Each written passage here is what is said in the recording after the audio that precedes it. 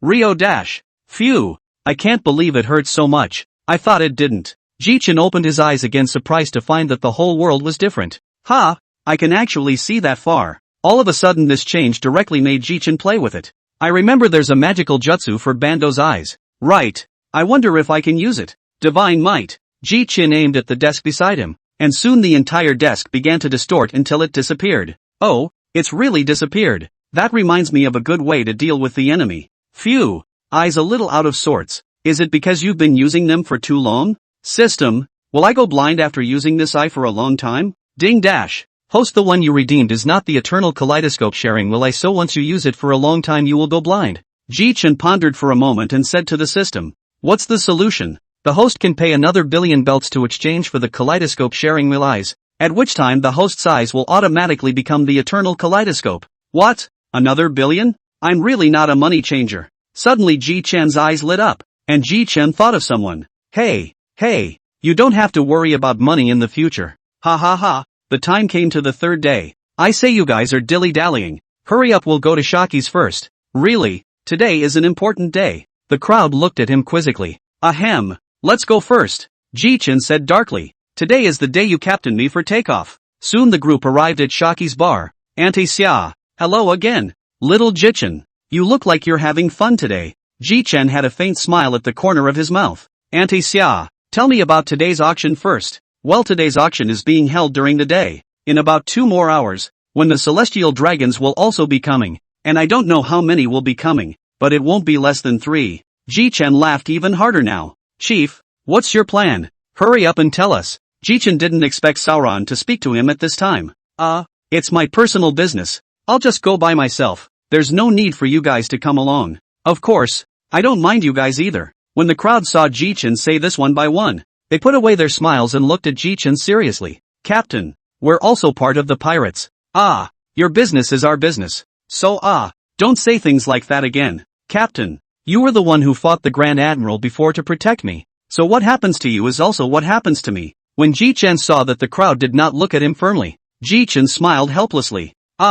You guys? Well, let's just tell you this. Ji-chan randomly put away the smile on his face. What I want this time around is the lives of these few Tianlong men. And I'm going to use a live broadcast format to let them die bit by bit. The crowd all shuddered as they listened to Ji-chan's plan and looked at him in shock. Ji-chan slapped his forehead. Oops, I almost forgot. After killing the Sky Dragon man, the Navy will send out a big future, so I can only bring 2 people along. Well, Solon, old Sandy, you two might get used to this kind of bloodshed. So you two just follow me. As for the others, just wait for me at the Thor. Next, have some wine and prepare for the start of the auction. Ji-chan's consciousness directly entered the system. System, spend 300,000 bells to exchange for live phone bugs. Ding dash. Consumption of 300,000 bells to obtain a live phone bug has been deposited into the system space. When the host opens the live broadcast system will be free to help the host connect to people around the world. Ji-chan was secretly happy in his heart. Very good. The time soon came for the auction. Well, you guys can stay at Auntie Natsu's bar if you're bored. So we'll go ahead. Ji-chan finished speaking and instantly moved 100 meters away with one hand. Geez, it's finally here. Just after putting down the duo, old Shah directly screamed. Bastard. I am also a natural system. I can fly too. I don't need you to grab me. Ji-chan bristled. Not as fast as me. So don't scream. Let's go. Into the auction house. The 3 of them entered the auction house, and the attendant brought them directly to the box they were in last time. Ji-chan sat on his butt on the sofa. So many people in this auction today. It's really spectacular, but they won't be able to leave after all. But those scrolls aren't here yet? Sauron, you don't get it, do you? Usually the high status recognitions are the last to board. Just wait. Ji-chan directly pulled out a snail from the system space and handed it to Solon. Sauron, take this one. The auction was unusually dark at the moment, when suddenly the door was opened and 3 bloated, fat-lipped, bubble ball on the head, towering scrolls walked in. Hey, my goal is finally here. Chapter 48. The moment the Sky Dragons entered the auction house, no matter if it was the people in the box or the people in the hall, all of them lowered their heads. Ji-chan gazed at them. 2 men, 1 woman, but I haven't seen these. By the time a few of the scrolls had made their way straight to the hall and the exclusive seats the organizers had arranged for them, the host on the stage held a microphone and inquired in a gentle voice. May I ask your honorable lord? Then I will begin the auction of the next lot to go up. Ji-chan looked at the two beside him. Get ready to do it. After saying that, Ji-chan directly pulled out the blazing fire and directly chopped the glass directly in front of him. The movement on Ji-chan's side quickly caught the attention of the entire room. Sauron, turn on the livestream system, help me connect to the world. Ji-chan said in a loud voice. I'm sorry to tell you that you've been kidnapped. And as this voice just fell, Ji-chan's mask was directly removed. Ji-chan smiled and looked at everyone present. Introduce yourself.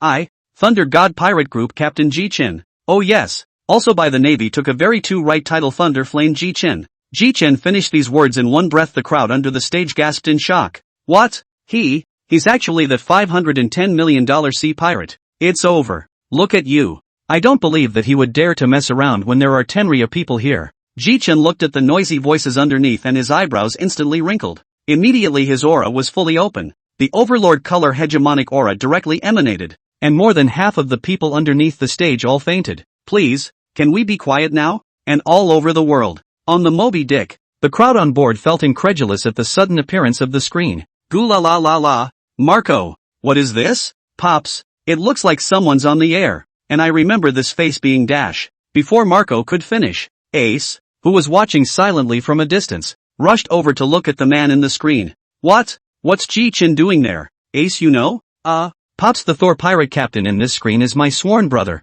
Marco interrupted with a well-timed remark. I think I saw the Skrulls just now. He's not trying to kill the Skrulls, is he? Goo la la la la la la. Interesting little kid. Sons, come and see. Interesting little kid. Universal Cake Island. The system's cast screen appeared directly in front of Charlotte Lingling. What's this? This is Shamboard. Right. And there's a brat. What's that? Interrupting my cake. Parasparrow, come here and eliminate this thing in front of me. Yes, Mom. But when Parasparrow came to the front, his hand went right through the screen. Parasparrow looked at Ling Ling with some difficulty. Mom, this screen doesn't seem to be able to be eliminated. And the person inside this screen seems to be that newcomer, Lei Yen Ji-chan. And it seems like he's going to kill the celestial dragons. Oh, this little brat is so bold. Forget about eliminating it if you can't eliminate it. It's just as well to watch it while eating cake. Somewhere in a cave in the island of the New World 8, the Redheads were having a party to celebrate Hawkeye's arrival when suddenly a screen appeared in front of them. The crowd looked at the screen curiously.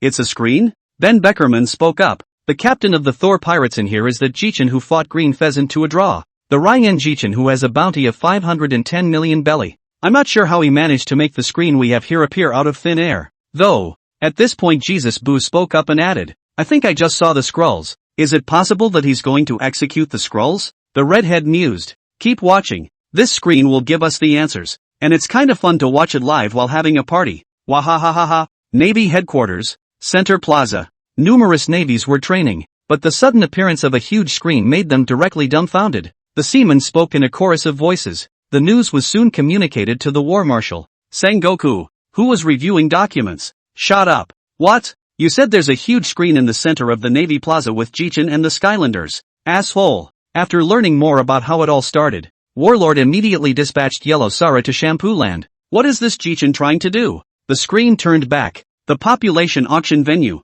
Ji-chan looked at his masterpiece with satisfaction. It seems that my dominant color is still not too strong, or else I would have stunned them all. Then Ji-chan turned his gaze to the 3 fat pigs in the very center. Oh, 3 fat pigs? Silence. Deadly silence. You, how dare you call us fat pigs? Don't you want to live? Quick, arrest him. I'm going to take him as a slave. Someone come. Ji-chan pulled out his ears and looked at Sauron and Old Sand. The people who come here are basically all evil. There's no guilt in killing them. Why don't you two go warm up your bodies? Kill everyone else except the Tianlong people? I'll take the live phone bug for now. You guys go ahead. Old Sandy smiled cruelly and flew directly in front of the crowd a hook of life. Extremely fast, slaughtering the people present. Sauron followed suit and started killing people. And Ji-chan directly covered the phone bug's eyes. And the screen went straight to black. 10 minutes later, the duo returned behind Ji-chan in a murderous rage. These people are not good people to kill anyway. Chapter 49, Execution of the Skrulls. Ji-chan snorted as he looked at the 3 fat pigs that had been stunned.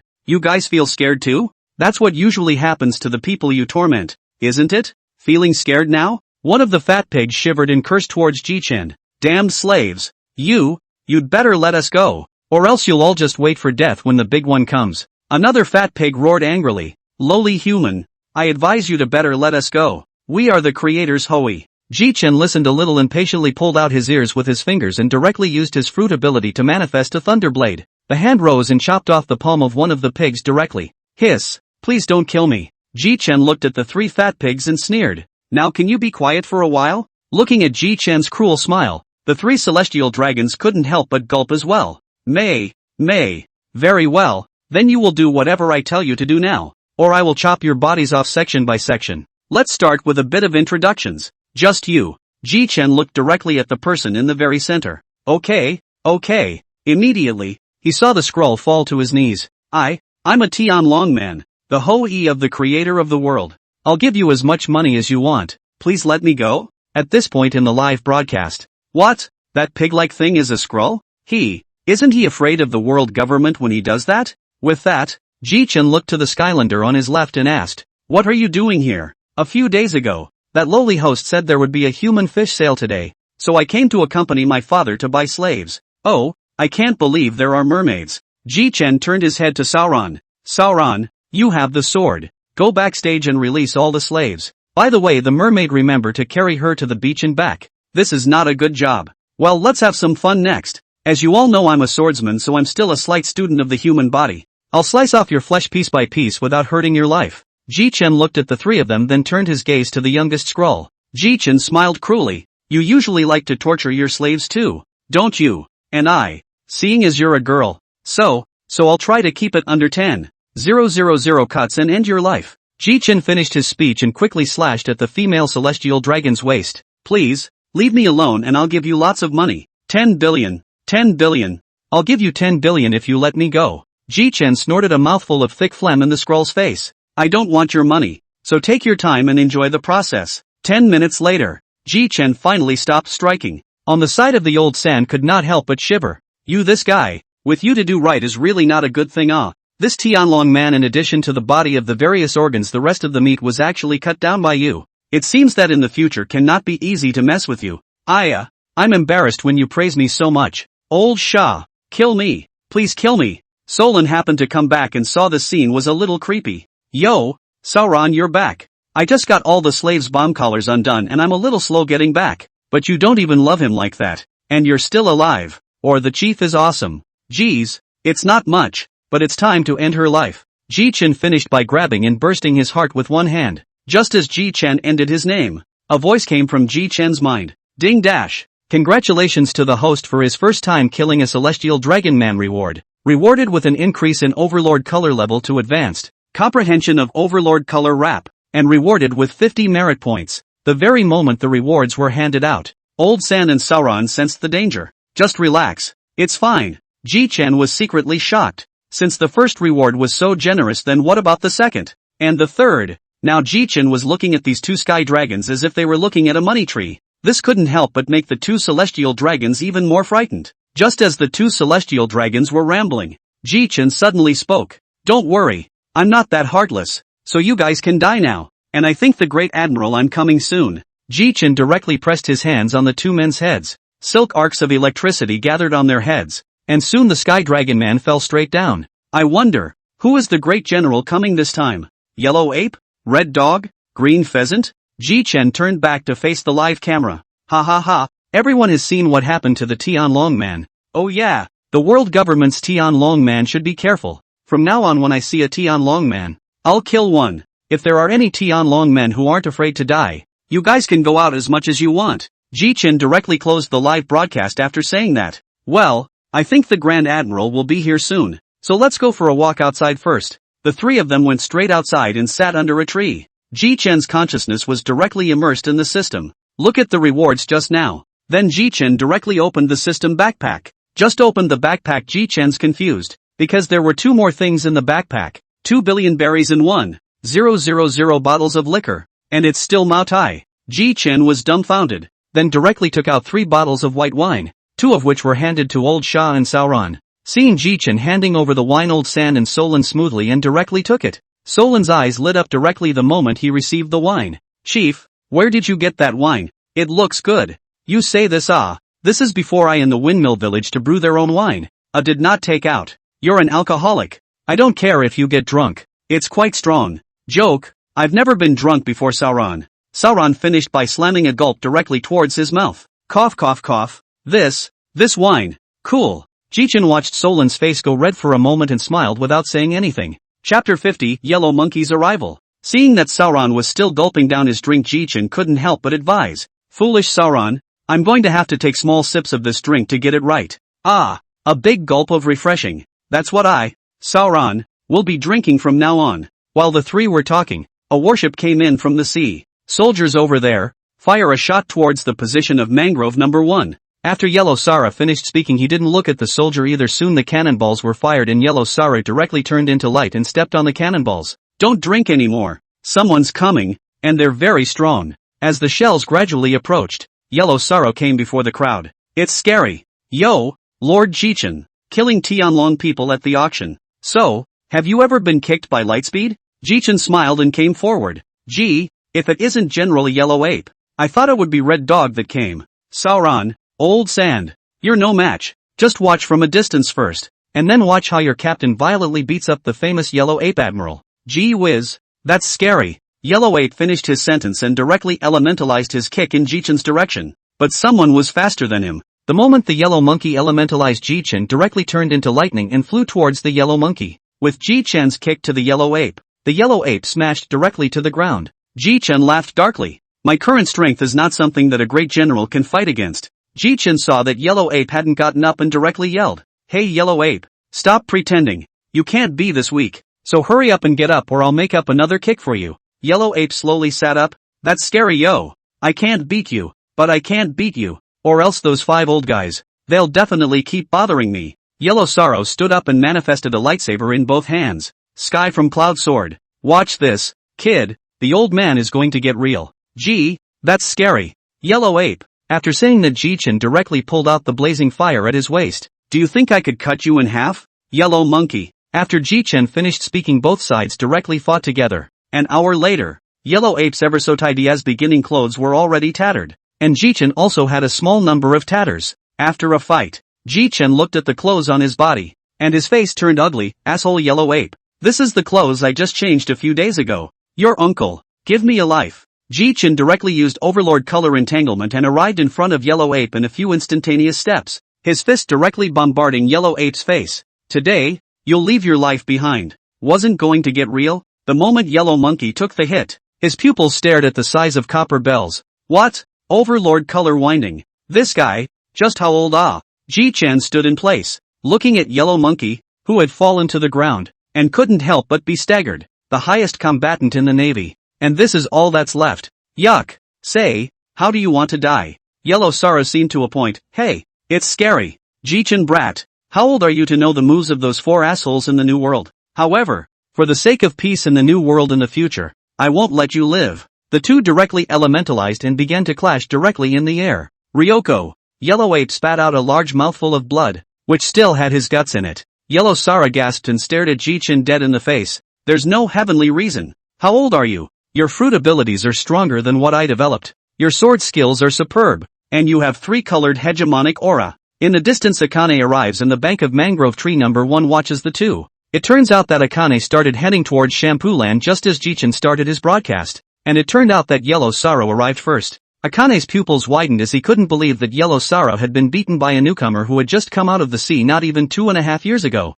Akane came over to Yellow Sara in a rage. Across from him, Ji-chan cursed. Damn Navy. No martial virtues. Even sent 2 adults to arrest me. A small pirate rookie. Damn you guys. Just as Ji-chan was focusing on cursing, Ji-chan quietly used the power of his kaleidoscope sharing will eyes, directly and silently using divine might. By the time Akane reacted, it was also already too late. Akane's left arm had already been strangled off by Ji-chan's divine might. Aha! Damn pirate, what have you done? On the side, Yellow Monkey's eyes widened. It's really too scary to have this kind of ability. With that, Yellow Sorrow said quietly toward Akane. Hey, Akane, let's run away. These words directly angered Akane. Get lost. If you want to escape, you do it yourself. Today either he dies or I die. After eating it, it directly turned into molten lava and rushed towards Ji-chan. When Ji-chan saw that Akane was really on fire, he couldn't help but forget towards the distant Sauron duo. Hey, Sauron, old Shah, come on, I'm out of stamina. If I had known 2 big generals were coming, I would have saved some energy. Seeing that the captain was in danger, Solon came directly in front of Ji-chen with great speed to block Akane's attack. Hey, your name is Red Dog, right? Show some respect for our leader. Next, until our chief recovers, I'll be your opponent, and I'll use the admiral's head to wake up the sword. Akane's face was horribly grim. Brat, Roranoa Solon, don't talk big, I'll kill you first, then I'll slaughter everyone on your ship. Stygian dog. Solon calmly looked at the red dog charging towards him. Solon tied up his hood nonchalantly and his three blades took up attack positions. Stygian dog, ghost fire chop. Soon Akane found himself with a slight advantage, but only a slight one. The two stood frozen. I didn't think that the Thunder God pirates were all so strong individually. I underestimated this pirate group before. Sauron gritted his teeth. I must say, as the dog of the Celestial Dragon Man, you have done a competent job, but the name Red Dog was bestowed upon you by your master, the Celestial Dragon Man, wasn't it? Solon was able to have the kind of sharp mouth he had today, all thanks to Ji-chan's usual teaching, but the Red Dog was so focused on Sauron in front of him that he didn't pay any attention to Crocodile behind him. Crocodile's hook had come to Akane's lower body and was hooking straight toward it. In that instant Akane directly elementalized away from the duo. Damn Crocodile for using such a devious trick. Solon directly laughed out. All of this, he all saw in his eyes. Just now the old Sans attack he also completely witnessed. Ha ha ha ha ha. So true. Old Shah. Might as well run while you can. Otherwise when our captain recovers, you won't be able to run away even if you want to. Chapter 51 Departure. Cultivation. Akane instantly stormed off after hearing Old Shah's highly mocking words. You're looking for death. Jia jia jia. Hurry up and hurry up. As Akane got closer, the duo took up a defensive stance. The Great Spitfire. Old Sandy directly attached his sand to his armed color and formed a shield that blocked Akane's move. Akane stared wide-eyed at the pitch-black shield in front of her. Nature-based abilities still work like that. Damn crocodiles. Old Shah then laughed openly as he saw his shield completely block Akane's attack. Jia jia jia. Although it's not what I expected. But, you one-armed old dog, give me a wait. Your head is mine. A voice suddenly rang out in the distance, exploding like thunder in the hearts of the crowd. Hey, hey, hey, hey, hey, I say, Red Dog Admiral, isn't it a little inappropriate for you to bully my crew like that? Ji-chen walked towards Akane and the others with a relaxed face. He came to Akane's face and looked at him with a cold expression, while at the same time, his overlord color was on full blast. This moment of Akane felt panic. Ah, you, asterisk asterisk asterisk asterisk you what you? It's a good thing you didn't hurt my crew or you'd be dead to me. Once again a word of advice. Han, Red Dog, if you don't go away, then I'll have to call out Uncle Roger. I'm sure you've heard the news that Roger is back from the shambles. Yes, that's me. You don't want to die either. Han, Red Dog. Akane grimaced and hesitated to speak, and finally stiffened as yellow sorrow pulled him away from Ji-chen's line of sight. Looking at the backs of the duo as they left from afar, Ji-chen couldn't help but sigh. I didn't think that I could have such a dignified day. On the way, Akane is dragged away by yellow sorrow. Akane screamed in exasperation. Palia Sereno, hurry up and let go of me or don't blame me for being rude. Sakaski, you also understand how scary their boat is, right? So when we are not very strong, it is better not to get tough with them. And, your arm. Yellow Ape sighed as he sat on the ground. If you still want to go I won't stop you. If you die then I'll go collect your body for you. Akane grunted and returned to the ship with a flick of her sleeve robe. Hey, wait for me. Meanwhile, the three of them, Ji-chen, who had just finished the battle, returned to the tavern. Nami looked at her captain with an excited look on her face as she spoke of the misery of the two great generals. But, two great generals falling away. Is this really a great general? Ha ha ha. Ji-chen smiled lightly. However, Sauron and Old Shah's strength is something I didn't expect, and gave me a surprise. Ji-chen turned his head and his face became serious. The crowd did not laugh when they saw this. Ji-chen looked around the week at the crowd. Tell the truth live. If we follow the normal course of events, we should be heading to the new world in a few days. But, when the crowd saw Ji-chen's face show a tangled expression, one by one, they were ready. However, you guys are too weak. At the moment it's just me and Sauron and Old Sand who have the power to defend ourselves in the new world. The rest of us are having a hard time. The crowd was also a bit lost, not expecting Ji-chen to say that. Suddenly Riley, who was drinking in the distance, suddenly said, Ji-chen boy is right. Except for you Sauron, Clocodile, and your captain. The rest of you will have a hard time surviving in the new world. So it's time for you to practice, but you have to find the right place to do it. Master Riley is right. You do have to practice, Sauron included. So, You guys wait a couple days. I'm going to find someone who I'm sure will know where you should be practicing. 2 days later, after 2 days have passed since Ji Chen's battle with the admiral, the incident has been secretly blocked by the navy. Even that stupid bird couldn't report it. But the 4 emperors have their own information channels, and they have checked it out. And Ji Chen is at the moment heading to Sharky's blackmail bar, with Masalami Bear in tow. It was a coincidence, though, that Ji Chen had found Bartholomew Bear after a day of loitering in Mangrove 16 using the full range of the power of the Heartnet to cover the area. The bear also promised him to help his partner. Sharky's knockout bar. Ji Chen led the bear to the crowd. Robin's pupils narrowed. Ha! You're the King's 7 Musketeers Bartholomew Bear. Ji Chen hurriedly said to everyone.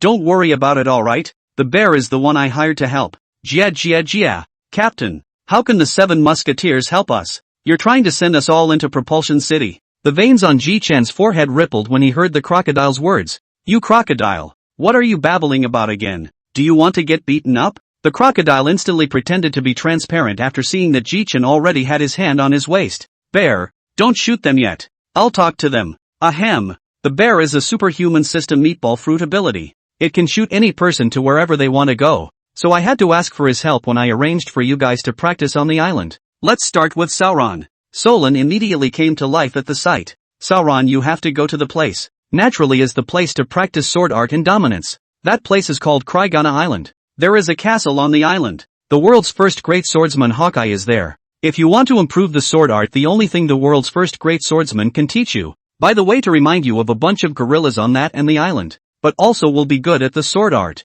2 years later in Shampoo Land, see you. Don't die. As soon as Ji Chen's words fell, the bear's palm fell, and Sauron instantly disappeared. The crowd couldn't help but be a little surprised to see this scene. Ji Chen smiled and looked at the smallest Joba. Tony Joba, you're up next. You're going to the treasure island of the South China Sea, the kingdom of Trino, which has a very large amount of medical resources, and all sorts of knowledge about herbs, so goodbye as a ship's doctor. Next up is Nami. The place you'll be going to is Visalia, known as the Little Empty Island, where you'll learn about meteorology, geography, and oceanography. So I'll see you in 2 years, our beautiful navigator. Zicheng, you will be going to Peach Color Island. There is a special kind of cuisine there, attack cuisine, but I don't know what this attack cuisine is. When you get there you can mention the name of Bartholomew Bear, and they won't hurt you. Oh, by the way, it's a land of sirens and demons, and you're a girl. You have to be careful when you go there. So bye-bye. I'll see you in 2 years. Robin, you know about the Revolutionary Army, so I won't say any more. Bear, shoot our beautiful Robin away. And by the way, remember to say hello to Saber for me. A gust of wind blew over Robin and he disappeared. And who else was there? Just as Jithan was looking openly, Brooke met Jithan on all fours. You hoo. Captain, where am I going? Ahem. You're going to the island of Halahitani. And when you go there, remember to use your musical talents to create soulful music. And remember to develop your fruit and sword skills. Well, send it off. Bear. The next one is Old Sandy. No need for Old Sandy. Bear really thanks you. We'll be in touch later. Goodbye then, Captain Jichen. After the bear left, Ji Chen looked at Old Shah, who had a dumbfounded look on his face. The reason why you are the one who doesn't have to practice is because I'm going to take you with me for a piece of practice. What do you mean? It means I practice you. Got it? Cut. Ji Chen looked at the disdainful Crocodile with a head full of black lines. You guys, Chapter 52, Deterrence. Oh, looks like you're doing a pretty good job as captain. All set up with a plan for them. Master Riley, I'm not done arranging this. There's another one next to it. And there's one more thing I'll have to trouble you with when the time comes. I wonder if Master Riley knows if there are any islands around here with changeable weather. Preferably uninhabited. Well, let the old man think about it. After a long time, Riley's eyes lit up. This island you want is really there, but it's just a bit of a pain in the ass. That island falls under the category of Women's Island. We may have to pay a visit. And it just so happens that I have an old friend there. Jitsu smiled and pulled Crocodile to give Riley a thank you. Having just arrived at the seashore, Ji Chen directly released lightning. Soon a huge ship appeared in front of the trio's eyes. Riley's eyes widened in shock. That's quite an ability you've developed to store such a large ship. Ha ha, Elder Riley is flattered. The three of them came straight to the ship, and Riley looked at Ji Chen strangely. It's just the three of us. Sailing the boat like this, you're not going to ask my old bones to help out too? Ji Chen held his forehead. If this ship of mine is unmanned, just say a word to him and it will take us to our destination. This ship of mine is unique, but you can't go to the bottom of the sea without a coating. Ji Chen spoke directly toward the Thor after explaining. Go to Daughter Island. As soon as Ji Chen finished saying this, Riley, who was in his recliner, realized that the ship was moving slowly. This ship is pretty amazing. 1 hour later, Windless Zone, Amazon Lily Periphery. This is Daughter Island? How come there's no one there? Just as Ji Chen and Old Shaw were puzzled, a ship slowly sailed out from the city gates of Daughter Island. A ship from Daughter Island? The two ships quickly converged. Men, why are you here? There is no reason. You will die here. Ready, fire. Countless arrows shot towards Ji Chen and the others. Ji Chen's face instantly grimaced, and then with a flick of his massive lightning power, he knocked down all of the arrows that were shot at them. Ji Chen said in a deep voice, "What are you doing with these women? Do you want to die?" When Ji Chen saw that these women didn't speak, the fire in his heart grew. Suddenly a burst of high-heeled footsteps came to his ears, and Ji Chen looked up to see a stunningly beautiful woman standing across from Ji Chen. Men, the concubine commands you to tell us why you're here, or you'll be fed to the fishes. This completely pissed off Ji Chen. The first time I did not say anything directly attacked me. This time even so arrogant up there to talk to me. The mud man still has 3 points of fire it. Ji Chen also didn't care that Riley was beside him and directly exploded his Overlord color hegemony with all his might. Instantly, the Overlord color hegemonic aura was like a tsunami pressing down on the opposite women. One by one, the women on the opposite side fainted straight away. When Riley realized it was too late, then Riley saw that Hancock was still struggling and struck instantly, which stopped Ji Chen. Riley looked at Ji Chen with wide-eyed incredulity, as if he wanted to look Ji Chen over. Boa Hancock, coming up here and talking to me so condescendingly. How many lives do you have to pay for it? And at the side, Granny Newbie instantly froze in place when she saw Ji Chen's appearance. Then he panicked and stepped in front of Hancock. Your Excellency Ji Chen, please atone. Hancock didn't mean it. Hancock saw the Nubian blocking Hancock's path and instantly pushed the Nubian out of the way. Concubine, there's no need for you to save me yet. Hancock, what do you know? Do you know who this man is? He is Lei Yin Ji Chen. You didn't see the live broadcast just now. Live broadcasting the murder of 3 Tianlong people. He's the only one under the sky who dares to do so. Moreover, you're not his opponent at all. What? It's him? Then he saw Hancock's face go completely red at a speed visible to the naked eye. Your Excellency Ji Chen, I'm very sorry for the concubine's attitude just now. Please bear with me if I have offended you more. The three were also dumbfounded to see Hancock's attitude change so quickly. Finally Riley spoke up first.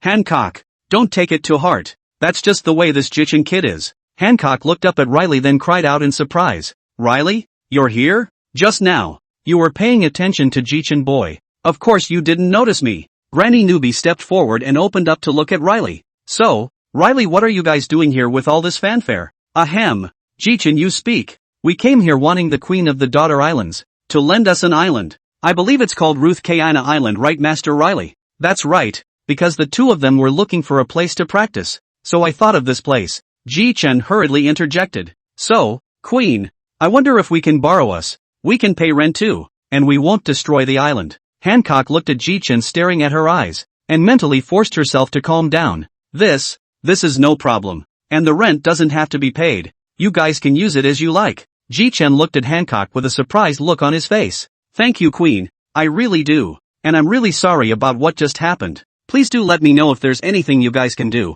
I'll owe you another favor here. Hancock quickly waved his hand. No, it's not necessary. I lent you the island all of my own free will. Hancock, his favors are worth a lot of money right now. So don't be polite to this kid. Just take it. Moreover, such a top-class bully color. The future, not to mention the king of pirates. The 4 emperors will also ironically have a place for him. So a future 4 emperors favor, you'd better accept it. Well, then, that's fine. Thank you very much, Your Excellency Ji Chen. And Your Excellency Ji Chen can call me Hancock. You don't have to call me Queen. Ji Chen glanced at Riley. Master, first time I've seen you talk so much. I wonder if it would be convenient for Your Excellency Ji Chen to come to our daughter island as a guest. I will surely offer a grand reception. Ji Chen touched his stomach. Indeed, I haven't eaten in a long time. So if there's meat, it's a good idea to go. Old Sandy on the side looked dumbfounded. You guys make it that easy for Boa Hancock to lose his temper at all? She's valued as the world's #1 beauty. And this guy's display of dominating colors makes the Empress entertain him like this.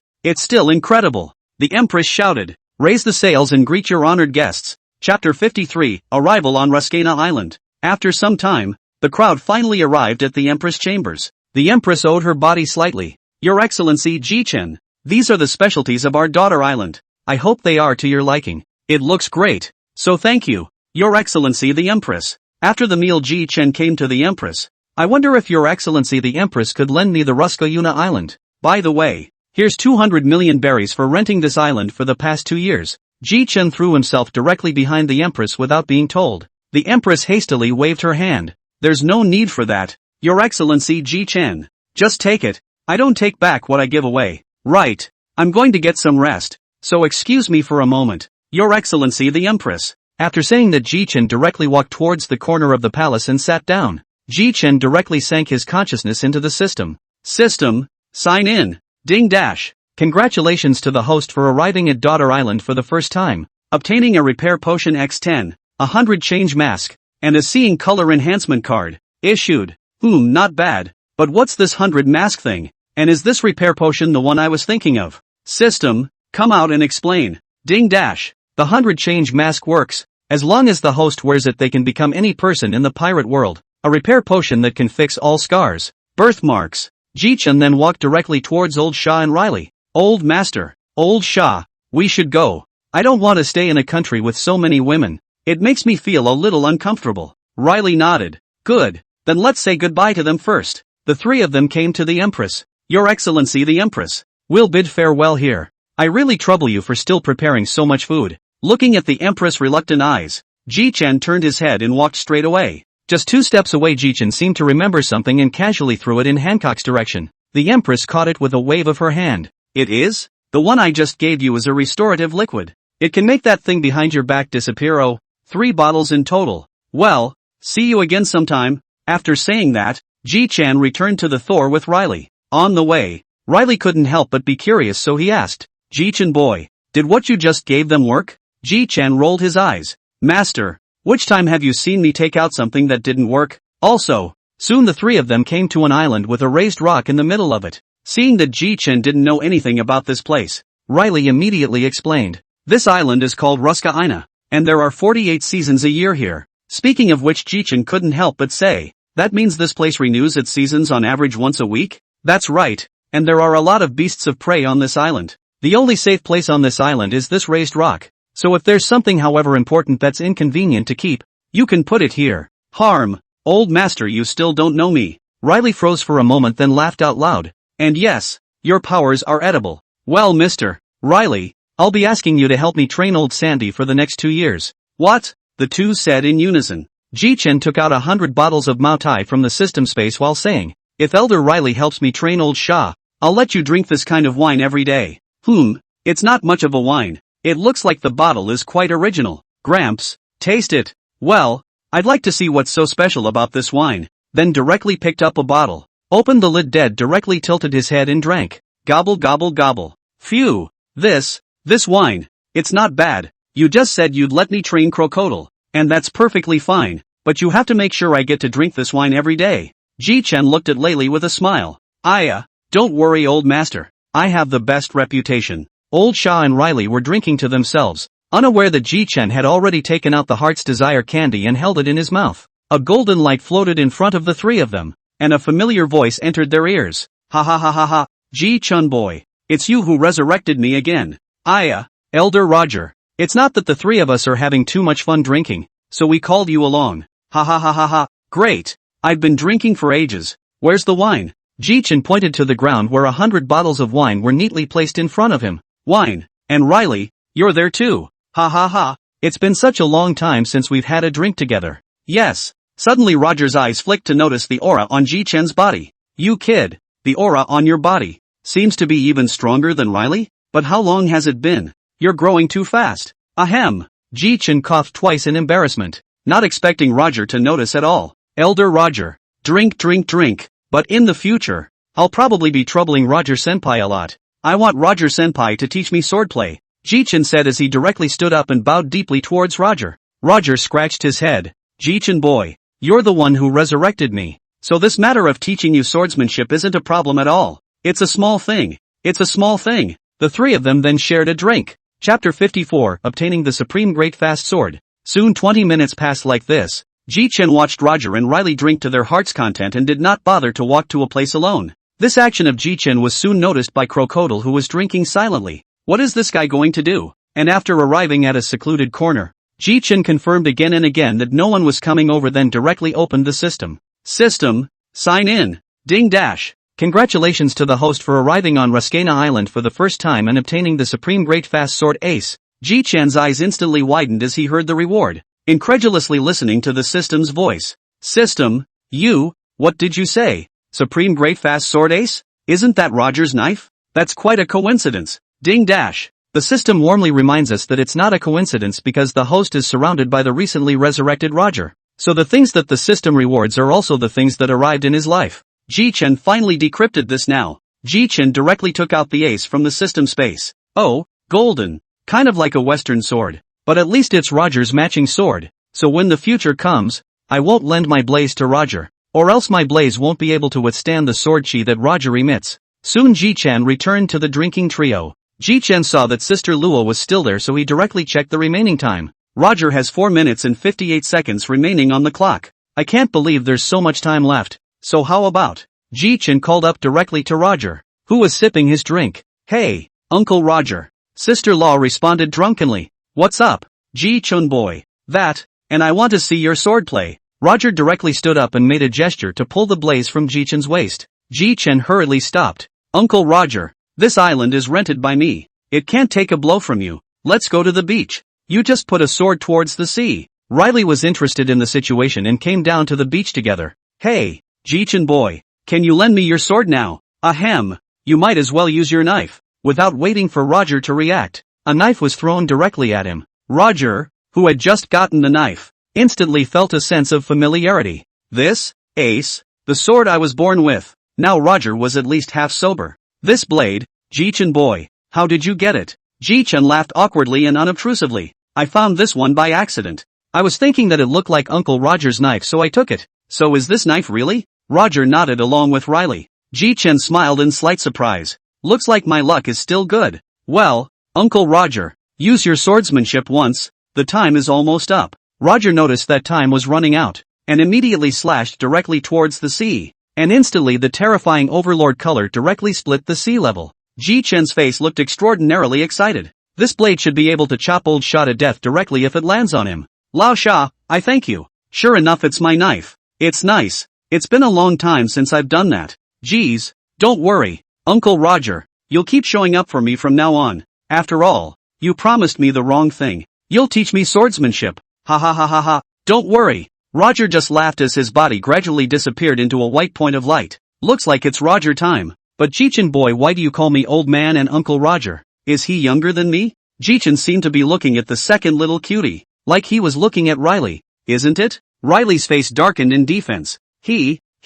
Never mind. Ji-Chen smoothly picked up Ace, who had fallen to the ground. This is a supreme great quick sword, but I can't utilize his power. Pity. Well, Master Riley, I'll leave 200 bottles of wine in the center of the island. That should be enough for you for a while. I'm going to go out for a while. After all, I've got all my hegemony cultivated as well. 200 bottles. You go ahead and leave that guy to me. Then, under the gaze of Riley and the crocodile, Ji-Chen directly piloted the Thunder God ship and sailed into the distance. Ji-Chen, who was at the Thor at this time.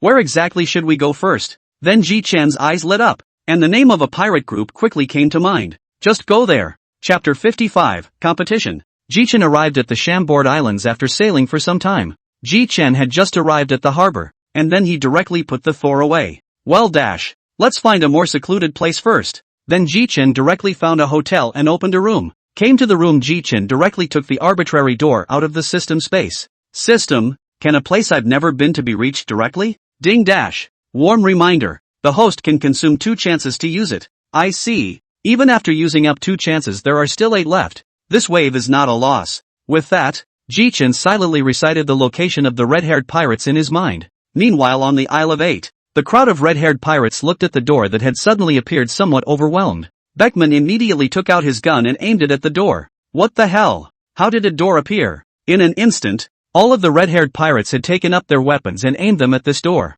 The arbitrary door slowly opened, and Ji-Chen directly stretched out a head to look outside. What? Ji-Chen walked straight out of the door. Redhead pirates, this is all a misunderstanding. Thunderflame Ji-Chen? How did this guy show up from here? Ahem. You guys put your weapons down first. I'm not here to beat you up. At Beckman's signal, the crowd lowered their weapons. Beckman stepped forward, Lei Yin Jichin.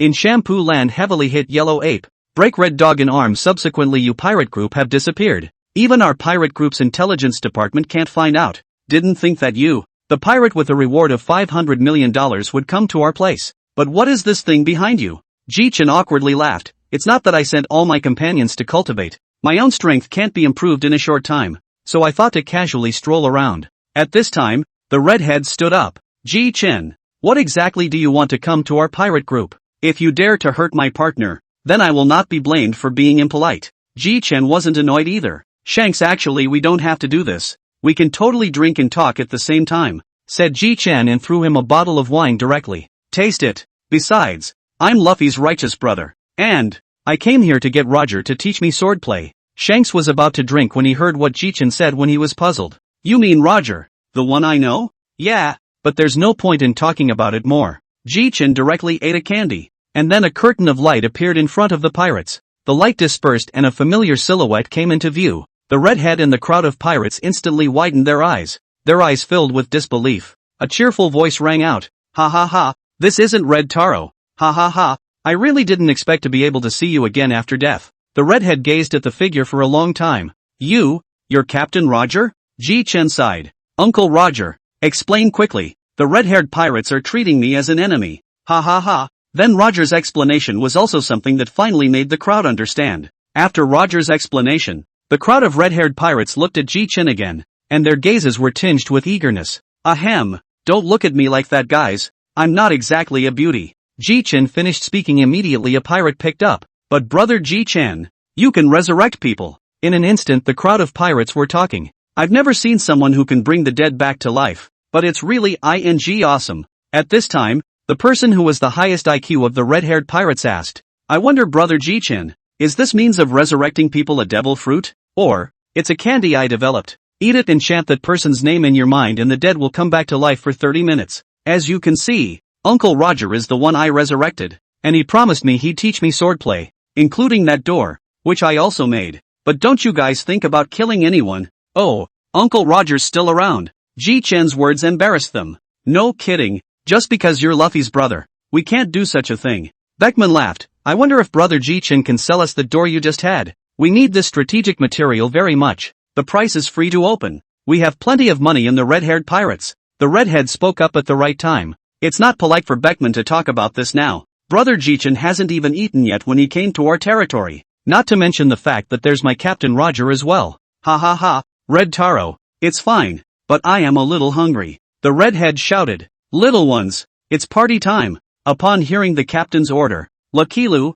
who was the cook, went off at a fast pace with his many companions to prepare the food. Since we're having a party, I'll prepare the wine. Jichin directly waved his hand and 300 bottles of Moutai appeared. Roger looked at Jichin and laughed. Then during the time they're preparing food, I'll go ahead and teach you swordplay. Jichin boy. With that, the pair walked towards the beach, and Roger even turned his head to look at the redhead. You come along too, Red Taro. Let's see how you've grown now. Coming, Captain. The three of them arrived at the beach, and Jichin directly took out Ace and tossed it to Roger. Roger plucked Ace straight out, his domineering aura escaping from his body as he gazed at the redhead. Red Taro, let's see if you've been practicing the swordsmanship I taught you properly after I left or not. The redhead watched as Roger couldn't hide the excitement within him, instantly pulled out the griffin at his waist. The moment he drew his sword, the redhead's overpowering color spilled right out. Come on, Captain Roger. Jichin directly instantaneously moved to the distance to watch the battle between the two, only to see the two people seem to have a tacit understanding generally at the same time forward to split a sword. Dark red sword chi directly against each other. But the battle of the strongest is always a split second away, and in the end the redhead falls, with Roger winning slightly. Ha ha ha ha ha, very good, very good. Red Taro, Chapter 56, Jichin's thoughts. The two of them directly put their swords back into their sheaths after the bout. The redhead scratched his head. I'm flattered. Captain Roger, I'm not even close to you. Ha ha ha, don't be modest. Jichin walked over. Honestly, you two are really strong in swordplay.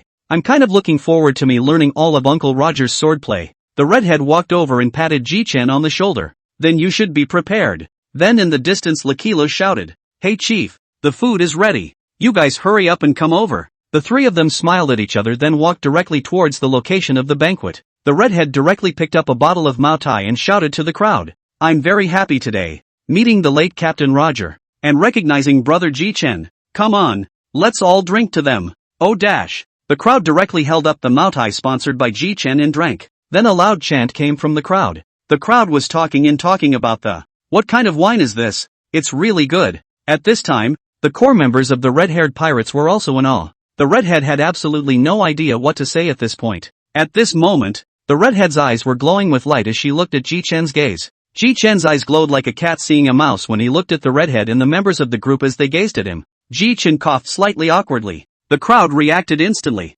and the redhead directly laughed and scolded. "Look at you all. You're looking at Brother Ji Chen with glowing eyes. Really? Honestly, drink." The other members directly shouted in defiance. "What?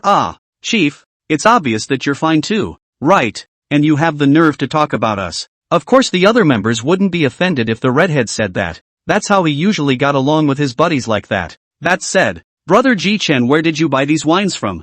I wonder if you can tell us the location. We'll go buy 1,000,000,000 points back as well." Ji Chen smiled awkwardly. This is my own brew. It's not available in other seas." Beckman admiringly looked at Ji Chen appreciatively. "I didn't think that Brother Ji Chen could not only come up with those props that people find unbelievable, but that he could also brew wine. It would be good if Brother Ji Chen didn't have a pirate group. Ha ha ha, I had a goal in mind when I formed the pirates." Ji Chen's words aroused the interest of almost everyone present. Roger looked directly at Ji Chen and asked, "Ji Chen boy, what is your goal? It may be unattainable to say the least, but one must always have a dream, mustn't one? My goal is to kill all the Tenrya people. These beasts brutalize civilians and still stand tall. It's really disgusting. I'm going to kill everyone I see from now on. That's why I want to learn swordsmanship from Uncle Roger. Otherwise, where would I get the strength to deal with the great general, the world government?" The crowd all looked at Ji Chen with appreciative eyes after hearing his words. "Ahahahaha, very good, Ji Chen boy. Back then locks didn't accomplish anything. Maybe it will be accomplished in you." Roger beat his chest with a bang. "Don't worry, as long as you let me out in the future, I will definitely teach you swordplay properly." When Roger finished speaking, his body was flooded with dots of white light. Roger immediately covered his head and shouted, "It's over. It's over. What can I do? So much wine and food I haven't finished yet." Ji Chen looked at this funny scene calmly and purchased 100 candies from the system store, then directly took out one and tossed it to the redhead. "Redhead, eat it. Just say Roger in your mind." The redhead looked at Roger, who was about to disappear, and hastily threw the heart's desire candy into his mouth, and instantly Roger's body returned to its original state. "Phew, good job, Red Taro." Ji Chen looked at Roger and couldn't help but laugh outright. "Ha ha ha ha ha ha. I didn't think that the king of pirates of the hall would also have such childish moments." Roger was furious to hear it and hammered Ji Chen with laughter and curses. Ji Chen looked back at the redhead. "Redhead, you can meditate on your left arm recovery in your heart. Although it's only for 30 minutes, it's still okay for you to feel the sensation of your left arm recovery." The redhead was pleasantly surprised to hear this, and immediately recited it in his mind, and soon his left arm grew out at a speed visible to the naked eye. All the members of the red-haired pirates were stunned and unable to speak. Even Beckman, who was the vice captain, directly went up and touched it. "Geez, Beckman, what are you doing? We're both men." "Asshole, me too. I just wanted to make sure." "Don't worry. What Ji Chen produce will be of high quality. Don't worry about it." Then an idea suddenly appeared in Ji Chen's mind. Then he looked at Roger. Roger was made a bit uncomfortable by the look before Ji Chen spoke. "Uncle Roger, do you want to be truly resurrected?" "What?" The crew members were also confused by Ji Chen's words. Ji Chen smiled faintly. "I may have the possibility to truly revive you here. Only this method has not been implemented yet." Ha ha. The crowd looked at Ji Chen, wanting Ji Chen to speak his mind, especially the redhead. "It's just that, Uncle Roger, you can come back to life for 30 minutes with my candy, and I know of a fruit that can regress your age." As the red-haired pirate group with the highest IQ, Beckman immediately popularized, "Brother Ji Chen is talking about the regression fruit, right? Can make the things touched regress age 12 years old? Touch many times can wipe the enemy away." Beckman's right. With her powers, just slap Uncle Roger back to before he was 50 and he'll be fully revived. And I won't have much use for this candy by then. The more the crowd listened, the more excited they became. "Then I'll have our intelligence department look into this regressive fruit power user." Ji Chen waved his hand. "There's absolutely no need for that, because this regressive fruit ability person is among the Navy. His name is Ain. I seem to remember that he's Zephyr's disciple. It seems to be a bit difficult to handle. At that moment the redhead stood up and said, "Don't worry about it. This ain't I have to get him. As the fourth emperor I have that much confidence I still have." Ji-Chen didn't have the slightest doubt when he looked at this confident look on the redhead's face. After the banquet was over, the crowd was lying still, perhaps because the wine that Ji-Chen had brought out was very good. Hiccup. We'll learn swordplay from Uncle Roger again tomorrow. Chapter 57, The Shocked Warring States. By the next day, when Ji-Chen saw that everyone was up, he followed suit. Just after waking up the redhead's trademark smile resounded in his ears. Wahahaha. Good morning brother Ji-Chen. Good morning to you, redhead. Beckman came in front of the duo and looked at Ji-Chen. I wonder if brother Ji-Chen has any plans for the future? Harm. What plans can I have? But I do want to practice sword arts on this island. I wonder if it's possible. Wahahaha. That's naturally no problem La. We're friends. Ji-Chen thanked him joyfully. Then thank you,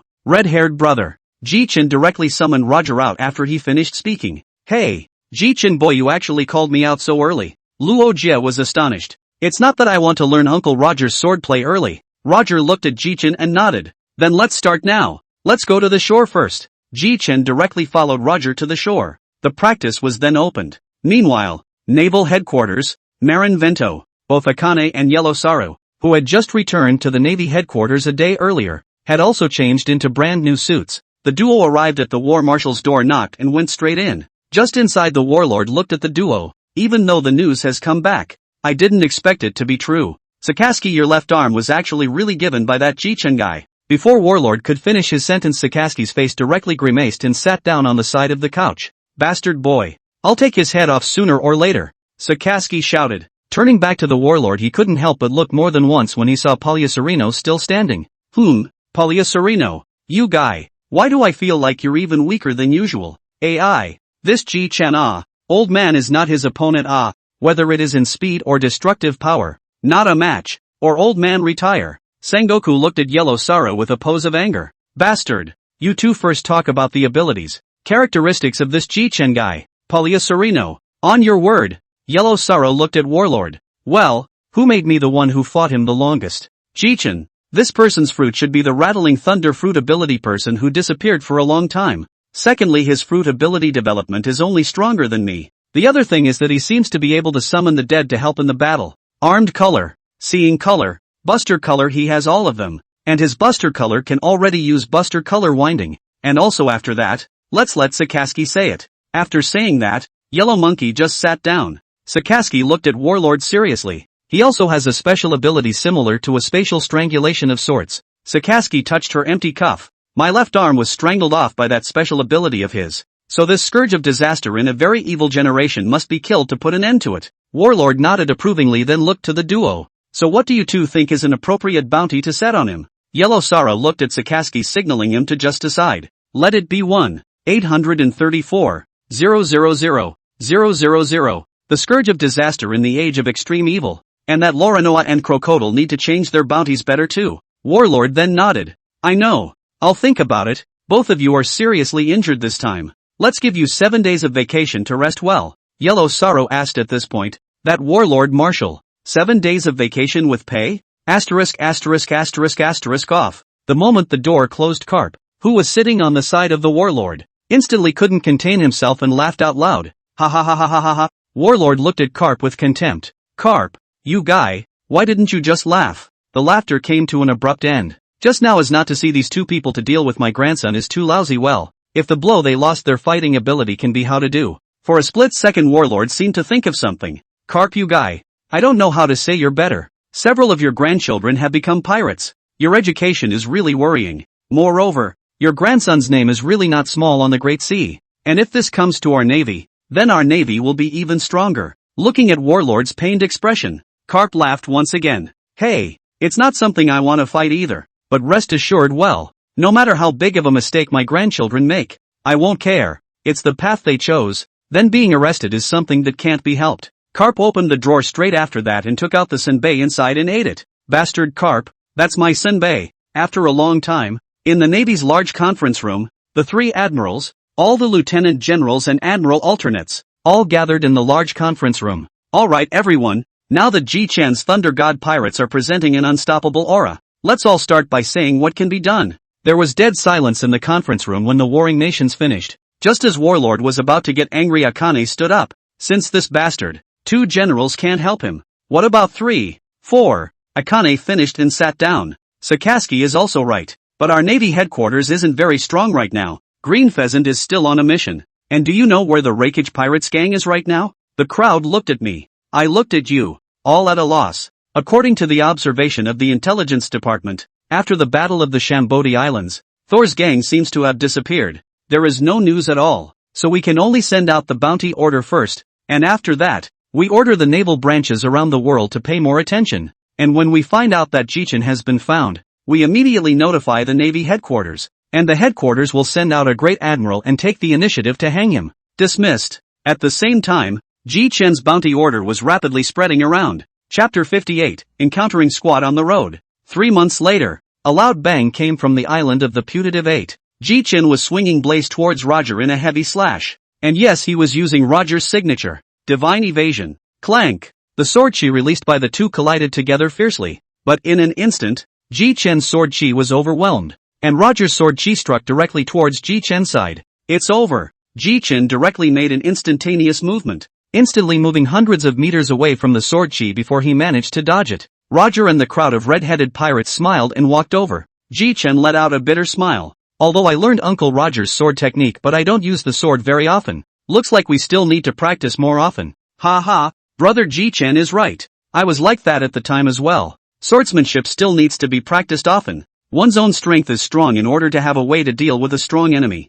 Ha ha ha ha ha ha ha. Red Taro wasn't wrong at all. But it still amazes me a bit that you learned all my skills in 3 months. Jichin coughed lightly. Luck is mostly involved. It's been 3 months here as well. Brother Redhead is a real pain in the ass. I'll be ready to sail in a few minutes. Afterwards, Jichin's palm directly appeared a few items. Heartwarming candy X5. A Chinese cigarette. The stuff here will be given to the red-haired pirates as payment for these 3 months. Oh yeah, and this long thing is cigarettes, which I'm sure Beckman will really like. Jichin came to the shore and directly threw out the Thor pirate ship with his hand. And in an instant, an aqua-blue sailing ship appeared in front of everyone. Just as Jichin was about to fly to the ship, the redhead called out to him. Hey, wait, brother Jichin. Jichin looked back at him quizzically. What's up, red-headed brother? Jichin felt a bad feeling all of a sudden as he watched the redhead squirm. Hey, redhead, tell me what's up. If you're not in a hurry, I am. Brother Jichin. That door of yours? I don't know if you still have any more in stock. Our pirate group would like to buy one. Jichin nodded. I see. No wonder you just grinded like that. Let me think. Then turning around, he sat down and his consciousness sank directly into the system. System. May I ask what the host wishes? What's the right pricing if I'm going to sell any door to the red-headed pirates? Ding dash. This system suggests that the host price is first time at 500 million berries. Jichin looked thoughtful. Will it be a bit too expensive? That would be something for the host to think about. Jichin then purchased an arbitrary door directly from the system store. Jichin turned his head to look at the redhead gang. I wonder if the redhead pirates can afford it. The redhead smiled confidently. I don't know how much brother Jichin intends to bid. We'll buy it if it's suitable. Moreover, our pirate group is very rich. Joke, the red-haired pirate group is not usually like the other 3 emperors to compete for territory. Of course, the funds are incredibly strong. 500 million berries can be used 10 times. Is this price acceptable? Jichin looked at the crowd again, and their eyes didn't dodge in the slightest. Then Jichin directly waved his hand. A pink door appeared in front of the crowd, and according to the price, the red-haired finance chief handed over 500 million belly to Jichin. Jichin smiled happily. Deal struck.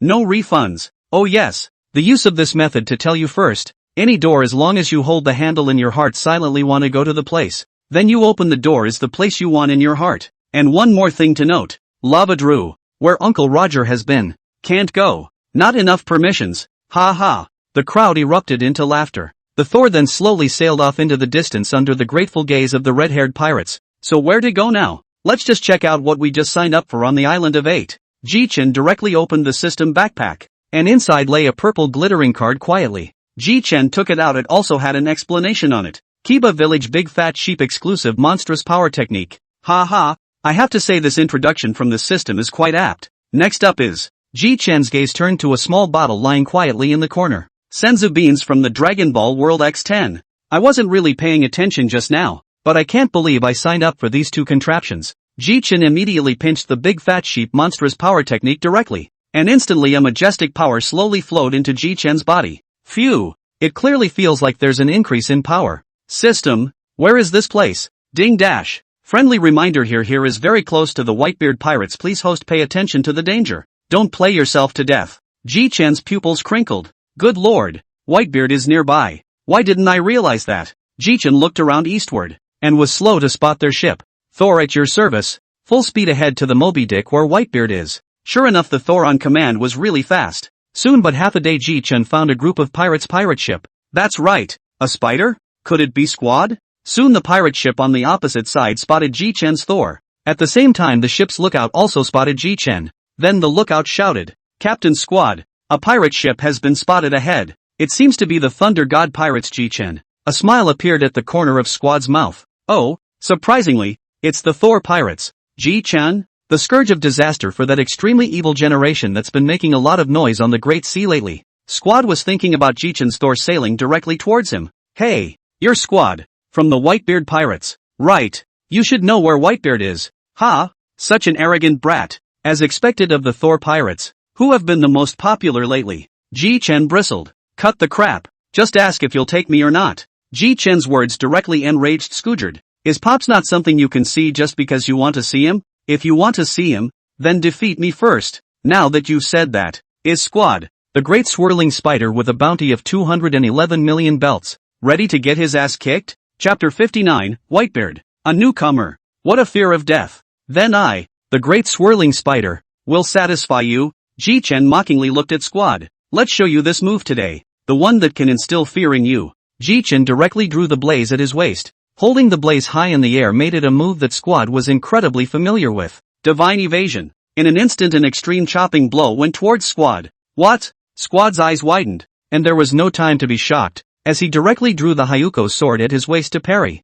Boom! Squad was blasted straight into the sea. Captain! Immediately a crew member reacted in time to jump directly into the sea and rescue Squad, but the rescued Squad was silent for a long time, with a sword wound in his chest. Finally Squad, who had not spoken for a long time, spoke up. Who did you learn that trick from? The hatred in Squad's eyes was unabashedly displayed, which puzzled Ji-chan. Ji-chan said angrily, Damn! I cast just one sword and you're so hateful towards me. If it weren't for the fact that you're Whitebeard's son, I would have slaughtered you with a single slash. As to why you say I would? I don't think I'm obligated to tell you. So, Great Vortex Spider Pirate Squad, can you take me to Whitebeard now? Ji-chan looked at Squad indifferently. Squad met Ji-chan's icy gaze in his heart. This guy, can't take him to Pops? Damn it, why can't I be stronger? No, I can't take you to Pops. Just as Squad's words fell, Ji-chan arrived directly behind Squad with an instantaneous body, and a hand knife slashed directly on the back of Squad's neck, and Squad then fainted. Damn it, if you weren't Whitebeard's son and I didn't want any trouble, I'd have killed you in one fell swoop. Mud, really think I don't know where Whitebeard is? Ji-chan then looked around at the stiffened pirates. Are you the crew of this asshole? How come you're just like him and need to wear prosthetics for your jaws? Ji-chan took Squad straight back to the Thor. Don't worry guys, I'm not going to kill Squad easily. I'm going to go find Whitebeard first. If you're not sure, follow me. As for why Ji-chan didn't use Overlord Color to directly stun these crew members, the reason was naturally because Ji-chan didn't want to waste Overlord Color on this group of minions. Ji-chan directly covered a distance with his heart net a little later, and easily found the Whitebeard Moby Dick. Ji-chan directly ordered the Thor to follow its course. After sailing for about 2 hours or so Ji-chan saw the whale-like pirate ship in the distant sea. At the same time, Marco on the white-bearded pirate ship instantly got up. Not good. Someone. Marco's words instantly put everyone on alert. Everyone looked out towards the sea, an aqua-blue pirate ship coming towards the Moby Dick. So don't worry about the suns. Ji-chan came directly to the front of the Moby Dick to fight against the members of the Whitebeard Pirates. Ji-chan smiled evilly then directly threw Squad over. In an instant, the crowd of Whitebeard pirates could see who Ji-chan was running over to. Marco exclaimed, Squad, quick, call a doctor. Snap. Marco slapped himself straight across the face. Mud, I'm the ship's doctor myself. Marco crouched down directly with healing fire emerging from his palms, pale green flames directly covering the knife wound on Squad's chest. The crowd all glared angrily at Squad after seeing that Squad was okay. Whitebeard also had rare anger. By this time some of the people on the white-bearded ship had recognized Ji-chan. Isn't that the extremely evil generation disaster scourge Ji-chan who has a reward of 1 $8,034,000,000? I really didn't expect him to come to our white-bearded old man's territory. If you ask me, he's just too arrogant and wild. This time he will die. The crowd said anything. Marco then told Whitebeard all of Jichen's information directly after he healed Squad. Information that they had spoken about in private. Jichen directly instantaneously moved to the bow position of the Moby Dick. The moment he reached the bow of the ship, Jichen directly opened the Overlord color hegemony. Jichen just took one step at a time. Jichen just looked at this one fallen crew member with an expressionless face. Just as Jichen was about to speak, a man in the crowd who had ventured out with an orange hat and a string of beads at his neck stepped forward. You, aren't you Jichen? It's been so long since we sailed, and this is the first time we've met. Jichen turned his head to look, and a smile appeared on his facial expression. Ace, it's been a long time. The pleasantries of these two made the people on the ship feel disconcerted, and Ace was instantly a little embarrassed, and hurriedly introduced himself. Pops, companions, this is my brother, Jichen. Ace surprised the crowd with this comment. Jichen smiled lightly. I'm very sorry, Whitebeard and members, because my original purpose was to come to Ace, and I just happened to run into Squad, who thought I was dangerous, so the only way I could come was to defeat him. As for the bully color just now, I did it on purpose. If I don't show some strength, I'm afraid your sons should tear me apart, Jichen said as he looked around the room. If you insist on fighting, then fight. The eyes of the captains of the crowd were tightly fixed on Whitebeard's direction. As long as Whitebeard gave an order, they were afraid that they would directly launch an attack. Whitebeard looked around at the captains, who immediately understood and simply lowered their weapons. Seeing that all the captains had lowered their weapons, Whitebeard continued. Besides, it's Squad who's less skilled than the others, and you're not to blame for that. Seeing this, Jichen also sat directly in front of Whitebeard face to face. Ha ha ha, it's true that he's the strongest man in the world, even in terms of his aura. Then for the first time, I have to give Captain Whitebeard some gifts as well. Jichen directly hand flip will appear 3 bottles of Mao Tai, directly through to the Whitebeard a bottle. Ace a bottle. Jichen gestured for both of them to taste it. Go la la la la, what's so good about such a small bottle? Whitebeard, drink up. You'll find that this wine is better than anything you've ever had. Whitebeard opened the cap of the bottle with skepticism. Instantly a strong aroma of wine emanated through the Moby Dick. What kind of wine is this? It has such a strong fragrance. The flavors at this point made everyone's mouths water. The captains of the fun on the side also looked at Whitebeard at that moment. Didn't you say, Pops, that this wine isn't as good as yours? Can we do it instead? When did I ever say that? Want a drink from the long in my hand? Nice try. Whitebeard dunked it right after he finished. Chapter 60, Invitation to Battle. Whitebeard let out a long sigh of relief, followed by a hearty laugh. Marco and the others looked at their pops suspiciously and said in their minds, is it really that good? Don't blame me if it's tasty. When he finished speaking, Marco reached out and grabbed the bottle with a sneaky hand. Whitebeard was just about to pick up the bottle of wine at his side when he suddenly grabbed it. Turning his head to look at Marco and the other captains of the fans were pouring wine into their mouths. What a drunkard, the white-bearded son was instantly shouted. Marco, are you trying to practice with me? Bastard, dare to take the fine wine away from my hands? Marco wasn't annoyed, because that's how they usually were.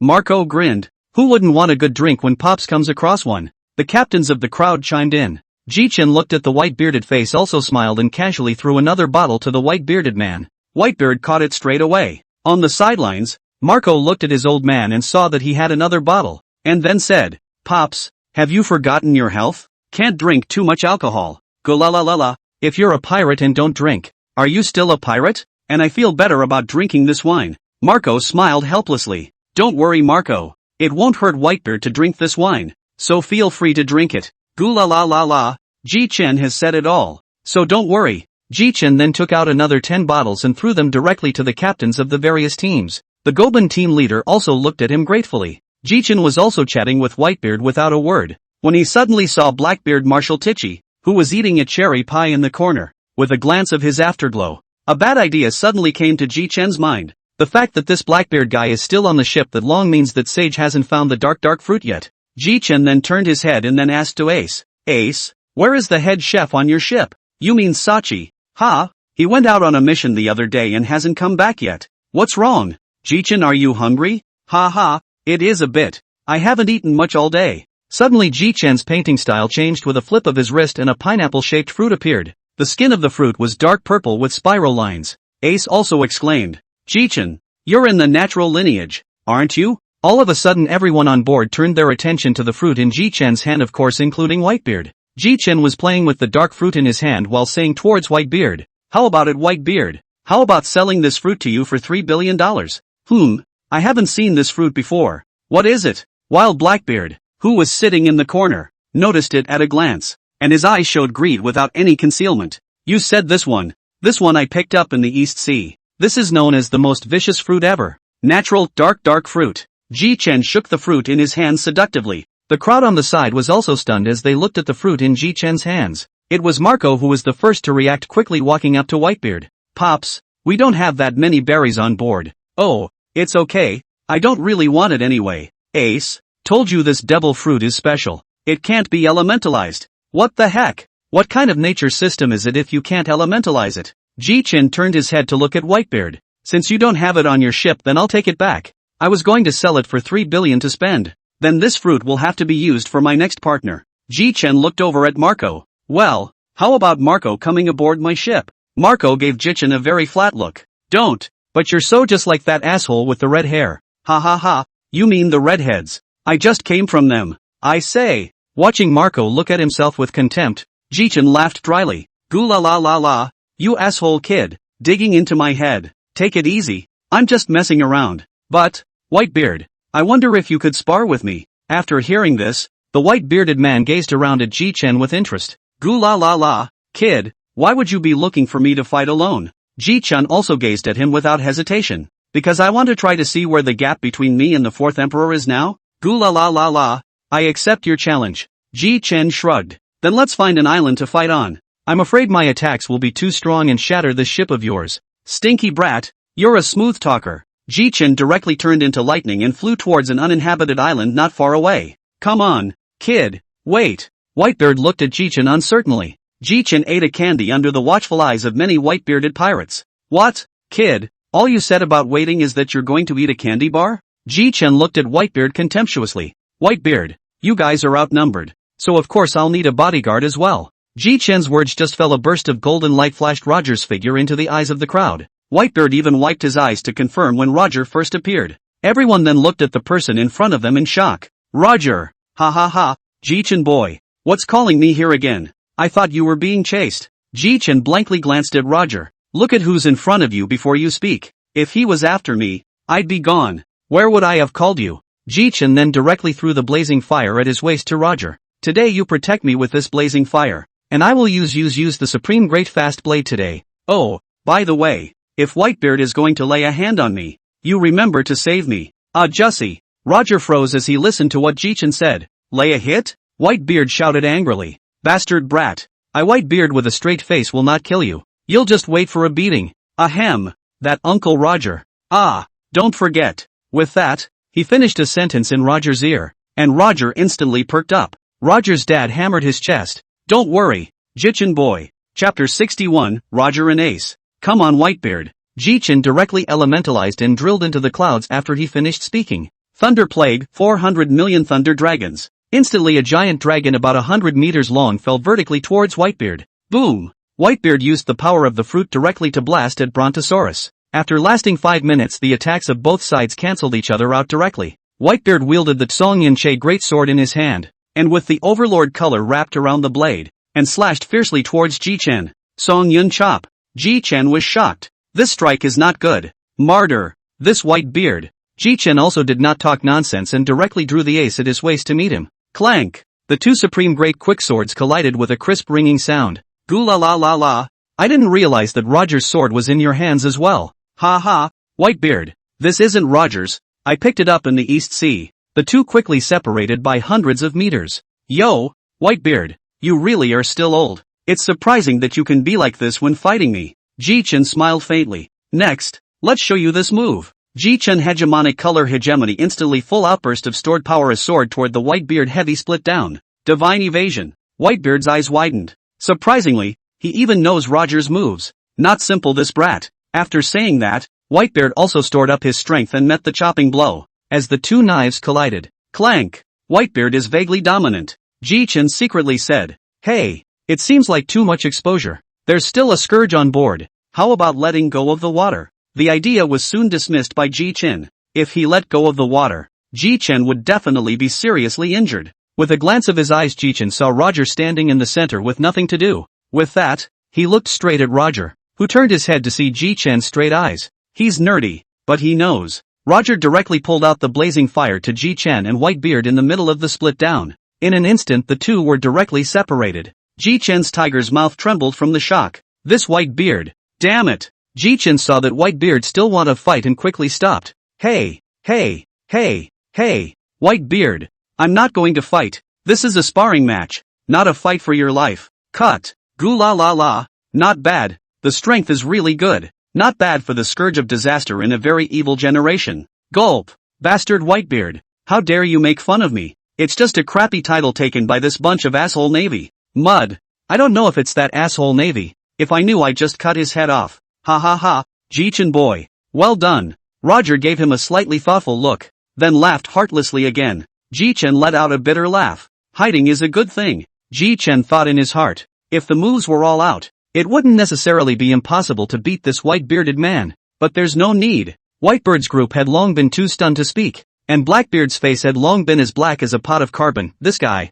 how can he be so strong? The thing I've been longing for is right in front of me, but I can't get it. Damn it, kid. If I had known, I would have made a trip to the East Sea. Blackbeard thought this in his heart. Unbeknownst to him, what he had just said in his mind had already been heard by Ji-chen. It's all thanks to the skills that Ji-chen just signed up for. This one skill allows you to designate a person's heartbeat, and when you eavesdrop on the other person's heartbeat, the other person won't notice. Ji-chen secretly refreshed. This skill came at a really good time. Blackbeard the bastard. Really want to kill him now, but Whitebeard is there. Can't be bright yet, but just signed up for this skill eavesdropping. Isn't this just a weaker version of listening to the voice of all things? In the meantime, time came to half an hour after Ji-chen's battle with Whitebeard. The crowd had long since returned to the ship, and Ji-chen and Roger sat face to face in front of Whitebeard. Since half an hour had passed, Ji-chen took out another one and ate it. Roger looked at his son Ace with complexity, and the atmosphere was silent. The only sound was the gurgling of Ji-chen's drink.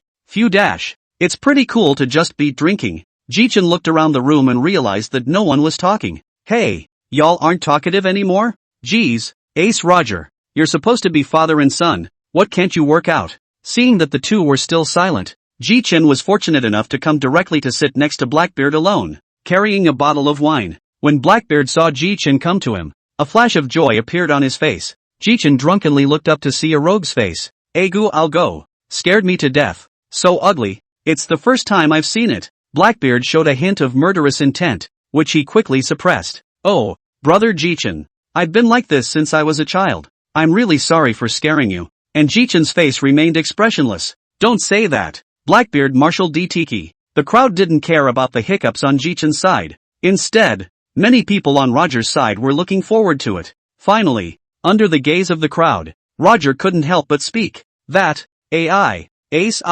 I'm sorry for bringing you bad memories of your childhood because of me. And also, Luju died because of me. I'm very sorry. Just as Ace was about to speak, Ji-chen walked over to take a seat. What are you sorry for? The world thinks you Gord D. Roger is bad? Did you kill Luju? And you Roger, I think you're a great character. A very cheerful one. Even if Ace is going to hate it, he's going to hate the Navy. It was the Navy that added some of the charges to you Roger. The Navy and the world government are just so shameless. Jithan finished his sentence in one breath looking at Ace. Roger has a famous sword. Do you know what it's called, Ace? Ace looked up at him. Ji-chen brought this blade to his body. This blade is called Ace, one of the supreme great fast blades. Roger's a sword guy, and he can tell how much he loves you by naming his son after his favorite famous sword. So, Ace shuddered and looked over at Roger, and Roger looked at Ace with a smirk on his face. Ji-chen, meanwhile, sipped his drink and collapsed into Ace's arms as he drank. Of course it's because I'm afraid he'll be embarrassed. This guy, Ji-chen, says he's drunk. Chapter 62, The Spiritual Timehouse. The next day, Ji-chen woke up early in the morning. At a glance, Ji-chen saw Ace sitting on the edge of the boat. Yo, Ace, it's Ji-chen. The two of them sat opposite each other, and for a while they didn't know what to say. Or Ji-chen opened his mouth first. Ji-chen looked seriously at Ace. Ace, here's a word of advice. Ji-chen purposely looked around and lowered his voice to Ace. There's a guy named Blackbeard on your ship. Right. Watch out for him. Ace looked at him in disbelief and doubt. Ahem. Because I took out the dark fruit yesterday, and he had a look of utter greed on his face, along with murderous intent. The more Ace heard, the more he was alarmed. And then he mentally thought that he would have to be more vigilant in the future. The duo then talked about Luffy. Ha ha, it seems like this Luffy guy just got out of the sea. It's only good if he doesn't get eaten by a Sea King type. But none of his bounties have been found lately. Just got out of the sea. And I wiped out some tough pirates while I was at it. In this way the duo chatted more and more on the deck, and eventually even drank while they talked. Meanwhile, the office of Martial Warlord at the Navy headquarters. At that moment a lieutenant colonel knocked on the door. Reporting to the Marshal, we have detected the sea pirate Ji-Chen with a bounty of 1,834,000,000. Hearing this, LT, General Karp, Suru, and Marshal Sengoku all came to look at the LT Colonel in unison. Reporting to Marshal, Ji-Chen had stayed on the island of 8 where the red-haired pirates are located for 3 months, and powerful overlord color fluctuations and thunder lights often appeared on the island during those 3 months. The three of them confirmed it with a quick look. Go on, where is he now? The lieutenant colonel paused for a second and continued. Marshal, Ji-Chen is, right now, on the Whitebeard pirates, and he fought against Whitebeard not too long ago, and according to our analysis, Ji-Chen didn't exert half of his strength. The Marshal lowered his head and thought, this guy is in Whitebeard's territory, which doesn't make it a good idea to attack him now. On the side, Karp laughed and picked up a senbei and ate it. Ha ha ha, if you ask me you don't have to go. If you don't assign more than 3 generals you simply can't catch my grandson. So it would be better if you don't. Warlord glared at Karp and didn't say anything else. The scene shifts back to the Moby Dick. At that moment, Ji-Chen was standing on the Thor to say goodbye to them. Whitebeard, I have to go back after being out for so many days. How else can I pull you off the 4th Emperor's seat? Ace, train your hegemony properly and don't focus mainly on the fruit. Then we'll leave it at that. Ji-Chen directly released lightning to wrap the entire Thor ship, and in a few instantaneous movements, he was already thousands of meters away from the Whitebeard pirates. Let's go back to Reskena Island first. After saying that Ji-Chen directly put away the entire pirate ship, directly out of thin air took out the arbitrary door, and drilled in head first. Just landed on the ground and Riley just looked at himself so wide-eyed. Ahem, Riley, you're still around. Ha ha, Riley laughed. You're almost out of the wine you gave me, so I urge you to get some more out. Ji-Chen revealed a helpless expression and directly took out all of them in his head. Ji-Chen spread his hands. What I just took out is all I have. Don't mind if it's too little. But do all swordsmen love drinking so much? Just like an alcoholic. Say what you will, Quartermaster boy. It's not like I'm wrong. Whitebeard uses his sword like a drunk too. And the redhead. And yes, Sauron on my ship too. Riley scratched his head. You're right about that too. By the way, where's old Shah? Riley pointed directly at the back deep in the forest. That's the guy drinking with his back to you. Are you going to test him? Ji-Chen waved his hand. Forget it. I need to boost my fruit development ability right now. I don't have time to care about him. Ji-Chen then instantly moved in one direction at great speed. Soon came an open space. Ji-Chen looked around. There were very few trees, and the ground here was quite flat. Ji-Chen directly opened the system store and purchased a spiritual time training house in it. Soon a round roof was taken out by Ji-Chen. Hey, this thing cost me 300 million berries. But Ji-Chen also understood why it was sold at such a high price when he saw what it did. Mental time training house, adjustable gravity. Highest gravity 800 times. 1 day outside. 1 month in the mental time house. That's a weakening point. Let's start with 600x then. Ji-Chen went up and directly adjusted it to 600 times. Ji-Chen entered directly. And in an instant, it was as if Ji-Chen was carrying a mountain behind him.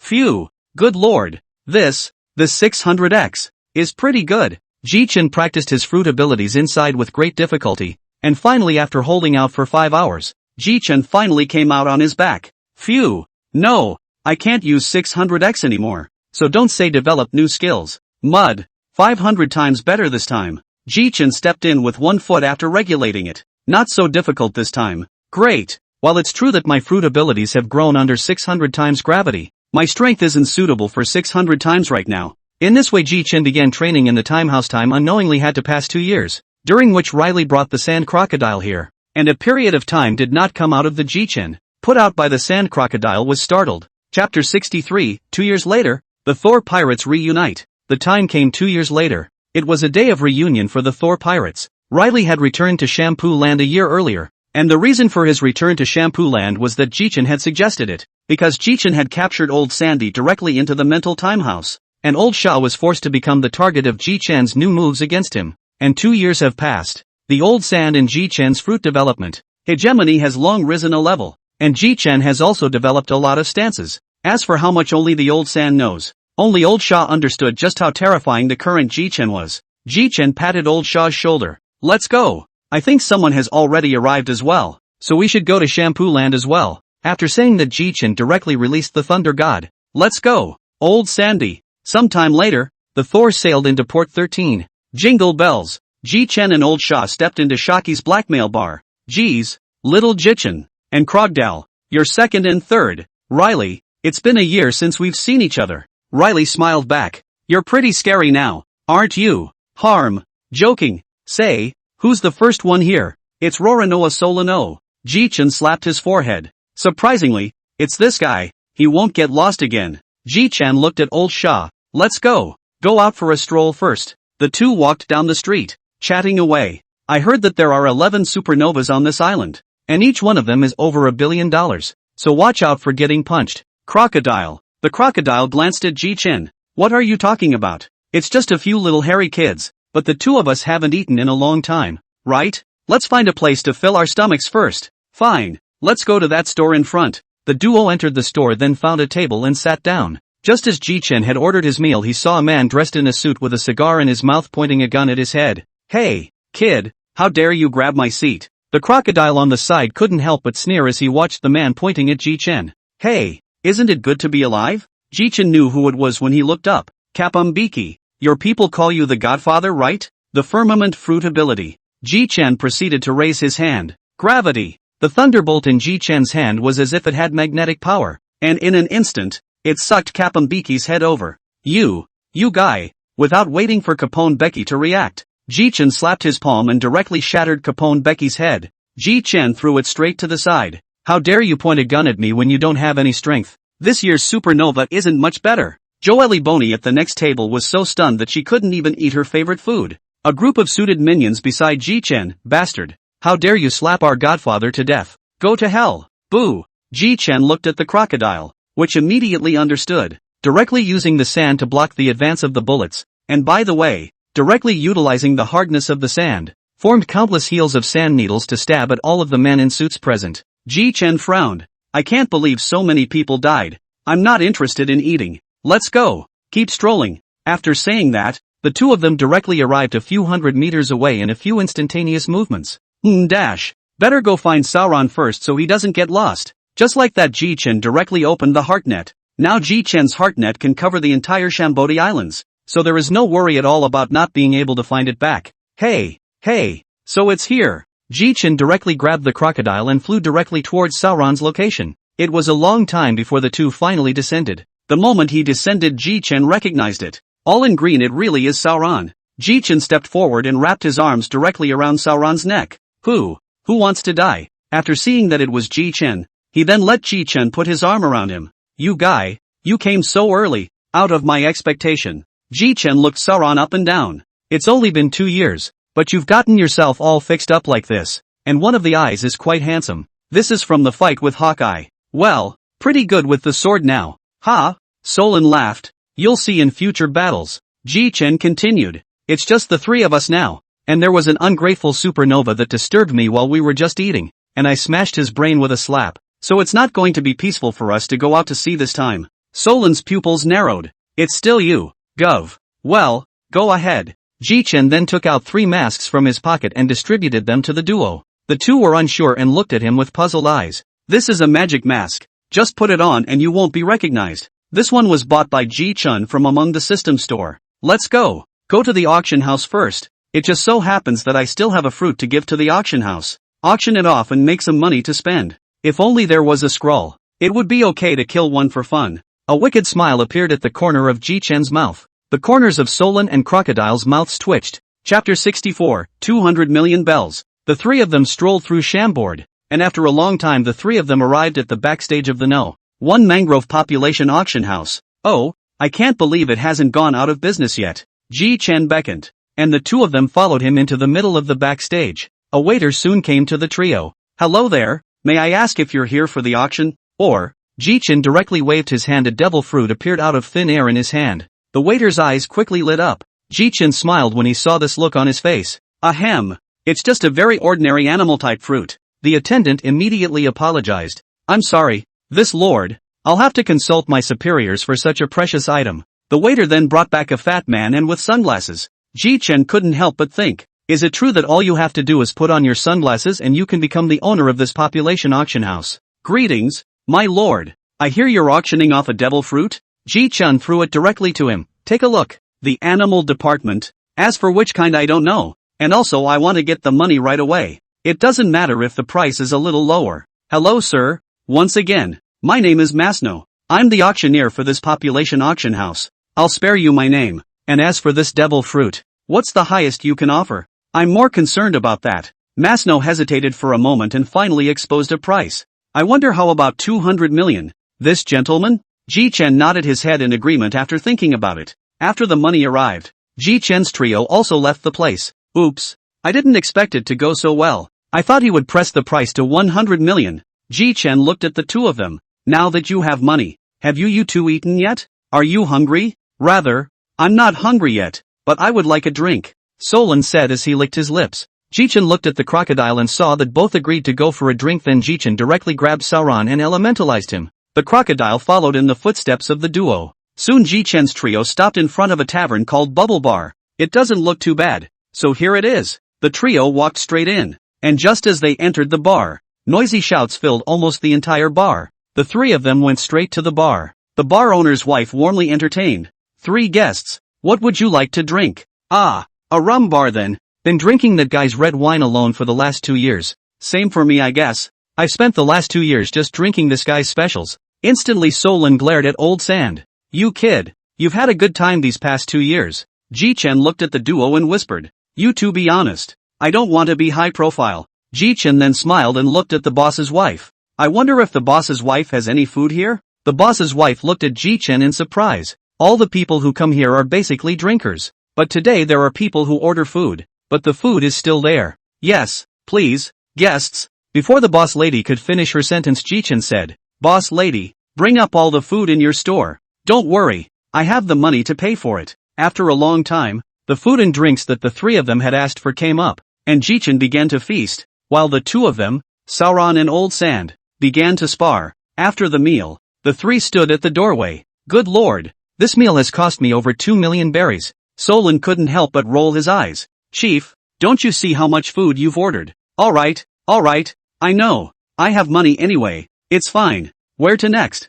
Ji Chen suddenly caught a glimpse of a beautiful figure with a glance of his afterglow. Ji Chen tapped the duo. Do you see if that's Nami? Chief, you were right. It's that woman. But it looks like she hasn't noticed us yet. Ji Chen suddenly smiled evilly. Ha ha, I suddenly thought of a fun one. You two stay here for me. Ji Chen ran directly in Nami's direction after he finished speaking. Ji Chen came directly in front of Nami. Chick, where to? Nami looked at the person in front of her with some inexplicable familiarity, then compared someone's figure in her head, the shape of their face, and quickly cracked the case. Ji Chen looked at the corners of Nami's smiling mouth and said darkly, could it be? Nami has found out? But before he could finish thinking about it, Nami gave him a direct cleanser. Asterisk is, well, big. When the two ended up facing each other, Nami ripped off Ji Chen's mask. It's really the captain. I told you, with your figure and usual style of dress, I'd recognize you even if you were turned into dust. Ji Chen smiled awkwardly.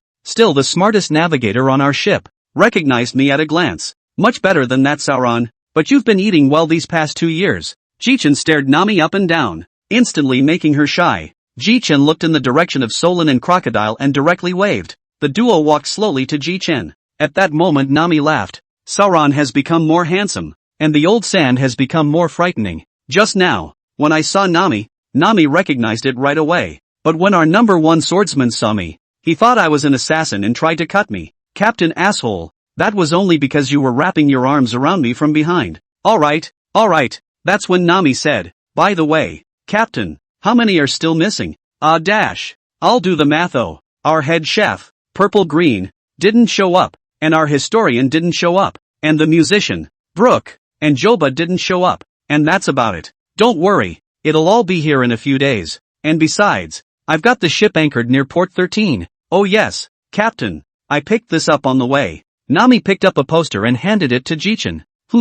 Brooke, King of Souls? So he's having a concert? Ha ha ha, that's great. Brooke, but we can't do without musicians on board, and there's bound to be a Navy presence on the day of the concert tomorrow. So it's good to pick up Brooke and try out my new skills too. Old Sandy couldn't help but shiver. Ha ha, don't worry. This one was used on Brooke, but it shouldn't break his bones. Chapter 65, Attacking the Scrolls Again. A few days later. Sharky's Blackmail Bar. Little Jichin, you haven't been out for 3 days. Aren't you going out to find the rest of your companions? Jichin looked back at me and realized it was Sharky talking to herself. Oh, Auntie Xia. It's alright. My mind net has locked down the entire Shambaldi Islands. Moreover, Chopper, Ziching, Robin have already come. Just now I've already asked Old San to go and pick them up. As for Brooke later I'll go there myself personally. Jichin glanced at Sauron. As for our Sauron, drink honestly alright, and come with me to pick up Brooke later. Speaking of which, little Jichin, aren't you going to the auction house to take a look? I just got word that there's a large auction today. Jichin was instantly interested. Oh, is there a devil fruit or something more precious inside? I've heard that there are cloud fruits and a mermaid in the auction this time. It seems like the celestial dragons will be here, so maybe they've already arrived at the venue. As soon as Xia Qi's words fell, a huge murderous aura erupted from within Ji Chen's body, albeit only for a moment. Ha ha ha, come alive, Sauron. Ji Chen then flew out of the tavern with Sauron in tow. Woohoo, very good, and the Tenryu, but if the auction has only just begun according to Auntie Summer, then let's go and get Brooke back first. Ji Chen instantly moved thousands of meters in a flash, and in the blink of an eye, he arrived above Brooke's concert. Hey, come on, Brooke. Ji Chen then pressed his hand on the roof. Gravity. Ji Chen applied this massive suction directly to Brooke. Meanwhile, Brooke, who was singing, felt a massive suction. What is this? Brooke was then directly sucked into Ji Chen's hands. Hi,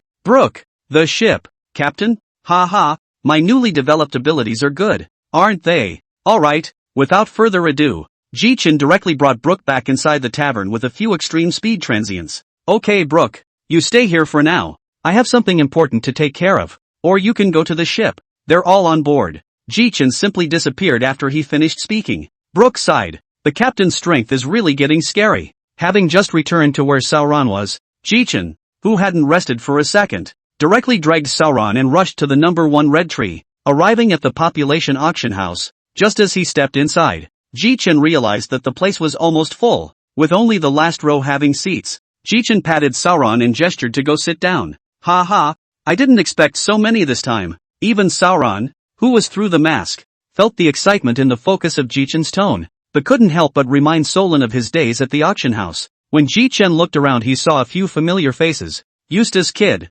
Death Surgeon, Trafalgar Law, and this guy with a sword in his arms I seem to remember is called Kenshin, of the Straw Hat Pirates, with a bounty of 211 million berries. It seems like there's really something good in this auction house. So many supernovas have come. Solon smiled. I'm rather interested in that Kenshin guy. Soon the auction came to an end. Between these waiters pushed a large fish tank, slowly towards the stage, and along the way there is a drum sound. Just as the host on stage was about to introduce it, a roar came from the back. This startled Ji Chen as well. Ji Chen turned his head to look at a kid with a straw hat who was quickly running towards the stage. Ji Chen looked at the teenager with a smile on his face. Solon looked at the teenager in surprise. He had never seen such a heartfelt smile on Ji Chen's face before. I couldn't help but ask curiously, Chief, that teenager is? My brother, Straw Hat Luffy. Above the stairs Luffy ran and laughed at the same time. Finally found you, Cammy. At the same time a celestial dragon man stood up and spent $500 million to buy the mermaid.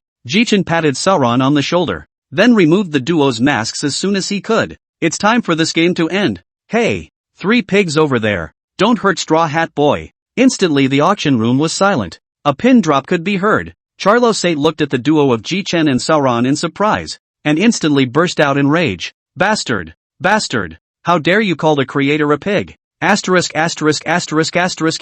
The golden pistol in Charlo Saint's hand came straight at Ji Chen. However, just as Ji Chen was about to be hit, Sauron stepped in and directly blocked the blow with the back of his blade. Ji Chen looked at Solon with a full smile on his face. I think it's time to leave these scumbags alone for a while. I'll do it. In an instant, a wave of overlord color was released from within Sauron's body. All of the people present were unconscious except for the 3 Skylanders and some pirates. Ji Chen looked at Solon in surprise, the surprise in his eyes unreservedly showing. Nice guy. You guy, you're still hiding from me? I'll clean you up afterward. For now, let's clean up these 3 pigs. Ji-chen walked towards them step by step. The closer Ji-chen got, the more alarmed Roswad Saint, who was sitting in the main seat, became. And the crowd of pirates looked at Ji-chen, who was walking step by step towards the celestial dragons, in surprise. Isn't this Ji-chen who has a reward of $1,834,000,000? Called by Akane, the scourge of disaster for the ultimate evil generation.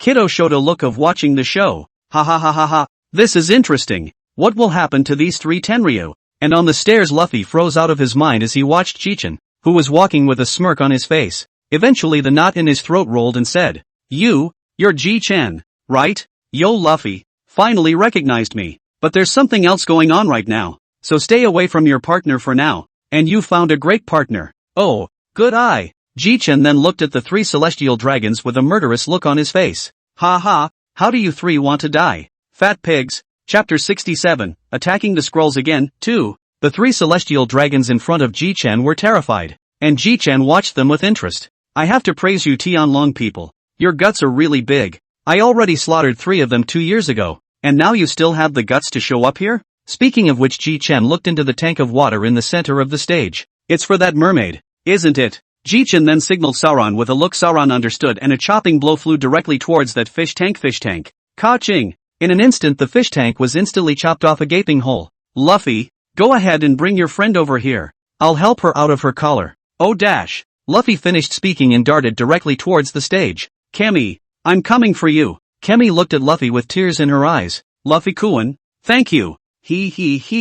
Hold on tight. But in a matter of seconds Luffy arrived in front of Ji-chen with Kemi. You 3 pigs be honest with me. This is a move that I've been studying for a long time. You just have to move a little bit to ensure that your bodies will be stimulated by the electric current. Ji-chen turned his head and saw Kemi. Ji-chen looked at Kemi with a smile on his face. You're called Kemi, right? You're Luffy's friend, right? I'm his older brother. I think it must be this guy's intrusion again that caused you to be arrested. No. Luffy-kun was nice to me and even took me to the playground. Ji-chen listened to Kemi with a smile on his face. Okay, now I'm going to help you get the collar off. You can close your eyes for a moment. Ji-chen directly put his hand in the middle of the collar through the air. Ji-chen directly used the power of armed collar internal destruction. And in an instant, he threw the collar into the air. Boom! The collar made a huge explosion. Everyone present, including Supernova, all looked at Ji-chen with dumbfounded eyes. Kemi was pleasantly surprised when she opened her eyes again only to see that the collar around her neck was gone. Thank you brother Luffy. It's okay. And Luffy marveled at Ji-chen's maneuver. Wow! Ji-chen, I want to learn this hand too. It feels so cool. At this moment, Luffy's mind was fantasizing about how handsome it would be if it was him. Ji-chen's face darkened. Bastard boy, have you been lazy these past few years? Or else with your talent you could have done it completely. Luffy retorted loudly. Che, stinky Ji-chen. I'm not lazy. Never mind. Wait until I execute these 3 scumbags. When Ji-chen finished speaking, he looked murderously at the kneeling Tianlong man. Hey, how do you 3 scumbags want to die? Shall we? Fire roasted, electrocuted, or boiled. The more the Sky Dragon man heard, the more he felt that the person in front of him was cruel, and he couldn't wait to flay him alive. That's when an odor of urine filled the surrounding area, and it turned out to be the work of Calorus Saint. Hurry up and let us go or I'll kill you and your family. So let us go if you know what's good for you. You who? Sauron, he threatened me? Solon wasn't a kind person either, and immediately directly chopped off the left arm of Charlo Saint. Ji-chen looked at Sauron approvingly. Well done. Half as good as me. As soon as Ji-chen's words fell, noisy voices came from outside the population auction house. Listen up people inside. I'm the Rear Admiral of the Shambodi Islands Naval Branch. You've been surrounded. Now if you release the Tenryu people, you can be spared a whole body. Ji-chen looked at the 3 scumbags. Hey, your traitors are coming for you. Do you think they can get you out? Bastard thing, I advise you to better let us go. Or in a moment the big man will come. You want to leave cannot leave. Then directly put you. Put. A head flew straight out. Ji-chen spat. Bah! Rubbish things. You guys haven't even been rescued yet and you dare to be so arrogant. Martyr. I despise people like you the most. Next, you all go to hell too. In an instant the 2 heads directly also flew out just as they had just done. Let's go Sauron. Let's see which of the great generals is here this time. If it's Yellow Saru then so be it. If it's him, I'll make him stay in the Shampooed Islands forever. The 2 walked and talked as they quickly arrived at the gate. The doors had just been pushed open, only to see all the navy guns aimed directly at the duo. Sauron, back off. Weaklings like this, or a bunch of them, just direct Overlord color shock. In an instant, the Overlord color belonging to Ji-Chen directly spread out in all directions with Ji-Chen as the center point. Wah! Soon all of the nearby Marine soldiers had been stunned by Ji-Chen except for that Rear Admiral. You're the one that just said you'd leave me in peace, right? Then I'm going to treat you right. Gravity. The Rear Admiral who was just standing still was directly sucked over by Ji-Chen. Repulsion. Then it bounced off again. Gravity. This time Ji-Chen directly choked him. Since you have the courage to threaten me, you can go to hell. The entire time this Rear Admiral was settled by Ji-Chen without uttering a single word. Sauron, on the other hand, looked at Ji-Chen with a curious expression. Chief, did you eat another devil fruit? Ji-Chen glanced at Sauron. Oh, you mean this? This is one of my newly developed abilities, gravity and repulsion. Well, I've got another nature fruit here, want to eat it? No. Alright. Wayward swordsman. And the supernovas standing back looked at Sauron with a surprised look on their faces. They couldn't figure out why he didn't even eat natural fruits. At the same time, Eustace Kid looked at Ji-Chen's ability and looked at himself, which is completely rooted in his own ability is almost except that his ability can only suck metal. Ji-Chen looked into the distance. Here it comes. Oh, a cannon landed on the ground, followed by a lewd-looking man in a yellow suit that reflected in everyone's eyes. Yo, Yellow Ape. I didn't realize it was you this time. Yellow Sorrow frowned tightly at Ji-Chen. Yo, that's scary. It's you again. Ji-Chen the extremely evil. This time, Yellow Ape's words of good and terrible could not be half as mocking. I sense something bad in you. Ha ha, Admiral Yellow Ape. Do you still believe in such things as direct? Ji-Chen looked at Yellow Ape excitedly. Come on Yellow Ape. It's been a long time since we've fought. Let's have a good fight this time. Ji-Chen turned to Solon and said, Solon, help me protect Luffy. And yes, get me some fruit.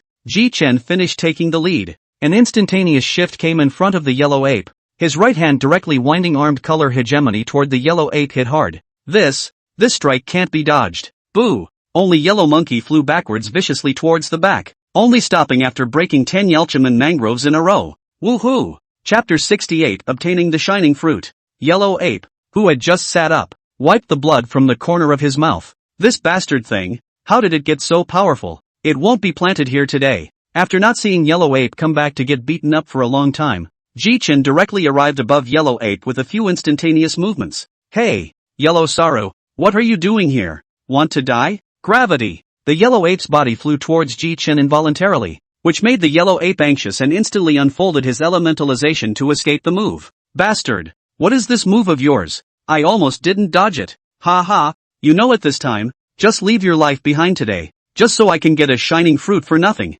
That's scary. Quartermaster brat. Looks like you're still pretty laid back, and you even have time to flirt with others. Thunderball. This time Ji-Chen's thunderballs were different. 12 extremely compressed thunderballs condensed out directly behind Ji-Chen. You, what is that horrible thing behind you? Old me feels that there is a very powerful force there. No point in talking more. Just taste it for yourself. After saying that, the 12 thunderballs flew towards Yellow Monkey one by one. Yellow Monkey used his lifelong super high movement speed to dodge these thunderballs. But don't forget, Ji-Chen's fruit ability is also not weaker than Yellow Monkey. In the end, only 2 of these 12 thunderballs hit Yellow Monkey, but these 2 were enough for Yellow Monkey to drink. It seems that Great Admiral Yellow Sorrow has a ruined right leg, as well as a left arm. As for me, I'm not that keen on killing you. How about you join my Thunder God pirates? Yellow Sorrow was outright dumbfounded. What did he just say? Ji-Chen was actually going to invite him to join the pirates? Damn it, are you humiliating the old man? It looks like it's not going to work without getting real. 8-foot agaric hook jade. Countless balls of light came straight at Ji-Chen. Ji-Chen's arms directly drew a circle, and soon a shield composed of lightning unfolded around Ji-Chen. All of Yellow Sorrow's 8-foot agaric hook jade was absorbed as it touched the shield. In the air, Yellow Monkey's eyes widened. This guy. Ji-Chen had not only developed super strong attacks over the course of 2 years, also developed a shield that was strong enough to absorb attacks. 8-foot mirror. Yellow Ape wanted to instantly move in front of Ji-Chen, but compared to Yellow Ape's 8-foot mirror that needed refraction to instantly move, Ji-Chen could instantly move without waiting, far better than Yellow Ape. In an instant Ji-Chen suddenly appeared in front of Yellow Ape and directly blasted him down with a punch. Hey, how'd it go? Was it good? Well, no more games. Just in time to save another great general from giving me a headache. So let's settle you there. Ji-Chen closed his eyes and opened them again directly into the appearance of kaleidoscope sharing will eyes. Susanu. In an instant a giant several hundred meters tall rose from the ground. The scene left the supernovas watching from afar, as well as Yellow Saru, stunned. Is this a devil fruit ability? Yellow Sara thought like this. If only old man could have a yellow giant too. Jichin roared toward Yellow Saru. Hey, Yellow Saru, I'm not playing with you anymore. I have to go find Luffy after I kill you. A puff of smoke drifted away and a weapon appeared in Susanu's hand. Ji-chun threw himself directly towards Yellow Saru, and the huge hand sword flew straight towards Yellow Saru. Any place on the road that let the shuriken brush against it vanished into thin air. A huge wave rose in Yellow Saru's heart. Okay, how scary. This is the end. I might not be able to escape. So Yellow Monkey ran away even faster. Ji-chun couldn't help but feel a little anxious as he looked at the shuriken that was slow to catch up. Mud. I can't believe I can't even catch up with Yellow Ape. Ji-chun directly withdrew his shuriken. Yellow Saru also finally breathed a sigh of relief when he saw that the shuriken chasing after him was gone. It was at this moment that he realized how terrifying Ji-chun was. Yellow Saru directly tried to activate his ability to run back to the Navy headquarters, but as soon as he started, he was instantly underneath the instantaneously arriving Gundamia. Want to run? Did you ask me? The blow knocked Yellow Monkey straight up and spit him out. Dash. Just knock him out next. Bang bang bang. Ji-chun directly maneuvered his Susanoo to strike Yellow Saru's body with punch after punch. Soon, 30 minutes passed. Yellow Ape had no more screams, and Ji-chun directly disarmed his Susanoo and jumped down. Ji-chun looked at Yellow Monkey's face image. Dash. It doesn't look dead yet. Then you can die now. Ji-chun directly drew Ace, one of the 12 workers of the Supreme Great Fast Sword. It's also an honor for you to die under this move of mine. Ji-chun finished speaking and directly slashed down heavily. Yellow Monkey was directly chopped in half by the sword chi without any living breath. Ji-chun directly instantly moved to the various kinds of fruits that Sauron had found. A pineapple was undergoing a change, only to see that the fruit had directly shrunk in size, with spiral patterns on its skin, and its surface had turned yellow. Ji-chun picked up the shining fruit and casually played with it. In the meantime, Sauron has taken care of the pacifists who intercepted many supernovas, and at this point, Sauron is fighting Battle Mamamoru. Ji-chun came behind the duo. Hey, Sauron, stop playing, we should pull out. Solon also duly chopped Battle Mamamoru right out of the air. Oh yeah, you'd better check over there. Your old man Yellow Sara has been cut in half by me, said Ji-chun as he waved the shining fruit in his hand. This one directly enraged Battle Mamamoru.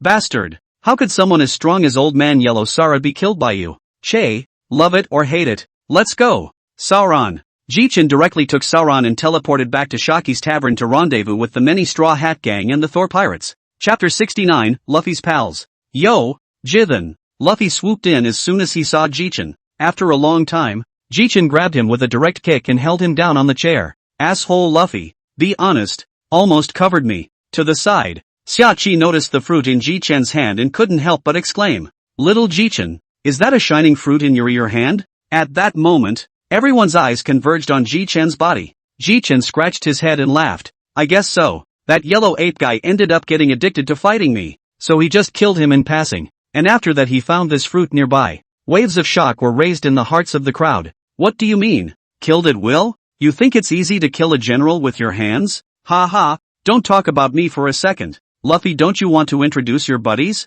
Ji-chun looked at the few people present and said with a smile. Luffy's partner didn't squirm, though, and introduced himself right away. Hello big brother, my name is Kenshin, a combatant on the road ship. Ji-chun looked at Kenshin, who was obviously a swordsman who wore two swords. Ji-chun directly took out a sword from the system space. Hello Kenshin, since you're my brother's partner and have taken care of my brother along the way, then please take this sword. By the way, although this sword is not the Supreme Great Fast Sword, it is indeed the Thunder Demon, one of the 21 works of the Great Fast Sword, and the attributes of this sword are almost the same as my fruit with lightning. This blade was the very same reward that Ji-chun had exposed by killing the 3 celestial dragons. Thought it wouldn't be bad. Kenshin looked full of surprise and took the blade with both hands. Thank you so much big brother Ji-chun. I was worried about where to change my sword. Ha ha, if you lack a sword in the future, look for this green algae head behind me. He has 3 of them around his waist. Kenshin subconsciously looked at Sauron, and saw Sauron staring menacingly at him, and Kenshin immediately ran next to Luffy.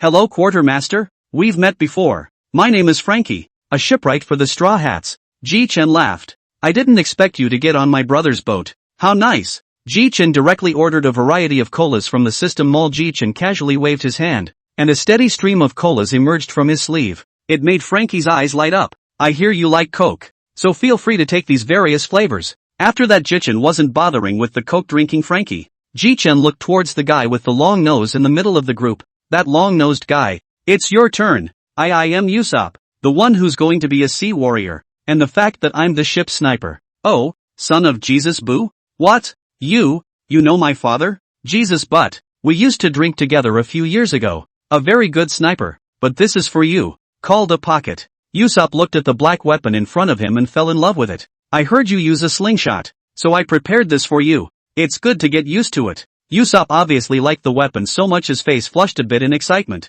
Thank you, big brother Jichen. Jichen's eyes caught a glimpse of the curled eyebrow. Oh, your name is Sanji, isn't it? Sanji, with a cigarette in his mouth, stepped out of the crowd at once. Hello, brother Jichen. My name is Sanji, the ship's cook. I know, chef of the Bullet of the Sea. Your family is powerful. Why did you sail with my brother? Sanji stared at him with wide eyes. You know? Ha ha, that kind of crazy family would think that any with 7 feelings would escape. Ji-chen's eyes became sharp. But I have a question I want to ask you. Will you betray Luffy in the future? Of course not. Don't worry about it. Then, if there's danger you can always phone bug me for rescue, said Ji-chen. Directly pulled out a phone bug that could represent Ji-chen from his pocket and handed it to Sanji. Sanji took it smoothly. Off to the side Luffy yelled out. Bastard! Sanji, I'm strong. I don't need it. The fire in Ji-chen's heart came straight up, and directly armed with color coverage hammered a fist on Luffy's head. Ouch! Ouch! Ouch! Ji-chen has to use armed colors to hit people.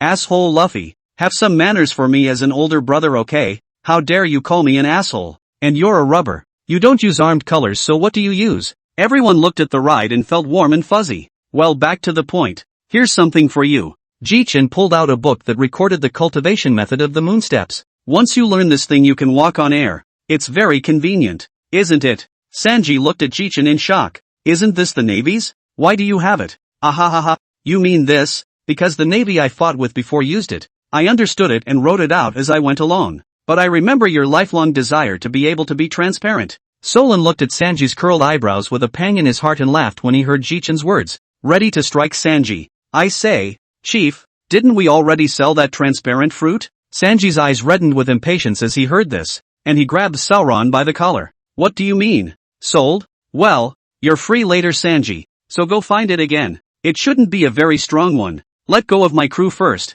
Sanji immediately responded. Oh, sorry. Solon looked at Sanji's depressed face and laughed outright. Hello big brother Ji-chen. My name is Luo Shi, the ship's navigator. Oh, I can't believe I haven't seen you before. On the side, Luffy laughed. Ha ha ha ha ha. Ji-chen, you don't know anymore. Luo Shi is the one I fished out of the sea. So, you nerdy guy fished a mariner out of the sea. Or such a pretty one? Ji-chen sighed. You guy is really a son of luck. You can't help it. Luffy laughed. But I'll get you Loxie's gift later. Because Ji-chen spotted a guy right outside the door. Ji-chen directly instantaneously arrived in front of the bear. Hey, I say, as a Shichibukai, you can come to me so casually? And the bear's reply was indeed. This time I'm not here for you. I'm here for the one in the straw hat. Oh, does your leader think Luffy is too weak? Want you to slap them away? Seeing that the bear didn't say anything, Ji-chen assumed that he had acquiesced. Hey, I'm talking to you. Don't shoot as soon as you go in, or I'll just beat you up. Bear blandly returned. I know. Chapter 70, Cultivation begins. Ji-chen took the bear and instantly moved directly back inside the tavern. The Straw Hat Gang sees the arrival of the bears and are like enemies. Ji-chen looked at the crowd with a wary face and couldn't help but look at the bear. What did you guys do to them? The warlord sent me to catch them and fought them battle power some. So that's it. Ahem, you guys don't have to be nervous. This is my friend. He doesn't mean any harm. And besides, he's Papa Luffy's subordinate. So don't worry about it. The crowd relaxed after hearing these words from Ji-chen. Okay, next, MS. Ship's doctor. Introductions? The girl who had been called looked at Ji-chen with a blushing face.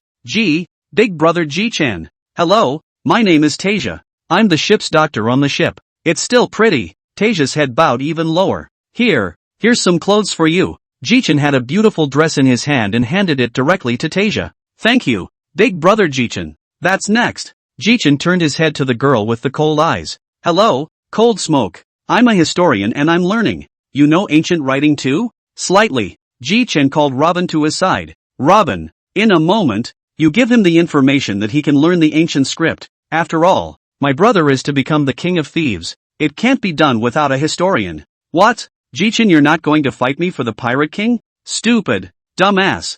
Jichin stared at Luffy and said, listen to me, Luffy. Old me went out to sea because I wanted to kill all the celestial dragons. I'll kill anyone who tries to stop me from killing the Tenryujin. And that's what happened to Yellow Saru. But now that we've killed 6 of them, it would be nice to have a nest of scrolls gathered together, just in time for the kill. Jichin clapped his hands. Alright, please be more cooperative next. Next, I'm going to send you all around the world, to various islands. So I'm going to have to ask you to be a little more cooperative. The crowd had a puzzled look on their faces, and Luffy outright quit. Hey, Jichin, why we still want to go to Fishman Island. Jichin smiled lightly. It's all for your own good. And you're too weak. Well, go and practice hard, and figure out a way to come back yourself in 2 years. Oh yeah, this is Shaki's life paper. Tear a small piece off of it all, and in 2 years you can come back through where the life paper points. Jichin slapped the bear's shoulder. Leave Kenshin and Luffy behind, and everyone after that. Shoot them away. Just as the bear's palm was about to land on Usopp's body, Jitsu called out to the bear to stop. That, a word of advice, Usopp. The island you go to, I advise you not to eat too much and exercise more than you need to, because the island you go to, the island is full of food. Just control yourself. Instantly Usopp, Anna, Tahim, Cold Smoke, Sanji, and Frankie, were all tapped where they were supposed to be. Jichin looked at the only 2 left and was satisfied. Let's ask to see Kenshin first. Kenshin, you're a swordsman, so would you like to learn swordplay from Roger? Or Riley? Or maybe Hawkeye? Jichin's words directly blinded those present, and they were surprised to hear Roger's name. Kenshin scratched his head. I want to learn from Roger. That's impossible. Jichin hemmed and hawed. Naturally, there is a way. It depends on whether you want to learn or not. Then I want to learn from Big Brother Sauron. Kenshin's words directly made everyone dumbfounded. No one could have imagined that Kenshin would want to learn swordplay from Sauron. Jichin looked at Solon and asked, well, teach or not? Solon sighed. I'd rather not. I really don't have the time. And our captain's sword skills aren't much worse than mine. Jichin glared at Sauron. Ahem. Let you learn from Roger then. I'll figure it out when the time comes. Jichin looked at the dumbfounded Luffy. Oops. You're next. Luffy. Well, master, give me face and teach? Yes, but you have to give me 200 bottles of that wine. Jichin's face darkened. Old man. You, okay. Then Ante Sia. I'll see you again sometime. Jichin directly led the crowd to instantly transfer to the Thunder God ship. Well, get ready. Let's go to Raskena Island. About an hour later, Jichin and the others arrived on top of an isolated island. Riley was also light on the information about the island as well as copping up. Jichin clapped his hands. Alright, let's solve Master Swordheart's problem first. Jichin put a candy directly into his mouth. Instantly a golden light appeared in front of the crowd and Roger shone. The crowd's jaws dropped in direct shock at the sight of Roger. Only Quartermaster Old Sandy and Riley don't marvel at it, which is obviously something they're used to. And Luffy's jaw dropped right to the floor. King of Thieves, Gold Roger? Jichin laughed. Don't be shocked, Xin. This will be your master from now on. I was taught my swordsmanship by this old man too. At this time, the silent Roger on the side asked to Jichin. Ji-chun boy. Listening to your words means that you have found me a disciple? Jichin smiled awkwardly. Of course, and this is my brother's companion. Jichin pointed a finger directly at the guy who looked more like Roger. That guy is Luffy. After a long time. Ha ha ha. You Scion, why do you feel like my son? Ha ha ha ha. Jichin was speechless. Hey, you 2 old men, here's 400 bottles, my special brew, so you 2 help me teach them well. Oh, and by the way, Jichin took out another large amount of candy straight away and set it aside. You 2 remember to watch out for my brother. Don't let him eat it, and when he does, Uncle Roger won't be able to come back to life. Make sure you watch him. Jichin finished speaking and directly led his partners back to the shore where the Thor was located. Chapter 71, Sauron Eats. Jichin couldn't help but smile as he looked at one of his partners. Well, it's about time we set sail. But before we do, we need to coat it. Jichin finished directly between a few instantaneous movements around the Thor touched. And when Jichin returned to his partner again, they had already discovered that the Thor had long been plated. This, Chief, how did you do this? You mean this, which was researched between the last 2 years. Jichin looked to Nami. The coating has been plated. Next we can set sail again. Departure to Fishman Island. The Thor rushed straight down into the depths of the ocean. Jichin greeted the crowd as they sat around the table. Everyone tell us what has improved in the last 2 years. Crocodile, who was silent on the side, spoke up. I'll go first then. I've had my fruit awakened for the past 2 years, but I still get beat up every day. Old Shah finished. Ji-chan smiled towards him. One person started. And after that everyone started talking enthusiastically about their strengths as well as what they had seen. All of a sudden the Thor was buzzing with activity. Nami has acquired the knowledge to cope with the advanced climate and navigation techniques. Not only is she familiar with the strange climate of the New World, but she has also improved her fruit development. Sauron's swordsmanship is sharper under Hawkeye's tutelage, as well as acquiring the tricolor hegemony. But this was also something that made Ji-chan feel happy. Brook, on the other hand, arrived at the place and was directly arrested and started the exhibition. And that's how he wrote the Song of the Soul every day,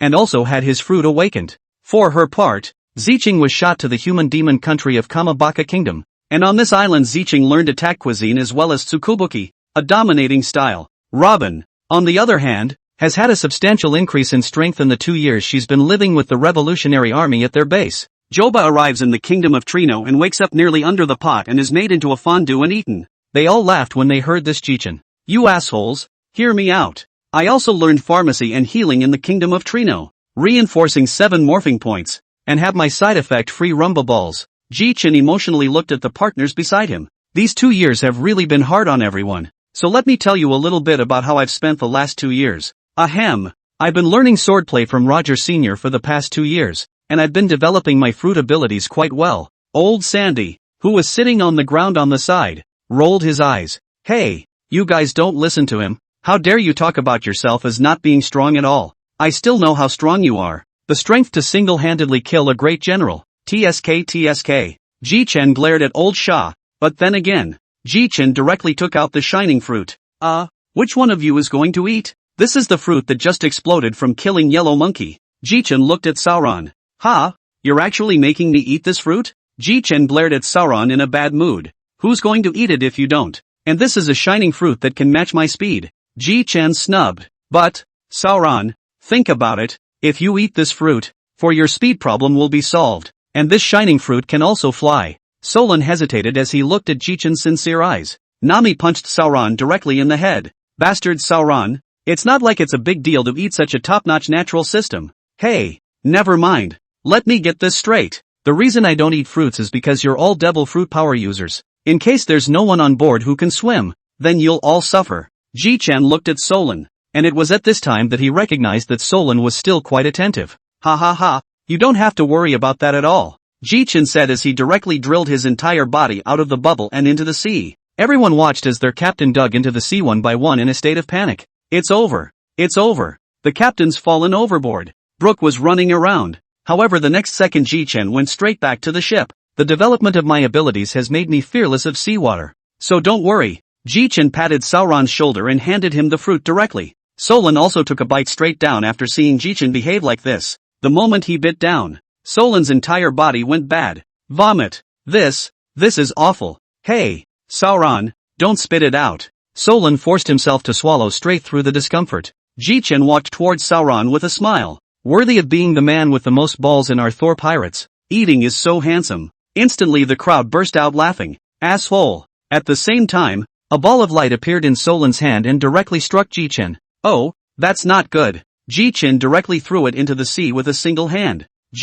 Sauron, looks like you haven't learned how to control your powers yet. First, go to the training room and look at the secret book I left behind. Just make sure you can utilize the ability to run, and do your best with the rest. Chapter 72, Entering Fishman Island. Ji-chan watched as Solon cursed and walked into the training room, and Ji-chan smiled. Hey, it's not bad to give you such a running fruit. Say, Fishman Island is 10,000 meters under the sea. Right, so how many meters is it at now? Captain, it's about 5,000 meters under the sea. But we'd better not run into any giant sea kings before we do, or else our ship will easily be broken. Don't worry, I don't think so. With that the Thor dived down to about 8,000 meters. The crowd turned their heads to look at Ji-chan. Seeing that everyone was looking at him, Ji-chan also said what he had just detected in his heartnet. What? A giant monster? Yeah, I just checked it out with my heartnet, but I don't know when it'll show up. Anyway, just be careful everyone. At this moment Chopper and Nami fidgeted,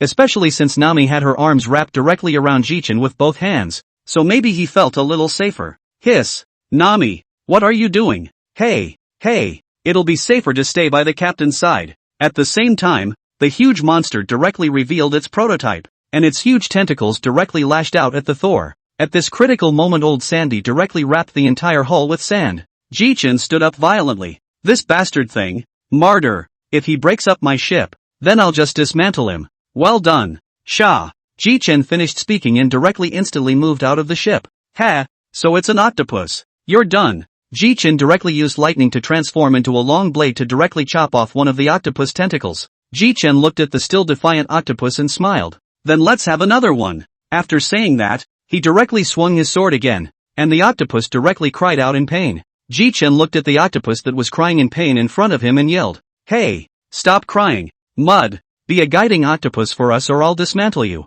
Without waiting for the octopus to agree, Ji-chan returned to the ship in a flash. Phew, out of breath. Wow, the captain is too strong. Being a fruit ability can be in the water for so long. Even the crocodile looked at him in shock. Before that was just a brief foray into the water. This time it was a real fight in the water for a long time. Chopped off 2 of its tentacles, but I don't know if it'll agree to my conditions, Ji-chan said again. Suddenly the hull of the ship is swaying as if by something to drag some. The people went to check, and saw that the octopus is actually the whole hull of the ship up, is slowly forward. Hey you guys, I'm going to Fishman's Island. Don't bring me to some messed up place. Ji-chan didn't bother with it after he finished. When Ji-chan saw that Nami Chopper was still watching, Ji-chan couldn't help but say, Nami, Chopper, it already knows its destination, so there's no need to keep looking at it. Ah woo. Soon humped by the large octopus the Thor was moving quickly. Hey, it's good to find a transportation like this. In this way the octopus humped them to the bottom of Fishman Island. Just at this time but received a roadblock from the Fishman Street fishmen. Ji-chan couldn't help but frown as he watched a few fishmen standing in front of the Thor. Captain, what to do? Nami asked as she approached. Don't worry, they'll leave. In the meantime the fisherman outside spoke. This group of land-based pirates can only be held at our mercy when they come here. Ha ha ha. In a few moments, we'll take all the treasure from their ships, kill the men, and leave the women behind. Ji-chan coldly smiled and directly released countless thunderbolts. The huge threads of thunderbolts wrapped around their necks directly turning them into roasted fish. Ji-chan looked at everyone. What should we do? The Fishman Island's national gate requires a pass, and we don't have one. Shall we? Just charge right in? But it's not going to be easy rushing in there with all of you being able-bodied. Just as Ji-chan was torn, a soldier came out from the interior of Fishman Island. And the soldier instantly panicked when he saw Ji-chan's face. He had heard of Ji-chan's fierce reputation. Shampoo Land decapitating the great General Yellow Monkey, and the nemesis of the celestial dragons. The soldier dialed King Neptune's phone bug directly and explained the matter to him. Neptune immediately ordered the soldiers to release Ji-chan's group. Ji-chan watched the scene with a smile on his lips. This Neptune is quite on the ball. The soldier quickly arrived in front of Ji-chan. Honorable Lord Ji-chan, please come with us in your boat. Fishman Island welcomes you. The crowd was confused and didn't know what was going on. Ji-chan also explained the situation to them. Just by the fact that your captain killed 6 Skrull scumbags, then Neptune will have to release me. Not to mention that I have so many of your powerful companions. When Ji-chan said this, Nami and Joba immediately blushed in embarrassment. Asshole, even if you compliment me, I won't thank you. Let's go. Let's get into Fishman Island first. After a long time, Ji-chan arrived in the Fishman Island, and the Thor was also taken in by Ji-chan. Suck. It's amazing that air exists on this Fishman's Island, and that there is a sun. It's a shame you're still a navigator. It's not the same. Alright, let's go shopping. Chapter 73, Entering Dragon Palace City. After Ji-chan and the others entered the Fishman Island, Neptune directly called Shark Star, Royal Star, and Tumbler Star to the palace. Tell me, all of you, what exactly is this Ji-chan doing here on our Fishman Island? All of a sudden, the palace was silent, and none of the 3 of them opened their mouths to speak. Just then Sharkstar spoke up. Father, I don't think that the Thor Pirates crowd will be unfavorable to Fishman Island. And don't forget, Father, that our Fishman Island is sheltered by the Whitebeard Pirates. The worry on Neptune's face slowed a little. Sharkstar, you're right, but he's too strong. I hope the countrymen didn't do anything rude to him. Meanwhile, Ji-chan's group was walking on the street when suddenly a group of people rushed out in front of Ji-chan. The man in the lead froze, his face arrogant. Ha ha ha ha, finally let me find you. Extremely evil person Ji-chan. Didn't expect it. Here for trouble? Ji-chan frowned. What? He's the extremely evil Ji-chan who disappeared for 2 years? I've heard that he's already decimated Admiral Yellow Saru. I can't believe I'm meeting such a great man. Ji-chan frowned at Robin. Robin slowly chimed in. Bounty on Werewolf Himonari, 295 million bells. What? Does this Himanari not want to live? How dare he provoke Lord Ji-chen? Werewolf Himanli sneered as he looked at Ji-chen in front of him. Ha ha, I didn't think that the extremely evil person with a reward of more than $1.8 billion would only be so small. So it's just a little white boy? Ha ha ha ha ha, what a surprise, that I would be called a gigolo? Old Sand indifferently looked at the person as if he was looking at a dead person. Fine, you're the first one who dares to call me a little white boy, so go to hell. With a wave of his hand, a huge gravitational force appeared in the palm of his hand, attracting Himanari. Within a few breaths, Himanari was dead. The people watching around them were no longer relaxed, and they all knelt in front of Ji-chen with fear and trembling. Lord Ji-chen, please, let us go. I have an old man on top and underneath. This person's words were directly interrupted by Ji-chen before he finished speaking. Hey you losers, I'm in a good mood today, take out everything of value on me and get out. Ji-chen's words made everyone feel like they were being pardoned, and they took out all the valuable things they had on them. With a wave of his hand, Ji-chen collected everything on the ground into the system space. Ji-chen couldn't help but exclaim, this is really fast money making. The crowd couldn't help but roll their eyes. Don't you have any idea how you got this money? Well, I'm an enlightened captain too. Ji-chen's hand directly glowed, and instantly a bag of berries appeared in the hands of each crew member. Feel free to spend it, alright, the captain's buying today. Just as the crowd was about to take a stroll around, a voice came into everyone's ears. Honorable Ji-chen, our King Neptune has heard that you have come from afar and has specially prepared a sumptuous dinner in the palace in the hope that you will honor us with your presence. An armor-wearing fishman guard slowly approached and respectfully saluted towards Ji-chen and the others. Ji-chen looked at everyone. Well, want to go? Ji-chen agreed when he saw that everyone was fine with it. But we're all capable. And Dragon Palace City is full of seawater, so it's easy to get caught in a net. But I don't think they'd dare do that. Soon the Thor pirates followed the fishman right to the entrance of the passage. Then the guard pulled out a pink thing. Ji-chen was puzzled. What is this? This is bubble coral. With it, press the top to squeeze out bubbles and you all will be able to enter the Dragon Palace City. Transparent bubbles separated from the coral, wrapping Ji-chen and the others in them, and so they passed through the connecting corridor. The crowd walked. Nami and the others couldn't help but gasp in amazement at the sight of such a beautiful view of Dragon Palace City. Wow, it's beautiful. Really? Hey Nami. The fishman accompanying him laughed and explained. That's what we've always had here. That's what anyone who enters here for the first time would say. The crowd admired the scenery without realizing they had arrived. Only a row of fishmen stood in the doorway. I didn't realize the captain had quite the face, Nami said with a smile. Wow. Chopper's eyes glowed with gold. The captain is so powerful. Soon a man with a crown on his head, bigger and stronger than half the mermaids, some thick, bushy heads of orange hair and beard, arms with flaming tattoos, and a trident in his hand. Yes, this man is the king of Fishman Island, Neptune. Neptune walked up to Ji-chen and said respectfully, Greetings, Lord Ji-chen. I am the king of Fishman Island, Neptune. Welcome to Dragon Palace City as your guest. Seeing how low Neptune's posture had been placed, Ji-chen also joked, Then I'll trouble King Neptune. We're all devil fruit ability users. I hope you won't just wipe us out. Neptune looked embarrassed and didn't know what to say. Then he led them directly to the location of the dinner party. At the dinner table Neptune asked, I wonder what your excellency Ji-chen thinks of Fishman's Island. How can I put it? Fishman's Island is nice. It's a great environment and the scenery is beautiful. But some of the fishmen can be quite dishonest. But they better not get their ideas into my head or I won't be blamed for it. But don't worry Neptune.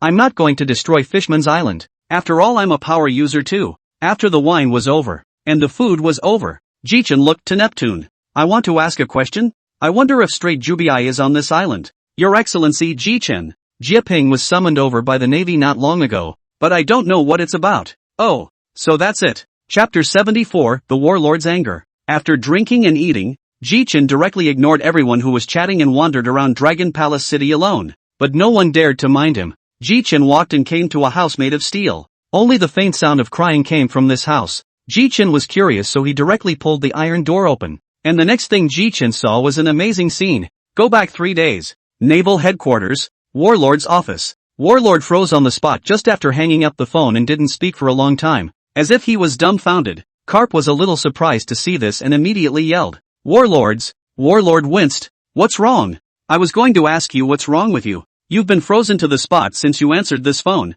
So what's wrong with you? A flicker of guilt flashed in Warlord's eyes before his gaze hardened. Warlord directly ordered the Marine on the sidelines. Notify all lieutenant generals, and staff officers to come to the large conference room for a meeting. and tell them that if they dare to be absent, this marshal will directly beat them into disbelief. 10 minutes later, in the large conference room, almost every general was panting in their seats. Some were running from the cafeteria, and those who were far away could only use their full power to use their moonwalk to get here. After all, the fists of the warring states were no joke. The large conference room was unusually serious and silent today. Warlord sat on the main seat and looked at everyone seriously. Very well, it seems that this marshal's words still have some face. Well, let's move on to the content of today's meeting. First of all, the first point. Not long ago the extremely evil Jichin killed 3 more Tenryu in the Shambaldi Islands, and I was sending Palyacerino forward to catch them. But unfortunately, when he said that, everyone in the room's heart thumped, and all of them looked at Warlord with serious faces,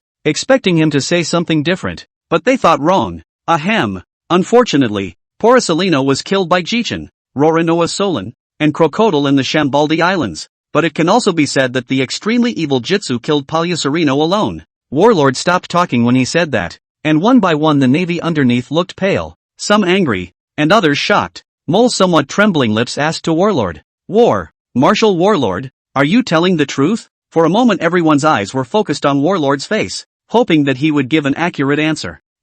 That's right, the body has been retrieved by the marine, and it's been cut in half, but the shining fruit may have fallen into the hands of the Thor pirates. Akane punched the table hard to vent her frustration. Bastard brat. The ultimate evil, should have killed him before, asshole. Quiet. At this juncture in time, let's not go to the very worst of the worst, and the world government has given orders for us to publicly execute. Port Castes. Hearing this, Carp had a few more gray hairs for a moment. Well, in the future, if the navy encounters the extremely evil man Ji-chan to go around, if it is the 2 great generals, if you have the certainty to kill him instead. Alright, meeting adjourned. AI. First go back and think about how to fix Ji-chan's bounty well. This asshole. Returning to the office, Warlord thought about it and finally came up with a solution, only to see that he picked up the phone bug and then directly called it. Meanwhile a guy in another island covered in feathers is holding a phone bug in his hand. Yes, this guy is Morgans. Hey Morgans, I want you to print a story like this. What? Are you serious? Morgans was shocked. Cut the crap. Warlord hung up the phone bug directly after saying that. Compared to the depression on Warlord's side, Morgans was simply ecstatic. Morgans waved his wings and shouted, little ones, there's tomorrow's headlines. All of you step up your work for me. Bonuses are rare. Ha ha ha. And compared to the anger in Warlord's heart and Morgan's ecstasy, Jitsu was bouncing around on a soft mass. Ah ha ha ha ha. I can't believe I found something so soft. Even though Jichin knew it, who wouldn't want to try the joy that Luffy was feeling at the time? Jichin was jumping when suddenly a pair of big tearful eyes looked at him. You? Who are you? Father. Something's jumping all over me. When Ji-chan saw the white star at this moment, it was like watching anime, only the lines were different. Ji-chan then reacted and quickly yelled at her to shut up. Hey, coward. Stop yelling. I'm not going to bully you. You, so what are you doing on someone's body? Ji-chan awkwardly looked to see that where he was standing was indeed a certain part of the body, and then he was also embarrassed to move back. Ahem, that coward. I'm a guest invited by your father. And besides, I'm very strong. I'm a pirate. On the contrary, White Star was looking at himself with a curious expression. Why do you look so naive? What's bean? It means cute. By the way, my name is Ji-chin, captain of the Thunder God Pirates. What's your name? My name is White Star. White Star directly extended a finger to shake Ji-chen. Your name is White Star, so I'll call you Beanstar from now on. Bai Xing recalled that this was Ji-chen's way of praising his cuteness again, then he gladly accepted it. Aha, then Lord Ji-chen will call me Beanstar from now on. Ji-chen shook his head. This girl is really naive and cute. Ji-chen-sama, you said you're a pirate, so have you ever adventured? When Bai Xing chatted about this topic, Ji-chen directly followed Bai Xing and told him stories about the adventures he had had. While Bai Xing listened with great interest, Ji-chen laid directly on White Star's body, while White Star took out a grape and stuffed it into Ji-chen's mouth from time to time. The two of them just harmonized and talked about each other's interesting stories. And Ji-chen hadn't been this relaxed in a long time. 75. Van der Dyken 9. When Neptune and Quartermaster's partners found Quartermaster, the crowd's mouths dropped open in surprise, because Ji-chen was eating grapes on a giant mermaid and, well, the grapes were as big as Ji-chen. Ji-chen turned his head and saw a group of people at the door. Oh, you guys are here? I just found this place and the White Star is funny. Ji-chen complimented White Star, which made White Star embarrassed, hastily said. No. Lord Ji-chen has told me many adventure stories and is a very good person. Neptune responded in a hurry. This is my daughter, who has to live here for special reasons. It's because of a guy named Van Dyken, I think. Neptune's eyes widened as she looked at Jichen. How do you? Jichen looked at the distance flatly. Look guys, that guy's axe is coming. An arm-length axe was coming in Sauron's direction, as Sauron was standing exactly where each chop was made. Jichen looked at Sauron playfully. Hey, Sauron is going to get cut if he doesn't make a move. And White Star had closed his eyes tightly, not daring to look. Sauron looked at the axe that was getting closer and closer and suddenly stretched out his hand. A ball of light made of light was then thrown onto the axe that was about to hit Sauron. The axe shattered in response. The crowd couldn't help but light up at the sight. Yo, not bad, Sauron. I just gave you the shining fruit and you can do this. Not bad, not bad. Solon nodded arrogantly when he heard Jichen's praise. Jichen looked at everyone still at the door. Why don't you guys come in? Nami looked at Jichen as if she was looking at a little cutie. Captain, there's no way this many people can stand inside this tower. Gee, I think it's still okay for a girl to jump into my arms and for a guy to come in, and White Star won't mind. Seeing that Jichen had said so, Nami, Robin, and Zicheng directly jumped into Jichen's arms while Zicheng took a moonstep step by step. Jichen glanced at Zicheng. I have to say, Zicheng's moonsteps are really good. Well, since it's all here, it's... Jichen then looked at White Star behind him. I think I remember it was called Vanderdyken 9, the target fruit ability, for trying to get you, the king, to marry White Star to him, and you instead refused to do so, enraging Vanderdyken thereby subjecting White Star to this level of attack every day. Neptune looked at Jichen in shock, his mind wondering how Jichen could know such a thing. Oops, don't worry, it's fine, because I'm a little interested in the target fruit, so I learned a little more about it, but since I'm still related to White Star, it's good that I'll settle this trouble for her when the time comes. Neptune looked directly at Jichen with gratitude. I really thank Lord Jichen, because this matter has been troubling us for a long time. It's really appreciated.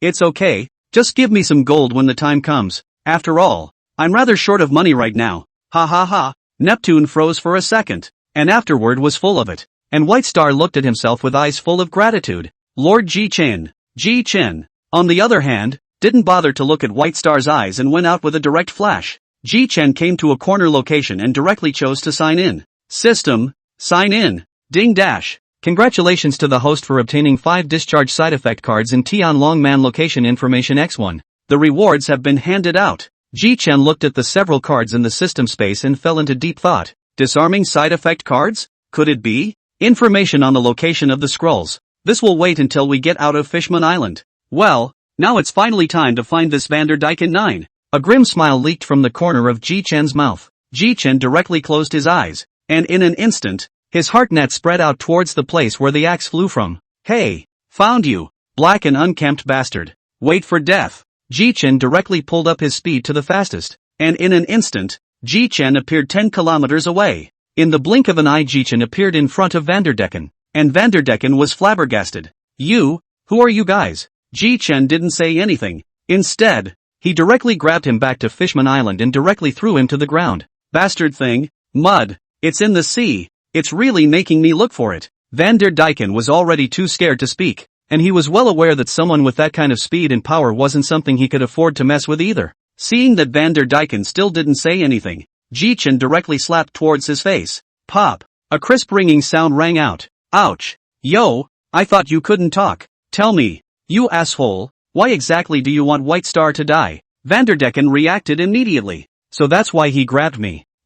Because Princess White Star is so beautiful, so I want to marry her. Jichen snorted at that. You guys, you really haven't been beaten up before, and you still won't tell the truth when you're dying? Jichen sneered. Then you can go to hell. Jichen's armed color wrapped his arm directly around Vanderdyken's neck. You want the White Star, only to use it to summon the Neptune class. Well, you can go to hell. A slight arc of electricity flashed in Jichen's hand. 100 million thunderstorm thunder rats. Jichen unleashed a 2-meter thunder rat that directly electrocuted Vanderdyken. Jichen took out the bag of fruit behind him and looked at it. Looks like it's a bit of a shame not to be reborn in this pile of fruit. Jichen shook his head, then turned into a thunderbolt and returned to the palace. And the fishman hiding in the shadows sneaks away. Obviously this scene from before was seen by this fishman. The crowd surrounded Jichen just as he landed on the ground with a bite of his apple.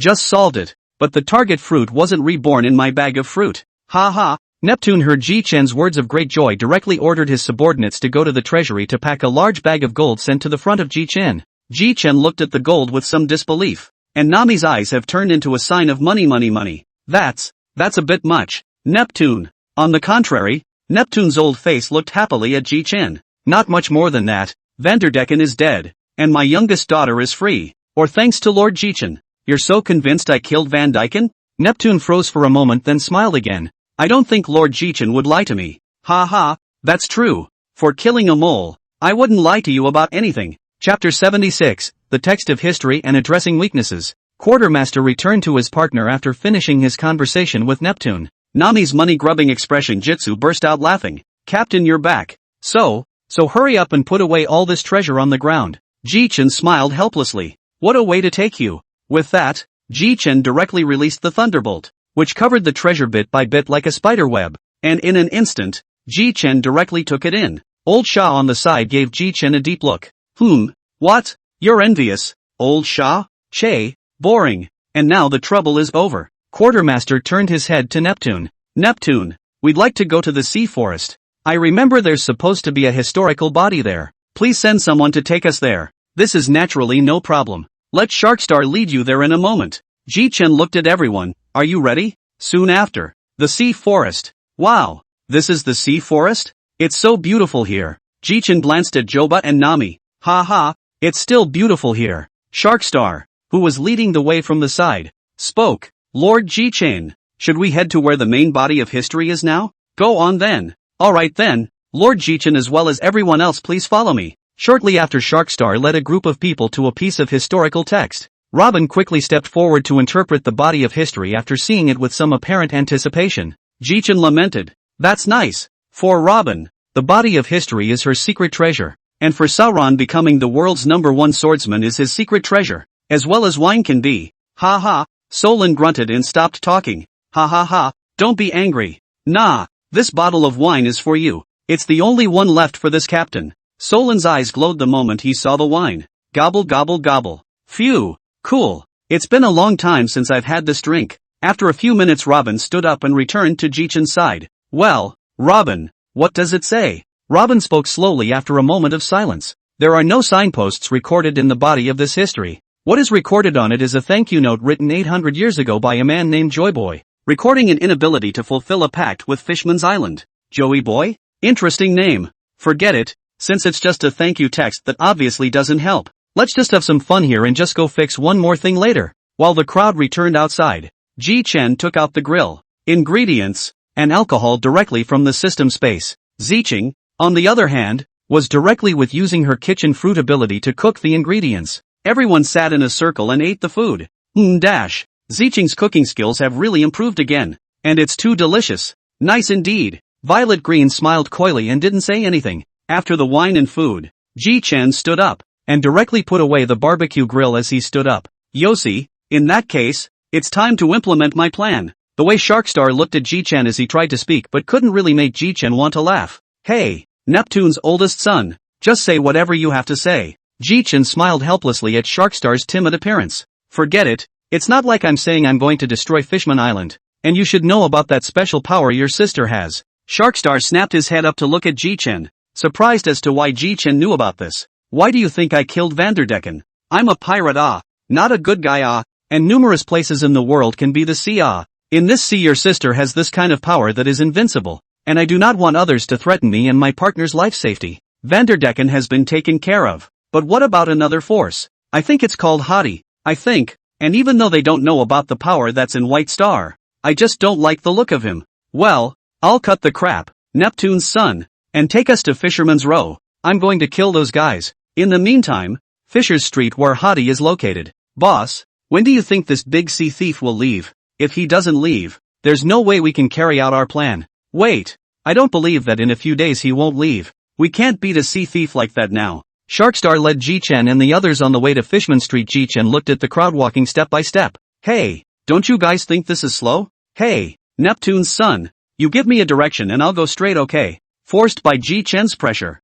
Sharkstar also directly told Ji Chen the location. Ji Chen turned his head to look at Solon, who was drinking. After getting his position, does Sauron want to match speed? You How long have you been developing fruit abilities? So let's compare them. And the Thor pirates looked at the duo expectantly. Ji-chan stared closely at Sauron's eyes, couldn't help but admonish. That, Sauron, keep up with my pace on, or you'll easily get lost. Ji-chan directly flew in a direction after saying that, and Sauron also turned into a straight light to chase after him. After the duo left, Nami lamented. These two, they're really energetic and quite childish. Ha ha, that's what makes Ji-chan. In the blink of an eye the duo arrived within Fishman Street. However, the two fishmen in charge of opening the door were obviously a bit flustered as they watched the two lights suddenly come before them. What? What is this? Hey, you two minions, hurry up and go inside and tell your boss, Hody, that I, Ji-chan, have come to kill him, and tell him to hurry up and come out to greet me. Ji-chan's words directly caused the two fishmen to laugh outright. Ji-chan frowned, and in just an instant the fishman standing on the left was directly killed by Ji-chan's lightning through his chest. Ji-chan glanced to the right and was instantly scared less, crawling straight in to inform. Ji-chan signaled for Sauron to sit down directly, and then slapped something directly into Sauron's body with a heavy palm. That's right, it was the undo side effects card. The card tapped into Sauron's body and disappeared straight away, turning into a soft light into Sauron's body. Ha! Solon looked at Ji-chan's face full of smiles and realized what Ji-chan should have done, and then felt his body. Chief, what did you do to me? Oh, you mean this? I've already eliminated your shining fruit's weakness of being afraid of seawater by utilizing my own power. That is to say, as long as you won't drown even if you run into the sea and swim right now. Solon looked at Ji-chan in shock and didn't speak for a long time. Ji-chan also expected what Sauron's expression would be. Well, wait for Hody to come out. Chapter 77, Leaving Fishman Island. Soon after, Ji-chan and Sauron saw a flat cap cloaked in a wolfskin scarf with curly black hair and a trident on his head cursing as he walked over. Ji-chan looked at Hody, his eyes gradually turning cold. The air around them seemed to freeze. When Hody saw Ji-chan's face, he was instantly shocked. Hody sat straight up with weak legs. Ji-chan laughed. Ha ha, Hody Jones, I can't imagine being so timid. Seeing a little pirate like me like this. Hody directly turned to Ji-chan and started begging. Lord Ji-chan, is there something you came to me for? Harm. It's not that I killed an admiral on land, and because I was afraid that the navy would come after me, I hid on Fishman Island. Ji-chan slapped his forehead. Look at my brain, because you new Fishman pirates offended me. I'm going to kill all of you now. Hody was getting alarmed as he listened. Lord Ji-chan, may I ask who offended you? I will kill him. That's not necessary. Those who offended me have already been killed by me on the spot, and now you're all that's left. Ji-chan looked at Solon and said, Alright Solon, get ready to work. There aren't any good people in this Fishman Street, and the slightly stronger ones have already been killed by me, so I'll just trouble you to clean up the fishmen here. Cut. It's no fun. After Solon finished speaking, he directly turned into a ray of light and flew straight into the middle of Fishman Street. Well, Hody Jones, ready to die? No, you can't do this to me. You're only human. Ji-chan snorted. Hey, you still hate humans so much? No way. I promise you won't in the future. Ji-chan finished speaking and instantly moved directly in front of Hody. While Ji-chan's fist had long since penetrated Hody's heart, Hody died instantly, lifeless. When he was done, Ji-chan wiped his hands. I hope Jinping doesn't blame me for this. Otherwise, I won't be polite to him. 5 minutes later, Ji-chan only saw a light suddenly appear in front of Ji-chan,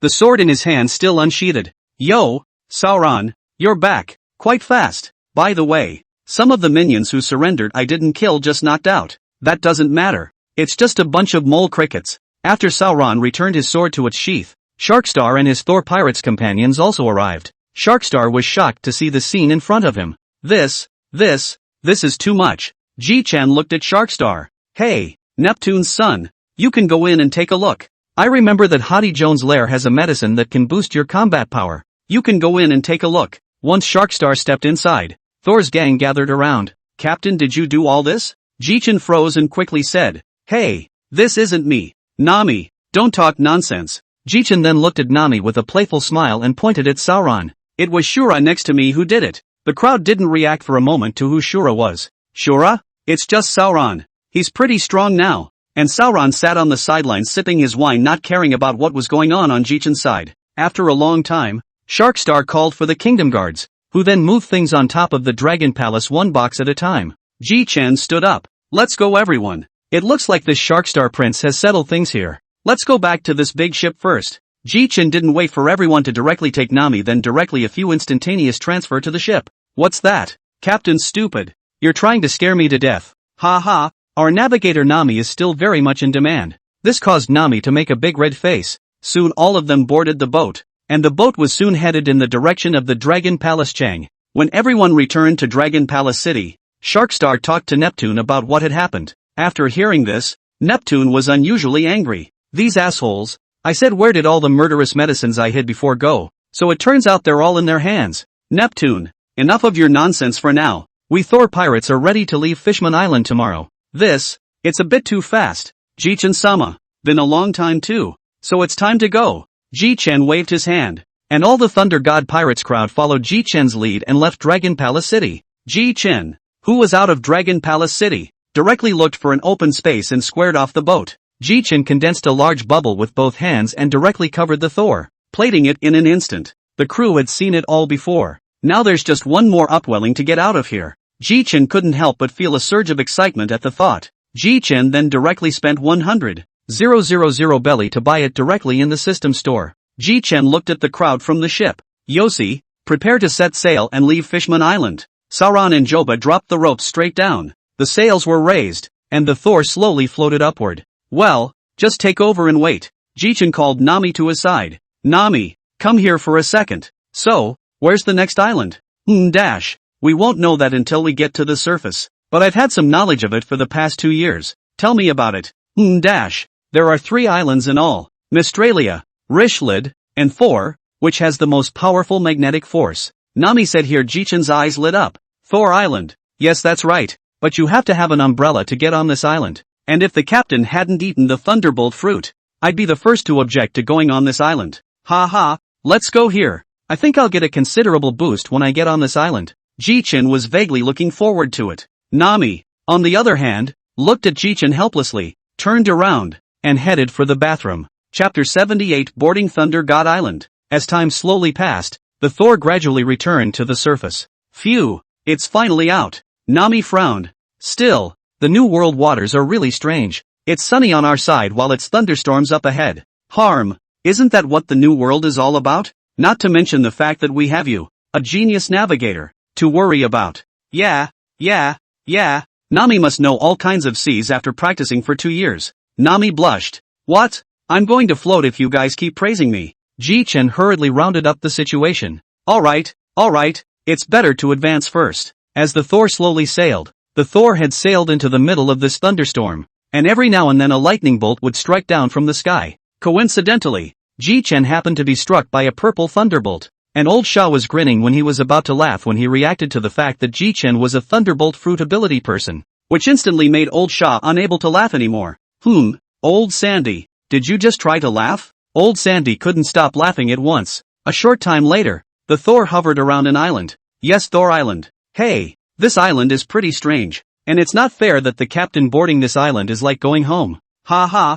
I remember that this Thunder God Island was made this way by the awakening of a rattling thunder fruit ability from a long time ago. Well, if you guys are scared, I'll just go by myself. There was a moment of silence, and no one said a word. Are you guys going? Nami glared at Ji-chan then said, Stupid captain, as a member of the Thor Pirates, of course we're going together. Okay, I know. Then you guys grab my arm and I'll take you directly to the island in an instant. All of them gathered around at once, and Ji-chan instantly moved to the island, and the Thunder God ship was immediately put away by Ji-chan into the system space. Just the moment Ji-chan just landed on the ground, an arm-thick thunderbolt struck towards Ji-chan, and the crowd ran far away when they saw it, and Solon even tried to directly split this thunderbolt. Ji-chan directly knocked Sauron's brain. Stupid Sauron, have you forgotten what I am? The arm-thick thunderbolt struck straight at Ji-chan, and all of a sudden, Ji-chan felt a burst of relief in his body. Cool. And as the Thor pirates watched in disbelief, the crowd couldn't help but ask, it can still be like this? Ji-chan looked at the crowd with a cheeky grin. Hey, Sauron, do you want to try it? It feels super good. Ji-chan finished speaking and directly used up the gravitational force. Sauron was directly sucked over. Hey, asshole, I'm not lightning. Sauron ran away directly into a beam of light the moment he reached Ji-chan's side. The crowd roared with laughter as well. Okay, no kidding. Let's look around for a village or something and ask about the island first. The group began to walk towards the northeast, during which the lightning that fell was directly absorbed by Ji-chan. Wow, the captain is still strong. We don't know how many falling mines we've had along the way, luckily we have a captain. Ha ha ha, that's that. After walking for a short while longer, Ji-chan and the others saw a wooden house. Hey, there's a cabin over there, go check it out for good. With that said, Ji-chan and the others walked directly towards where the cabin was. Upon arriving not far from the cabin, he was met by a fiery red spiky head with scars on his face that made him look hideous and a broken arm. Ji-chan came to him. I remember your name is Eustace Kid, right? The bounty is over 300 million points. What? The very worst of the worst? Ji-chan frowned slightly. Trashy name from the asshole navy. And you newbies call it by name? What? He's the one who decapitated Yellow Ape? He's not going to take out Captain Kid straight away. Kiddo looked cautiously at Ji-chan, who expressed his innocence. Geez, don't worry. I won't kill you guys. Really? You think I'm homicidal? Ji-chan's gaze moved to his arms, one of which had been replaced by a mechanical arm. Oh, did you get this arm chopped off by that redhead guy? The corners of Kiddo's mouth twitched a little, and he didn't make a sound either. Forget it, it's no fun. A word of advice before I go. You guys, it's better not to think about defeating the redhead. He's not that easy, and even I'm not sure I can defeat him. Let's go, people. On the way, everyone asked about Ji-chan's words. Ji-chan also explained, this Eustace's talent is very ho, and the redhead he really can't beat. As for me, give me a few more years, may be able to beat it, but we shouldn't be able to fight between us. These are all things that will happen in the future, so you guys don't have to put it on your mind. Ji-chan had been leading the way, and halfway through, he vaguely felt that something was heating up in the system space. So Ji-chan nabbed the thing. It's the same treasure map that you got from signing in earlier. So that means that the stash of the treasure of the one is on this island? Ji-chan let out a bitter laugh. No wonder. The system would prompt me not to go looking for it without enough strength. In that case, it's just the thing to find out. Ji-chan then introduced himself directly to the crowd. Nami was pleasantly surprised. Could it be that the treasure is on this island? Wow. I wonder what it could be. Robin laughed softly. It should be fun. The treasure map that I obtained by chance earlier is here just in time. So let's find it. Chapter 78, Treasure Map. Ji-chan's group followed Ji-chan for a long time. No. I say, you guys have been traveling for so long. Why haven't you arrived yet? Old San said impatiently. Ji-chan innocently looked at the crowd. There's nothing I can do about it. That's how it's marked on this map. Well, come on. Let's go. Let's be patient. The crowd had to reluctantly continue to follow Ji-chan. And just then Ji-chan came to a point. This is it. The crowd looked around them, and apart from the dead wood it was also a flat ground. What? Captain, where's the treasure here? Solon frowned as well. Some random asshole should have drawn it. Ji-chan also felt very strange. The system produced should not be wrong. No, there should be something wrong somewhere. Ji-chan directly squatted down, and then raised his fist and punched towards the ground. And then the land Ji-chan was standing on collapsed. And then a hole appeared. This good guy didn't think it was underground. No wonder the treasure hasn't been discovered yet. Ji-chan looked at everyone. Let's go, guys. Go down and take a look. Ji-chan took the lead and walked straight down the stairs, with the crowd following closely behind. Just as Ji-chan came below, the candles on the walls lit up directly. I don't know what kind of material this candle is made of, it's even self-combustible. It looks like that room up ahead is where the treasure is. The crowd came before the room. Ji-chan directly pushed the door directly open. Into the eyes Ji-chan saw a knife at the top. I'll go in first. Save any organs. Ji-chan didn't wait for the crowd to respond, and directly released the lightning to directly collect the knives on the wall as well as the box on the ground directly into the system space. When the knife left the wall, all of a sudden the surrounding area began to shake. Asterisk didn't think it was real. Go! Ji-chan directly grabbed a few females and returned directly outside in a few instantaneous movements. Sauron also grabbed Broken Joba straight away and came out in a few instantaneous movements. Sauron, who had just come out, heard Ji-chan's loud laughter. Ha ha ha ha ha ha. Sauron, you're out too, hey. Not bad. Asshole, can't you just take them all? I couldn't take that many either, so I had to pick the good-looking ones to escape with. Solon had a black face. Geez, never mind the details. Let's see what's here first. Ji-chan directly sat cross-legged, directly took out the knife that had just been directly taken out. Solon licked his lips around looking at the blade with interest. Ji-chan looked to Solon. Do you know what this blade is? Never seen it before, but the quality should be similar to that knife at your waist. Ji-chan looked at the knife in his hand in surprise. This sword is actually the Supreme Great Fast Sword? Ji-chan hefted the knife in his hand and looked at Sauron. Well, are you interested? As much as I want it. I don't currently have the ability to maneuver 4 swords at once. Quartermaster turned his head to Brook again. Brook, want one? Brook froze. He hadn't expected Ji-chan to want to give him the knife. Yo ho ho ho ho ho. This is a pretty good knife I have now. It suits me just fine, so I won't change it. Ji-chan smiled helplessly. When is it that no one wants the supreme great fast sword? Ji-chan looked at old Sha, and then shook his head afterward. Forget you. You're only good for playing in the sand. Old Sand was furious. Bastard. Who are you saying is only worthy of playing with sand? Ji-chan pulled out his ears. Asshole. It's just a joke between the captain and the crew. And your fruit isn't sand. Ji-chan smiled and looked at old Sha. Old Sha felt bad at once, because during those 2 years of previous cultivation, Ji-chan had shown this expression many times, and he was the one who suffered as a result. Old Sandy's cold sweat instantly dripped down. Old Sha. Sit down first, I'll let you off this time. Ha ha ha. Ji-chan looked at everyone slightly embarrassed. Then this knife belongs to me. After all, this one around my waist will still be returned to its original owner in the future. The moment Ji-chan drew this blade, countless thunderbolts converged towards Ji-chan's side. Sauron and the others immediately scattered in all directions at the sight. Oh, Ji-chan looked around with interest at the knife in his hand. An interesting knife. Countless thunderbolts converged, directly forming a pillar of thunder that struck down heavily towards Ji-chan's body. Everyone who had retreated to 200 meters away watched Ji-chan's appearance as he was being criticized in the lightning. And Nami couldn't help but worry. You guys say the captain's going to be okay? Solon looked seriously at Ji-chan in the thunder and lightning. Don't worry. The captain himself is thunder and lightning. This bit of lightning is just scratching an itch for him. After a long time, the lightning dispersed, and Ji-chan lay on the ground. The crowd thought that something had happened to Ji-chan and quickly ran in Ji-chan's direction. The crowd had just reached the front of the body when they saw Ji-chan smiling extraordinarily brightly.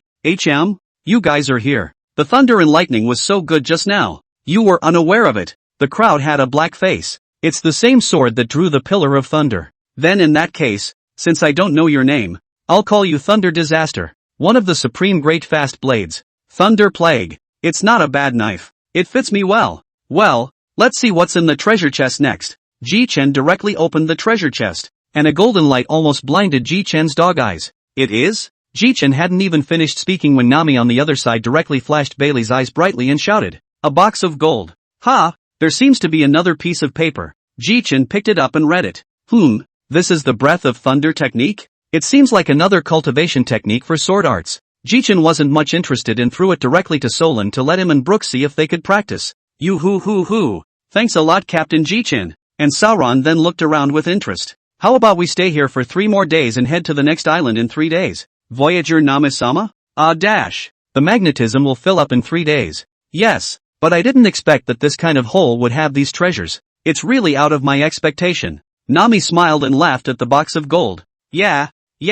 Wealthy. Chapter 79, Heavenly Gold. 3 days later, aboard the Thor, Ji-chan looked at Nami. Hey Nami, get ready to set sail. I've stayed on this island long enough. It's been thundering all day. Hurry up and set sail. Alright, Captain. Don't be in a hurry. Set sail at once. A day later. The sun was shining and there were seagulls passing over the sea. Phew, it's still the best sunny weather. On the other hand, Brook spent 150 berries on a newspaper. Jithan saw the newspaper in Brook's hand when she looked back. Brook, you bought the paper. Read it, just so I can hear it, said Brook and read. Today's headline, Whitebeard Pirate's second team leader to be publicly executed in Maranvento in 1 day. Just the moment Brook finished speaking, Ji-chan violently turned his head to look at Brook. And the huge overlord color hegemonic aura on his body began to escape.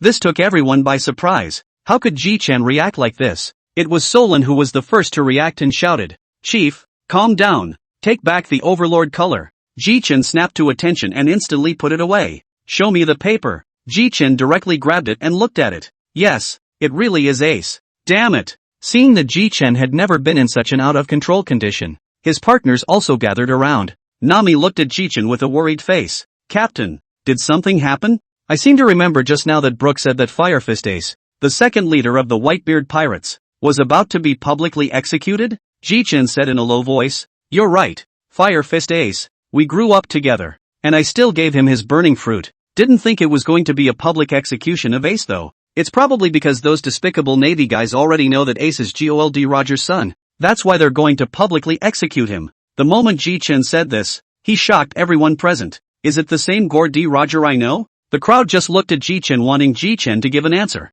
That's right, it's that Pirate King Gold Roger you're thinking of. Instantly the air seemed to stand still. Alright, isn't it just Gordy Roger? I saw it every day when I was practicing. It's not like you guys haven't seen it before. Also ha. Solon saw Ji-Chen clutching the newspaper's hand a little trembling slowly said, Chief, since it is the people you grew up with, then we definitely have to go to save it. Ji-Chen smiled at Sauron. You still understand me? Ji-Chen stood up to face everyone and said, well dash. You guys are right in thinking that I do want to go save Ace. But this is after all a private matter for me. If. Ji-Chen's words were directly interrupted by Nami before he could finish. Captain, if you still consider us your mates then you should take us with you. Ha ha ha ha ha. It took me several lifetimes of luck to meet you fellows Nami frowned slightly at this point, but it's hard. No, it's practically impossible to reach the place of execution in 2 days. Ji-Chen laughed lightly. Don't worry, I'm confident that I'll arrive within 10 minutes. The main thing right now is that I'm going to the Golden City and I'm going to arrive within a day. It's related to whether or not I'll be able to save Ace. Just in Ji-Chen directly pinched the card of the location of that Tianlong man, and the closest Tianlong man to Ji-Chen in the Golden City. There are 8 Tianlong man. Okay, full speed ahead now. City of Gold. Half a day slipped away. The Thunder God was sailing on the sea, and not far away a luxurious ship was on the verge of intersecting with Ji-Chen's Thunder God ship. Ji-Chen looked at the ship with a smile on his face. I really didn't expect you guys to come out from the Golden City. It's really quite a coincidence. Ji-Chen immediately pulled the thunderstorm directly from his waist, and Ji-Chen had already arrived at the Celestial Dragon's ship with a flash. What man? Who are you? Who gave you permission to come aboard my ship? Ji-Chen smiled on his face. I really didn't think that you pigs would come to the New World to swim at such a critical moment. Ha ha ha. A side of the CP organization seems to have recognized Ji-Chen immediately went forward to talk to him. His Excellency Ji-Chen, who has a bounty of 3 billion belly. I wonder what he's here to do on our ship. Ji-Chen sneered.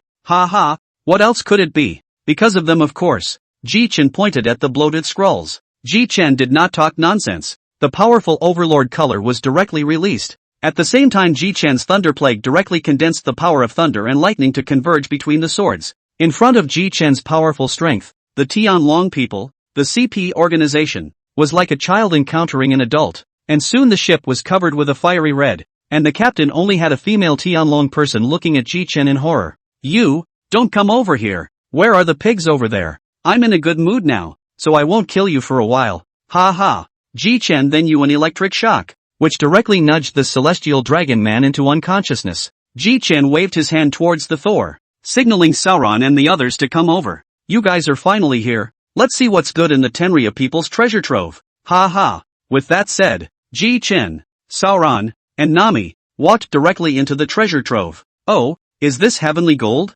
Nami's Bailey eyes had been revealed, and Ji-Chen and Sauron walked to one of the innermost vaults. One of the innermost rooms was clearly filled with 5 famous swords as well as 2 devil fruits at the top. Ji-Chen grinned. Ha ha, it's true. The innermost things are the most precious. Ji-Chen directly put the gold as well as the famous sword, the devil fruit directly into the system space, just as the 3 of them were about to leave. 3 days later, they heard a sound at the bottom of the ship. Ji-Chen's trio followed the trend and came to the bottom of the ship. However, the scene at the bottom of the ship stunned Ji-Chen's trio. A huge prison cell where people of all races are held. Please help us. I just heard a fight. You're the ones who killed everyone up there. Please help us. Ji-Chen looked at Sauron, who immediately understood, and with a few chopping strikes, he directly chopped the cage open. Ji-Chen said in a loud voice, the celestial dragons up there have already been killed by us. If the rest of you want to go home, you'll have to rely on this ship. See you again sometime. As the 3 turned around, several humans asked towards Ji-Chen,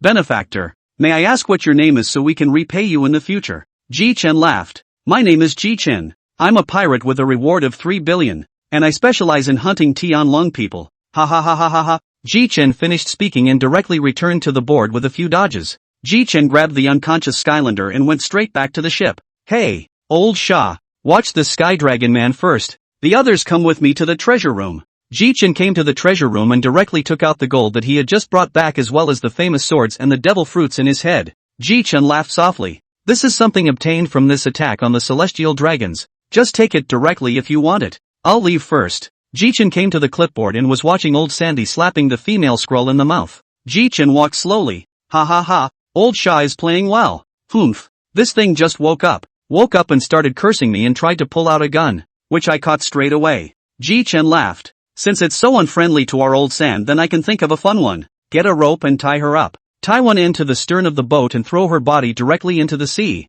When she dies, when she is untied, after all, I'm not a good person. Old Sandy's eyes lit up and he got right up and went looking for the rope. And the scroll's mouth was still begging for mercy. Ha ha ha, is this the face of the creator of the world? Funny. And old Sandy had already tied up the scroll and thrown him into the sea. Good job, old Sandy. Chapter 80, Obtaining Heavenly Equipment. GGG. Old Sam looked at the sky dragon people flailing about in the sea with a burst of joy in his heart. Okay, we can finish her off. As soon as the words fell, Ji-Chen directly ran a thunder lance straight through the heart of that celestial dragon man. There has been one less Sky Ranger since then. Ji-Chen walked straight to the middle of the cultivation room after resolving the Sky Dragon Man. That's right. Ji-Chen was about to check the rewards for the Heavenly Dragon Man he had just killed. Skills, Steel Balloon. Thor Body 100%. Demon God's Contract. Summon a demon god in place to form a shadow and assist the host in battle, increasing the gain effect by 100%. 3 chances to use. Wahahaha.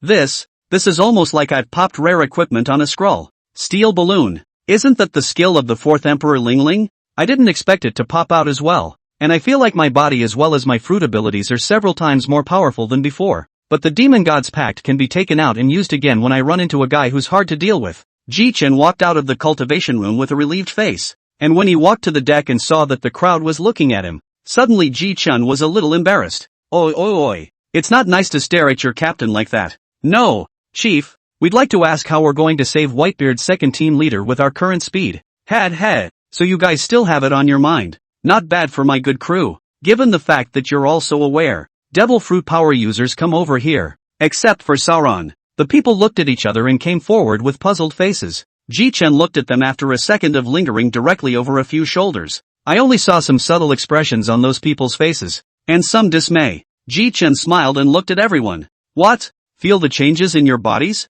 Crocodile looked at Jitsu with some skepticism. You just did, didn't you? That's right. You guessed it. Ji-Chen faced the group. I wasn't sure before though, so I tried it on our co-captain. Ha ha. So that green algae head of Sauron's had the side effects lifted early on? A disdainful voice came from the distance. Or else, you think everyone is like you. Ji-Chen smiled helplessly. You too. Alright, there's a deserted island up ahead. Stop the boat there for a bit first. Something's up. Ji-Chen said to Brook. You hoo. Yes, Captain. Listening to Brook's energized voice, Ji-Chen smiled back. Soon, the Thor stopped at that island, and the people directly stopped the ship and all jumped down from it. Ji-Chen obediently put away the Thor directly, and then a pink arbitrary door appeared in front of Ji-Chen and the others. Any door? The other side of the door is where the heart is. Ji-Chen directly pulled open the arbitrary door, and the thunder and lightning wrapped around the crowd, then directly striding over. Ouch, Captain. Next time don't electrocute me.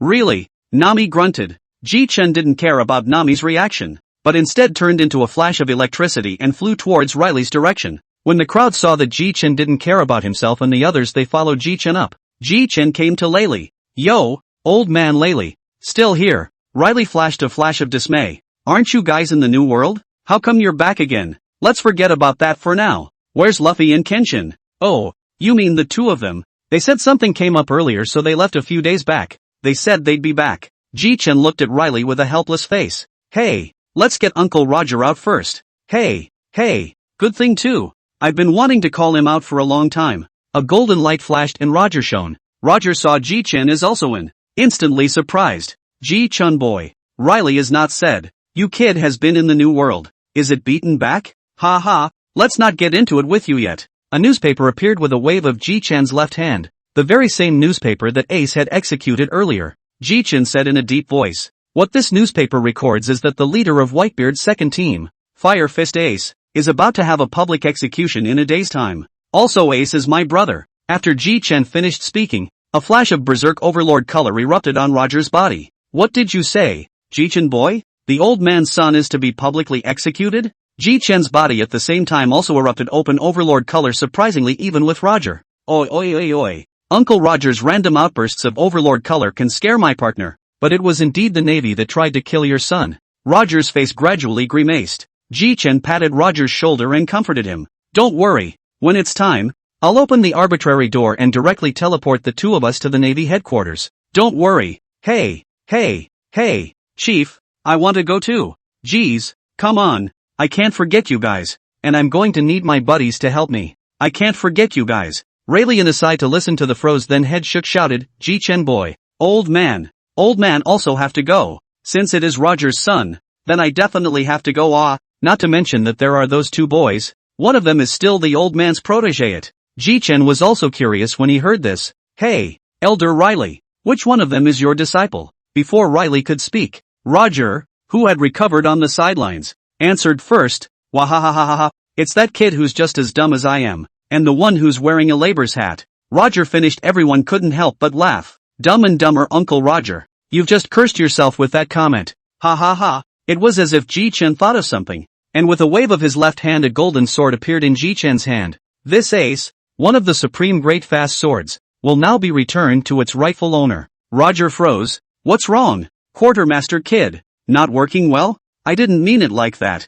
but I've found a blade that suits me better, and it's one of the supreme great fast blades. The Thunder Plague, Ji-Chen said and directly pulled out the knife. When the knife was drawn, it made Riley as well as Roger's eyes light up. Riley rubbed his chin and laughed. Indeed it is a good sword. No wonder you returned ace to Roger. Where did you find this? The old man is more curious. Ha ha, this one might just be luck. A treasure map I picked up in Rogue Town when I was just out at sea earlier. And after that I landed on Thor 2 and followed the directions on the map and found this knife. Ha ha. Thunder God Island. I seem to remember that it was the awakening of the rattling thunder fruit ability that made that island like that before. Uncle Roger is right about that. Alright, let's get refreshed and prepare for the next battle. Just in time for our famous chef on board to show you two old guys a hand. These words directly made Zicheng blush. Nothing. Chapter 81, Arrival at the Battlefield. Time rushed by and soon it was time for Ace's execution. At the same time, Ji-Chen, who had just been lying on the ground, popped up like a spring. Riley asked, Kid, what's going on? Ace's execution time has come and gone, but now that Whitebeard should have fought the Navy. I'm not too worried. She said she wasn't worried but Nami looked anxious as she watched Ji-Chen walk around. Let's wait a little longer, and then go. Time passes by. Ji-Chen silently took out a candy from his pocket and held it in his mouth. And in an instant Roger appeared in front of the crowd, along with Riley's appearance having become younger. Riley looked at the changes in his body in surprise and shock. Ji-Chen looked at Roger who had already put Ace on his waist and everyone was ready to go. And Ji-Chen smiled with excitement. Yossi, get ready to go. Ji-Chen waved his left hand. A teleportation talisman that emitted a mysterious color appeared in his hand. The crowd looked at Ji-Chen in confusion. Ahem, this is the first time I've taken out this prop. Well, no more nonsense. Everyone hold on to me, we're ready to go. In an instant, Ji-Chen injected power, and all of them were wrapped in purple power and disappeared in a flash. Naval Headquarters, Marin Vento. The crowd only saw a flash of a ghostly purple ball of light appear in the center of the square. And they all stopped what they were doing and gazed closely at the ball of light. Even Sengoku and Carp watched with furrowed brows. Soon the ball of light dispersed, and Ji-Chen and his group finally appeared in the eyes of the crowd. Yo, there's quite a crowd. Ace on the execution platform was also staring at Ji-Chen with wide eyes. Ji-Chen looked over. Ha ha ha, Ace, it's good that you're not dead. I'll get you out in a bit. Ha ha. Ji-Chen's words instantly made Ace's eyes redden, but the words were spoken without ceremony.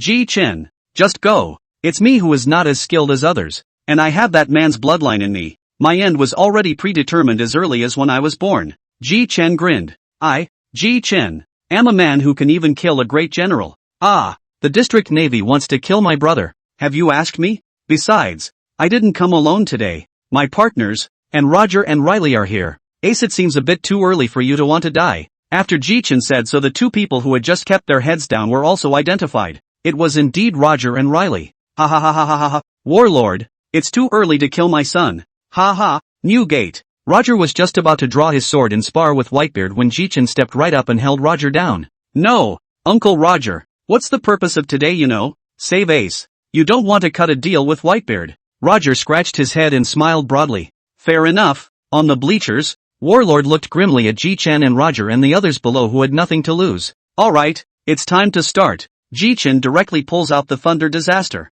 Ji-Chen's eyes were looking around looking for a target. However, a sudden sword-on was chopping directly towards him. Ji-Chen quickly reacted, and a divine evasion responded. Who is it? Mud. Who the hell is sneaking up on me? Ji-Chen saw a man with a glare in his eyes. Mud, the world's #1 swordsman and a sneak attack? Hawkeye laughed softly. I just sensed the aura of a strong man and wanted to give it a try. Ji-Chen's face was completely gloomy as he said aloud. then you should know what kind of person is in existence you can't afford to mess with. Besides, I haven't been sneak attacked yet. Ji-Chen directly used the demon god contract, and a huge demon god shadow appeared behind Ji-Chen. Ji-Chen's various strength, speed, spirit, and physique increased by 100% duration of 1 hour. Ji-Chen directly dodged and came directly in front of Hawkeye. At this moment Hawkeye felt incomparable fear, the fear of facing death. Ha! Go to hell! Thunder chop! A chopping blow as fast as lightning went towards Hawkeye's body. In the face of death, Hawkeye also exploded into full force and struggled to veer to the right.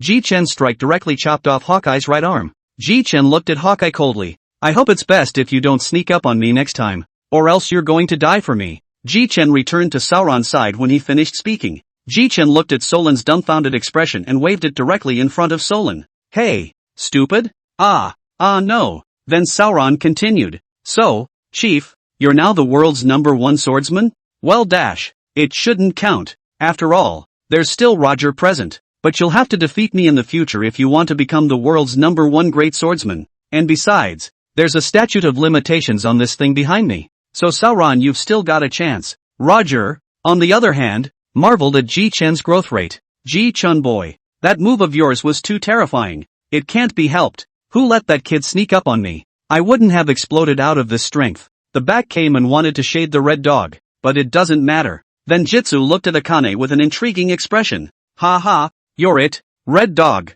Ji-Chen arrived in front of Red Dog with a few dodges, followed by a heavy slash as well, but the sword was blocked. Oh, Green Pheasant? You dare to stop me? Green Pheasant exhaled a mouthful of cold air indifferently. We can't admit that you're fooling around, or else we're going to lose this battle in the Navy. Red, Akane, let's meet him piece by piece. Ha. If you want to be called Red Dog, just call it Red Dog, and change the name. The Navy is really no good. The crowd of Navy saw the two great admirals to meet Ji-Chen won even with Ji-Chen 50-50. Instantly confidence has lost half, and one of the specially recruited admirals, Tung, who had long since fought Sauron. Clank! The sound of fine iron clashing resounded through the duo. Ha. I didn't expect you to be so strong. This trip to the Navy headquarters wasn't in vain. Old me also didn't expect that the crew of the extremely evil disciple Ji-Chen would be so strong. And every single one of them is so strong. And seeing that the situation on the battlefield was gradually being suppressed, Warlord also quickly pulled out his phone bug and called the 5 Elder Stars. Bruiser, 5 Elder Stars. The situation on the battlefield has already put the Navy at a disadvantage because of the people Ji-Chen has brought with him. I know. Someone will be there to back you up in a moment. Ka-cha. The phone bug hung up, and Warlord's face went green and red. Mud. If it weren't for you guys, we wouldn't be in this mess. Warlord couldn't help but get a headache as he watched Ji-Chen's stance that grew more and more courageous with each passing battle. If I lose another admiral, I won't be this Navy Marshal. Chapter 82 Beat up Akane and Green Pheasant. Hey, what do you two generals have to drag me around for? Interesting? You guys. The duo did not answer Ji-Chen's words and continued to attack him. Just as the three of them were fighting back and forth,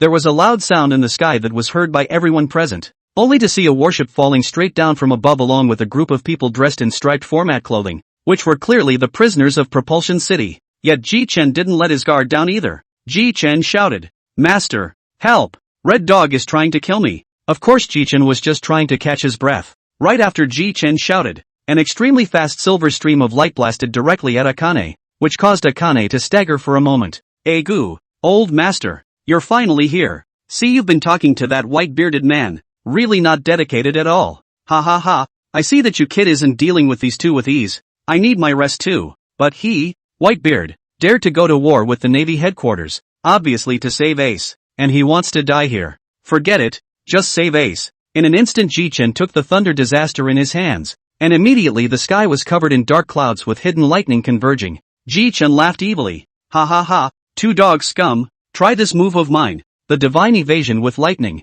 Ha. Short for lightning dodge. Ji-Chen slashed heavily at the duo, directly cutting them both down and flying out. Ji-Chen raised an eyebrow. How about it, Elder Riley? This move isn't so bad that it'll cut them to death. At least a few broken ribs will still do. Ji-Chen carried his sword while the voice of a person in the distance then appeared in Ji-Chen's ears. It was none other than Luffy, who was coming his way, his fists swinging wildly as he went. Yo, Luffy, a little faster than I thought. Finally the two brothers finally meet. Stupid Luffy, and Kenshin. You two guys, really, why leave Rascana Island so early? You guys could have waited for me to arrive, piece by piece. Luffy, on the other hand, grinned cheekily, because it could have come earlier. There's really nothing I can do about you. You go ahead and leave this place to me. Yossi, let's go. Kenshin. Ji-chan saw the smoke dissipate after 100 meters, and two figures slowly walked towards to his side. Akane had a large hole blown out of her chest, and Green Pheasant had a decapitation on her chest,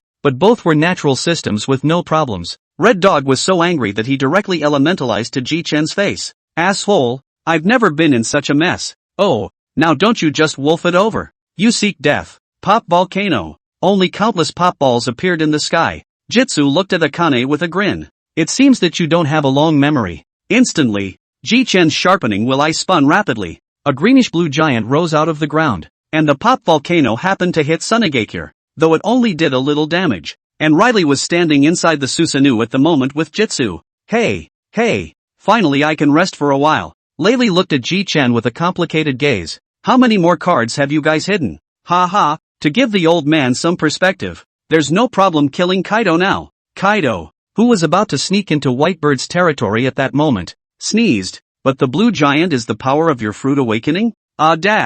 Pretty much. The two generals, who were in a daze at the moment, looked at the blue giant in front of them in shock. Asshole, the power of a fruit awakening? Ji-chan stood above and looked down at Red Dog and Green Pheasant. It's still too late for you two world government dogs to surrender. Red Dog's face was gloomy to the extreme. Bastard thing, go to hell. The great Spitfire, tyrannical mouth. The two great generals also tightly punched a crack out of Ji-chan's Susanoo under their full power. What? Impossible? Akane said as she stared wide-eyed at the giant in front of her. Ji-chan sneered. Uneducated thing. Now let's show you something fun. Ji-chan directly let Susanenahu throw out the shuriken. The shuriken was pointed straight at Akane's right leg, and when it came into contact with Akane's right leg, in an instant his right leg was directly disconnected. Ah, damn. It's that trick again. And a cold sweat was left on Ching Fei's forehead, clearly having become afraid of Ji-chan's methods. And just then Warlord suddenly shouted, "Execution!" Ace also closed his eyes after taking a deep look at Ji-chan. As the two executioners were about to swing at Ace, two fiery red flames with the shape of a dragon head instantly killed the two executioners. Only a man with a steel pipe, a magic hat, and that conspicuous blonde hair stood at the house in the distance. This man was none other than Saber, and Ace's eyes were wide with tears that had somehow soaked his eyes. Hey Ace, it's been a long time. Ace whimpered and laughed, his body shaking. He no longer knew whether to be happy or excited. Ji-chan looked at the pretentious Saber and said irritably, "Hey, Saber, you didn't tell me when you came. You asshole. Ha, thanks." Ji-chan also already knew why Saber said thank you, so he just smiled. "Looks like the fruit I gave you developed pretty well." Ha, that's for sure. The two just chatted like no one else, and Roger had just had his heart in his throat for a long time. Just now he was completely distracted. Just now he didn't even know to use the Overlord color. Asshole Warlord, I almost lost my son just now. Roger was directly enraged, and a man and a sword were rapidly heading towards the execution platform. Just then 5 richly dressed men blocked Roger's path. What are you 5? Navy too? Ha! Chapter 83, Ji-chan curses. I've heard for a long time that Gold Roger has been resurrected, but I didn't think it would be true. And Ji-chan saw the faces of those 5 people. You 5, are you the Knights of God? Ji-chan dashed to Roger's side. Roger saw Ji-chan looking at the 5 people in front of him with a wary face, also causing Roger to show a puzzled look. Boy, are they good? Ji-chan laughed lightly.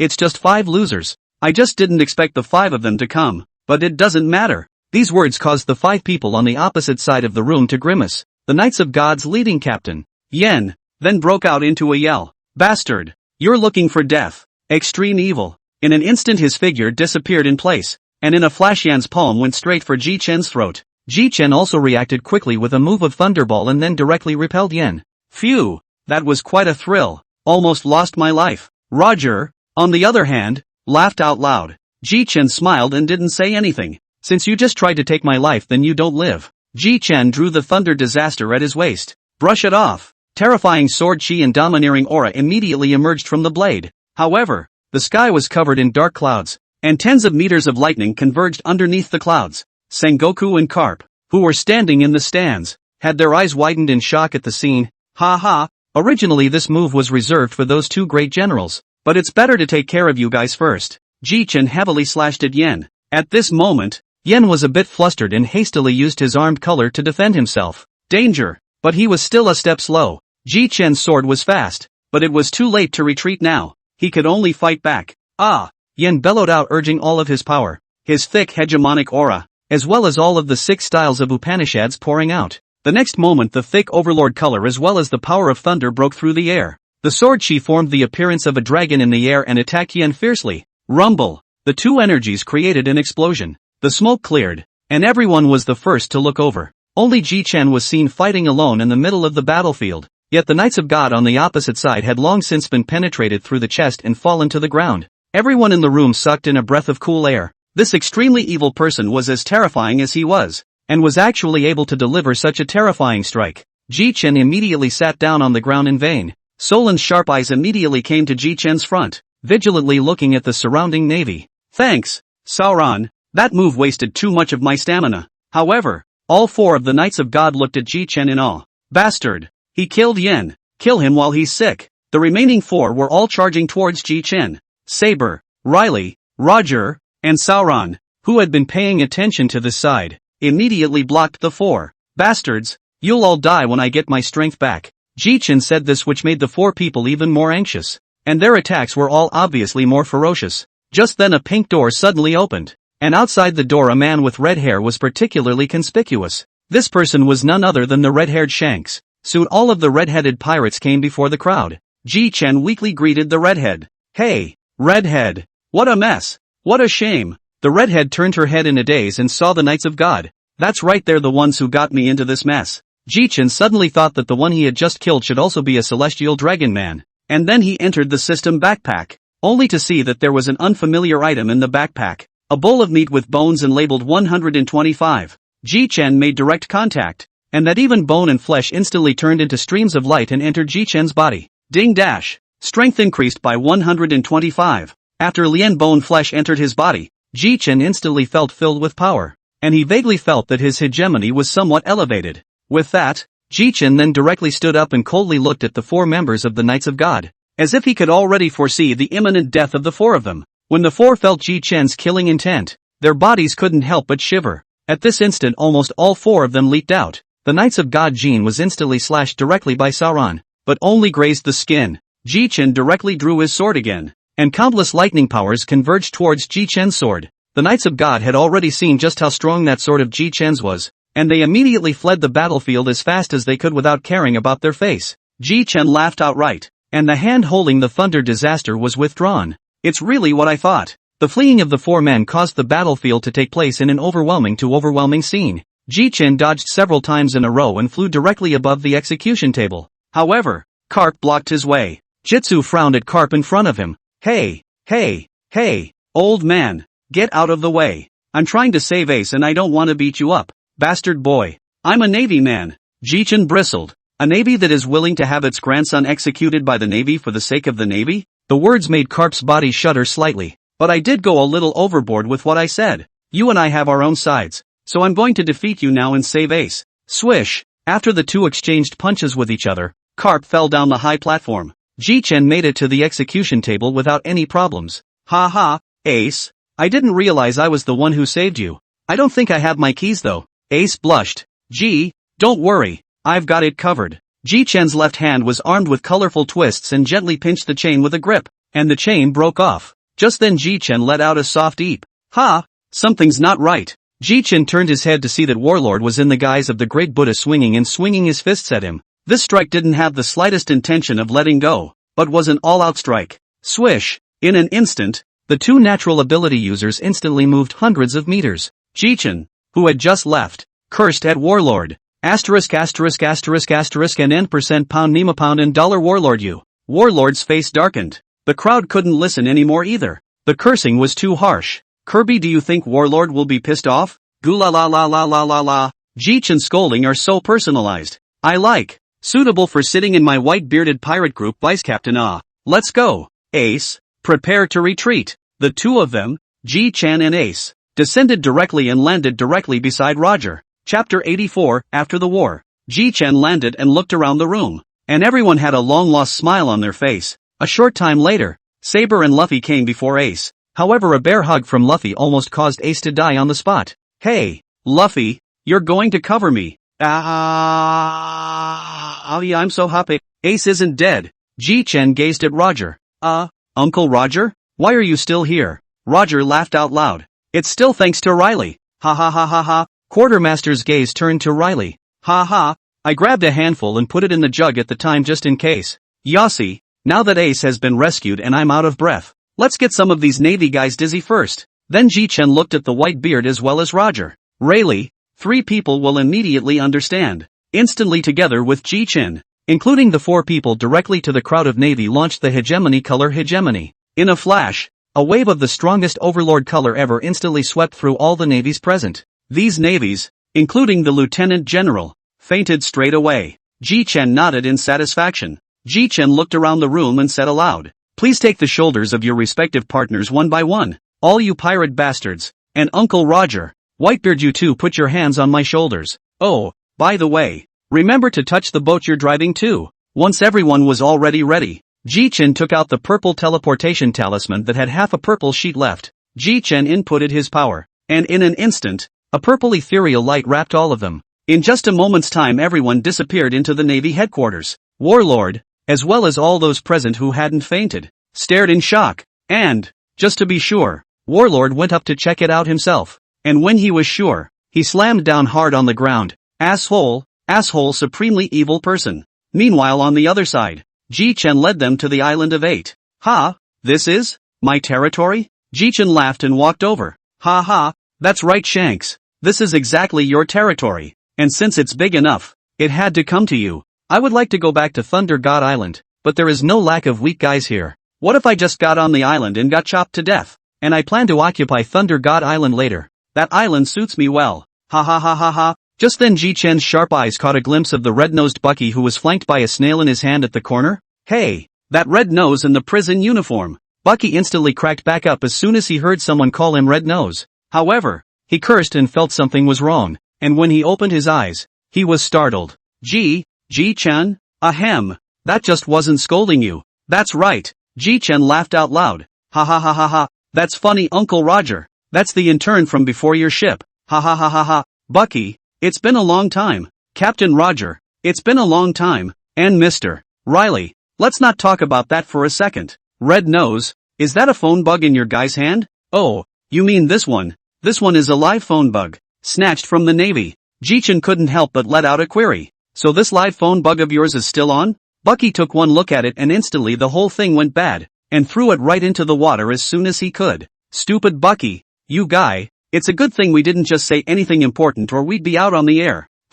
Bucky directly grabbed Shanks by the collar with an angry look on his face. Asshole Shanks. Goo la la la la la la la. To celebrate the end of the war and the return of Ace, the little ones are having a party. Off to the side, the redhead glared at Whitebeard in displeasure. Whitebeard, get a clue. This isn't the Moby Dick. This is my island. My home turf. Asshole. Boys, it's time for a feast. Subsequently, for 3 days, the pirates had been wrapped in a joyful atmosphere, drinking and talking. Hiccup. 3 days later, all of them left the island of 8 with a pleasant mood, and as for them leaving so, naturally, they used the robbed warships. Luffy, Kenshin, Saber, Riley, and Hancock streamed down. Yossi, it's just us now. I'll send you all back now, and I can go back to the New World after the week. Ji-Chen looked around. So let's send the Empress back to Daughter Island first. Ji-Chen's left hand waved, a pink door appeared in front of the crowd. Ji-Chen directly opened it, and what came into his eyes was an endless number of women.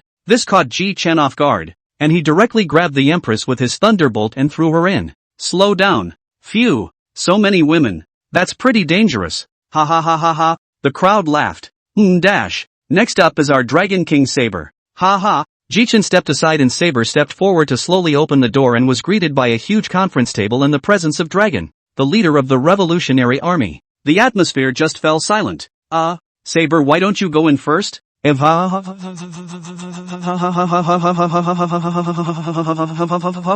Just as Ji-Chen was about to close the door, a man wrapped in a domineering aura with lightning wrapped around his hands blocked the door. Ji-Chen looked up in a daze to see the face of Dragon, the leader of the Revolutionary Army. Chief of the Revolutionary Army, what's wrong with you? The never-smiling Dragon showed a serious smile. Lord Ji-Chen, may we have a chat? Just talking? Not really.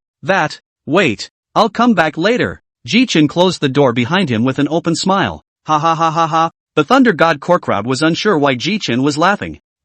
Captain. Have you lost your mind? Still laughing? What's it say about the captain? Jitsu bounced Nami on the side of her head. I'm smiling because, Dragon, the leader of the Revolutionary Army, has taken a liking to this door behind me, or he wouldn't have stopped me. Ha ha ha, now we can knock them hard. Ji-chan's words made all present laugh. Even the red-haired pirates Beckman and Shanks are giving Ji-chan ideas and are bound to knock one out hard. Ha ha, that's it. Worthy of being the person with the highest IQ in the red-headed pirates. Chapter 85 easily earned $700 million. Office of the Five Elders. Manhwa, Holy Land. At this moment, the five old men were frowning tightly, as if they were thinking about something. Topman Werchbally Saint spoke. This extremely evil person didn't expect to possess the ability to decapitate Yen. It's our miscalculation. The sword-wielding old man snorted coldly. This guy's sword intent is just SOSO. Anyway, let's report to Lordum first and see if we should obliterate this person. The five of them then stood up together and headed towards the room of flowers inside the Pondal castle. Soon several people came to the door of the room and knelt down. And soon the door slowly opened. What met the eyes of the five was a man with the arms of a human body and elongated eyes with thin circles outside his red pupils. He wore a crown with 4 towering spikes and a ground-length cloak. What is it? Reporting to Lordum that Yen of the 5 Knights of God who went to kill the extremely evil Ji-chan was killed with a single sword strike. After saying that the five were too terrified to raise their heads. Oh, this Ji-chan is somewhat capable. Then Lordum doesn't know if we need to send someone to kill him now? At once Im's distinctive shrill voice reached the ears of the five. That's not necessary, and I'm curious to see just how far he'll grow. You guys go back. The door then closed with a wave of Im's sleeve. The 5 elder stars stood up with them. What do you think Lordum means by this? The old blonde said. Just do what Lordum said. The scene returns to the island of 8. I'm going to bring Robin this time. Never mind all of them. Ha ha, in case I get caught, I still need to rely on you guys. Nami glanced at Ji-chan. He, Captain really knows how to joke. Just that sword you used at the Navy headquarters. I think he'll be able to walk across the sea from now on. Maybe in a few days. When we return to the sea, we'll all have pirates to join us. Well, really, I just said a few words and Nami you say so much. You're the navigator who talks the most on our ship, aren't you? Nami huffed and puffed and looked away, ignoring Ji-chan. Well, we're ready to go meet this dragon now, are you going? Nami turned back to see that Ji-chan was ready to close the door, and as the others had already passed, Nami came straight to Ji-chan's side at a 100-meter race. The 2 headlights that Ji-chan was looking at were very eye-catching as they bobbed around. Ha ha, there's no need to run like that. You won't be left behind anyway. Ji-chan chose the other side of the door to be on the island and didn't appear directly in front of the alpha dragon like Saber did. This is Baldrago? Robin explained at the right time. This is where I have been practicing for 2 years. The base of the Revolutionary Army on the island of White Earth on the Great Voyage. Well, this is where Robin practiced. It looks quite deserted. Since you should be very familiar with this place if you've been here for 2 years. Robin, let's ask Robin to lead the way for us. Robin laughed softly. No problem. Jithan. After Robin's lead, along with the revolutionary Ji-chan he met along the way, he soon reached the office where the dragon was. But the dragon should have told the following members I was coming the first time. Entering the conference room, Ji-chan realized that there were quite a lot of people here. Not only Saber, but also Haku, as well as Saber's wife, Kara. Ji-chan walked at the front of the line to see Saber was also surprised. Oh, I wonder what the leader of the Revolutionary Army came to me specifically for. Ji-chan asked with a smile as he sat directly across from the Revolutionary Army's leader. Dragon, Your Excellency Ji-chan is really direct. What about the reason I'm looking for His Excellency Ji-chan? Is because the prop you sent back to Saber earlier. This thing intrigues me. Ji-chan's smile didn't diminish. Then I wonder if you're ready for Bailey. Dragon, this thing of mine is very expensive. The dragon laughed awkwardly. Ha ha, then I wonder how much Your Excellency Ji-chan needs. Ha ha, that naturally depends on what kind you want. Dragon, I've got ones here that can be used 100 times, and 50, and 10, and then there's the 3 times. 100 times it takes 2 billion berries, 50 times it takes 1 billion berries, 10 times 100 million berries, and 3 times 30 million berries. Those present also had their eyes widened in shock. Ahem, this is a bit too expensive. I wonder if Your Excellency Ji-chan can go cheaper. By the way, just so you know, I can only sell you 1 door, so you pick one of these 4. Well dash, there's also the fact that you saved my brother Sabo since he was a kid. If you buy 100 times of any door I can give you 1 billion belly cheaper. Plus the girl sitting on the side is the one Sabo likes. Right,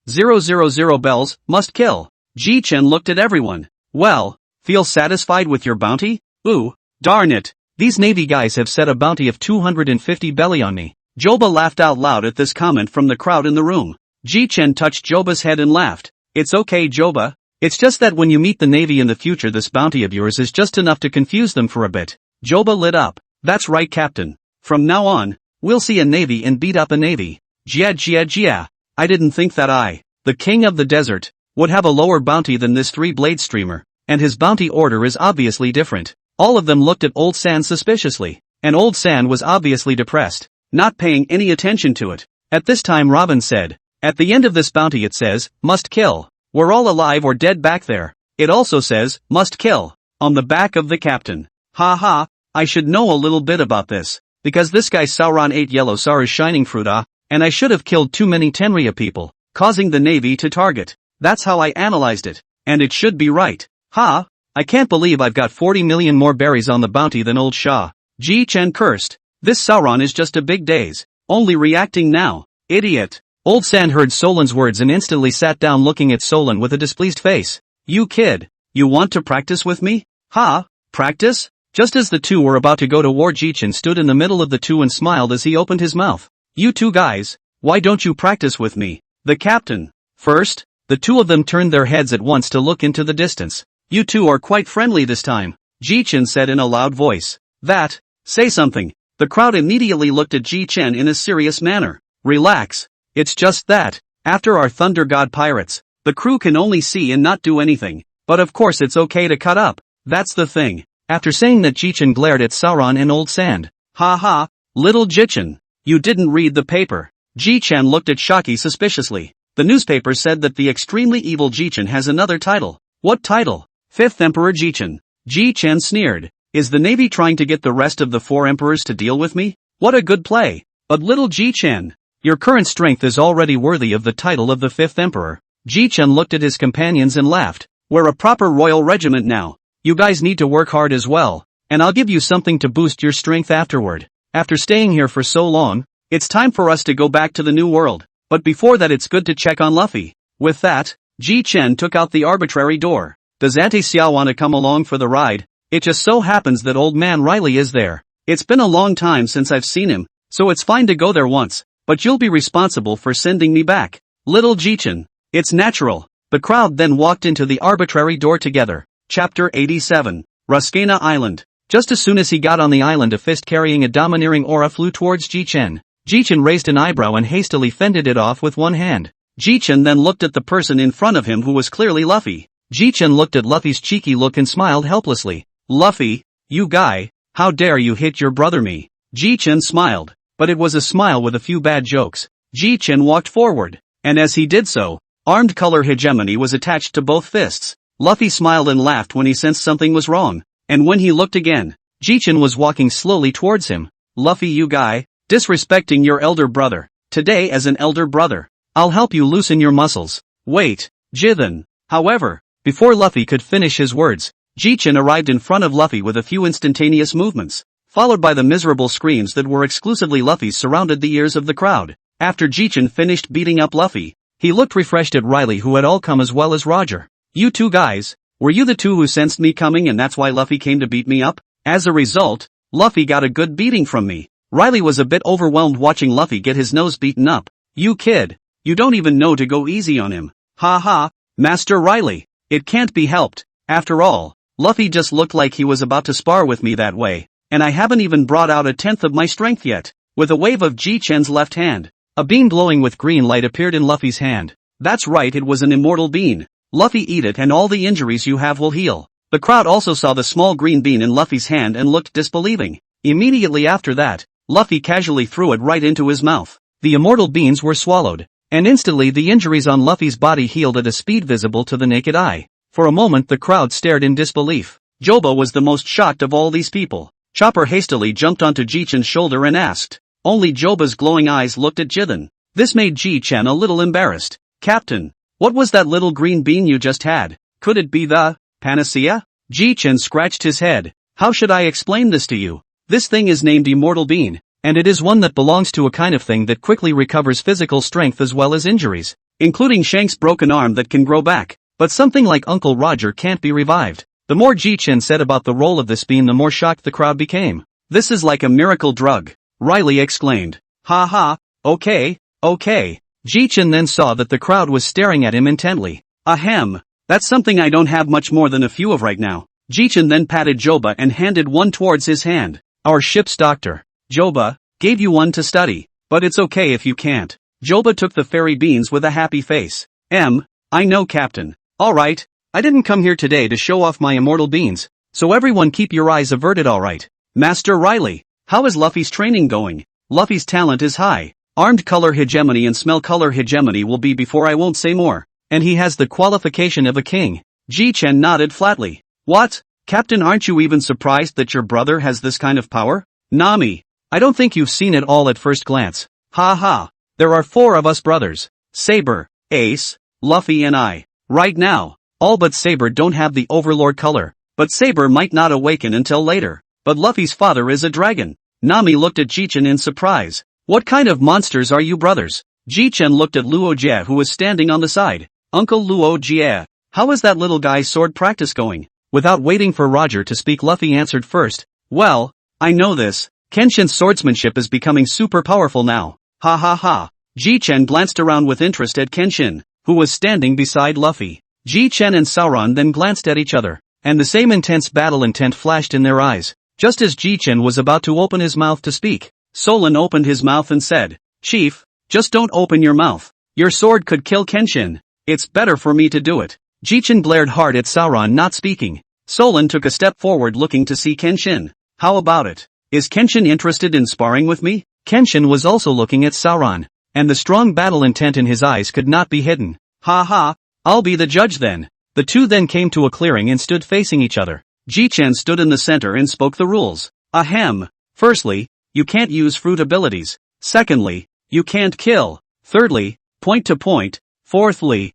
use your strongest moves to decide the winner in one move. I'm still in a hurry to go back to the new world. Everyone looked at Ji-Chen helplessly. Sauron slowly drew 3 swords from his waist and made a direct move. 3-blade Ryu Black Rope Great Dragon Roll. Kenshin also directly drew the 2 swords at his waist and silently used his stance. Nigeria Rainbow Haze Demon Killing. Instantly the 2 sword chi collided together as if a bolt of lightning bolt cut through the sky, emitting a deafening sound. The sword chi lasted for about 10 minutes, and finally the sword heart took the lead in defeat and ended. Just as I thought. But Sauron, you even let go of the water. It seems like you admire this little guy called Kenshin. The talent is great. Okay, but the talent is really good. And it's good at naming moves. Ha ha ha ha ha. Ji-Chun boy. Your partner is very powerful. It's rare to come across such a strong swordsman. How about sparring with me? Ha ha ha. Uncle Roger, don't joke around. We're going back to the new world. We'll see you later. Ji-Chen directly grabbed Sauron after saying that and left. Hey Luffy, I'm waiting for you in the new world. Ji-Chen then also directly opened any door and sent Xia Chi back first. Let's go, guys. Chapter 88, The Golden City. New World, Thor Island. What the hell? What's the captain doing on this island again, eh? I don't want to get struck by lightning. Nami, with the captain around, I don't think it's going to get us struck by lightning. Ha ha, it's better if Robin says it right. Ha ha, how can I let you guys get struck by lightning with me? The god of thunder. Here, Ji-Chen said as he approached the shore and put his hand into the sea. Soon the sea surface had a lightning-like pattern, and soon the thunder god appeared out of thin air in the eyes of everyone. Ji-Chen glanced back at everyone. Let's go. Off to the next island. The crowd boarded the ship and the Thor slowly started. Captain, where do you want to go first on the next island? Let me think. Let's go to the Golden City first then. There might be something special there. Ji-Chen finished. Nami's eyes suddenly lit up. Nami, although we are pirates, we can't just rob that Golden City lord if he is honest. But if it's not honest, then don't blame me. But the Golden City itself is an island that moves. But it should be right around here. 3 days later the Thor was sailing as usual, with Ji-Chen dozing on deck and Sauron sipping fine wine. Suddenly Brook exclaimed, What is this? Mr. Ji-Chen, wake up. Ji-Chen opened his eyes in a daze, and what met his eyes was a huge golden island. Nami also heard Brook's voice and ran over. Instantly Nami's eyes went straight, staring unblinkingly at the ship made of gold. So, Mr. Ji-Chen, are we going to drive there? Ji-Chen nodded. That's the place. Just drive straight there. The closer they looked, the more shocked the crowd became. Is this all made of gold? Of course, This golden city is called the Grand de Solo, and it's the largest casino in the world as well as the casino. The master of Golden City, Tesoro, is an ability that has eaten the golden gold fruit. That's quite an ability. Then let's drive quickly. I can't wait to see this golden city. At the same time, the staff member in charge of monitoring reported to Jichin immediately after spotting their pirate ship. Tesoro-sama, the Thor pirates have been spotted, being hailed by the Navy as the scourge of disaster for a very evil generation. And afterward having killed Admiral Yellow Monkey, the top war forcefully battling 2 admirals undefeated, and having already killed a multitude of celestial dragons, and being hailed as the man of the 5 emperors. I'd really like to see what you've got in store for me, Jichin. Soon Jichen's group landed in Golden City. Wow, it's really beautiful. Even the harbor is made of gold. Jichen looked at Nami with a smirk on his face. Hey, Nami, put your unseen look away. We're at least a royal class pirate group. Nami glanced away. I thought people had never seen it before? I know.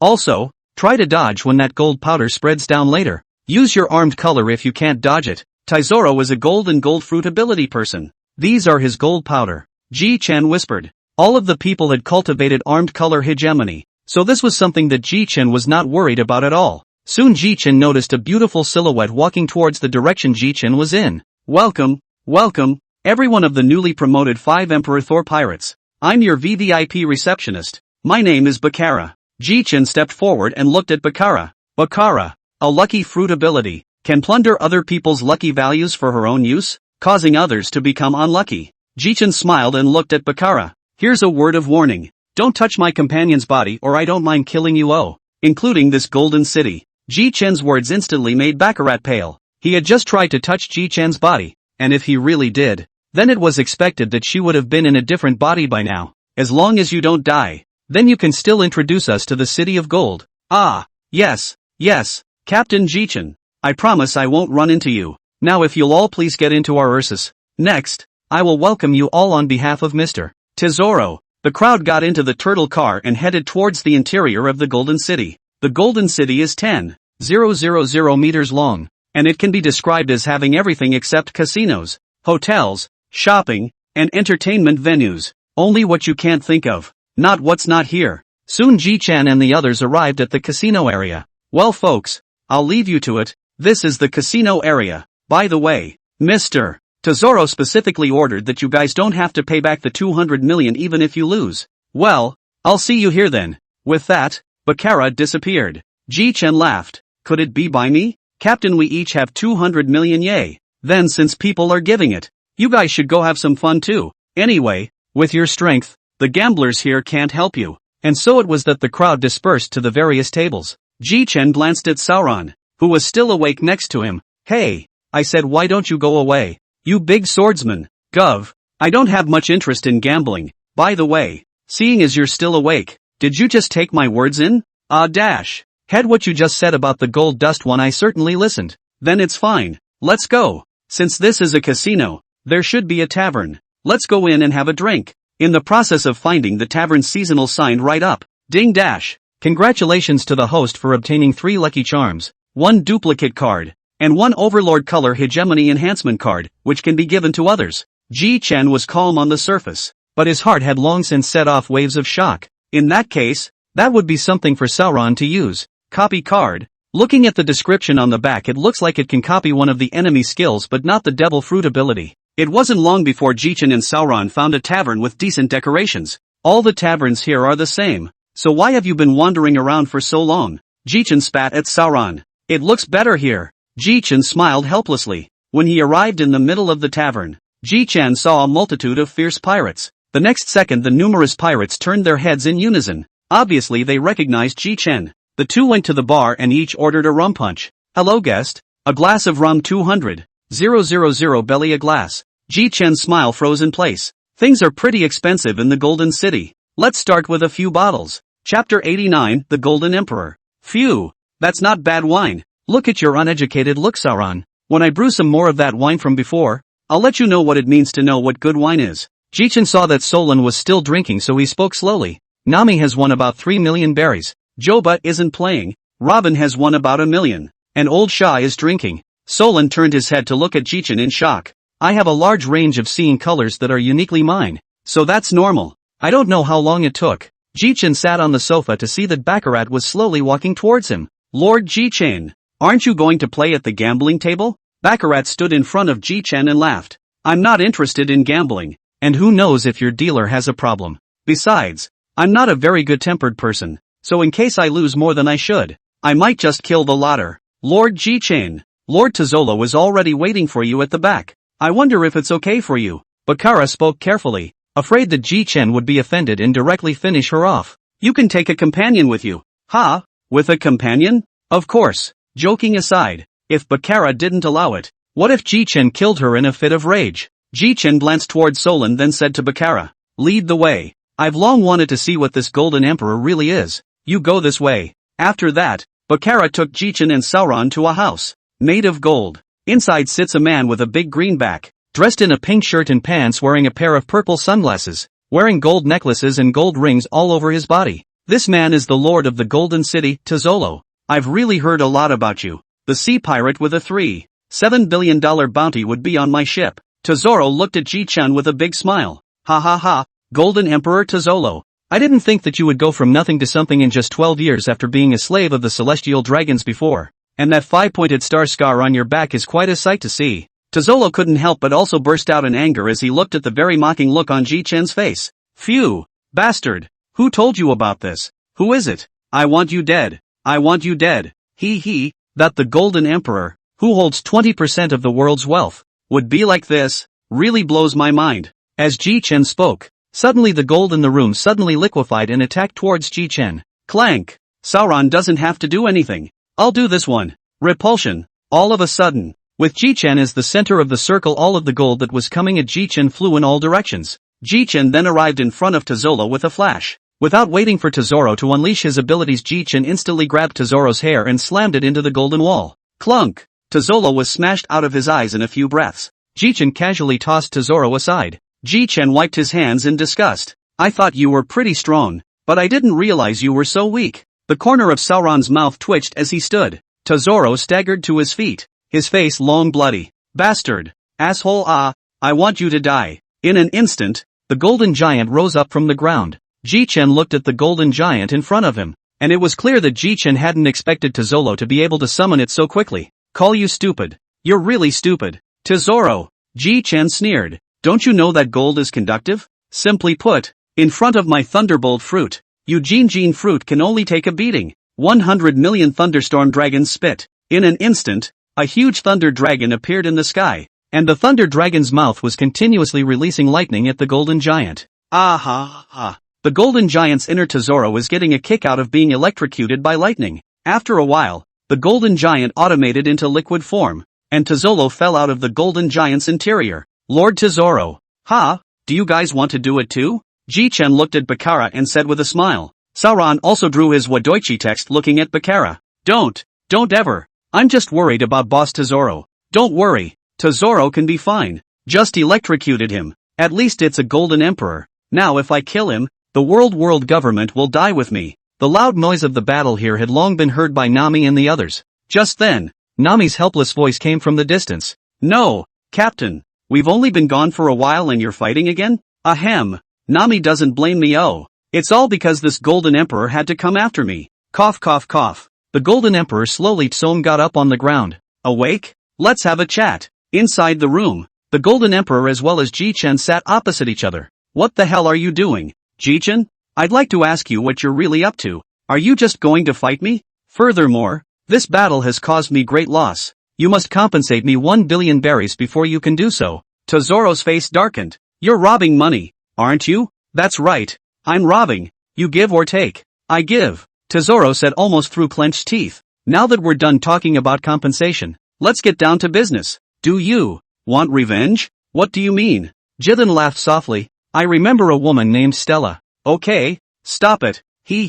My ultimate goal is to exterminate all the celestial dragons. I wonder if you, the Golden Emperor, want to join me? Tozoro looked at Ji-chan with shocked eyes. You madman. Are you kidding? And to eradicate all the Tenryu in the world? That's simply impossible to do. Oh, you haven't seen me kill a dozen or so Tenryujin already. And I'll do it even if the Archons come. I don't know what kind of power the world government is hiding, but just keep getting stronger. And the world government isn't invincible. So what exactly do you want me to do? I want you to provide me with money. Besides, I'll take Kaido's head sooner or later, and Kazunokuni is a nice territory. The Golden Emperor hesitated for a moment and slowly said, if I refuse you, am I going to die? Of course, when the time comes, I'll plunder your Jinjin fruit. Tesoro let out a bitter laugh. Sure enough, just as I thought. Then since there's no choice but to have fun working together, then as an ally, I'll give you some magical props later. But of course these magical props all need to be bought by you with money.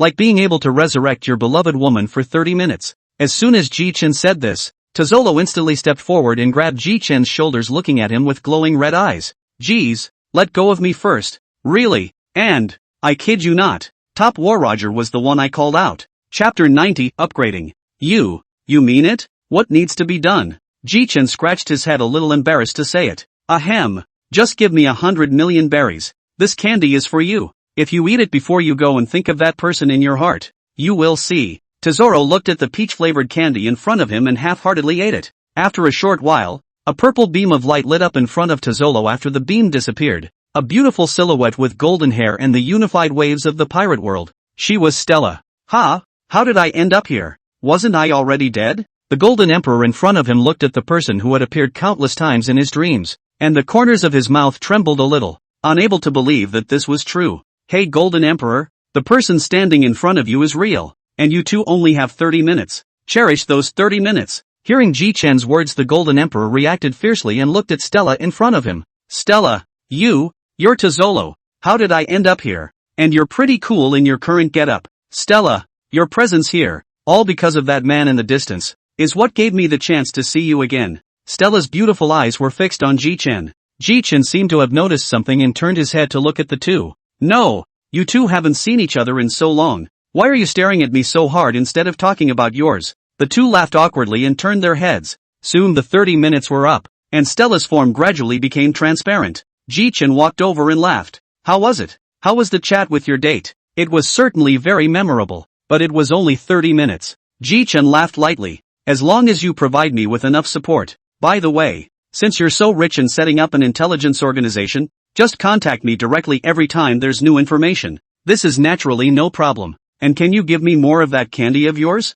Tezolo looked at Ji-Chen with expectant eyes. Ji-Chen froze for a moment. This can't be done, because there are more things in the early stage. In order for you not to indulge in female sex, so the early stage will not be given to you. Wait until after the intelligence organization is stabilized. I will give you a batch of this kind of candy specifically. Instead of being disgruntled, Tesoro's face was filled with hope. Ha ha, okay, here's my phone bug. You can call this for future contact. Oh, it's true that it's a Jinjin fruit ability. It's really not bad. Even the phone bug is pure gold. Well, at the moment I'm not really short of money in the Thor Pirates, so I'd like to get going soon. I'm a little dizzy from all the colorful looking ones here. Tesoro nodded. Have Bakara walk you out then. It's kind of far out here. Good thing too. Then Bakara brought the Thor Pirates in and useless all the way to where Ji-Chen had docked his ship in the first place. Tell the Golden Emperor for me that the things I've explained to him should be completed as soon as possible. With a smile on her face, Bakara nodded toward Jithan. Don't worry,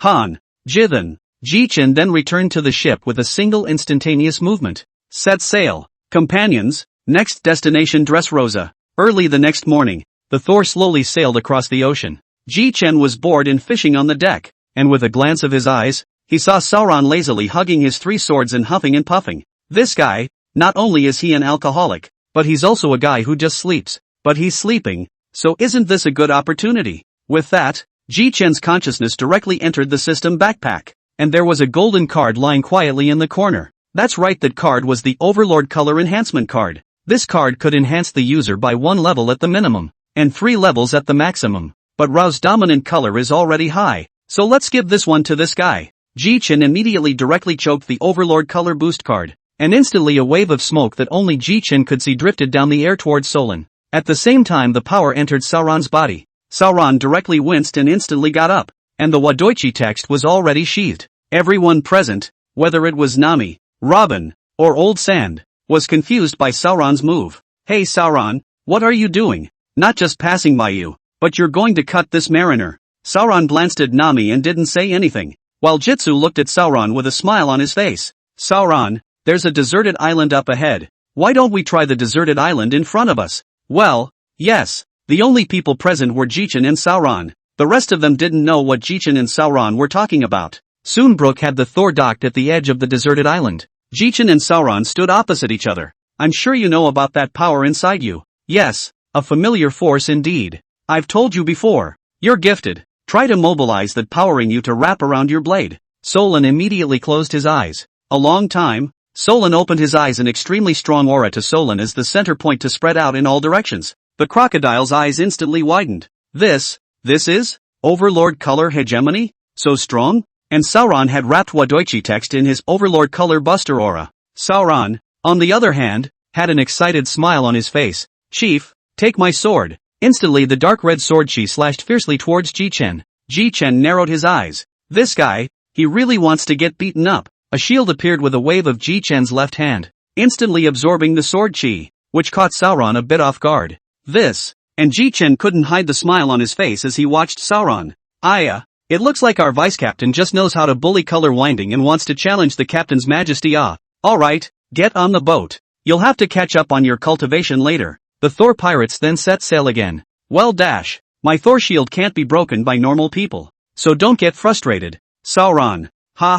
Why would I be frustrated? Chief, do you think you, a guy who wakes up from a nap with a bully color wrapped around him, would be frustrated? Ji-Chen smiled awkwardly and said in his heart, this guy is pretending with me. Asshole, if I had known, I would have given it to you later. It took 15 days to finally reach Dressrosa, but during those 15 days, our Thor Pirates Vice Captain Roranoa Solon had to take 2 hours out of his day to have to doze off on the deck. According to him, sleeping on the deck can make you stronger. Maybe if you sleep and get up you can beat Ji-Chen. In the end, Nami couldn't take it anymore and just punched Sauron in the face, and Sauron's head bulged 2 large bags high. Chapter 91 Dressrosa. The Thor slowly pulled into the dock, and then the people on board jumped right off. Ji-Chen looked around to see that there were no outsiders, then directly put the Thor away. It can't be helped, you captains, I'm a lover of property and it would be a disaster to have my boat stolen. Well, get ready to go into Dressrosa. While walking on the road, Ji-Chen then popularized Dressrosa. Dressrosa is a resort-style tropical island known as the Land of Love,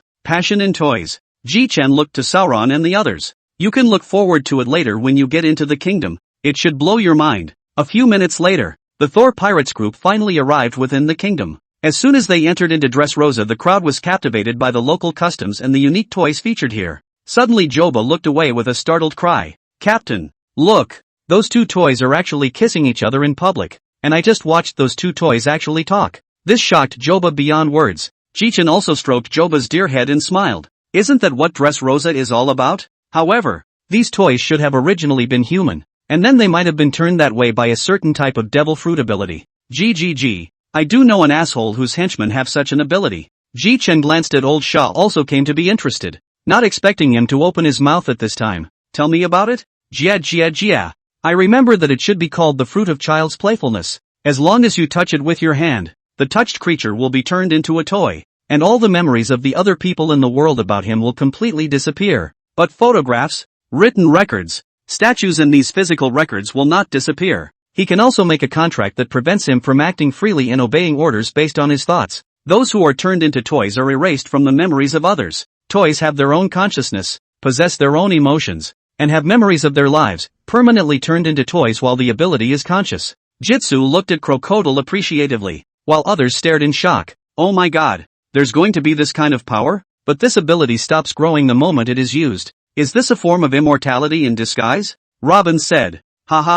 Nami, there are so many devil fruits in the world. It's only natural that this ability exists. There's some truth in what Robin said.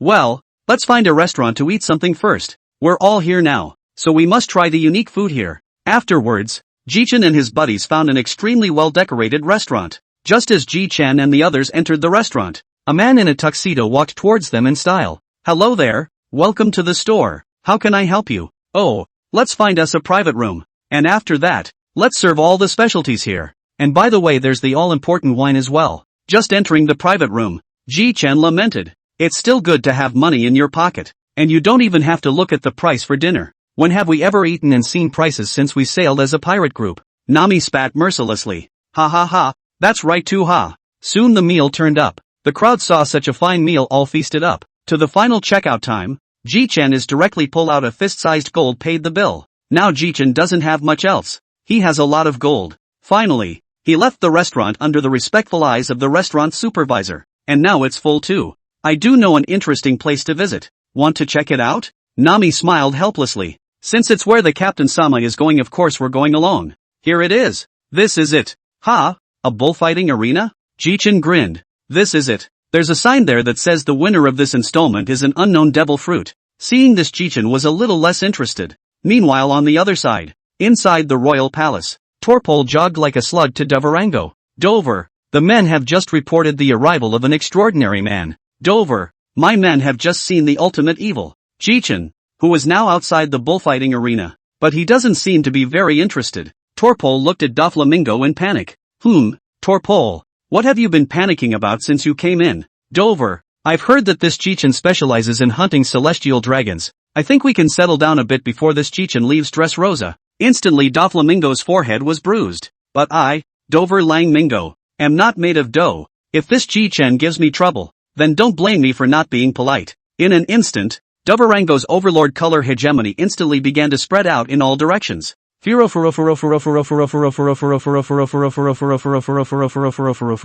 scene goes back to Jichen's side. Jichen looked at the notice board and scratched his head. Geez, honestly, there's nothing interesting about this island. Might as well get something going. As soon as Solon heard that Jichen was going to mess up, he immediately became excited. The others laughed bitterly after hearing Jichen's words. This captain, he's not honest at all. He's going to mess up every time after arriving on an island. Solon asked curiously, what's going on, Chief? Jichen pondered for a moment, releasing lightning in his hands to wrap the crowd up, and came to an uninhabited place. Just after landing, Nami scratched directly towards Jichen. Hey, Nami, what's wrong again? Stupid captain, to take us on a transient, at least give us some notice. I'm not prepared at all. Damn it. Jichen smiled awkwardly. Ha, pay attention next time. Well, since we're going to be messing around, it's only natural that it's going to be a big deal. I want to kill Don Quixote Doflamingo. In an instant everyone looked at Jichen in shock. However, without waiting for Sauron and the others to speak, a voice changed. Jichen laughed out loud when he fixed his eyes on it. Chapter 92 Dressrosa, 2. Soon a toy soldier with only one leg appeared in front of the crowd. Jichen raised an eyebrow and laughed. Surprisingly, it's a toy eavesdropping on us? Really? Hey, the captain is still a toy with a broken leg. Who the hell are you people? I can't believe you're going to kill Dovarango. Toy asked suspiciously. I don't have to answer you, do I? But I'm interested enough in you to tell you. We are the Thor Pirates. What? It's that most vicious pirate group in history. Recently dubbed the Fifth Emperor of the Sea. The toy soldier looked at Jichen and the others in shock. Jichen looked at the toy and smiled. I didn't realize that toys even know how to read newspapers. Funny. I wonder if the party could tell us a little bit about why you're the way you are. Okay, but you guys come with me. I have a house nearby. Jichen then followed him to this house. Once a few people were seated, Cyrus spoke. My name is Cyrus. I once won 3,000 consecutive matches in the bullfighting arena and thus was made army commander by King Riku. And I am also the husband of Scarlet, the daughter of King Riku.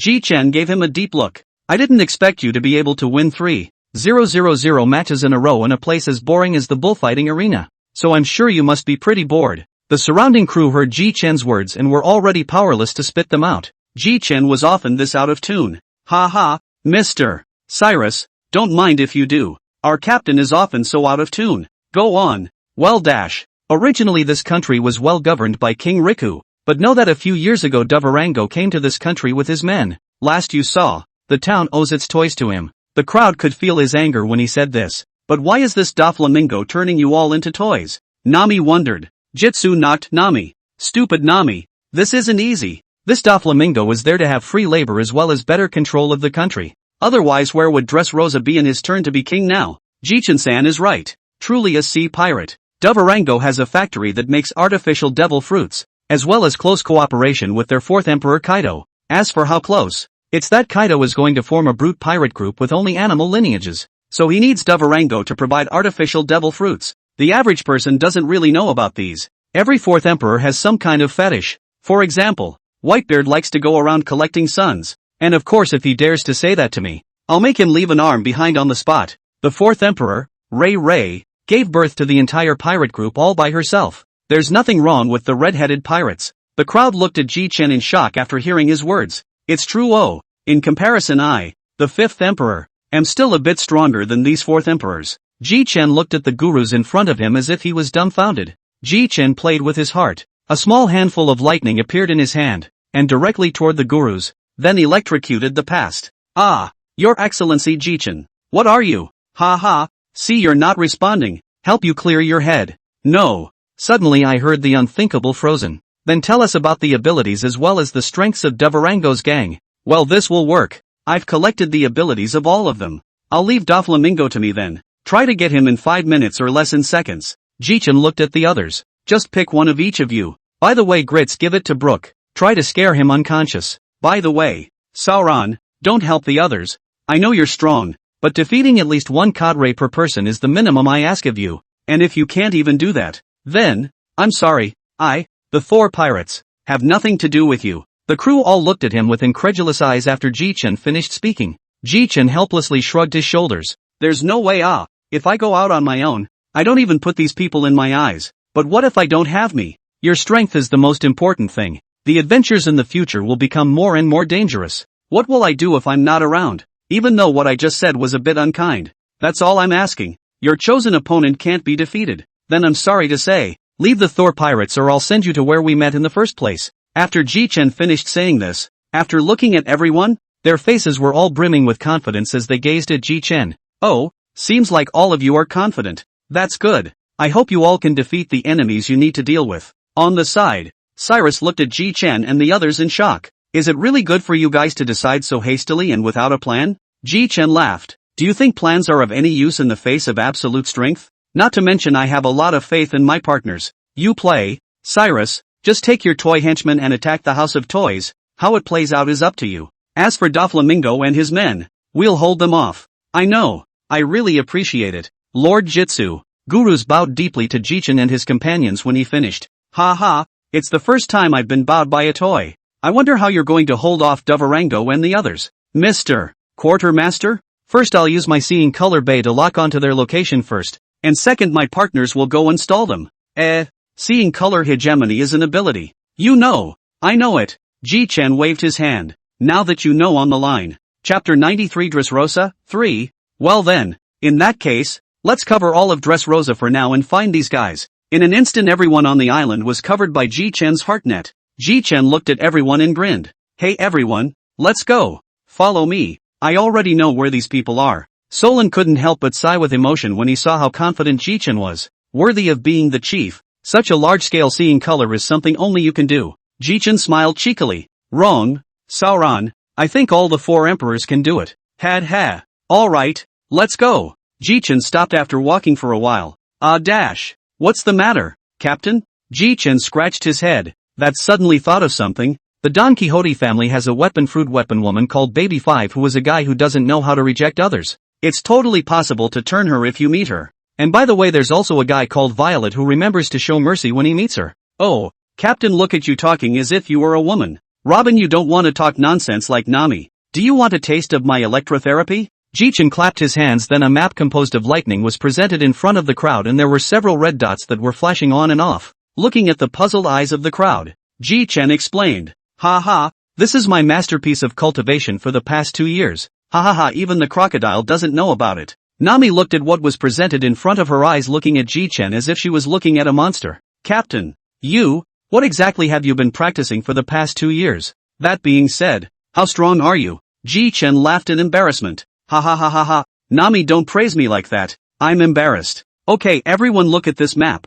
The weaker red dots will be smaller and the stronger ones will be bigger. Everyone can read a map. Ji Chen looked around, then looked at Sauron suspiciously. Sauron, are you still lost in these 2 years? When Solon saw the crowd looking at him, he became angry. Assholes, what are you assholes looking at? Forget it, you follow me. There are few enemies in Doflamingo. Follow me, then we will part here. By the way, you can let go of your hands and feet, because my heartnet is always covered, meaning you can fight as much as you want, and you can't die, because I will be the first to come to your rescue when you are about to die. With that in mind, then Captain, I'd like to greet them with what I've learned in the last 2 years. Ji Chen laughed softly. Great, so let's go, Sauron. With that, Ji Chen released his lightning arm and grabbed Sauron's arm and disappeared in front of everyone's eyes in a few instantaneous movements. Nami smiled helplessly. Well, This map is still here, so I'll just go to this point. First off everyone. Meanwhile Dovarango had sensed that Jichin was coming this way. Torpol looked puzzled.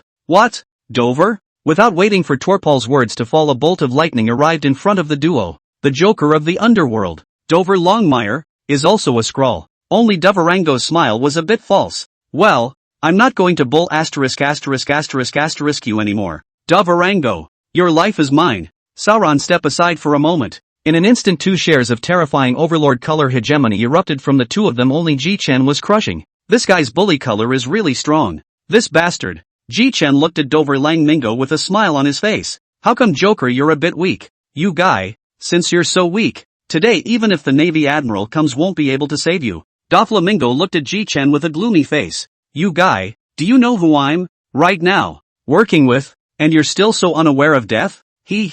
It's just the captain of an animal pirate group. He won't be able to run away when he's finished with you. 5 colored threads. In an instant 5 colors of threads appeared in Doflamingo's hand coming towards Ji-Chen. Ji-Chen directly instantly moved 10 meters away. Bastard. Dare to sneak attack the laborer. Marred. Thunder punishment. Strange demon wind. Dovarango looked at Ji-Chen a little confused. Furor, you guys can't even use your moves. Only to see that Dovarango suddenly interrupted his words as he spoke, as he had just sensed several extremely strong attacks heading towards his body. Bah, asshole, you think I developed this move for nothing? This move is called Creepy Demon Wind. It's just creepy. You're in for a treat, asshole. At this point, Dovarango had his entire body covered in a layer of armed color hegemony, as his perimeter would suddenly give Dovarango a blow every now and then. Ji-Chen couldn't help but burst out laughing at the miserable state of Doflamingo. Ha ha ha, Sauron, come over here and join in the fun. This attack will last about 10 minutes or so. Enjoy it, Dovarango.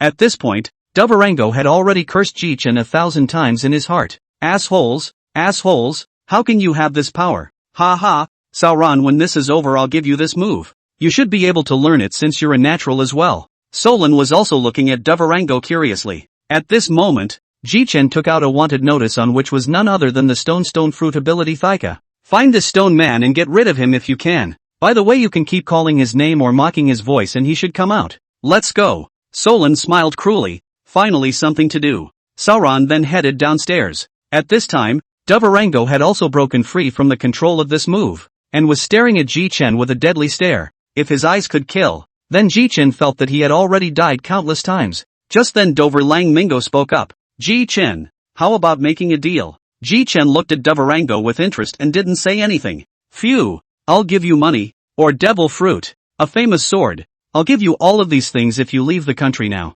After the move he had just made, Doflamingo already knew the gap between him and Ji-Chen. Not to mention that he also knew that Ji-Chen still had his most powerful sword art that he hadn't used yet. Ji-Chen let out a light laugh. Oh, Don Quixote Dovarango, do you know what I, Ji-Chen, want most in my life? Dovarango mused for a moment and spoke. The throne of the Pirate King, One Piece, or maybe turning this world upside down? Ji-Chen shook his head and looked at Dovarango, a glance that made Dovarango shiver in fear and had the hairs on his body stand up. Oh, the throne of the King of Pirates, that is my brother Straw Hat Luffy's. As for my words, of course is the life of the Tianlong people around the world. Ha ha ha, and you seem to be a Skrull, too. Dovarango's face went straight black. I'm not anymore. I've been kicked out by those assholes in the Holy Land. And I'm a pirate now. Ji-Chen stared closely at Doflamingo and thought for a long time. And it seemed that Doflamingo was right. Ji-Chen immediately communicated with the system. System? Greetings, host. I'd like to ask, if I kill Dovarango will I get a reward? The system was silent for some time before slowly saying, no, he doesn't count as a Skrull. Ji-Chen, then what good would it do me to kill this guy? And it's none of my business who's in this kingdom. Ji-Chen thought of this, and after looking at Dovarango, who was honestly sitting there, he made a decision in his heart. Chapter 94 Dressrosa 4. Ji-Chen gazed at Dovarango in front of him and said, you want me to let you go? Doflamingo froze. Count. Sort of. Hearing this answer, Ji-Chen rolled thunder and lightning in his hands, which could scare Dover Long Mingo hastily said, Ji-Chen, spare me. That's right, if you hadn't been expelled from the Tenria people, you'd be dead today. Well, since I said I wouldn't kill you, naturally I won't kill you again. Seems as if my buddies are still fighting your minions. In that case you come here. Doflamingo. Dovarango was unsure, then slowly came to Ji-Chen's side. Ji-Chen directly opened his heartnet, then directly knew everyone's location. You're not so bad at seeing colors. Go make them stop or your men won't have long. As soon as Ji Chen's words left his mouth, Dovrang Mingo disappeared in front of Ji Chen's eyes. But what a fool Sauron is for not finding that Thurka yet and getting lost. But first, let's go find Brook. Ji Chen appeared 100 meters away in a flash. Sometime later, Ji Chen appeared behind Brook. But this Brook fellow was actually hiding behind a wall peeking at Sugar, who was eating grapes with her back to Brook. Just as Brook was about to go up, Ji Chen grabbed him and instantly walked away. Mr. Ji Chen? Ji Chen slapped his forehead. You guys actually just peeked at the little girl. Ha ha. A pair of blushes quickly appeared on Brook's face defensively. Don't be ridiculous, Mr. Quartermaster. I was just wondering when it would be better to scare her unconscious. Ha ha ha. Well, there's no need to be scared. This Devarango and his men have become my men, so there's no need to fight anymore. Yo ho ho ho ho. That's great. I was just worried about being turned into a skeleton toy by her. You guy, peeping at little girls and talking so brightly. Well, let's go. Maybe this Devarango guy has already brought them back. Ji Chen took Brook all the way to the palace by instantaneous transfer finally. Arriving here, Ji Chen happened to spot Robin as well as Nami and Joba. Ji Chen nodded. It looks like this Devarango fellow hasn't been idle. Ha, Captain. What the hell is going on here? Ji Chen smiled awkwardly. Ha ha, I'll just explain this when everyone comes back. Ji Chen finished ignoring the crowd and went directly to find someone. Ji Chen opened his heartnet and quickly found Old Shah's trail. When Ji Chen came to Lao Sha was sitting on top of Gladius, who seemed to have been blown up all over his body by himself. What's the matter with you, Old Shah? Gg, this guy is too unbearable. So how did you manage to get him to beat himself up? And by the looks of the injuries on him it looks like he caused them himself. Old Sand glanced at his mouth. This guy couldn't beat me at first, so he tried to blow himself up with me, only to be sealed right inside by a new move I developed, the sand ball. And when I opened it again this guy had already fainted. It just so happened that I was short of a seat and sat him right down underneath me. Ji Chen let out a bitter smile. So that's how it is. I had a fight with that Devarango and he surrendered straight away. So now this Devarango is already under my command. Crocodile's eyes widened in shock. You are really a demon to make him surrender. Ha ha, alright, take that guy under you and go back to the palace. Soon Ji Chen brought Old Shah back inside the palace. And on the way, he also met Solon. Ji Chen directly called Solon together. When the three of them returned inside the palace, Ji Chen saw Devarango sitting on the floor looking at the few people in front of him. Ji Chen looked at the tied-up people on the ground and froze. If it isn't Zicheng as well as Nami and the others. Jithan looked at Devarango quizzically. This is their own dishonesty, so they were tied up by me. Since you're back, you can just untie them. Ji Chen casually threw his hand and Gladius rolled to the feet of Devarango. This is one of your men, isn't it? Too unbeatable to be beaten by Old Shah, but he can't die. As soon as Ji Chen spoke, one of his swords severed the threads that bound Nami and the others.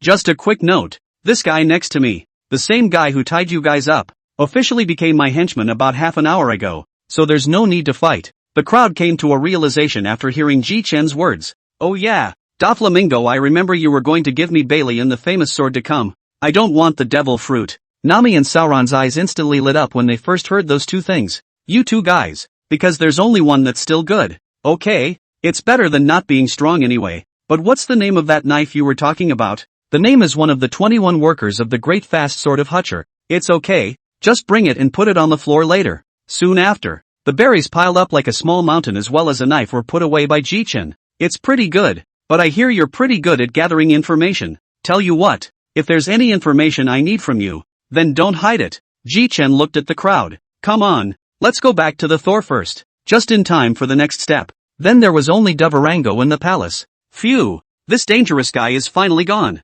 Devarango said as he wiped away a cold sweat. Chapter 95, The Demon Soldier. Dover, that guy? Furor. Devarango looked around the room and said seriously, that guy is an extremely dangerous guy. You guys should never mess with that guy in the future. I almost died in his hands today. The crowd looked at Devarango incredulously, secretly memorizing Ji Chen's appearance. Meanwhile on the other side, Ji Chen and the others returned to the ship. System, sign in. Ding dash. Congratulations to the host for signing in for the first time in Dressrosa reward, a handful of magic soldiers. The rewards have been handed out. Ji Chen frowned and directly took out that knife, and at the same time the magic soldier took it out. Solon recognized it as a good knife at a glance and directly turned into light and rushed over. The crowd was unsure of Sauron's actions, even Ji Chen was startled. Sauron, you guy, you're going to scare the hell out of someone. Solon licked his lips and said, Chief, you got another famous sword? No. Are you kid going to switch to being a 4-dagger streamer? Ahem. Of course not. Except that a good swordsman would still like to know what kind of sword it is. This sword gives me a good feeling. Ha ha ha. The sword. Ji-chan said here and got stuck directly. His face did not change color, and then directly browsed through the introduction given by the system. Ahem. Just forgot. Now I'm talking to you. This knife, I picked it up earlier. This sword is called the Demon Soldier. It can absorb the hegemonic energy and transform it into power to attack the enemy. And after the enemy dies, this sword can instantly suck out the enemy's life force. Spiritual force? Pretty much that's what it means. Otherwise how can it be called the Demon Soldier? Hey, looks like a demon sword. Ji-chan looked at the excited gleam in Solon's eyes and said helplessly, What? You guys want it? Solon licked his lips and smiled. Of course, Chief, if you'll give it to me. Ji-chan didn't speak. Nami and Joba spoke first. Ha ha ha. Sauron, are you guy going to become a 4-blade streamer? Ha ha ha. 4-blade Ryu. Shikaburu. Asshole. Shut up you two, or I'll cut you both. Joba looked at Ji-chan with tearful eyes and said, Captain, Sauron is so scary. Okay, you two hold your tongue for a moment. Sauron, you want this sword? Of course. Ji-chan slowly spat out 2 words. No. What? No. But you can borrow it. But you have to show me if you can subdue this demon soldier. Ji-chan obediently handed this blade to Sauron. No sooner had the demon soldier been passed into Solon's hands than Solon felt a force sucking his power. Seeing this sight, Ji-chan was also startled. Asshole. Settle down. Solon gripped the demon soldier with all his might, while the overlord color escaped from his body, which allowed the demon soldier to return to the way it was before in Ji-chan's hands. Ha ha, I thought you, Sauron, couldn't suppress this sword. Solon looked at Ji-chan with a black face. So the knife is now, isn't it? Ji-chan skimmed Sauron. Wrong. It's just a loaner. I'll ask for it if I need to use it in battle. Then Solon, with a glad glance, returned to the corner of the deck with his 4th wife. At that moment Nami stepped forward and said, Captain, do we continue to the next island with this one or? Stupid Nami. It doesn't seem like our magnetism is fully stored yet. Yes, we've been on this island for less than a day, of course the girls are full. In that case, Ji-chan jumped down directly. And the first thing Ji-chan did when he jumped down was to split the thunderbolt into several strands, and directly grabbed his companions down. Captain, what are you doing? After they all came down, Ji-chan directly put the thunder god away. The crowd looked at Ji-chan with puzzled faces. Ji-chan ignored the crowd's doubts and directly took out the arbitrary door and opened it directly. The crowd all looked at Ji-chan in surprise when they saw the other side of the door. Let's go. Ji-chan brought the crowd to an open space on Thunder God Island and then said, I think it's too fast. What's too soon? It was just sailing too fast. So this captain decided, we're at least a royal class pirate group now. What could we not have our own territory? Nami exclaimed, are you going to take over the island, Captain? Of course, and this island is the 2nd island after the Fishman Island, but it's just a 1/3 chance. As long as there are pirates to come, the strong ones I received directly under the banner, the weak ones directly robbed, and that is, right now, except for Chopper, Sauron, and Old Sand, the rest are pretty weak, so partner up and practice on this island for a while. How? The scene was very silent for a while. In case we encounter the Navy's big attack on our Thunder God pirates someday, I can't take care of so many people. If you cultivate, I will give you something accordingly. Don't worry, it's definitely something that will benefit you greatly. It was a relief to see the crowd buckets agree. These days, you don't intend to cultivate until you're given a favor.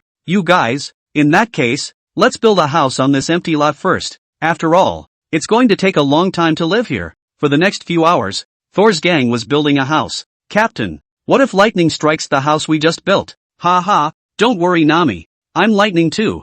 I'll make that little piece of lightning above our heads disappear. Only Ji-chan slowly flew into the air, and whispered with his palms pointed upwards. Gravity. In an instant, the thunder and lightning dark clouds above Ji-chan's head all surged towards Ji-chan's body. Not too long ago, Ji-chan had a small piece of lightning disappeared, but only a small piece. The crowd saw this operation of Ji-chan through and through was not calm. One by one, they all stared wide-eyed. Even old Sandy's eyes widened. You can only suck a small piece every day, so there's nothing to do but take your time. Chopper looked at Ji-chan with little stars twinkling adoringly in his eyes. Don't worship this captain too much. Tomorrow I will give you what I promised to give you. After everyone had gone to the room, Ji-chan took out 2 phone bugs and dialed. Chapter 96, Ji-chan's crazy idea. The phone bug in front of him quickly picked up after Ji-chan called out. Furor? I don't know what Boss Ji-chan wants. Ahem. Golden Emperor? Davarango. You two know about Thunder God Island, the two said in unison. This is natural. Ji-chan laughed lightly. That's just right. Now that Thunder God Island is my territory, I want you to send a few people to improve my place. Ha ha ha. Don't worry, boss. I promise the whole island will be golden for you. You're a guy with no taste. Seeing that the two were going to argue, Ji-chan said in a hurry. You two guys, and just be ordinary, and there's no need for any bling. Well, come on quickly. Ji-chan hung up the phone bug directly after saying that. Ji-chan then returned to his companions and waved what was in his hand. This is the cultivation secret of hegemony, not the basic version that was given to you before.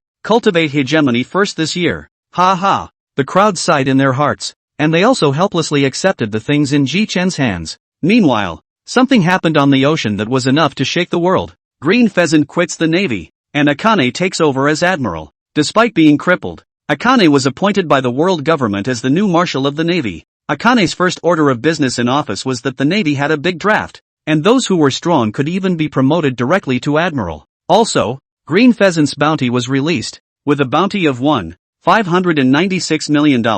Alright, partners, you have a good time practicing. I'm going out for a spin. Ji-chan finished speaking without waiting for the crowd to speak, directly pulling out an arbitrary door and instantaneous transfer to Xiaqi's bar. Xiaqi was surprised to see Ji-chan. Ha, Ji-chan. You guy, how did you show up here? You're not at. Oh, ha ha, you say that, because the partners are not as strong as they should be, and I've just taken over an island, and they're all on that island to improve their strength. Oh, you kid is just like those four guys. Tell me which island is occupied? Ji-chan smiled cheekily. I wonder if Auntie Xia knows about Thunder God Island? Is that the island where the entire island is covered in lightning and thunderstorms? Rumor has it that was caused by the awakening of the last rattling thunder fruit ability. That's right, Auntie Xia's intelligence is really bull. There, it's more suitable for me to cultivate, and I can absorb those thunderbolts, which will ensure the safety of their cultivation. Oh, you can actually absorb those thunderbolts. Come to think of it,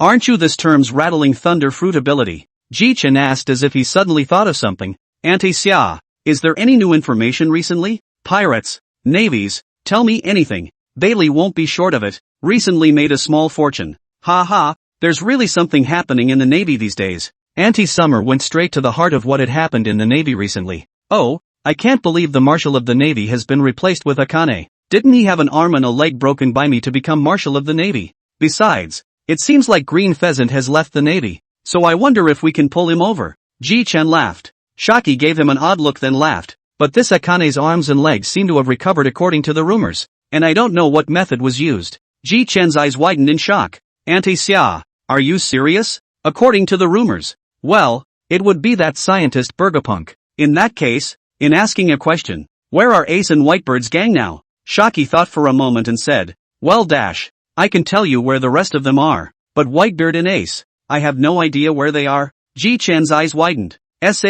What Aunt Summer you don't know where they are either? Auntie Xia puddled her hands. There's no way. I don't know. And besides, Blackbeard's gang was frantically grabbing Whitebird's gang's territory during the time Whitebeard and Ace disappeared, so I guess it won't last much longer. Ha ha, there's been a lot going on since the war at the top. What about you? How long do you plan to cultivate after that? Ha ha, me, I'm going to spend this year first using what I have in my hands to sneak up on Kaido and Big Mom. This way, it's not bad to fight them for something. Shaki patted her head. You guy, you're really not a peaceful master. Ha ha, it's fun to think about it. Using the arbitrary gate in my hand to Kaido's back to give a 1 billion thunderstorm level Brontosaurus shot, and then run away afterward. Or maybe throw a devil fruit in Kaido's mouth while he's drinking. The more Ji-chan thought about it, the more he felt that the plan was feasible. Ha ha, and then, for example, when Big Mom is having a party, just use my powers to roll all the desserts from her party. Ha ha ha ha ha. Ji-chan looked at Xiachi with an excited face.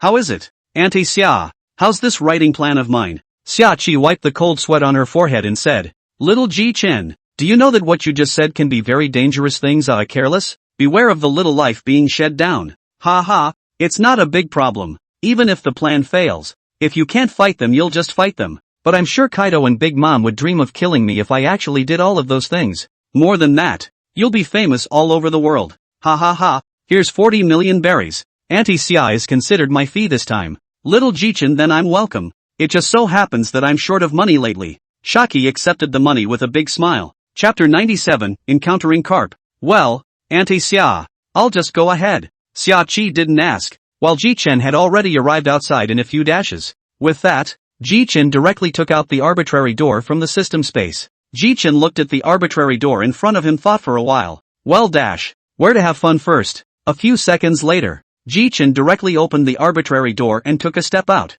That's right, Ji Chen came to the very same deserted island where he found the bird fruit. Ha ha, this is not far from Windmill Village, so let's fly straight back. Ha ha, saying that he would do it, Ji Chen flew directly in the direction of Windmill Village. Not long after Ji Chen had almost reached the sky above Windmill Village, when suddenly a gaze looked toward Ji Chen. Ji Chen locked eyes with it.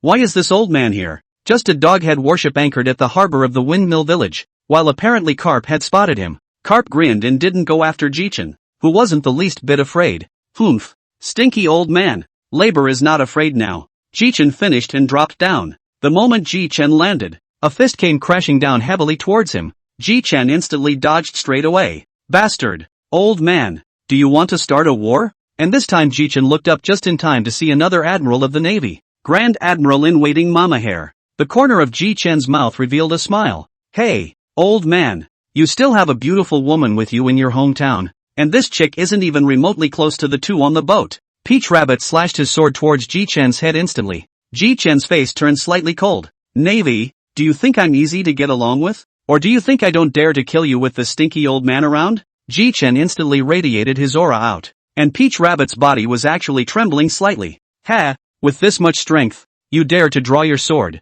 Do you want to die? I'll let you off today for the sake of the old man. Ha ha ha ha ha. Brat, the aura is getting stronger. Hey, it's not easy for me to go back to my hometown and still run into you, old man. I really don't know if it's lucky or unlucky. Besides, that kind of aura just now is nothing to you, old man. Carp's pupils narrowed slightly, but in an instant they were gone. Ha ha ha ha ha. The old man just wanted to come back. Who knew that you, a brat, would come back as well? Suddenly a gentle voice sounded behind the duo. Mr. Carp, and this is little Ji Chen, isn't it? Come in together. Ji Chen turned his head and saw the figure that made him incredibly familiar. Magiano. Sure enough, still so pretty after all these years. Little Ji Chen, your mouth has gotten sweeter all these years at sea. With that, Carp walked into the middle of the tavern with Ji Chen, and the two of them sat side by side. Brat, why did you come back? Ji Chen froze slightly. Ha, why else? Just come back if you want to. Carp was instantly furious, and hammered a fist into Ji Chen's head.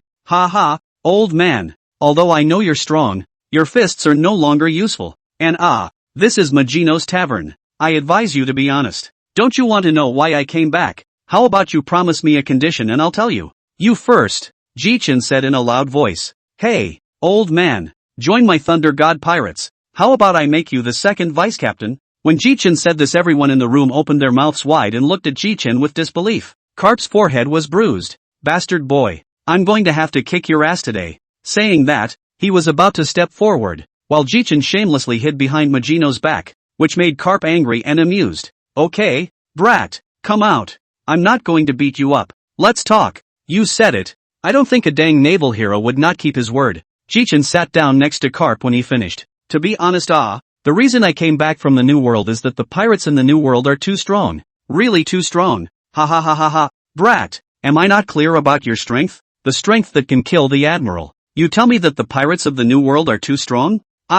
Well, it's my companions who are not strong enough. I was going to fight Kaido. Then I realized that my partners were a bit weak, so I found an island for them to cultivate. He, but I've always had an idea. Ha ha, I have magical props in my hand, you do know. Right, and I also have a lot of devil fruits in my hand. Use the devil fruits in my hand. Surprise Kaido and throw one into his mouth without him noticing. Ha ha ha ha ha. Ji Chen got more and more energized, and finally spilled the beans on his plan to screw Big Mom. Po ha ha ha ha ha ha ha. Good boy. You can even think of this kind of plan. You really deserve to be my grandson. As the crowd of marine soldiers watched the two of them laughing as a group, they couldn't help but sigh in their hearts. It's really worthy of being the grandparents and grandsons. Ji Chen turned around and warned. Navy bastards. If you dare to tell those two guys about my plan, you're going to die. Ji Chen looked to Carp. I've told you my situation. So what's yours, old man? Ha ha ha ha ha. I'm in a semi-retirement situation now that old man warlord has retired.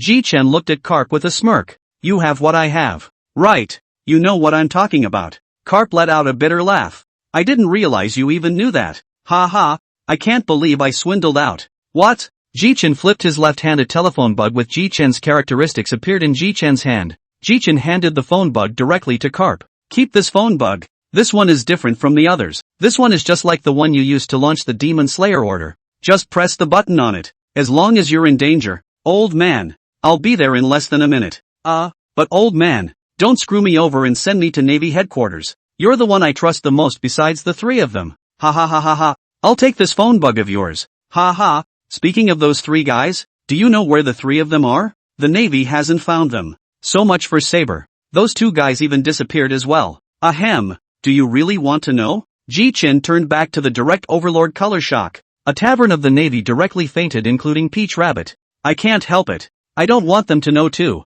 And I'm glad I didn't kill them. Luffy, this guy is practicing with Riley, but I can't tell you where. And Luffy's partners I've arranged to practice on other islands. As for Ace's words, I don't know. What? Brat, you're fooling my old man. Ji-chen innocently said. Master, I'm not fooling you. I also heard about it. Ace was taken away by Whitebeard and hasn't appeared since. Probably taken to practice. As for Saber, you know, he's a revolutionary. Carp nodded. I know, but I should have let all four of you go into the Navy in the first place. Ha ha, old man. You think beautiful? If I was allowed to become a Navy, I might have been an admiral by now. If I were an admiral, none of the heavenly dragons in the Holy Land would be able to live. Ji-chen licked his lips and said with some excitement. Ji-chen finished his speech and got up and headed outside. I'm going to check on Dayton first. I'll see the old man sometime. Ji-chen left the tavern with an instantaneous movement after he finished speaking. Chapter 98, Darden. Ji-chen arrived near Dayton's house in a few instantaneous movements. Looking at the familiar wooden house in front of him, Ji-chen knocked on the door with a smile on his face. There was a sound of cursing coming from inside the door. Asshole, who's knocking on the old lady's door? Opening the door, Dayton froze for a few seconds after seeing Ji-chen. Ji-chen waved his hand in front of his face. Hey, Dayton. Stupid? Jitsu. Why did you guys come back? Ha ha, let me in first. The two then entered the house. Ji-chen couldn't help but spit out. What the heck? I've been gone for such a long time. Why is this mountain bandit's den of yours still so broken? Dayton was furious. Brat, how dare you call my house a rag? Damn it. On the side, the duo of Dogra and Magra reminded. Boss, Ji-chen is now a sea pirate worth 3.5 billion belly. What? I misremembered. I thought it was someone else when I read the paper before. Ji-chen laughed lightly. Ha ha ha, Dayton is still as bullying as before. Ha ha ha, by the way, what about me coming here this time as pure boredom and coming back for a visit? Well now that I've seen it too, it's time to go. Ji-chen stood up and with a flick of his wrist a large amount of berries as well as gold poured out. The crowd of mountain bandits stared in shock. Ji-chen almost poured out 30 million belts and then closed his hand. Well, you mountain thieves, you're so lazy one and all. I'll leave you with these berries, and I'll go on ahead. Ji-chen disappeared in front of everyone's eyes after he finished speaking. Boss, Ji-chen is gone. So what to do with these golden berries? First, let's load it up. Let's rebuild the house and leave a basement. And in the basement we'll put the treasure. It wasn't long before all the mountain bandits moved. Meanwhile, Ji-chen had already returned to the windmill village. Ha! The old man's still here. Stinky old man, goodbye. And that Lieutenant General Peach Rabbit, right? You won't be so lucky next time. Ji-chen said with eyes full of murderous anger. Ji-chen finished speaking and flew directly into the air towards the deserted island. AI. Mama Hera being missed by this brat is not a good thing. Peach Hair laughed bitterly. Lieutenant General Carp. I'll just have to get stronger as soon as possible then. And Ji-chen quickly arrived on the deserted island. Well it's better to go back to Thunder God Island to check it out first. After saying that, Ji-chen took out an arbitrary door and when he reappeared he was on Thunder God Island. Ha! You're back, Mr. Ji-chen. I'm Bakara. I've been ordered to serve Mr. Ji-chen. So how are you guys doing? Mr. Jitsu. Up ahead is the intelligence department we built as well as the houses for the members of Mr. Jitsu's pirate group, including the bar as well. Ji-chen nodded in satisfaction as he looked at the many buildings in front of him. I'm very pleased. This is more luxurious than the average village. You guys have worked hard. Mr. Ji-chen is polite. This is all what we should do. Soon after, Sauron and the others had come before Ji-chen. Well it does seem a little stronger than before. Ji-chen looked at Sauron then smiled. Ji-chen came to a huge open space and released lightning. This lightning covered a large area. The lightning dispersed a roundhouse into everyone's eyes.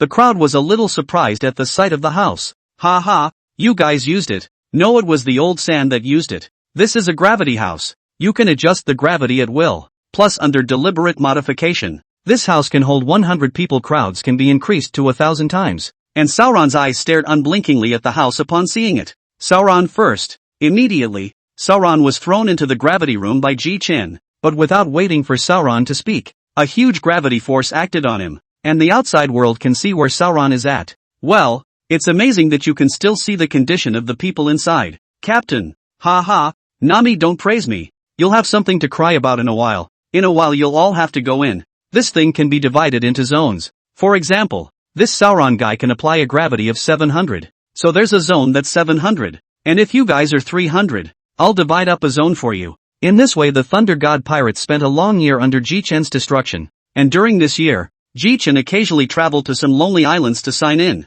Teleportation talismans as well as some special abilities are available. But all of Ji Chen's devil fruits have accumulated a lot. But the most is still the animal fruit. On this day Ji Chen came out from the Thunder God Island because he wanted to implement the idea that he had come up with a year ago. Ha ha ha, Kaido. Ji Chen slapped his head. Mud. I almost forgot to put the invisibility cloak on. Hey, I'll show Kaido what I'm made of in no time. Ha ha ha. Chapter 99, Assassinating Kaido. System, consume 2 chances to travel to Ghost Island. Forget it, it's easy to get caught. With that, Ji Chen directly took out a teleportation talisman that shone with purple light. Hey, teleportation charm blessing me with success. A burst of purple light then flashed as Ji Chen disappeared from his spot. New World Ghost Island. Ha, isn't that Kaido in the front? Ji Chen thought. Ji Chen looked at the fruit in his hand. Hey, fight for it. Then Ji Chen directly floated up. As for why Kaido didn't discover Ji Chen, of course it was the invisibility cloak's credit.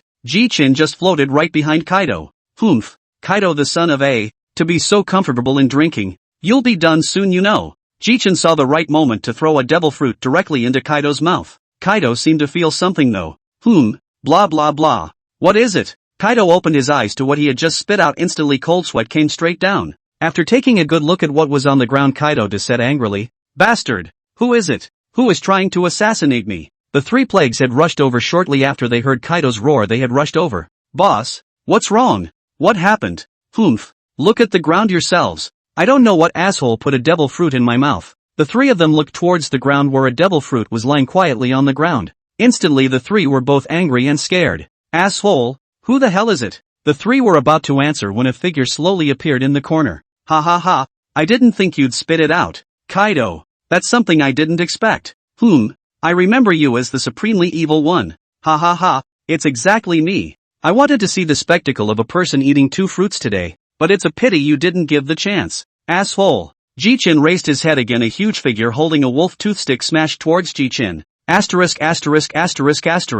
You brutes start fighting at the drop of a hat. Ji Chen blocked it instantly. Uing Kaido, don't you say every day that it's so tiresome to be alive? And now that I've given you relief, this is how you repay my lord. Stinky brat, top-notch bully color. Can't keep you. Ji Chen instantly escaped directly from Kaido's attack range. Ha ha ha, let's leave you guys some gifts before we go then. Thunderstorm atomic blast. 10 football-sized thunder bombs slowly fell towards the 4, while Ji Chen had long since instantly moved out of Kaido's field of vision. Shortly afterward, Kaido's lair, on the other hand, let out a few pops. Ha ha ha, I haven't used this trick yet, and it's quite cost-effective to use it on you guys. And while Ji Chen flew, he looked at Kaido's men below, and Ji Chen was not a good person. Directly a few chopping strikes decimated hundreds of people. In the end, Ji Chen landed on an open space, clutching the teleportation talisman in his hand and directly teleported directly back to Thunder God Island. Ha, I think I just heard Kaido's roar. Ha ha ha,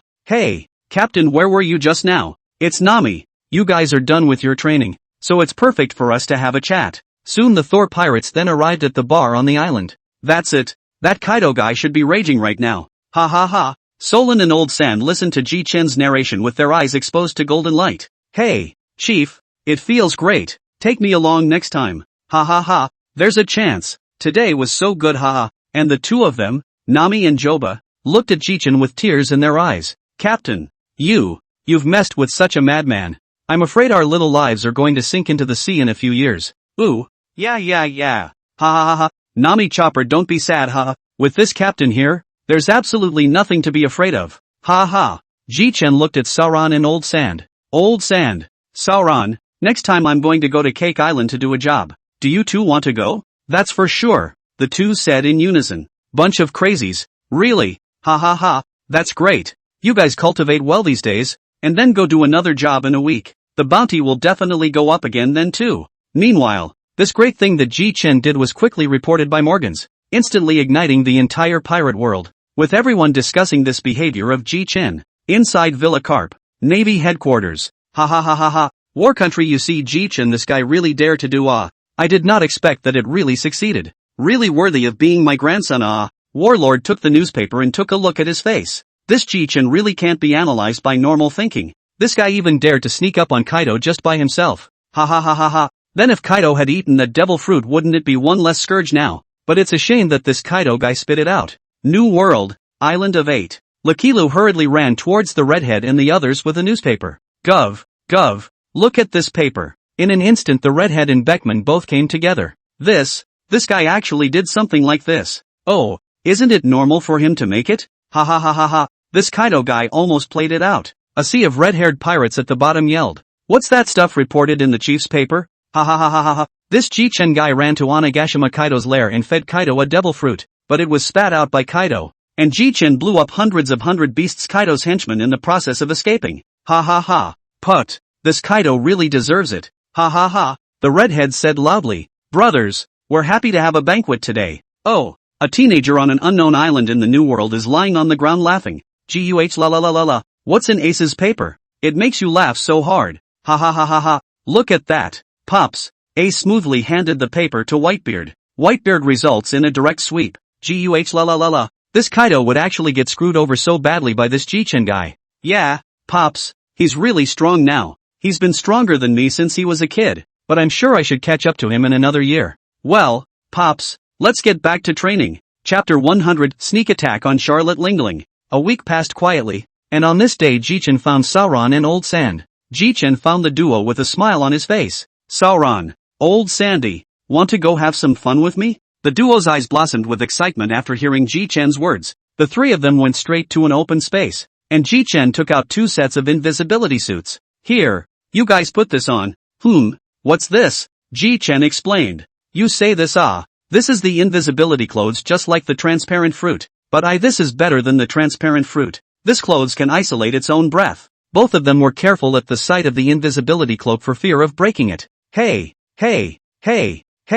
you two. You don't have to be so careful. This thing is still pretty resistant to being built. With that, Ji-Chen took out his teleportation talisman. Before we go to Cake Island, let me say this First, keep yourself safe. Secondly, if this Big Mama Ling Ling is having a tea party or something, then let's just not steal his dessert cake. Solon looked at Ji-Chen with some uncertainty. Hey, there's no telling what extreme things this crazy could do if I steal all his dessert cakes. I don't want to be scolded by the sea. Solon wondered. Chief, so if we're not going to steal desserts on Cake Island this time, then where are we going? Ji-Chen immediately gave Sauron a direct punch. Stupid Sauron, I'm going to let her taste old man's electricity this time. Don't you guys have stunts as well? Anyway, her body is like steel. Let's hit and run. It's all understood, Ji-Chen said in a loud voice. Understood. Old Shah and Sauron then grabbed Ji-Chen's coat, and the three of them instantly disappeared in place. Hey, there go those three again. Really? Inside New World Cake Island, the three looked at each other, then they saw that Big Mom was sitting in front of them. Ji-Chen beckoned the duo to quickly come to Ji-Chen's side. Ji-Chen used the voice that only 3 people tender to hear. There are not many people nearby, and this guy is sleeping. In a moment, you two boys give the old man to listen well. What stunts are given to me to ruthlessly to her body? Maybe in our this greetings, directly can dry a 4 emperor. A moment I will play the gesture and then shot. The two nodded heavily. The 3 of them then slowly rose into the air, and Ji-Chen gestured 3, 2, 1 in his hands. Ji-Chen took the lead. 3 billion Thunderstorm, Supreme Thunder Dragon. A brontosaurus that was almost an island of cake shot into Big Mama's body at great speed. The blow straight away sobered Big Mama up. At the same time, Solon and Old Sand were both shocked, and they both never expected that Ji-Chen would be able to use such a powerful move. Ji-Chen looked at both of them and turned his head to see that they were standing around looking at the older woman. Hey you two, hurry up. My move has a paralyzing effect. Hurry up! Ghost Chi 9 Blade Stream Azura Demon 9 Flash. Black Magnet Desert Vajra Blade Piercing Might. The duo had used out moves, only slightly leaving a few wounds on the older woman. At this point the older woman was scorched black, but her shrill voice rang in the ears of the three. Ji-Chen's quick eyes and hands quickly grabbed the two of them and escaped the Big Mom's attack range in a few instantaneous movements. And there was only a mess when Big Mom's sons arrived at the scene. Mom! What? What the hell is going on? Big Mama's very angry voice rang through the many Charlottes. Mama mia mia mia mia. Parasparrow. Find me those three. Damn it. If I find out who's electrocuting me, I won't spare him. Wait. Mom, you said someone electrocuted you. Was it a one-man operation? Well, it's three people, one with lightning, one with a sword, and one with a natural fruit ability. After so many years, it's amazing that someone can injure me and still come back in one piece. At this moment, their conversation was all heard by the three people several hundred meters away. Hey, it looks like these guys haven't found out about me yet. Sauron, old Sandy, want to fight for a while? In a moment, we'll use our fruit abilities together to attack directly at their gang. The trio then approached another 200 meters or so, at which point important members of Charlotte were walking down the hall. 3, 2, 1, an attack with sand. Light and thunder combined attacked towards them. Katakuri instantly saw the attack coming towards them, and instantly unfolded his Nomon fruit ability, and a huge shield appeared in front of everyone's eyes. The three of them, Ji-Chen, had utilized a teleportation talisman to return to Thunder God Island the instant they sent out that attack. I don't know how it will turn out, but it's enough for them to drink a pot of water. 3 Admiral-level attacks can't be stopped by a single Katakuri alone. Phew, Chief, I didn't realize that the first time I sat on a seat like this was quite exciting. Old Sandy smiled in agreement. The three headed towards the tavern while a shriek rang out amongst the three. The three then looked down at Nami, who had fallen to the ground. What is it? It's like there's something in front of me that managed to knock me over. The three looked at each other and instantly realized that the three of them had not yet taken off their invisibility cloaks. The three of them then simply took off their invisibility cloaks. After taking it off, Nami looked at the three people in front of her in shock. You guys, when did you get back? Ha ha, I thought it was something soft. So it's our navigator Nami. Ha ha. Sauron and Old Sand then laughed and walked around Nami towards the tavern. Asshole captain. Really all but ran me over. Ha ha ha. Sorry, didn't see it. I'll pay attention next time. I've just come back, after a fierce battle again. Ha ha, I knew it. I couldn't find you three anywhere just now. So it turns out you went to sneak up on someone else. Half and half. Ha ha, let's go. Let's go to the tavern first. Our beautiful navigator Nami. Humph, that's more like it. Let's go. Chapter 101, The Hidden Island. Inside the tavern on Thor's Island the crowd sat together, which also included Bakara, Boss Ji-Chen. According to our intelligence officers, the New World 100 Beasts Kaido as well as Charlotte Lingling are frantically searching for you, of which the Charlotte family has already learned that it was the three of you who attacked their mother. Ha ha, I can't believe I was discovered so quickly, but have they not found my hiding place by now? Yeah, they haven't found out yet. Bastard. These two assholes, not just went to assassinate the two of them, but even so crazy. Marred. GGG.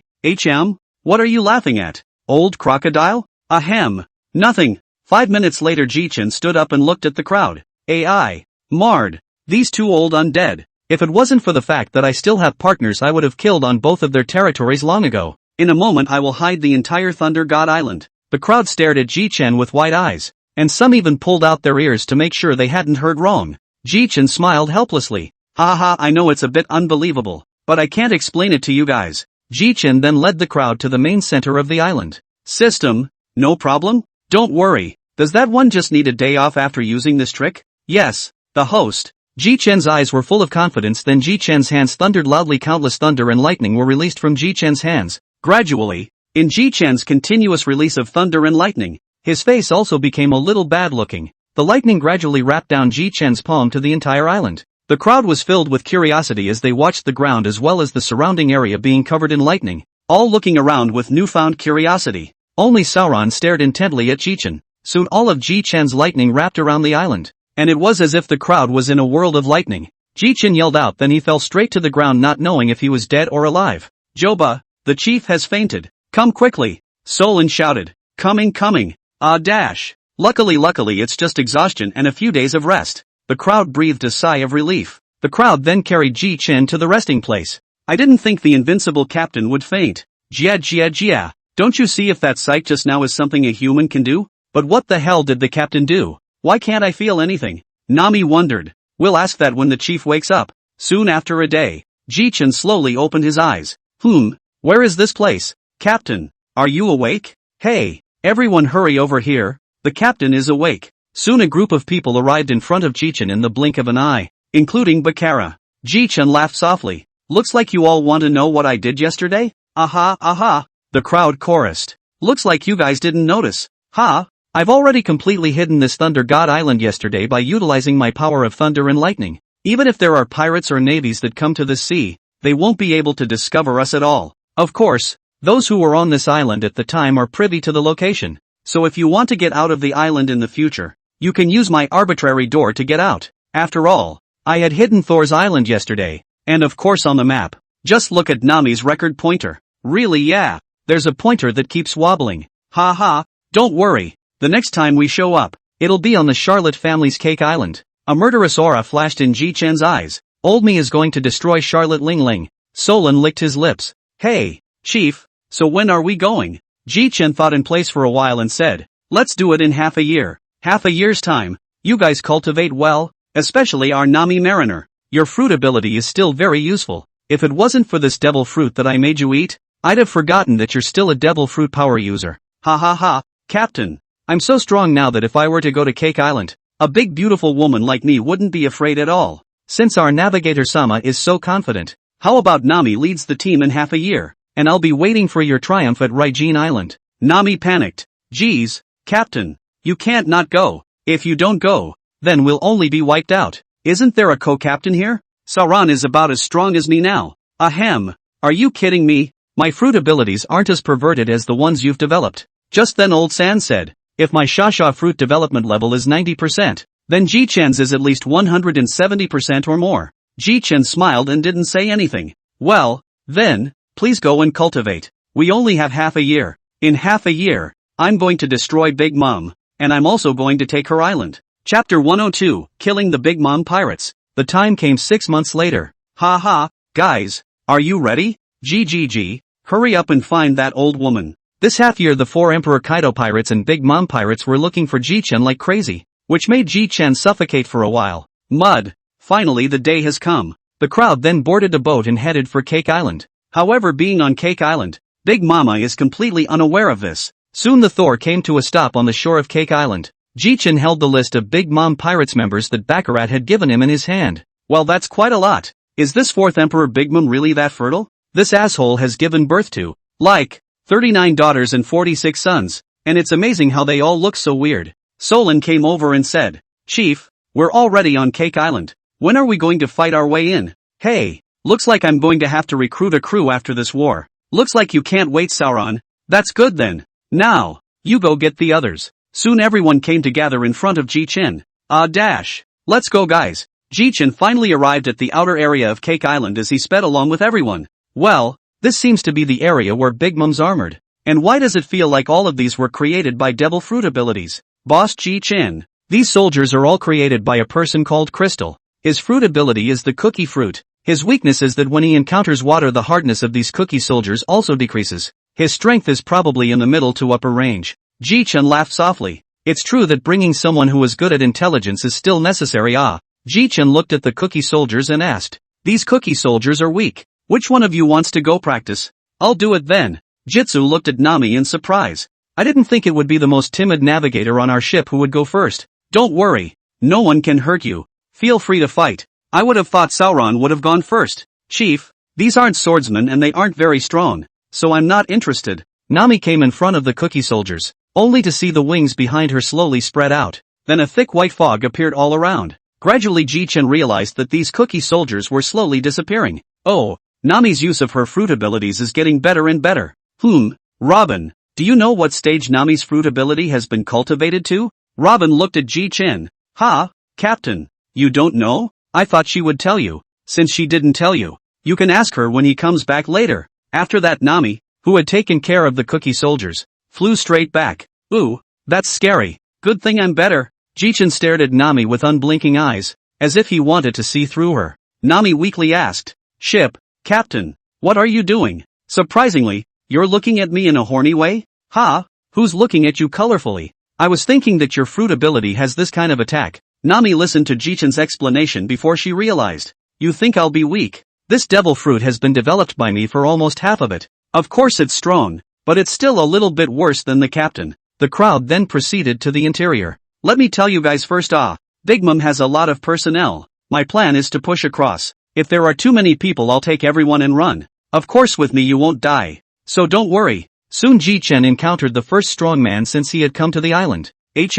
Ultimate Evil Jichen. What do you Thor pirates want to do? Jichen frowned tightly. Who are you? Bakara explained. Boss Jichen, this guy is the 10th son of Big Mom and also one of the 3 generals of Desert. Looking at that giant long sword behind your back. You're a swordsman, aren't you? Bastard. So what if I am? Extremely evil person. Let me, Crystal, cut you down here today. Jichen ignored him and turned his head to Sauron. Hey Sauron, how about any interest in a challenge? Solon licked his lips. Ha ha ha, it's been a long time since I've fought, so I'll just begrudgingly fight him. That's right, Chief, when I'm 10 minutes better, I'll settle him at once. Just a reminder, Sauron, remember not to play you. Come on, we've got to go fight the others. Solon responded lazily. Mud, how dare you look down on me so much that you only sent the number 3 man on your ship to fight me? Are you Thor pirates looking down on me? Solon pulled out his ears and asked. What did you just say? Humph. I say you dare to presume to challenge me even as a number 3? Krypton's words had just fallen. Sauron turned into a beam of light and rushed towards Krypton. And in Krypton's unbelieving eyes, Sauron directly took Krypton down in seconds under his full force. Humph. Who the are you calling number 3? I'm number 2, get it? Meanwhile at the same time after Krieger's death, a devil fruit slowly formed in the fruit pouch on Jichen's waist. Bakara looked incredulously at the collapsed and already dead Kleenex. This, Boss Jichen, is that Chicken Krieger with a bounty of 860 million belts dead? Jichen dug in his waist pocket a Superman system. Cookie fruit was in Jichen's hand. I think the answer to whether he's dead or not has already been revealed. Nami spat nonchalantly. Captain, I don't think you're here to attack Big Mom. You're here to stock up.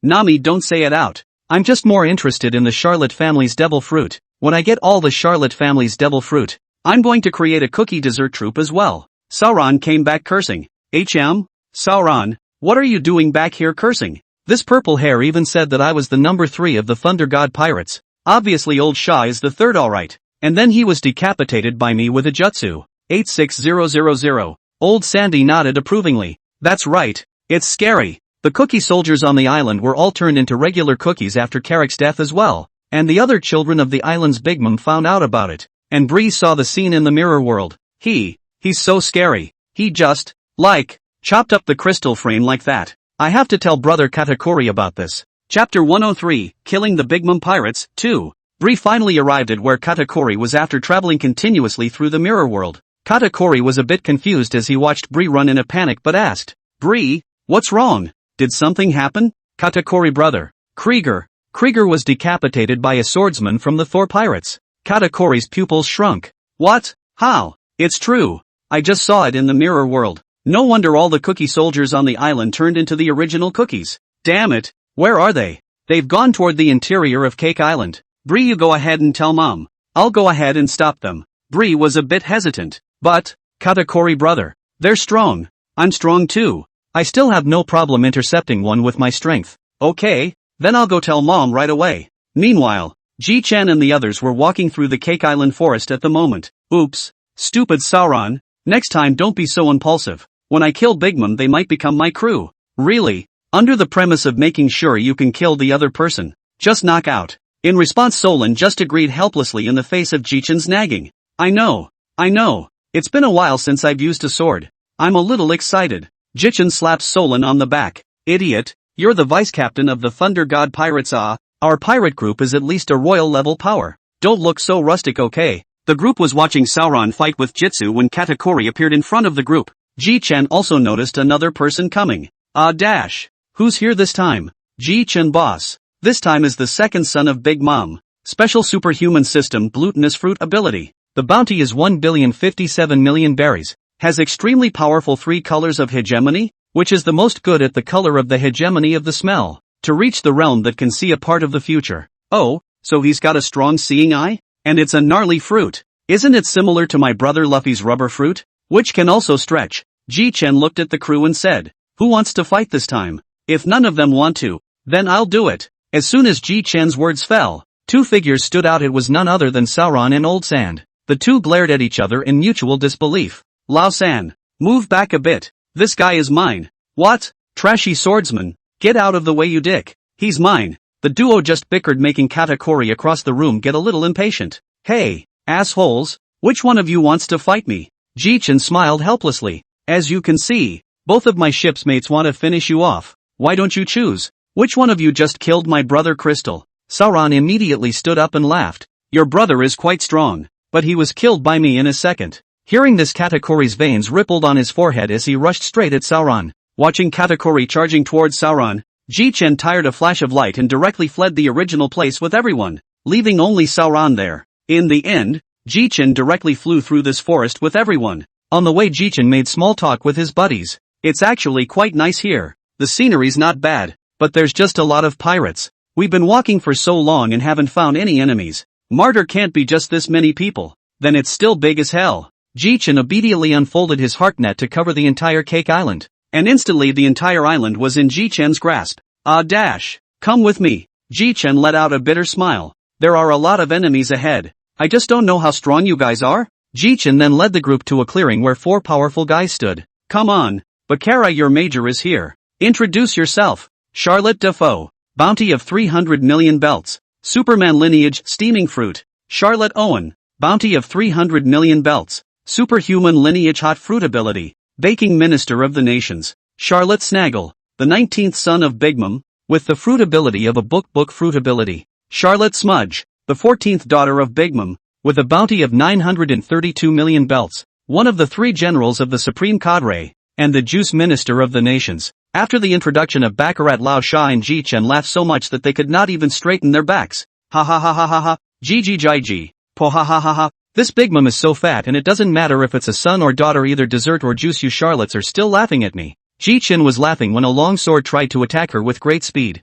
Ji-Chen also reacted extremely quickly, instantly transforming into a thunderous light and arriving behind Smudge, wrapping one hand around her neck. "Gee, it's just ugly, or I'd take advantage of it. Unfortunately, 100 million thunderstorm thunder rats." Ji-Chen's right hand ruthlessly struck the thunder rat into Smudge's body, and Smudge's body instantly shivered. And after about 10 minutes, thick black smoke came out of his 7 orifices and collapsed on the ground. "Ha ha ha, don't worry, just fainted, don't worry, ha ha." The remaining 3 saw Ji-Chen for the second time. A wave of panic welled up inside them as well. Ji-Chen looked at Old Shah and the others and asked, "These 3 desert generals or whatever, is it okay to leave them to you guys?" "Ji, I've wanted to fight for a long time. I'll go first." "Ahem, Bakara, come hide behind me." Bakara smiled sweetly. "Okay, Ji-Chen boss." At once the rest of the remaining Thor pirates rushed at the 3 from the Charlotte family. At the same time, all 3 of the Charlotte family also took out their best moves to fight with them.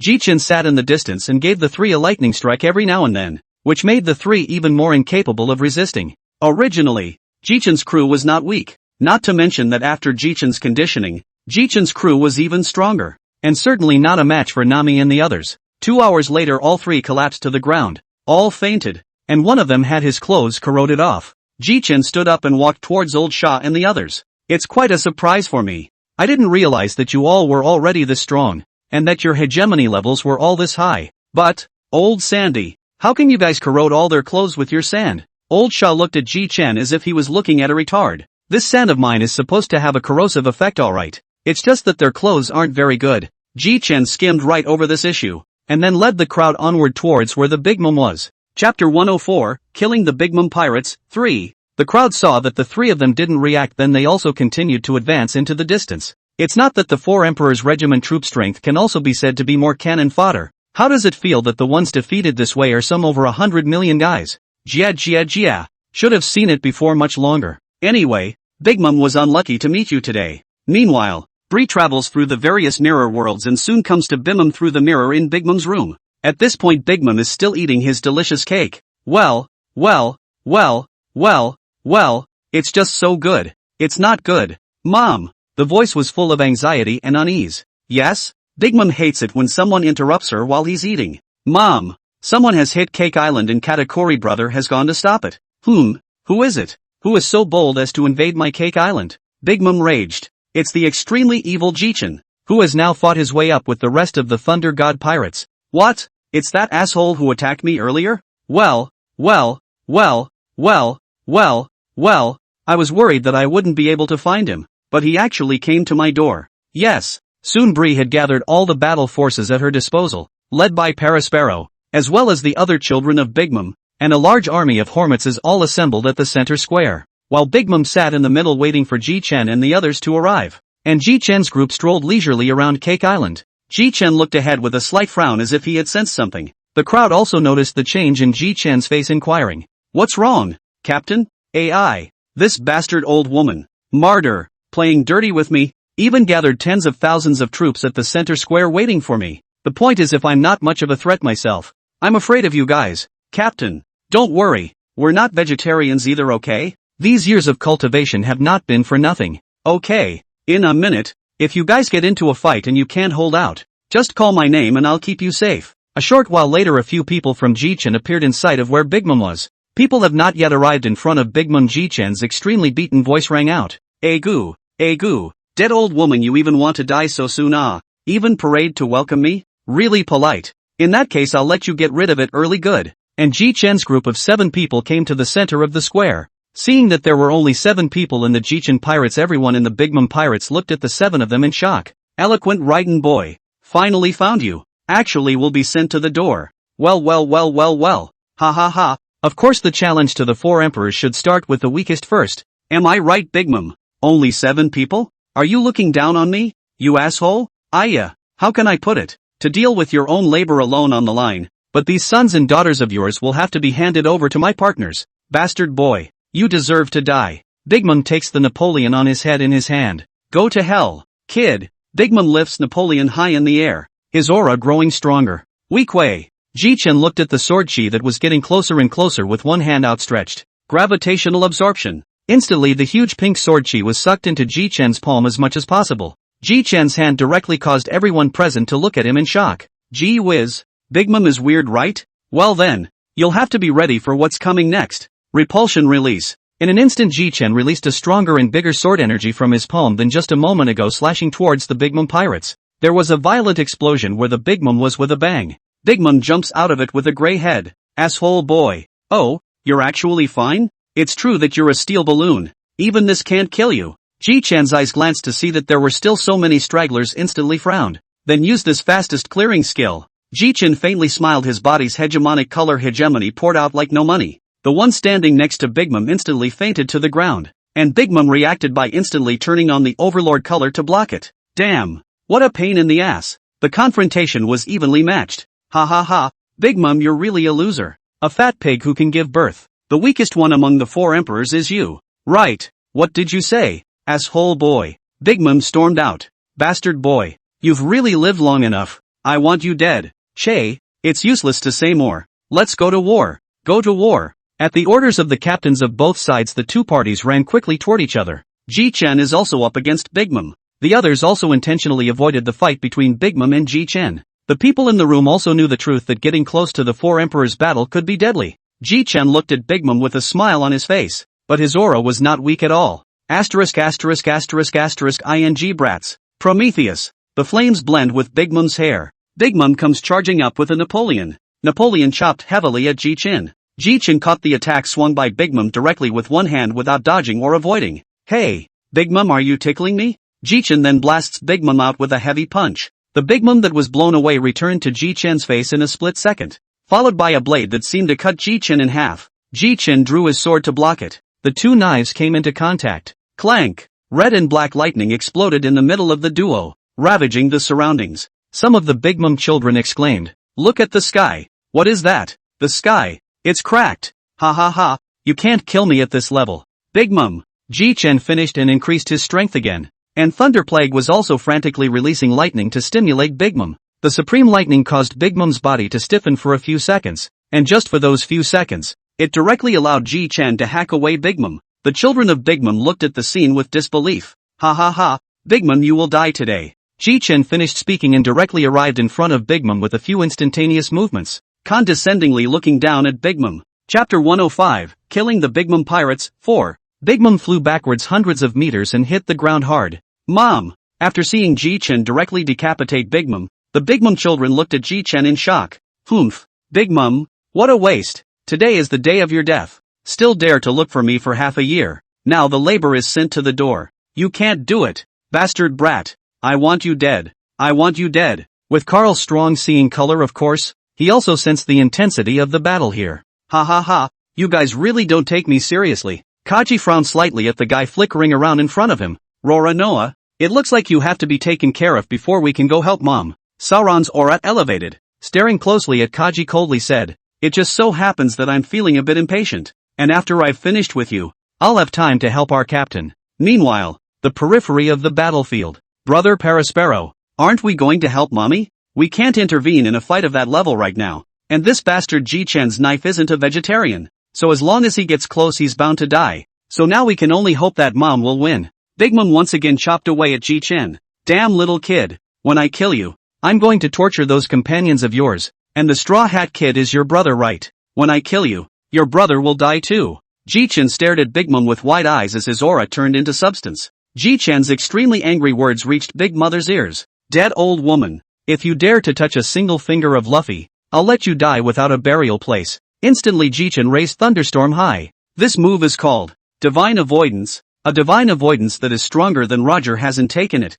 Right, let's let you try it this time. In an instant, Ji-chan's aura reached a peak, and the red and black sword chi followed Ji-chan's blade as it slashed down hard towards Big Mom. Big Mom's eyes widened. What? Damn it! Big Mom even now wanna hide cannot hide, can only hard to catch, but Ji-chan's sword although cannot kill her, but let her suffer some injuries or can. The smoke clears and Big Mom stands in place, his left arm hanging down, obviously wounded. Ji-chen cursed in sadness when he saw that Big Mom had only suffered so much. Damn it, your dead old woman's body is harder than iron. Damn it. Well,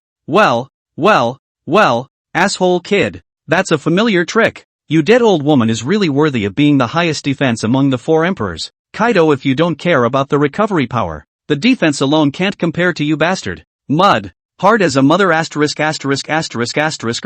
Big Mom instantly became furious and directly left the ground with both feet, holding a Napoleon in his hand and slashing towards Ji-chen. Bastard brat. I'm going to cut you in half. Damn old woman. Are you crazy? 2 billion thunderstorms, supreme thunder. Only to see a wall of thunder pillars forming above Big Mom's head rushing towards Big Mom. Emperor's sword Wagwa. I'm gonna kill you, kid. Big Mom cut straight through the thunder column towards Ji-chen. Ji-chen raised Thunderstorm to slash against Big Mom, and in an instant red and black lightning exploded between the two of them. And at this time, Ji-chen dealt with Big Mom with one hand. His left hand had already condensed lightning, covered with the Ryasakura arming color as well as the Overlord color. Ji-chen then blasted out a punch towards Big Mom. Boo! Ji-chen's punches hit Big Mom directly in the stomach. The moment it hit Big Mom's stomach, Big Mom instantly flew backwards and spat out a mouthful of blood violently. Dash! And the Big Mom children in the room stared in shock and disbelief that this was true. The mom who was like a monster was actually beaten and spit out blood. And the mom they believed in hadn't hurt Ji-chen once, while Ji-chen had hurt her mom several times. This time they were completely flustered. Even the battle was distracted. On the contrary, Old San and the others got more and more courageous. Damn brat! You managed to injure me? Ji-chen coldly smiled. What? Big Mom, do you think my strength is doughy and needed? Now I will use my strongest move to kill you. I was thinking of tearing up the nun's picture in front of you after I found it, but there's no need for that now, so I'll just let you die. Beyond the battlefield, the fight between Kaji and Roranoa Solon continues. Sparrow Surge. Instantly Katakuri's arm turned into a glutinous mass encircling the Earth Dragon, and the arm kept rotating towards Sauron to strike. Ha! Interesting ability. Solon instantly stepped back a few hundred meters to avoid the blow. Mobile glutinous dough. The ground. Everything around them turned into glutinous masses covering towards Sauron. What kind of move is this? How come it's the same as the nature system? Roranoa, awakening without even knowing is really a waste. Solon slowly bit the Wadoichi text. Instantly the ghost sob on his body came out through his body. At first glance it looked as if Solon had 3 heads and 6 arms. Solon stared intently at the Katakuri in front of him as he prepared to strike with all his might. Ha! It's no use. I've seen. How is that possible? Ghost keyed 9 blade stream Azura piercing might. Sauron's move went straight through Katakuri's chest, leaving a deep smashing wound in his chest. I clearly saw it. As long as you're fast enough, You think you can dodge it if you want to? At hearing the answer, Katakuri fell straight down. It's a good thing I didn't kill him, or the head would have gotten mad at me. Dash. Looks like old Shah and the others are having a tough time fighting too, so we can only go and help them first. Afterwards, Solon turned into a stream of light and arrived beside old Sand. Rora Noah, you took care of Katakuri? Solon said after killing a minion. Old Shah, you're not talking crap. Can I come if I don't finish him off? But you guys are holding out pretty long. The 6 of you fighting so many people. Meanwhile, Jichin sighed. Big Mom, this move. If you can follow it, I'll surrender immediately. Ha ha ha ha ha. Ji-Chen flew directly into the air above, adjusting his breath to its optimal state. And then his body's aura surged as Ji-Chen poured 90% of his own aura, the Overlord color, and Thunderbolt, all of which were poured into the Thunder Plague. With that, Ji-Chen raised his sword above his head and instantly slashed heavily towards Big Mom. *****************************************************************************************************************************************************************************************************************************************************************************************************************************************************************Chapter 106 Conclusion. Ji-Chen's face was filled with an excited smile, while Big Mom's face was filled with the color of pain, only that he could not hold on any longer. Ah, damn brat! I won't let you go. This attack from Ji-Chen instantly knocked Big Mom down. Rumble! Bang! Big Mom was chopped to the ground by this chop from Ji-Chen, and the ground was instantly smashed out into a huge crater hundreds of meters in size. Ahem! Damn! Kind of out of steam. And the children of Big Mom all looked at Ji-Chen in horror, as if they were looking at monsters. The monster in their eyes, Big Mom, was actually blasted and smashed into the ground by Ji-Chen's sword, which caused their 3 views to explode. Ji-Chen's gaze was firmly fixed on the giant pit. Hey, I'd better go check it out. Mud, in case I'm not dead, was thinking of having Sauron check it out. This is where Sauron wouldn't be able to find a place to cry if he was ed to death. Soon Ji-Chen was slowly descending with his feet on the thunderbolt and came to Big Mom. Ji-Chen's gaze was fixed on Big Mom. Hey, how does this know if she's dead or not? I don't want to try his nostrils. Just as Ji-Chen hesitated to check, a mechanical tone in Ji-Chen's head entered Ji-Chen's ears. Ding dash. Upon system check, the 4th Emperor Charlotte Lingling has been killed by Ji-Chen. Check complete. Ha! And that's still possible? That's really something. Thunderclaw. Ji-Chen directly used a large hand made of lightning to grab Big Mom's body and fly upwards a few hundred meters below the ground. The duo came to the ground, and instantly all eyes looked at the duo of Ji-Chen and Big Mom. Ji-Chen realized that so many people were staring at him with some anger, so his whole body's aura poured out. Hey, you assholes, what are you looking at me for? Do you want to die? This dead old woman is already dead. Why? Do you want to be like them? What? Everyone looked at Ji-Chen in shock, and then tilted their heads to look at Big Mom. Everyone's eyes filled with disbelief. Under Ji-Chen's might as well as shock and awe, already some of Big Mom's henchmen began to gradually faint. Ji-Chen looked condescendingly at the crowd and said, how about giving you guys a choice? Everyone looked up at Ji-Chen with a blank expression. Ji-Chen smiled and said, first join my Thunder God Pirates. And joining my Thunder God Pirates won't be like your previous situation where you were in danger of losing your lives at any time around Big Mom. Secondly, if you don't join my Thor Pirates, you'll be embarrassed, and you'll be killed by me or Sauron. Ji-Chen said in a loud voice. Those who want to join stand to the left, those who don't want to stand to the right. I think you should be smart people. You shouldn't do anything stupid, right? After hearing Ji-Chen's words, the Big Mom children present hesitated and stood in place at a loss for words. Just when all the Big Mom children were at a loss for words, Katakuri stepped forward. Katakuri-san. Card 2. What should we do? Should we fight him or join in? Paraspero said. And in the distance, Ji-Chen laughed now. Captain, what are you laughing at? Ji-Chen turned his head to see a whitened hair and behind the pair of wings puzzled. Well, big white goose? Who do you call to put on it? Laborers do not have a crew like you. And everyone around them had covered their mouths to keep from laughing out loud. Even Sauron and old Sandy. Nami heard Ji-Chen call herself a big white goose. The whole thing went bad. Her face instantly darkened. Even her fists crunched. Just as Nami was about to swing a punch, Ji-Chen coincidentally arrived behind Sauron with an instantaneous shift. Asterisk asterisk asterisk asterisk. Sauron has a killing aura. Luckily I dodged it. Sauron looked at Nami with a twitch of horror at the corner of his mouth. Nami's combat power he has just seen. This form of her is a combat power burst. Sauron does not want to provoke Nami. Ji-Chen looked at the slowly approaching person as if he had thought of something. The great white swan. No, you're Nami, aren't you? Nami's face darkened even more, and all she wanted to do now was punch Ji-Chen. Just as the fist was about to land on Ji-Chen's head, a voice came from the distance. Captain Ji-Chen, we've already discussed this. I wonder if Captain Ji-Chen can come over. Ji-Chen's heart rejoiced upon hearing this, and he instantly arrived in front of Katakuri. Have you discussed this? Well, Yes. Ji-Chen looked around at the crowd in front of him with interest. Oh, tell me, do you want to fight me or? Captain Ji-Chen is joking. Fighting you? That's no longer realistic. Captain Ji-Chen, you want us to join your Thunder God pirates, right? Ha ha. The entire world knows that there are less than 10 people on my Ji-Chen ship, so of course I need to recruit partners. So, Captain Ji-Chen doesn't know if it's convenient for us to ask a question? Ha ha. You first. Why do you want us to be your partners? Ji-Chen laughed lightly. This is still very understandable, right? Because I defeated Big Mom, plus the fact that this old woman's sons and daughters are still pretty good, and the fact that you've been persecuted by this old woman for many years. You guys also want to be free very much. Right. Katakuri smiled at that answer. Afterwards, Katakuri was seen kneeling down on one knee, followed by the many children of Big Mom who followed suit and kneeled down on one knee together. Captain Ji-Chen, we will be your crew from now on. Sauron, Nami and the others ran over when they saw this scene, and the corners of Ji-Chen's mouth had long been grinning behind his ears. Ha ha ha, great, get up, get up. You'll be a shipmate from now on. Oh yeah, if you guys don't want to go out to sea in the future, you can just stay on Cake Island directly, and you'll be there when you're needed. Or if you want to go out to sea with us, that's fine. It's up to you guys to decide. Everyone looked at Katakuri. Ahem, Captain Ji-Chen, please let me follow you. As for my younger siblings,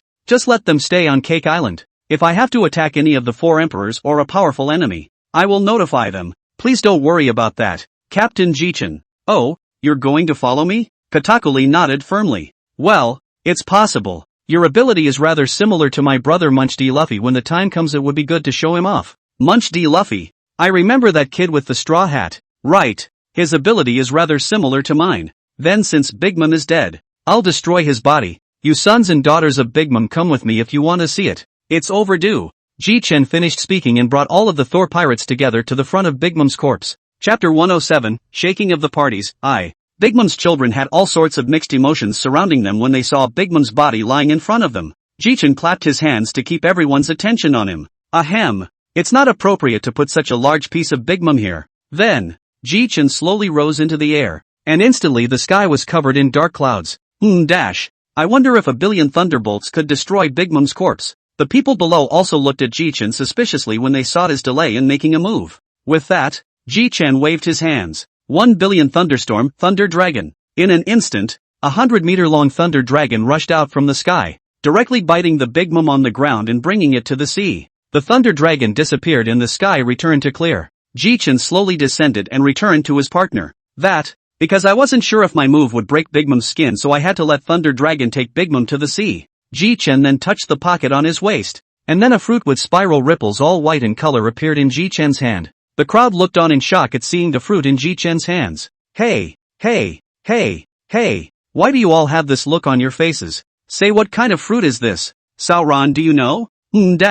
According to my analysis, it's so white, it should be a white fruit. As soon as Sauron's words fell, Nami's iron fist greeted him. This should be a soul fruit. Card 2 said. Ji-Chen nodded. Surprisingly, it's the soul fruit. That's quite a match for Brook's yellow spring fruit. Ha ha. Brook shivered in fear at the sight of Ji-Chen's gaze. Yo ho ho. Captain Ji-Chen. This joke is not funny. One can only eat one fruit. I still know that. Ha ha. Look how scared you are. Ji-Chen looked to Katakuri and the others. That Katakuri, you see, the Cake Island is now destroyed beyond recognition. You bring someone to repair it. It just so happens that your fruit ability is still quite suitable for the Cake Island. Yes, Captain Ji-Chen. Harm. No need to call me Captain Ji-Chen. Call me boss. Katakuri then ran off with the crowd of Charlottes to fix Cake Island. And Thor pirates, 8 people killed to Cake Island and also killed Big Mom. News of the major pirate groups and the Navy world government have got the news. Redhead pirates. Intelligence was lost in thought for a moment as he watched the news come back in front of him. And it was only when his partner next to him gave him a pat on the back that he came back to his senses. Hey, wake up. This news must be reported to the head. Yeah, you're right. I just lost my mind a bit. The duo then found the redhead, who was at that moment droning on while sipping a drink. Head? What's wrong? It's like this. There's a piece of news I think I have to tell the head before I can. Soon the redhead was surrounded by people. It's like this. Some time ago the New World Big Mom and Kaido frantically looking for the Thor pirates. Ji-Chen the head of this matter, you know. Ha. You say this, this is naturally remembered. I think these 2 guys also deserve it. Ha. Everyone on the boat laughed. But the intelligence officer's next words shocked everyone in the room. At the same time when the laughter of the crowd all stopped. That Big Mom has just been killed by the Thor pirates Jichin and the rest of his 7 partners and his body has been sunk into the sea. Silence. In an instant everyone present fell into a dead silence. The redhead even pulled out her ears. What did you say? Say it again. What happened to Big Mom? The intelligence officer could only say it again. Big Mom has been killed by the remaining 7 locks of the Jichin Thor pirates, and Big Mom's body has been sunk into the sea. Lakilu's throat was dry as he looked at the redhead. Did I hear you right? Jichin he killed Big Mom? You heard it right, because I heard it too. Jesus preached. Beckman took a deep breath of smoke and sighed. Jichin, this kid is really not ordinary. Big Mom in this half a year frantically looking for him. He was good half a year later even brought someone to the door to slaughter her. Ha ha ha ha ha ha, that's the personality of this kid. The redhead tapped her head as if she thought of something. Ha ha, Beckman bring out the door that kid left behind in the first place. Let's go find him and confirm this news. Beckman then found the door and took it from his room. The redhead instantly tried to open it, and Beckman grabbed him and aimed him. Hey, Chief, do you know where that kid is? The redhead laughed. This doesn't know. According to my analysis, if the news just now is true, then this kid should be on top of Cake Island. Let's just go directly to Cake Island. The redhead then opened the arbitrary door directly into the ruins. The redhead and the core members walked on the island full of ruins. This guy, by the looks of this, the news should be true. A figure suddenly appeared as the redhead and his group were heading in. Katakuri? What's up? Katakuri's face darkened. Redhead, I was going to ask you, what do you want? What are you doing on Cake Island? The children of Big Mom, who were building a cake island off to the side, gathered around. Ha ha ha ha ha, relax. I just wanted to ask if that Big Mom is still around? Katakuri raised an eyebrow. You mean that old woman? Has been sunk to the bottom of the sea by the boss. The redhead and her group stared wide-eyed at the words coming out of Katakuri's mouth. This was something that Katakuri would never have dared to say in the past. That boss you mean? Thunder God Pirates. Jichin. The redhead was delighted at his words. So the news is correct. Then where is Jichin? We need to find him. Take us there first. Katakuri frowned but didn't say anything more, directly leading the redhead to where Jichin was. Jichin was bragging and chatting with his buddies, not even noticing the redhead's arrival. Jichin turned his head and saw a head of red hair with 3 scars at the corners of his eyes, accompanied by a knife at his waist. It was the red hair. Good lord. What are you red-headed pirates here for? Ha ha ha ha ha. I didn't just hear you bragging. You can't kick me out. The core members of the redhead pirates also smiled in response to the Thor pirates. Jichin. Don't even know how to brag, alright? You heard wrong. But it seems like we haven't seen each other for a long time. So don't leave today to celebrate me turning the 5th emperor into the 4th emperor again. Chapter 108, Shock from All Sides, 2. Jichin then held a grand banquet with the redhead on those 3 days. The outside world has gone crazy in the past 3 days. Some say that the extremely evil Jichin slashed Big Mom in a second. It was also said that Big Mom surrendered on her own accord when she saw Jichin come to Cake Island Big Mama. Meanwhile, at Navy headquarters, Akane's office, Carp, Warlord, Crane, Green Ox, and Tengu gathered in the middle of the marshal's office. Okay, you guys, tell us what you think. This Jichin actually killed Big Mom. Ha ha ha ha ha ha ha. My grandson is okay. Carp, you're in a meeting now, be honest. At the moment it seems that this Jichin should be in the same category as the redhead, not causing any trouble. But if someone else provokes the door, then he won't be soft. But that doesn't mean he won't take advantage of the situation to fight the other 4 emperors. Lieutenant General Tsuru's analysis is spot on. Akane looked around the circle and slowly said, Tengu, Green Ox, Carp, which one of you wants to go and try out Jichin's strength? Silence, deathly silence. Ha ha ha, I'm not going to find Jichin, and Old Me is already semi-retired. Although Old Me can also give Big Mom a beating, it's still very difficult to kill Big Mom. Green Ox looked faintly at Akane and said, I'm not going either, and I'll get killed if I do. Well then in that case the old man won't go either. Akane's face went completely black after the 3 said this. At this point Akane was on the verge of exploding. Akane, if you ask me, it's better to leave this Jichin alone. Now that Big Mom has been killed by Jichin, the sea is still balanced at the very least. Plus our Navy's combat power is currently severely lacking, so it's better not to let anyone else get killed.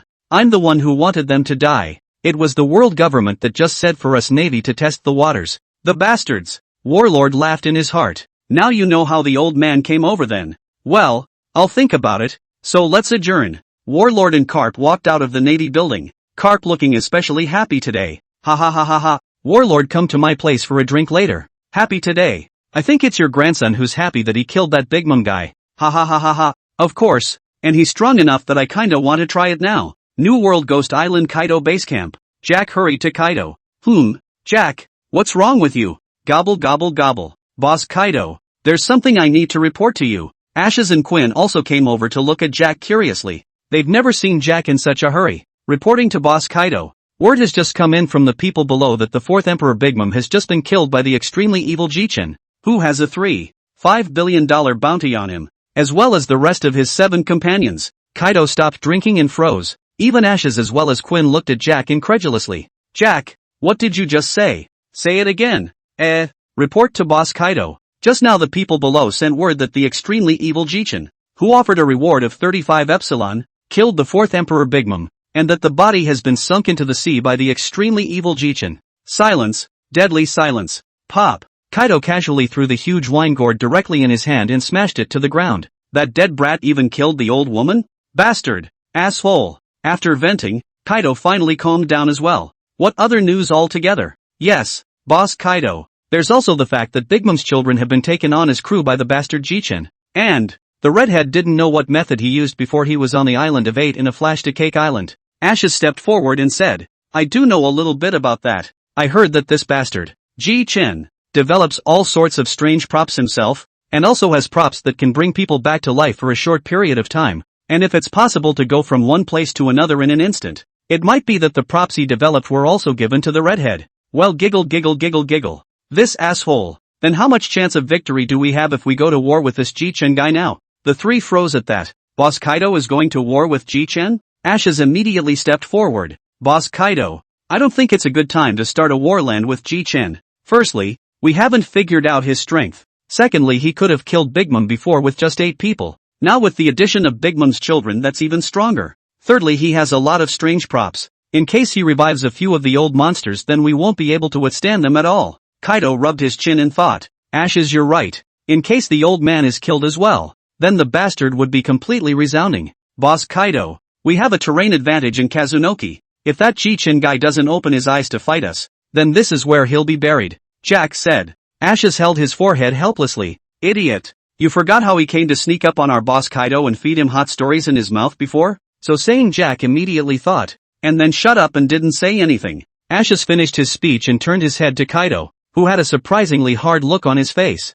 Get out of here. All of you. The 3 instantly ran away as fast as they could in their lives. After the 3 leave, Kaido sits alone on the floor drinking a mulled wine, thinking back to all the past events with Big Mom. Cake Island. By the coast, the party was over and Jichin was sitting with the redhead duo. Jichin, I've known you for quite a while. As early as before I heard that Big Mom and the New World crazy looking for you for half a year. Only let me did not expect is that half a year's time Big Mom even your shadow did not find. And in half a year after the Strong boarded the Cake Island by virtue of your 8 people to take down the Big Mom pirate group, and sink Big Mom into the sea. Jichin smiled slightly. Do you know why Big Mom, the old woman, didn't find me? I'm not a good-tempered person either. This Big Mom has been harassing old me for half a year, and I've spent all this half a year trying to boost my companion strength. Otherwise I would have killed Cake Island a long time ago. And then there's the fact that my home base is Thor Island. Can you still be seeing Thor's Island now? Although the record pointer would also point to Thor Island. But when you look at it, that's just a sea.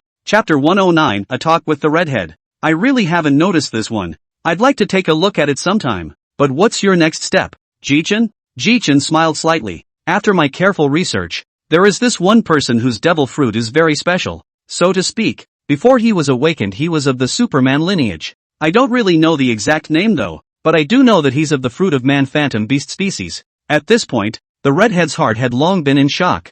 Jichin followed up with, you said redhead. If I go and slap him to death right now, can I make him awaken? The redhead had been dumbfounded, frozen in place. Ha ha ha, don't worry, at least it's my brother. I won't be willing to shoot him. The redhead finally came back to her senses. You, how did you know? Oops, not really, someone told me before, but this rubber fruit is quite extraordinary, perhaps even more powerful than my thunder fruit now. It can be called a god tier fruit, but let's not tell that Luffy guy about this just yet. Jichin looked at the redhead, as if he was looking at a little cutie, as if, the redhead said in displeasure. Hey, Jichin, what kind of eyes do you have in this guy's eyes? How come it feels like you're looking at a little cutie? Like what? Ha ha ha, I was just looking at the cutie. I remember that rubber fruit was in your hand before, right? How come Luffy ate it? You guys, this is something I can stop. This devil fruit is also choosing Luffy is without a doubt the one he chose. Oh, I see. But I'm looking forward to the day Luffy's fruit awakens.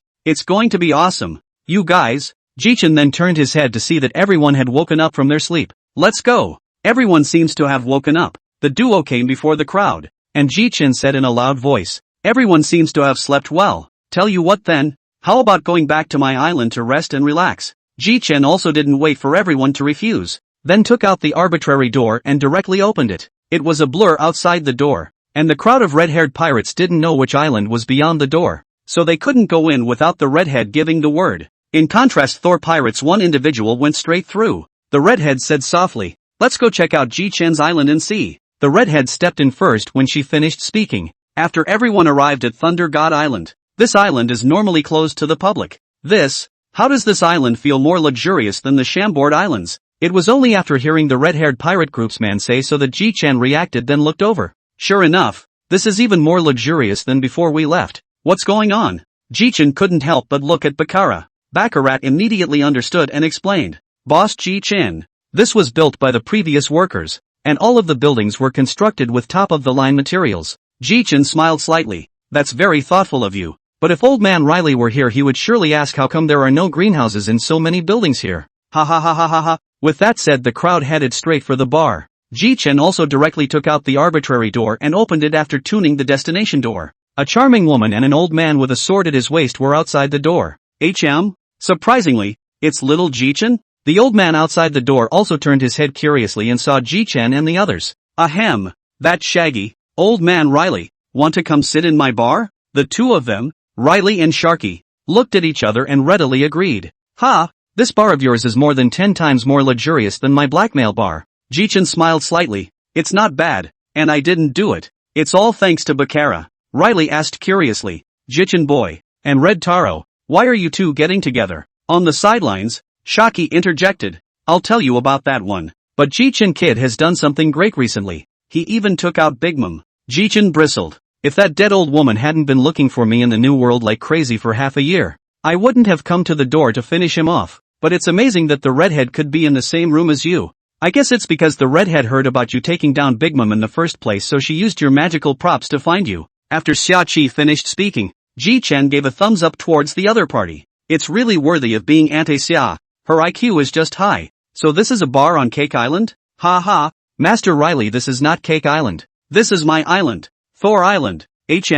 Thunder God Island. That island where it rains thunderstorms all day long. How can an island where it rains thunderstorms all day long have such a luxurious bar? Jichin heatedly smiled. This is naturally because of me. The thunder and lightning fruit ability person's credit. I have already transformed most of the island's thunder and lightning all into my own power. So if you go out, you can see that only the periphery of the island has a thick layer of thunder and lightning. And here is the center area with no thunder and lightning. But the weather is still the same black. You can still use your fruit ability like this. Ahem.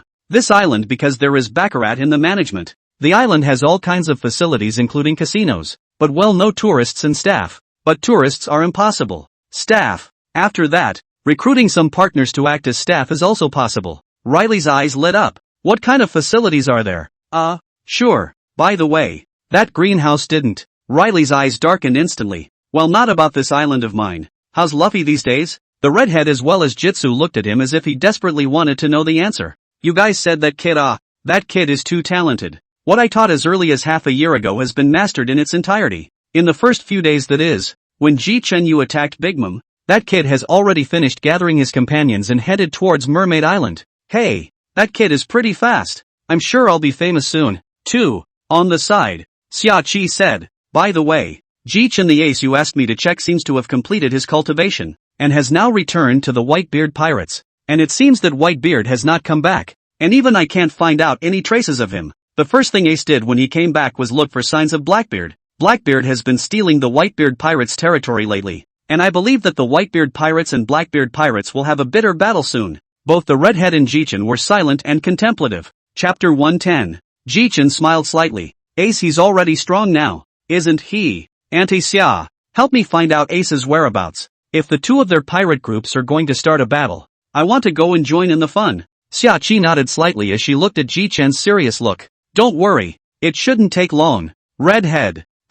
What's going on? Ji Chen smiled cheekily. Want to spar? The redhead's smile ended abruptly. How strong you are I don't know right now, but let's forget about it. Don't ruin this island of yours. The redhead pirates and Thor pirates all turned their heads to look at the two of them after hearing the words of the two captains. I don't think we need to worry about that. We can find a deserted island. Ji Chen casually waved his hand. Two devil fruits appeared in front of Ji Chen. If you win me, you can choose one of these two devil fruits. By the way, the one on the left is claimed to be the most vicious dark fruit and the one on the right is Big Mom's soul fruit. The crowd breathed a little sharply at the sight of these two fruits. This dark fruit was meant to be given to her when she found a new partner. But it was never found. The redhead smiled helplessly. You guy, what luck. In your Ji Chen's case devil fruits are like they can be wholesaled. Okay, for the sake of darkness. No, for the sake of trying your strength, I'll take it. Hey, since it's a sparring match, you can't have no audience. Wait for me. With that, Ji Chen directly opened any door. And outside the door Saber was staring blankly at Ji Chen, who yanked him over with one hand. Immediately after Ji Chen eats a candy bar. And shortly after Roger appears in front of everyone. I know. It's the Ji Chen kid again. Saber looked at Ji Chen with an agitated face. Ji Chen you guy, how did you drag me here? But where is this place? Saber this is my island. Thor's island. And as for calling you and Uncle Roger here of course it's no fun. Ji Chen pointed at the redhead. Redhead and I are going to have a sparring session. And I think you're bored staying at the base. So come and watch. Well, Ji Chen boy. You're actually going to compete with the redhead. Not bad. Not bad. So the men are in place. So I'll just find a place first. Subsequently, when Ji Chen opened and closed the door more than 30 times in a row, Ji Chen and the others finally found a deserted island. All of them went through the arbitrary door and soon arrived on top of this deserted island. The redhead looked at Ji Chen with a kind face and preached. Ji Chen, let's both use divine avoidance. It's significantly fairer. That's fine. Then Uncle Roger, you'll be the referee. Of course it's good. The two stood opposite each other. Meanwhile, the redhead pirates and Thor pirates led by Nami are surprisingly predicting who will win. I'll take the bet. If your ship loses, I'll have all the Baileys here. The aura of the two grew stronger and stronger, and in an instant they both drew their matching swords at the same time. The two raised their swords high above their heads. Huge red and black sword chi intertwined with the dominating aura as the two slashed down heavily towards each other. The moment the two's sword chi intersected, the sky seemed to have been smashed open by something in general eye. The sky cracked open. These two guys actually cracked the sky. Roger watched the scene with a serious face, but the smile at the corner of his mouth could not be hidden. Riley, who do you think is going to win between these two guys? One of these two guys is a recently risen 4 emperor, and the other is an old 4 emperor. Both of their strengths are at the top of the heap, and I won't know until we've split up the winners and losers. Solon watched as the smiles on the corners of the two's mouths grew more and more excited. These two guys? Interesting. Is this the pinnacle of swordsmanship? Solon licked his lips. Hey, I still have to improve my strength. The aura of the two continued to rise, which surprised everyone present. These two guys, Jia. After 5 minutes had passed, it was as if the two of them had a tacit understanding, and they directly used their full strength to blast at each other. In an instant, the wave of air generated by the Baji directly affected the redhead pirates and the Thor pirates. Smoke and dust rose in all directions, and when it disappeared, both of them were half crouching on the ground, gasping for breath. Red tarantula. Ji Chen. You two boys. So it's kind of a tie? Riley cleared his throat, sort of. Ji Chen was full of regret. Oops. What the heck? It's a draw. What a shame. I thought I could beat the redhead. There was shock in the redhead's eyes, however it quickly recovered. You guy, do you think I've practiced my strength for nothing for so many years? But it's just a shame about that fruit one. Ji Chen was happy when he heard the redhead's words. Don't worry, redhead. I'll find him a good owner. And Saber had long been shocked on the spot. So Ji Chen is so strong. But come to think of it, a big mom who just killed one of the 4 emperors is naturally strong. Ji Chen then smoothly returned to the middle of Thunder God Island with the help of the arbitrary gate. During this time, Ji Chen also sent the red-haired pirates group back to the island of 8, and Sabo back to the Revolutionary Army's headquarters. Peach Island, Kamabaka Kingdom. Eat Jack. Martyr. This Siren Kingdom really lives up to its name. Now I'm getting goosebumps just thinking about it. Ji Chen spat out some words before turning his head to look at Zicheng, who was sitting quietly at the side. That, Zicheng, I remember you were photographed on that Siren Island in Kamabaka Kingdom, right? Zicheng lifted her head to look at Ji-chan and laughed. Yes, Captain. The people up there are nice. And so is the king. For a moment everyone was confused. They had all seen Peach Island too and had just been there. And they didn't feel good about it. If it wasn't for the captain and Sauron erupting their overlord colors together to force those people back, we would have been poisoned by them. Zicheng recalled. I remember when I was just tapped. They were still very good. When Miss Eva came back, I asked them about that attack cuisine, asking if they could teach me about it. And that king let me improve my strength first, and then challenge afterwards to get the 99 vitality menu. All in all, the people are still good. They are just a little bit nervous. Ha ha ha, that Eva does yell and scream at times. The crowd suddenly felt that their cultivation was still quite good after hearing what Zicheng had told them. Ji-chan looked at Riley. How is it, Elder Layli? My place is not bad. Right. Do you want to stay for a long time? Staying for a long time? Think about it. Palm 111. Lock. 5 days later. Ha, Auntie Xia. Looking for me? Natsuki said in a disgruntled voice. You're the one who asked me to check Ace's trail for you, aren't you, kid? Ha ha, did you find it? Well, found it. The Whitebeard pirates are currently heading to Blackbeard's home base of Hive Island. Ji-chan's pupil shrunk. Oh, is there going to be a fight? You look like you're pretty excited. I can tell you that Hive Island is a very dangerous island. There are still numerous pirates on the island. And it seems that Blackbeard still has a very powerful devil fruit. Hey. Well, enough about anti-summer for now. I'm going. Ji-chan then called the people who were practicing to come before him. Today, I got word that the Whitebeard pirates and Blackbeard pirates are about to battle. So I want to go. Ji-chan looked around and didn't see a look of resistance on the faces of the crowd. Solon licked his lips in excitement. I'm in. I haven't fought in ages. Jia. You think you're the only one who hasn't fought? Ji-chan smiled lightly. But now there's a problem. I've never been to Hive Island, so I might not be able to find it. I'll take care of this one. The Hive Island, if you need to sail for almost a day, can be said to be very close. Ha ha, having a navigator is pretty convenient. So prepare to set sail. The crowd then boarded the ship directly, and the Thor sailed quickly along its route. The Thunder God was sailing along its route. Ji-chan was lazily sitting on the bow seat, when suddenly Ji-chan looked towards what seemed to be something in the sea in the distance. Hey, Sauron, come here. Ji-chan called up Sauron, who was drifting off to sleep. What's the matter? I'm just about to get a good night's sleep here. Sauron, do you see something in the sea up ahead? Solon looked forward. It looks like a person. Alright then, Sauron, you can go and bring him up. Ji-chan kicked Sauron down as soon as he finished speaking. Bastard. I'll kill you sooner or later. After an interval of almost a minute or so, Sauron returned with a small boy. As soon as the little boy came up, Chopper came over to check on the little boy. It's okay, just too much water. So, then, Ji-chan's hand rested directly on the little boy's body,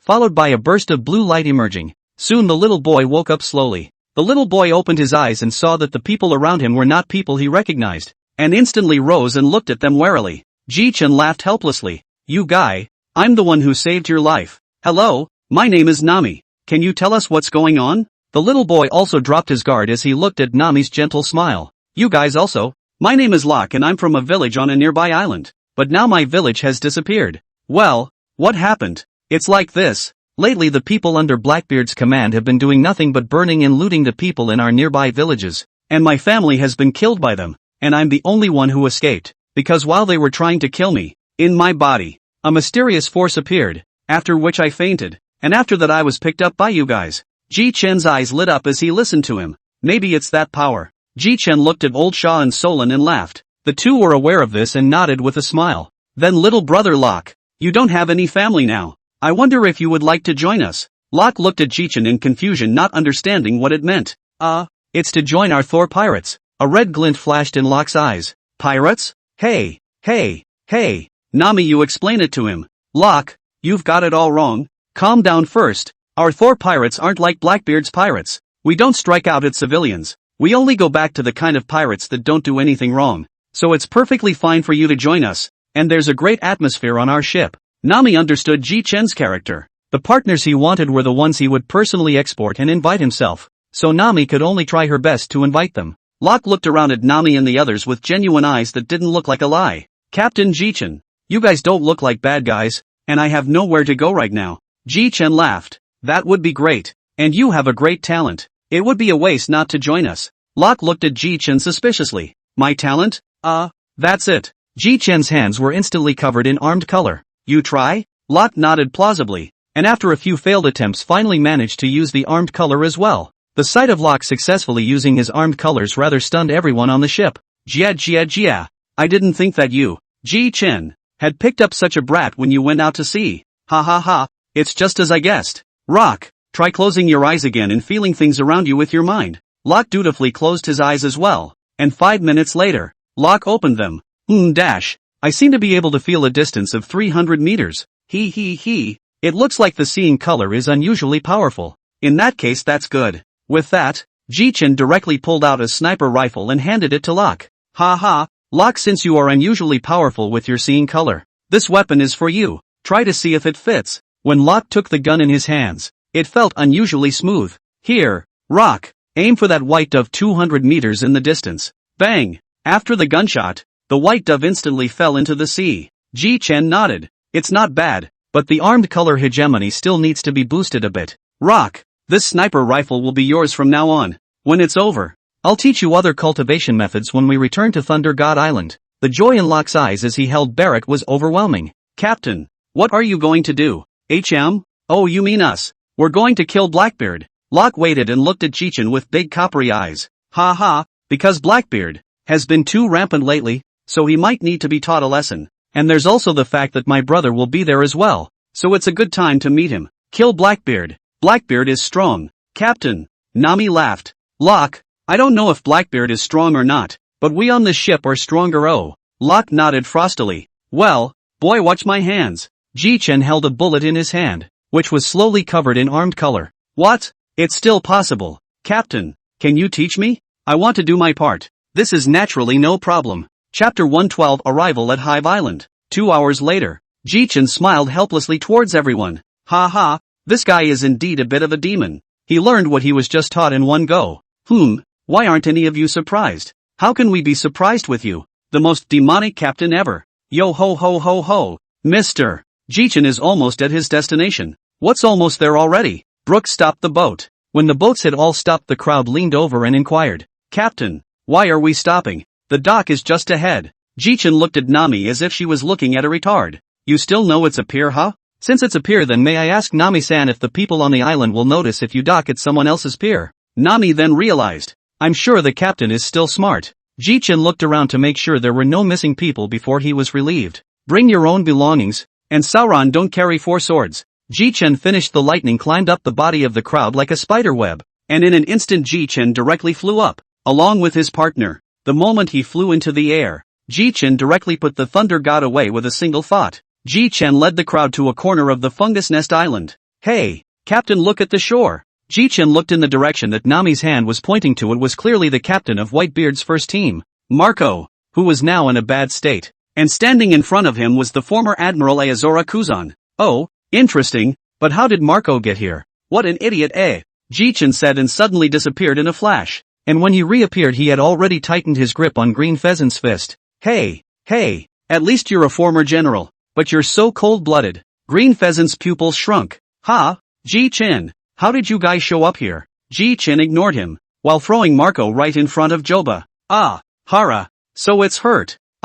Don't talk yet. You're hurt too badly. You must be treated immediately. Meanwhile, the two who were confronting each other, Green Pheasant and Ji-Chen, stood opposite each other. Hey, is Kuzan surprised? Kuzan's face hardened at a rate visible to the naked eye. It's troublesome that such a dangerous guy like you showed up here. Well, would His Excellency Kuzan like to fight me? Before Kuzan could finish his sentence, a fiery and incomparable flame blasted towards him. Ice shield. A huge ice shield appeared in front of Kuzan. However, Kuzan overthought it and the flames melted the moment they touched the ice shield. Green Pheasant's eyes widened in disbelief at the sight he was seeing. Surprisingly, his ice was melted in a flash. Ji-Chen also froze after seeing the person behind him. Then everything is explained. Ace, you guys are really strong now. I can feel you're only a little bit worse than me. Ace hammered Ji-Chen's bosom with a hearty laugh. Oh yes, you, your Whitebeard pirates Ichiban Captain Marco is dying. What? Marco? Where's Marco? Then a bandaged Marco limps in with Joba holding him up. Marco, are you? Marco waved his hand indifferently. It's fine. I just got hit by Green Pheasant, and I'm not much hurt. As Marco was talking, Jichin suddenly stormed up and a lightning bolt came at Marco. As it was about to strike Marco, the lightning turned a corner and struck the air directly beside Marco. Ah, damn it, down there will be found yet. Transparent fruit. Although I don't know how you got the transparent fruit I auctioned off earlier, but you're dead today. Dare to hurt someone under my nose. Do you think your life is too long? Shilu keenly sensed the rush of killing intent, and Rain Hiryu also revealed himself under the strike from Jichin. Transparent fruit. Really? Then you can die. 5 billion thunderstorm Chidori Ryu. The thunderbolt in Jichin's hand directly transformed into a green bird and shot towards Rain Hiryu. Hiryu's eyes widened. There's no way to dodge from this distance. Damn it! Hiryu saw that he couldn't dodge the blow in a smooth manner and placed his famous sword Thunderstorm across his chest. But what Shilu didn't expect was that Jichin used the green bird transformed by lightning to directly bypass him. Then the green bird shot heavily towards his back, directly piercing a large hole through his back. What? More of this? Jichin snorted coldly. Marred. You think that I've been playing with thunder and lightning for so long because I'm messing with you? Jichin then fumbled for a moment from his waist pocket, and a greenish-blue fruit appeared in front of everyone. Ha ha ha. Jichin, do you guys always carry fruit around your waist every time? Ace, if I didn't meet a power user every time, would I have to carry fruit every time? Suddenly a cold voice rang out. Hey, hey, hey, hey, are you guys forgetting something? What? Green Pheasant's still here. Captain. Jichin grinned. Of course I know you're still here, Green Pheasant Kuzan. It's not like I just took care of a troublesome guy, so I got a little delayed. Green Pheasant Kuzan, the former admiral, would even join the command of a pirate renegade. Hey, what a pain in the ass. Fire Fist Ace. No one would still believe that Green Pheasant alone was facing so many powerful people and saying that he wasn't nervous. Just then a laugh rang out. Thief, ha ha ha ha ha. Are you in trouble, Green Pheasant? The moment this voice rang out, Ace looked up directly to see an extremely evil-looking man. Blackbeard Marshal D. Tiki, how dare you show up? Thief, ha ha ha ha ha. If it isn't Captain Ace. It's been a long time. I don't think we've seen each other for years. Ace, pops he. Marco, you're still a bit injured right now, don't talk for now. I'll talk to you slowly when I've solved this Tiki guy. Marco didn't say anything when he nodded. Buzz. Small flames surged up from all parts of Ace's body, and Ace instantly jumped up. The flames on Ace's body seemingly conscious as they flew directly to the ship of Blackbeard's crowd at the docks. These several small flames in the fall to the Blackbeard pirate group, the 10 pirate ship. The moment the original small fire will instantly 10 pirate ship burned into ashes. Some of the pirates who were on the ship and hadn't left yet were instantly burned to a pile of white bones. What? Our ship? Damn Ace. Jichin was also very surprised as he looked at the 10 pirate ships. Ha ha ha, Ace, you feel so powerful with this move. Chapter 113, Death of Chishas Bosches. Ha ha, it was just something I developed earlier in my spare time. Ha, it's amazing that all 10 ships were destroyed by Ace. Blackbeard's face went straight black, still a bit grim. Who would have thought that the first thing Ace would do when he saw Blackbeard would be to destroy their ship? And a bunch of captains were a little dumbfounded. These unnamed pirates then cursed directly at Ace.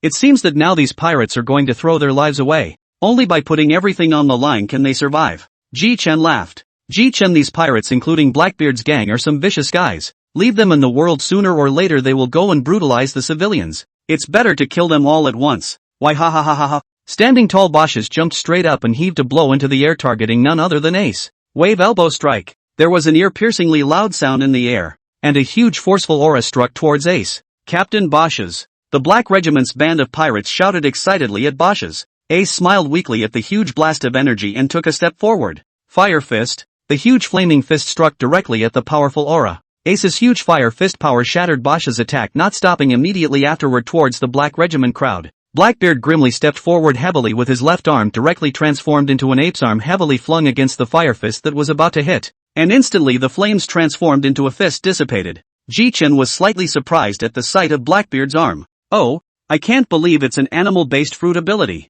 Seeing this, a bad idea popped up in Jichin's mind. At that moment a dark purple fruit appeared out of thin air in Jichin's left hand. Jichin shouted, "Blackbeard, look at what's in my hand." Blackbeard heard the voice and turned his head to see Jichin. "Those a devil fruit there smiling." Blackbeard looked at Jichin with a gloomy face, then greedily looked at the dark fruit in Jichin's hand. Asshole. If it was not for the strength of Jichin, and the Whitebeard ship was too strong at that time, when the dark fruit in his hands gun also cannot snatch. But Sachi came back to the hands of more than one devil fruit, only as an animal system fantasy beast species adamantine fruit. Listening to the Sachi said that this devil fruit is from the sea floated over, so the Blackbeard can only kill the Sachi. The time he did not know what fruit this is. Jichin took out the darkness fruit and waved it around in his hand for a while before putting it back. Ji Chen looked at Marco and asked, "Do you know what fruit that ape across the street is eating?" Marco froze for a moment. "Ji Chen, you mean that Blackbeard guy?" Ji Chen gave Marco a blank look. "Just that Blackbeard looks like an ape when he doesn't change his body. Who else can I compare him to besides him?"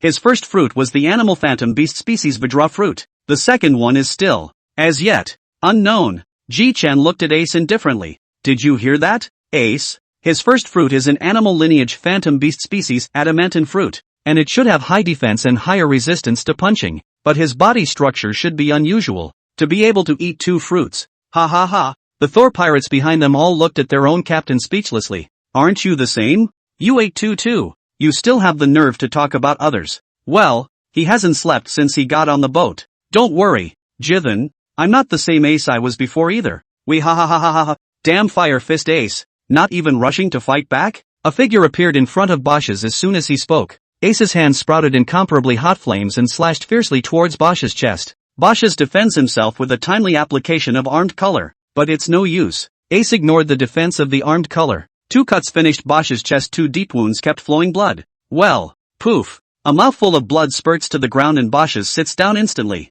The Black Regiment crowd rushed forward to check the situation. Even Blackbeard looked anxiously at Bosch's, realizing that Bosch's was his most loyal partner. Toxic Q, hurry over here and see what's wrong with this Bosch's guy? Poison Q drunkenly walked over to check up on Bosch's. Poison Q sighed slightly. This Bosch's guy's internal organs should have been burned by all of that Ace guy's flames, so he won't be able to survive. Captain Bosch's. All the surrounding pirates looked at Bosch's with tearful eyes. Bosch's also heard what Poison Q said, then laughed out loud. "Way ha ha ha ha ha ha." Accompanied by the fall of this laughter, Blackbeard's pirate group's one ship captain, Chishas Bosch's, completely fell off the face of the earth. Ji Chen looked at Ace's move and couldn't help but be surprised. "Holy, Ace, you're really fierce with this move." "Humph. I only want Blackbeard Tiki's life. Everyone else who doesn't wanna die, get out of my way." After hearing Ace's words, the pirates behind Blackbeard all took a step back, intentionally or unintentionally, fearing that they too would go down like Bosch's. "Thieves, ha ha ha ha. I'll see who dares to back off.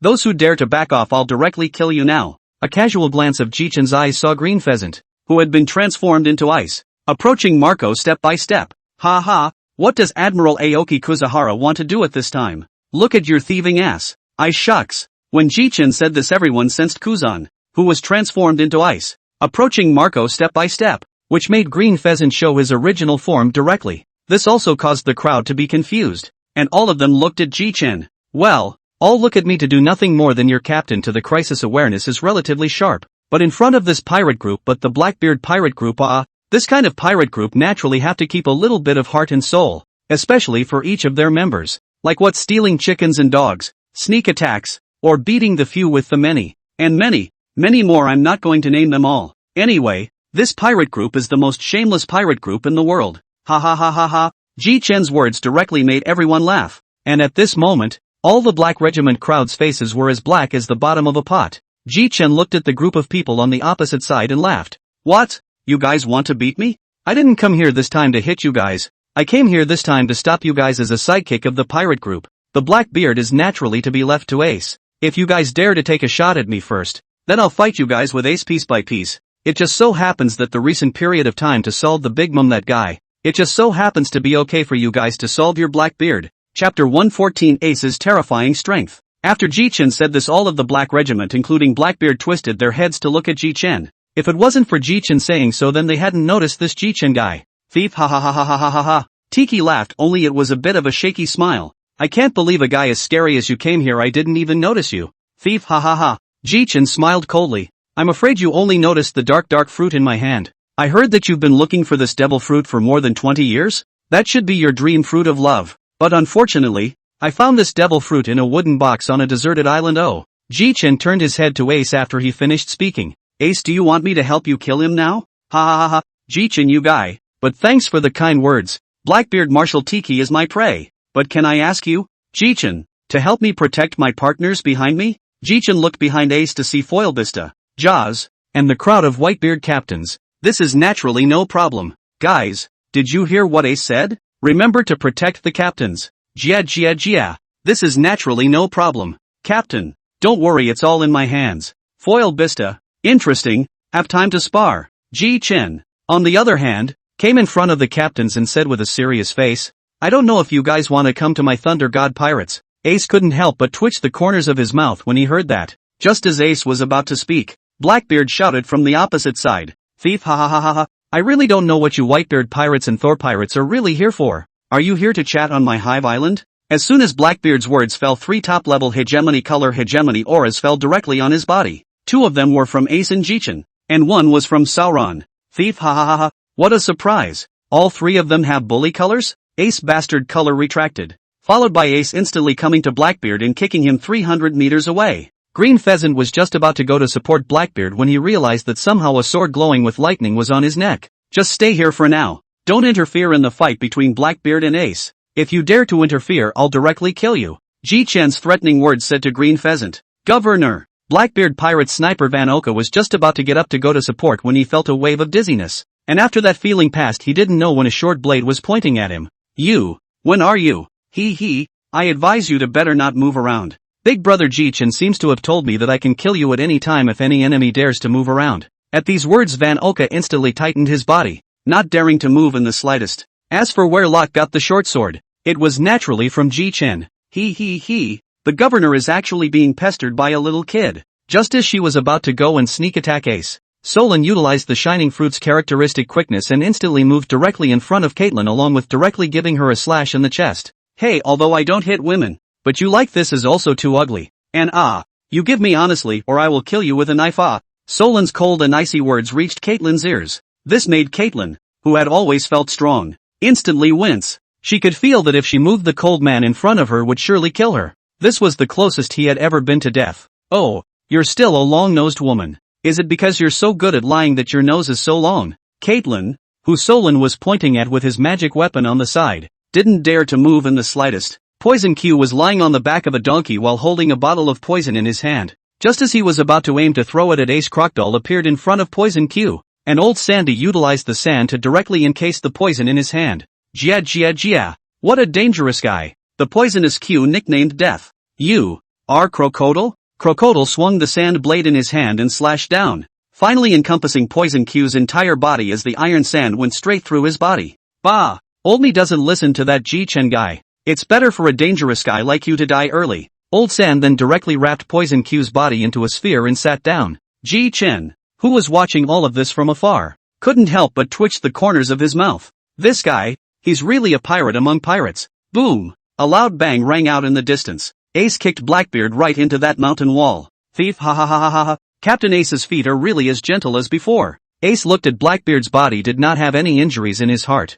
Ha! What a life force! Then let's try this one. Flame laser. Ace aimed at Blackbeard and shot a long laser straight from his fist. Blackbeard saw that this move is flat, also a slight side of the head, and then dodged. And that flame laser grazed past Blackbeard's ear straight toward the opposite peak. A move that directly blew a hole in that peak. I can't believe how terrifying Ace's strength has become. Marco muttered. Phew. Thief, ha ha ha ha ha ha. That was close. Almost got Captain Ace. A single move was able to punch a hole in the mountain peak, almost destroying it, which made the crowd of the Black Regiment on the side look dumbfounded. What kind of attack could blast a hole in a mountain peak and still be of the extremely deep kind? Ace disappeared again and instantly arrived in front of Blackbeard, and Ji-chan, who was holding up his sword and looking at Green Pheasant, was shocked for a moment. Asterisk.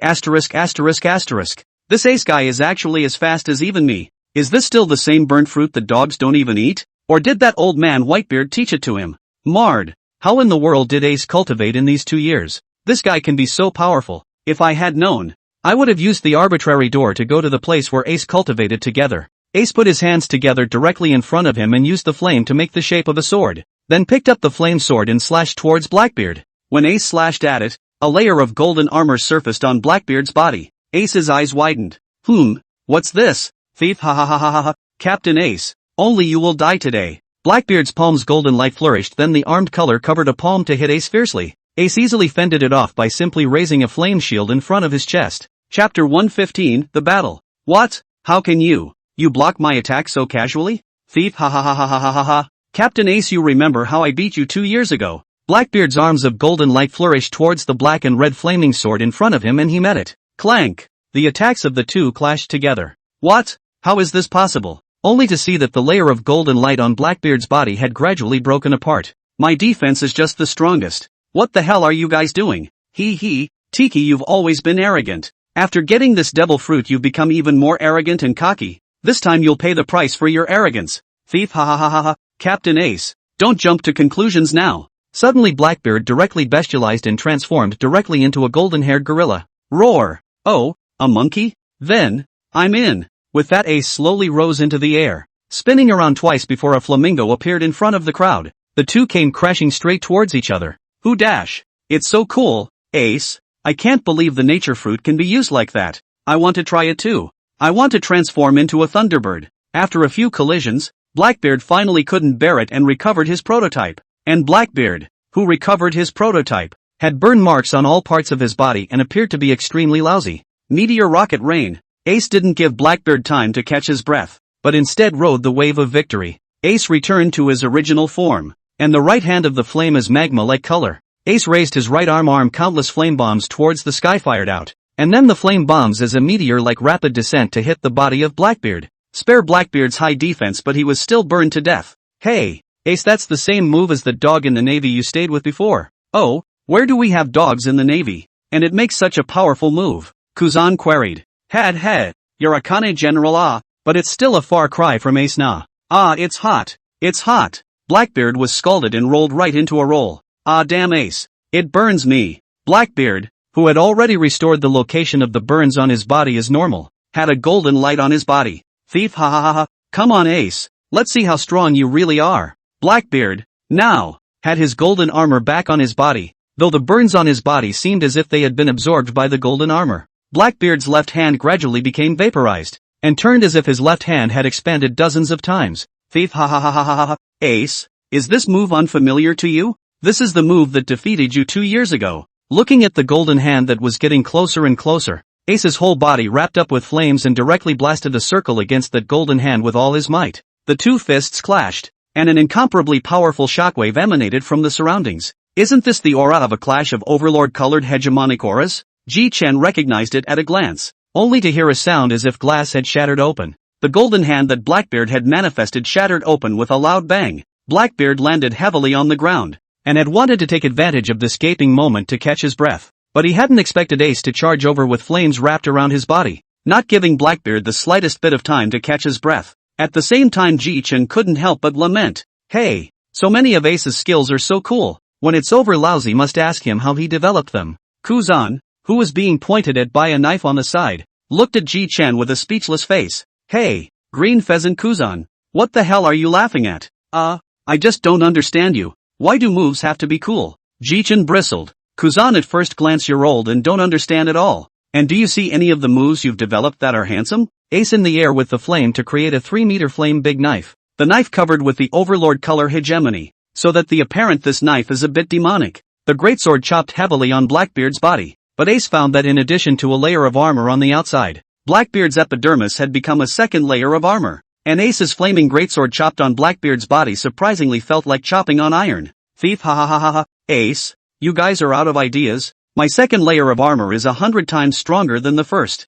What? So that's how it is. So is it not long before I raise my power again? Instantly the flames on Ace's blood-red greatsword were more than hundreds of times hotter than before, and the overlord's color was raised by about half. Finally, with Ace bringing out 70% of his strength, Tiki's second layer of defense began to crumble. Blackbeard watched as his second layer of armor was already visible, in vague danger of shattering. What? You guy, you managed to break my second layer of defense. Dash. Tiki spat out a mouthful of blood. No, I have a total of just 2 layers of defense here. I can't keep hiding any longer. Blackbeard Tiki directly turned into a swarm of bats and fled in all directions. Ace as well as the people present at the scene had all stared in disbelief at what was happening in front of them. Ji Chen couldn't even help but burst out. Asterisk.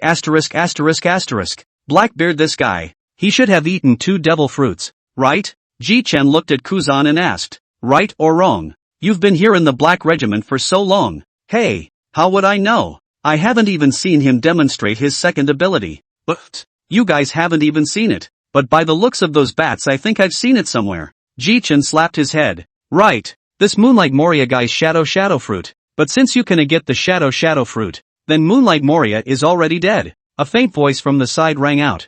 Yeah, Moonlight Moria is dead. She died right here on Toyotomi Island. So I have another question? Hey, Why are you so troublesome? Kuzan regretted that statement just as soon as he said it. As Kuzan realized that the knife around his neck had tightened a little more, a cold voice from the sidelines rang out. So now can I ask? Former Admiral, Green Pheasant Kuzan?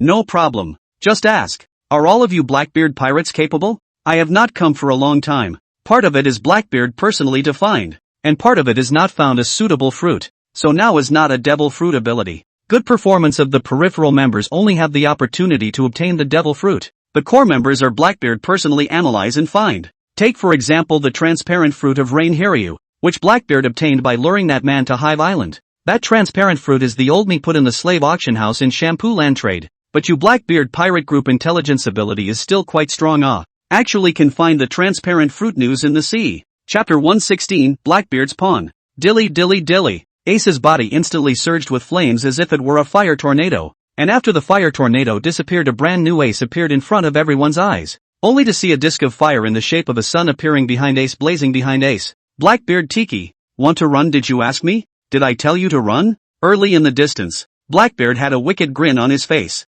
Thief, ha ha ha ha ha ha. Was telling you I was going to run. I was trying to regain my strength, and now my strength is almost back. Ace did not think. A step out instantly came to Tiki in front of him, followed in his unbelieving eyes. Ace to the naked eye is not visible under the speed of Blackbeard Tiki. Was Ace carrying flames and so on? I punch hard to fly out? Asterisk asterisk asterisk asterisk. That speed. Green Pheasant, did you just see Ace's speed? A little bit is still visible. Being relevant means you can see the corner of Ace's coat. Ji-Chen sked. I have to say that the speed of Ace in this form is comparable to mine. This talent thing is really perverted. Governor. Van Oka called out straight away at the sight of Blackbeard being punched out and other me moments. Locke couldn't help but give him a direct hit with the hand holding the short sword. Be honest or I'll kill you. Blackbeard Marshal D. Tiki, if that's all you've got, then you can go to hell. Thief, ha ha ha ha ha. Captain Ace is really strong. I should have known that I wouldn't have kept you back then. It's too late for anything. Fire Fist. Ace lands a fiery punch to Blackbeard in front of him.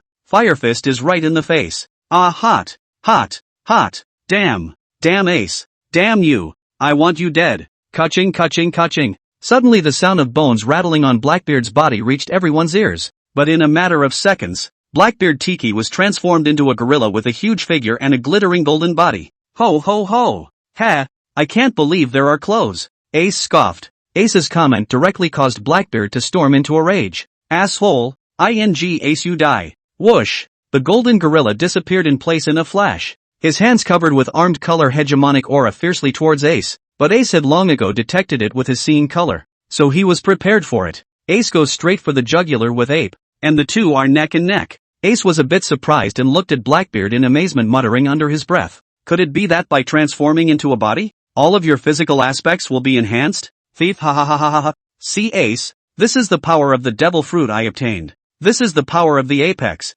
Today you will die. But, ha ha ha, can't tell you Captain Blackbeard has a sense of humor. Pheasant didn't chime in, but quietly watched Blackbeard fight Ace. In the middle of the battlefield, Ace and Blackbeard went punch for punch. Phew, phew, phew. Flaming meteor. In an instant countless flame meteorites smashed down against Blackbeard. The entire Hive Island trembled the moment the countless meteorites fell. Governor! The Black Regiment crowd shouted as they looked at Blackbeard, who was buried under a meteorite. Blackbeard and Ace, this battle is almost by Ace one-sided crushing, and now by dozens of powerful meteorite right in the deep meaning, even if not dead will not live long. For a moment everyone in the room looked at in the pile of rocks, wondering if Blackbeard would ever get up again. After a long time, a large and somewhat weak hand reached out from the pile of stones. Thieves, ha ha ha ha, thieves, ha ha ha ha ha, didn't think so. Ace, I'd still be out. I'm not dead yet. Only Blackbeard has returned to his original form, and there is still a light layer of armor on his body surface. Thief, ha ha ha ha,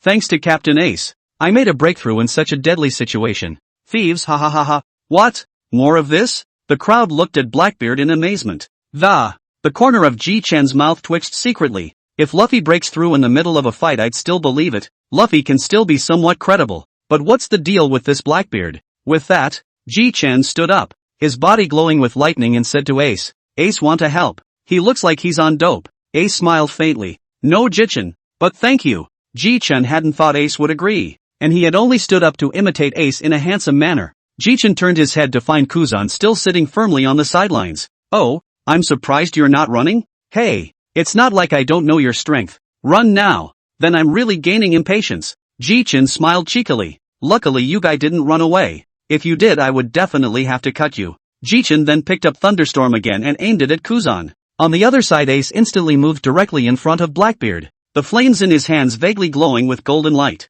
Ace then struck out with a tight punch that broke through the 2 layers of Blackbeard's shield just now. Blackbeard's eyes widened. What? This is impossible. How did you shatter my barrier so easily? Humph. Do you think I've taken out my full strength? Traitors like you. Look at you like this. Mutilating your own partner just for a fruit. And I don't want a bull ***** you. Go to hell. Ace raised his right hand high in his hand and in an instant a fiery red fireball with a golden glow appeared. With that, Ji-chan directly pressed down on Blackbeard's ugly face. Die. Emperor Yen.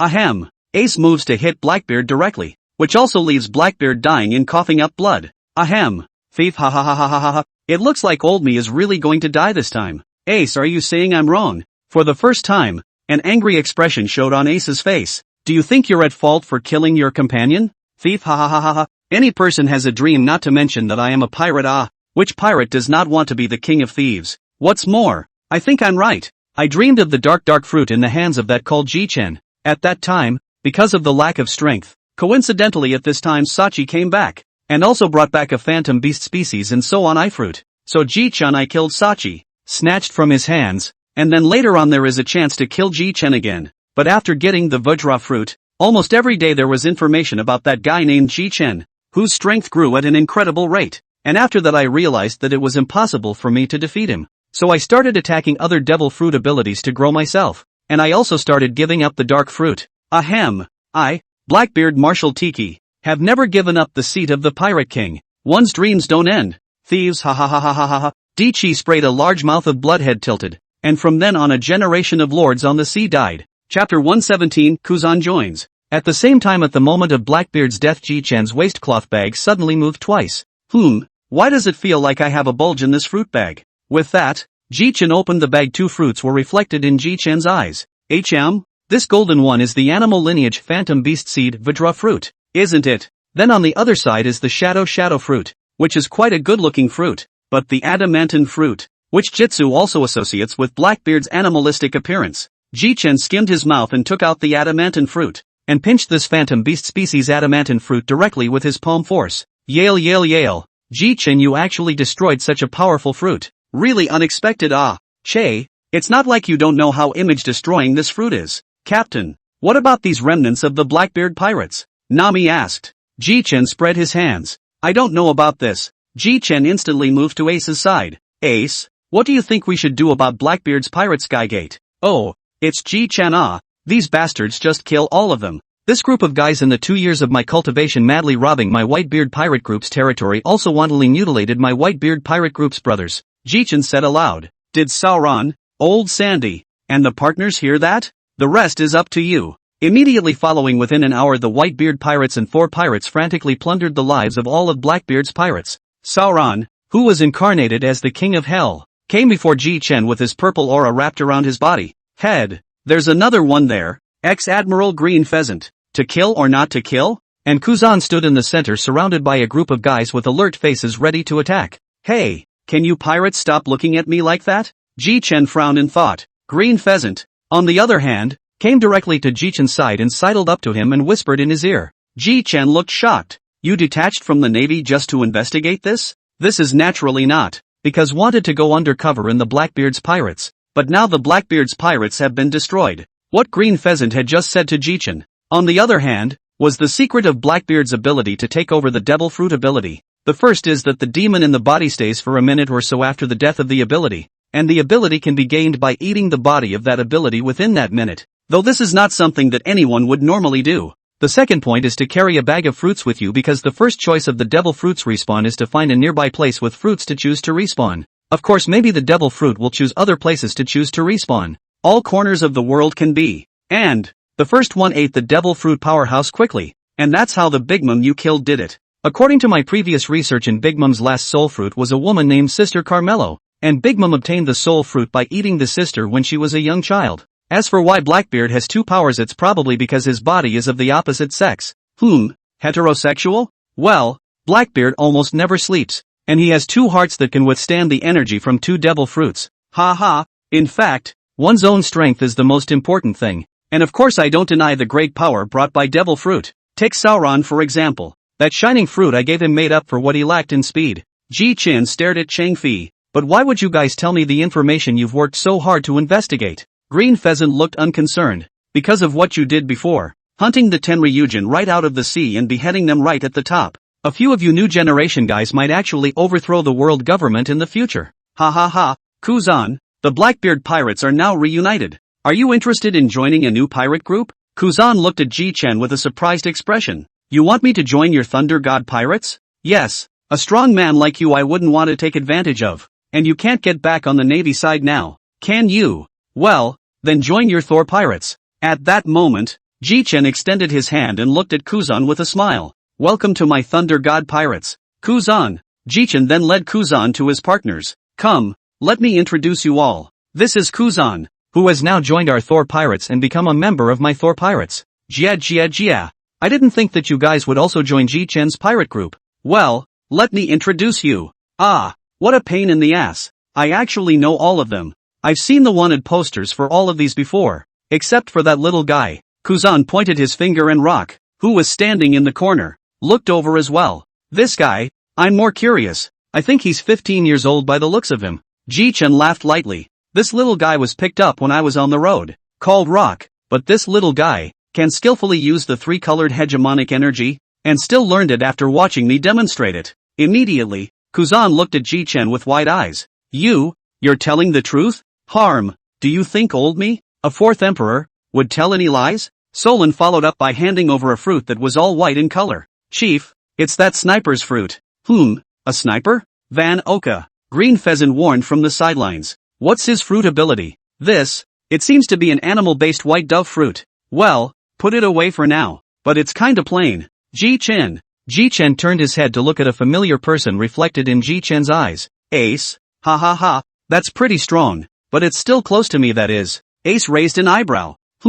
Want to give it a try? Ji Chen waved his hand. Forget it, it's not good if I hurt you. In his mouth Ace still didn't bother with Ji Chen. Ace, you're back? In the distance a crowd of Whitebeard pirates were running this way. Bista, Marco, Jaws, everyone, it's been quite a couple years. Jaws grinned broadly and put his arm directly around Ace's shoulders. Ace, you're surprisingly strong now. You've suffered a lot these past 2 years. I'm so sorry. Everyone, I'm late. Chapter 118 Luffy Sabo's News. I really didn't expect you to become so strong. Ace, you've suffered a lot these past 2 years. Haven't you? Marco, compared to me you guys have had 2 years. It's not just Blackbeard. Although our Whitebeard pirates' territory has been invaded by Blackbeard and his gang in the past 2 years and they have invaded the territory and killed numerous of our partners. But now that Blackbeard is also dead, we don't have to worry about anything anymore. Since you're all the way back now Ace, this captaincy is rightfully yours. Marco said. Ace was about to retort but saw the look on all his partners' faces. It was a flurry of expectation.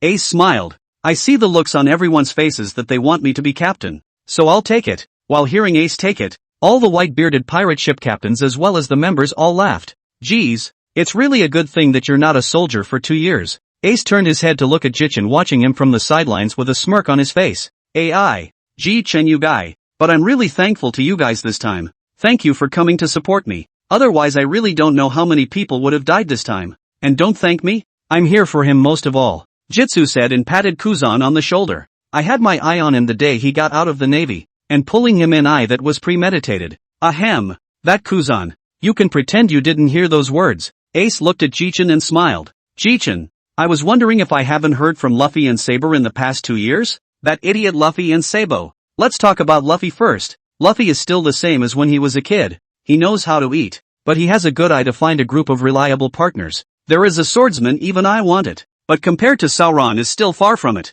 If we project according to the time, we should have reached Dressrosa by now. That country is controlled by a guy named Doflamingo. If Luffy finds out, then according to his character then he should make a big mess in Dressrosa. Ji Chen smiled faintly. Luffy is now proficient in the 3-colored hegemony, and his fruit abilities have been developed to a rather impressive kind of degree. There was a flash of surprise in Ace's eyes. Oh, Luffy's so powerful now? Yeah, you can meet him sometime. Well, tell me more about Saber. Well, Sabo is now the chief of staff of the Revolutionary Army, But some time ago a guy named Bosches from the Blackbeard Pirates discovered the Revolutionary Army headquarters. So the entire Revolutionary Army headquarters has been moved to the kingdom of Kamabaka, and Sabo's strength is now probably no less powerful than the two of us, and his fruit abilities have probably awakened. Both the Whitebeard Pirates and the Thor Pirates watched quietly from the sidelines as the two spoke. Well, those two are done, but they're both really strong just the same. It's strong. So tell me more about you. Ha, me? What do I have to say?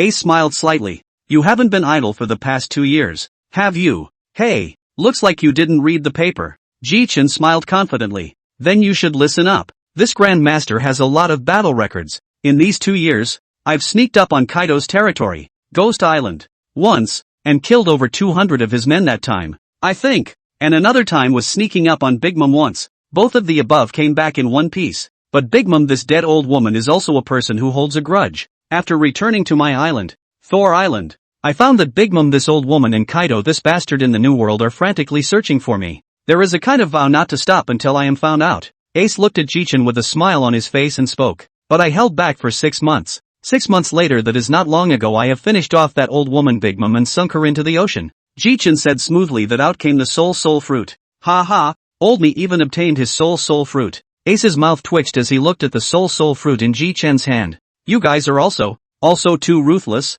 killing Big Mom at the drop of a hat. Ji-chan was also not modest when he heard Ace's praise. Ha ha ha ha ha, Laozi is just so bullish. Laozi is now a 4th emperor. When the rest of the Thunder God pirates saw Ji-chan like this one by one, they all turned their backs and pretended not to recognize him. Luffy, what will you surprise me with the next time we meet? Hey, Ace, what are you thinking? Ha, oh, I was thinking that the next time I see Luffy again, he'd surprise me. Ace, what are your plans after that? Ji-chan asked. I'm going to Kazunokuni. Ji-chan's brow furrowed. Why do you want to go to Kazunokuni? Ace smiled on his face. Because I promised a little girl before. It belongs to a pact. Right, to defeat Kaido and open the Kingdom of Peace to the world. Oh, I see. Then I won't go with you. Kaido should go crazy when he sees me. But I'll bring my pirate group to sneak up on him a bit from time to time afterward. Ace and Ji-chan said their goodbyes at that point. On the ocean, Ji-chan was lying in the corner of the deck in boredom. Ah, how boring.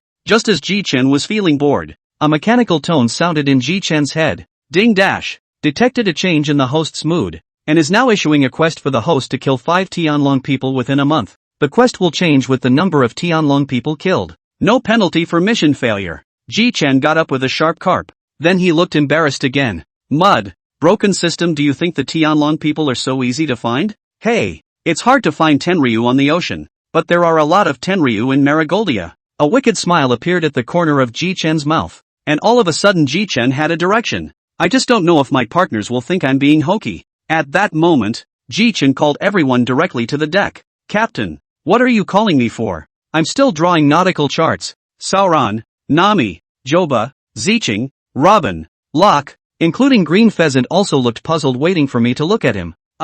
Yeah, it's been a little too boring lately, and I just gave up that asshole Kaido to Ace. So yeah, I'm going to kill some Tenryu for fun. The crowd all looked at Ji-chan with shocked faces. What do you mean kill a few Skrulls for fun, Captain? Then when we get back we'll first have Bakara check to see if there are any Skrulls out for fun lately. And if there are then you can just go. Captain. Ji-chan grinned. Well then, let's do it. Chapter 119, 2 Sky Dragons. Thor Island. At the coast, the Thor slowly pulled up inside the pier, and the crowd then disembarked. No, you, Ji-chan, this island is how to come in. Obviously just in front of nothing.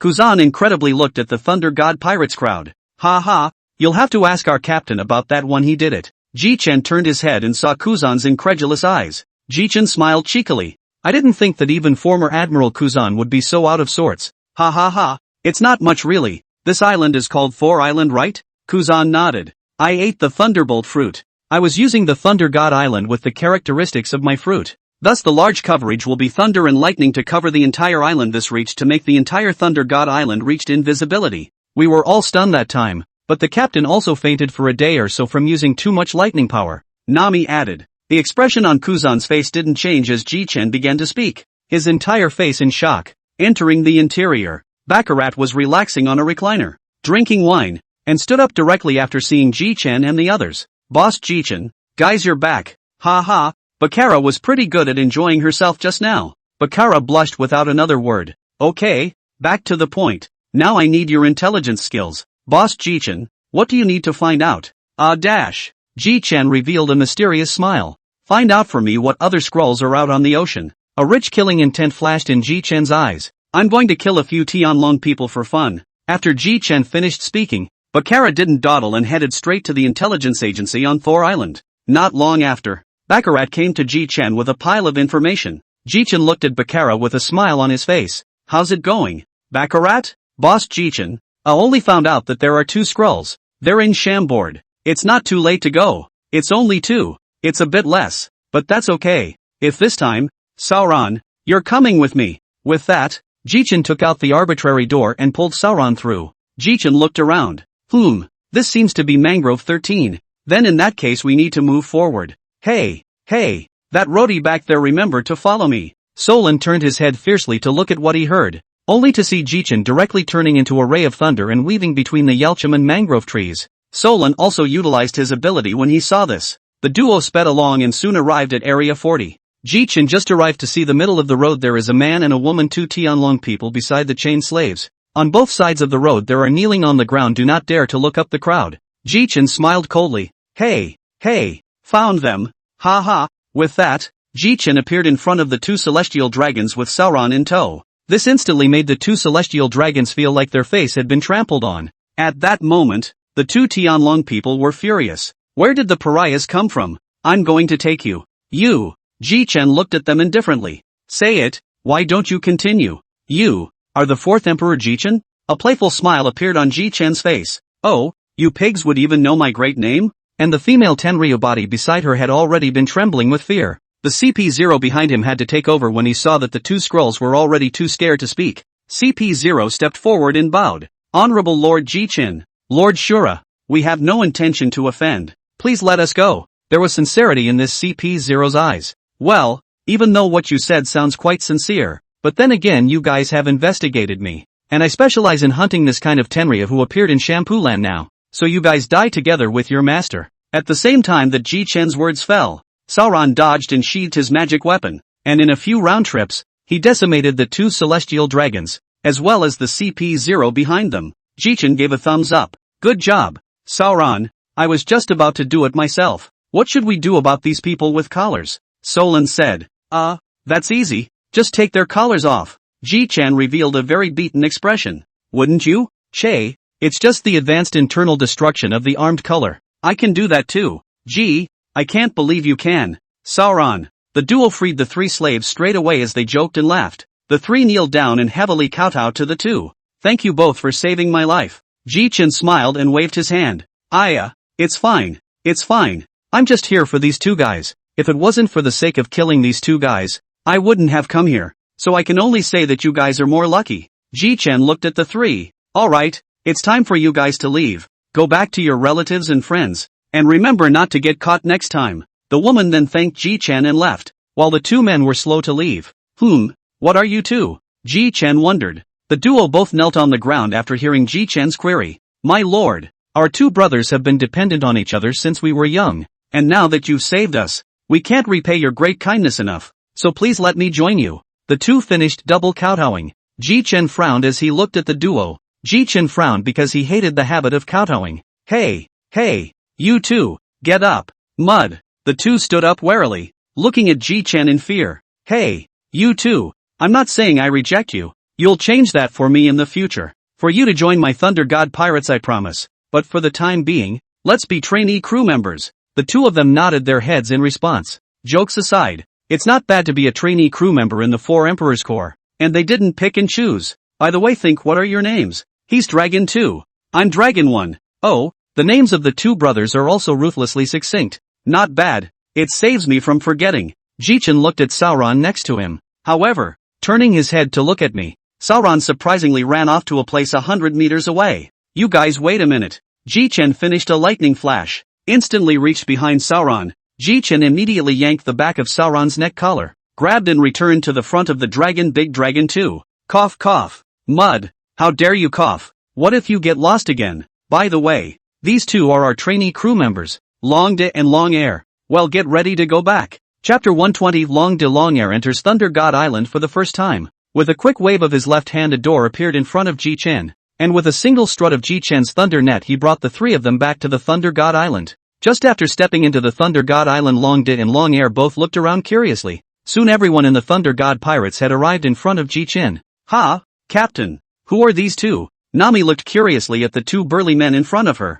"Oh, you mean both of them?" Ji Chen beckoned the duo to quickly come to Ji Chen's side. "These two were rescued by Sauron and I after we ran into the Skrulls in Shampoo Land, and I've currently taken them both on as interns for our Thor pirates. Hello seniors, my name is Long Di and this is my brother called Long Air. Please take care of me in the future." "Ha ha, suddenly being called senior feels kinda shy." Chopper laughed sheepishly. "Oops, I forgot to introduce you too. There aren't many of us in the pirates anyway, so I'll do it." Ji Chen clapped his hands. "Everyone line up for me." Soon all of them lined up, and naturally Sauron didn't listen to Ji Chen. Sauron sat down next to Ji Chen and drank his wine. "Well, first let's introduce this Rygene Pirates Vice Captain Roranoa Solon. By my feet the bounty I seem to remember is 1 billion belly." "What ah? Captain stupid. Say 50 million less okay." Ji Chen glanced at Sauron. "Che, it's only 50 million. Not a big problem." "Well, the next is Tony Chopper. Our ship's doctor skill is very high. In the future if you are sick you can go to him." "Oh, did you two see that golden hook?" The two Long Di and Long Air nodded their heads like chickens pecking at rice. "That one is the third strongest person on our ship. Shah Croctor, a natural fruit ability." Old Shah waited for Ji Chen to finish introducing himself and skimmed his mouth in displeasure. "What third strongest? I'm the second strongest under you." On the side, he heard Old Sand's words and then looked at Old Sand with displeasure. "Huh? Do you crocodile want to fight? So what if I am stinking roadkill?" The duo seemed to notice what was looking at them, and when they looked back they saw Ji Chen looking at them with a smile on his face, and the duo quickly activated their fruit abilities to return to their original positions and stop talking. Next up is our young and beautiful, our navigator Nami. We have the highest IQ on board, Nicole Robin Historian, and you too can ask our historian if you want to read in the future. That skeleton see? The two Long Di and Long Air nodded their heads. That guy's name is Nosebeak Brook Devil Fruit Ability. Superman System Yellow Springs Fruit. The musician on the ship is also a swordsman. Yo ho ho ho ho.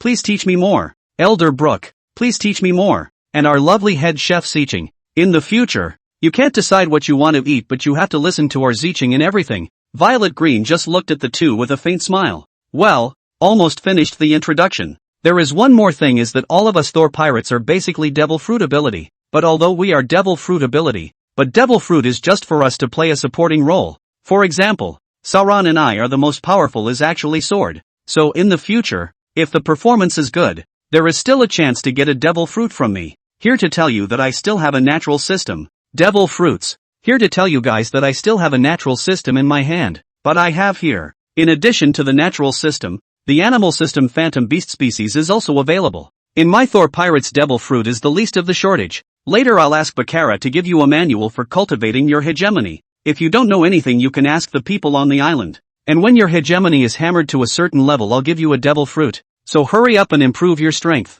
Ji Chen then looked at Bakarat, who brought the duo down directly. Ji Chen saw that the two of them were brought down, and then he just sat down. As soon as Ji Chen sat down, all the crew members gathered around.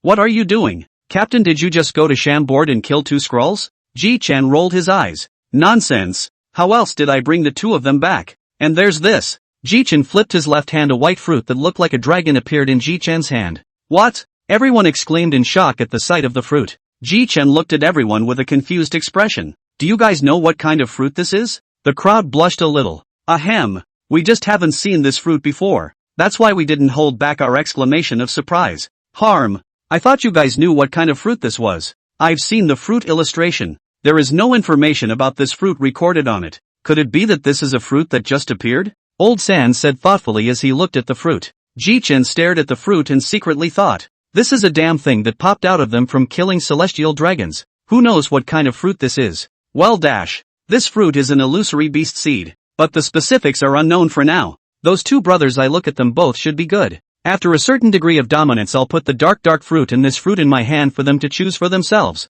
The people looked at each other, all of them looking at each other with bitter smiles. In Ji Chen's case, devil fruit is really not a rare thing. It's like the rum in the pirate world. In Ji Chen's case, how rare devil fruit he can find. Well, don't be envious. If you all hadn't eaten the devil fruit, I'd be tempted to shove another devil fruit in there for you to eat. Ahem.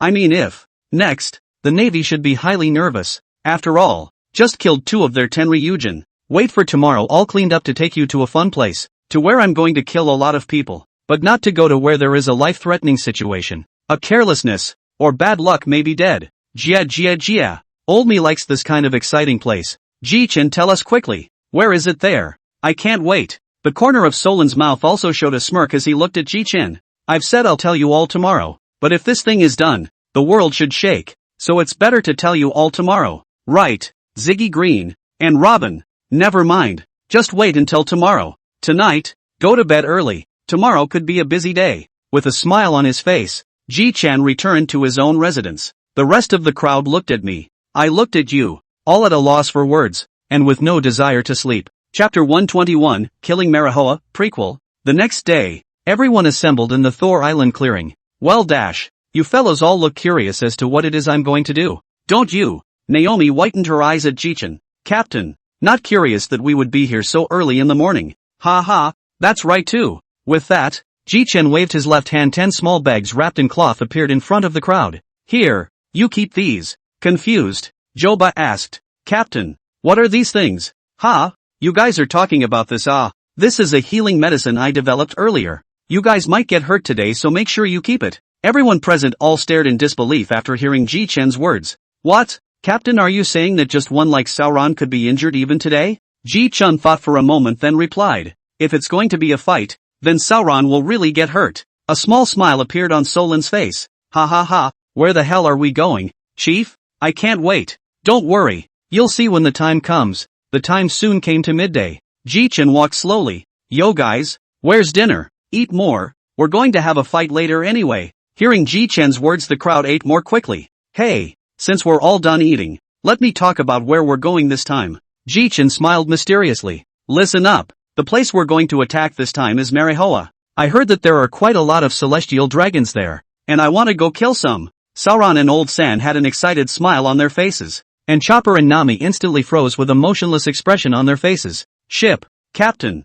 you don't think you're talking about Mary Joa? Ha, yes, that's what you had in mind. I grew up hating the Skrulls because I ran into them when I was little, so I made sure to kill all of them. Ji-chan seriously looked around the week. If there are don't want to go now can say out. I then will not blame you. If with me to go, I then although I cannot guarantee that you suffer not hurt, but the least of your life I can still guarantee. Everyone didn't make a sound after Ji-chan finished.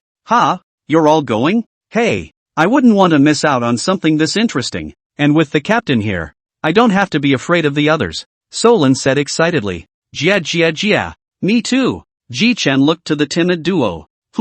Since it's where the captain is going and it won't kill him, what's wrong with accompanying the captain on his journey? And I'm still very strong now. Kuzan, you're going too? Oh, why not go to something so interesting? And it's pretty interesting to know that we've only accompanied Mr. Warlord before, but this time we're going to attack them. In that case, then, I'll distribute them. This time we're going to kill the skinks, not just hang around. So kill as many as you can. Sauron, Joba, Purple and Green Group, Old Sandy, Nami, Robin Group, Kuzan, Brook Group. Hey, the two of you. One of you with the coldness of your fruit abilities and the other with the coldness from the Yellow Springs are a good match. If you sense someone with a powerful aura coming, the natural ones must take their partners and run away. If I know who doesn't, wait until afterward, then I won't be so polite. Ji-chan then said with a smile. If you can beat it, then naturally you don't have to run.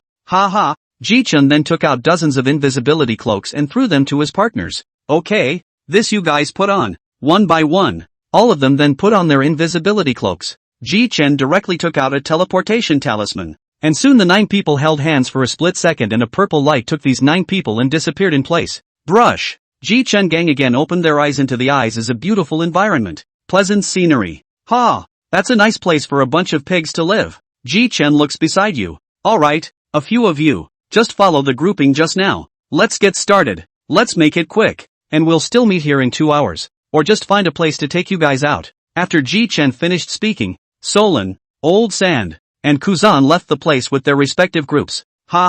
Just let me kill enough Tenrya people today. I hope that emu guy doesn't come in the way, though I can't beat him yet. Ji-chan unfolded, and Hartnett then saw that Sauron's side was already open. Oh, I'm surprised Sauron didn't get lost? Ji-chan then took one step and instantly arrived outside the door of a villa.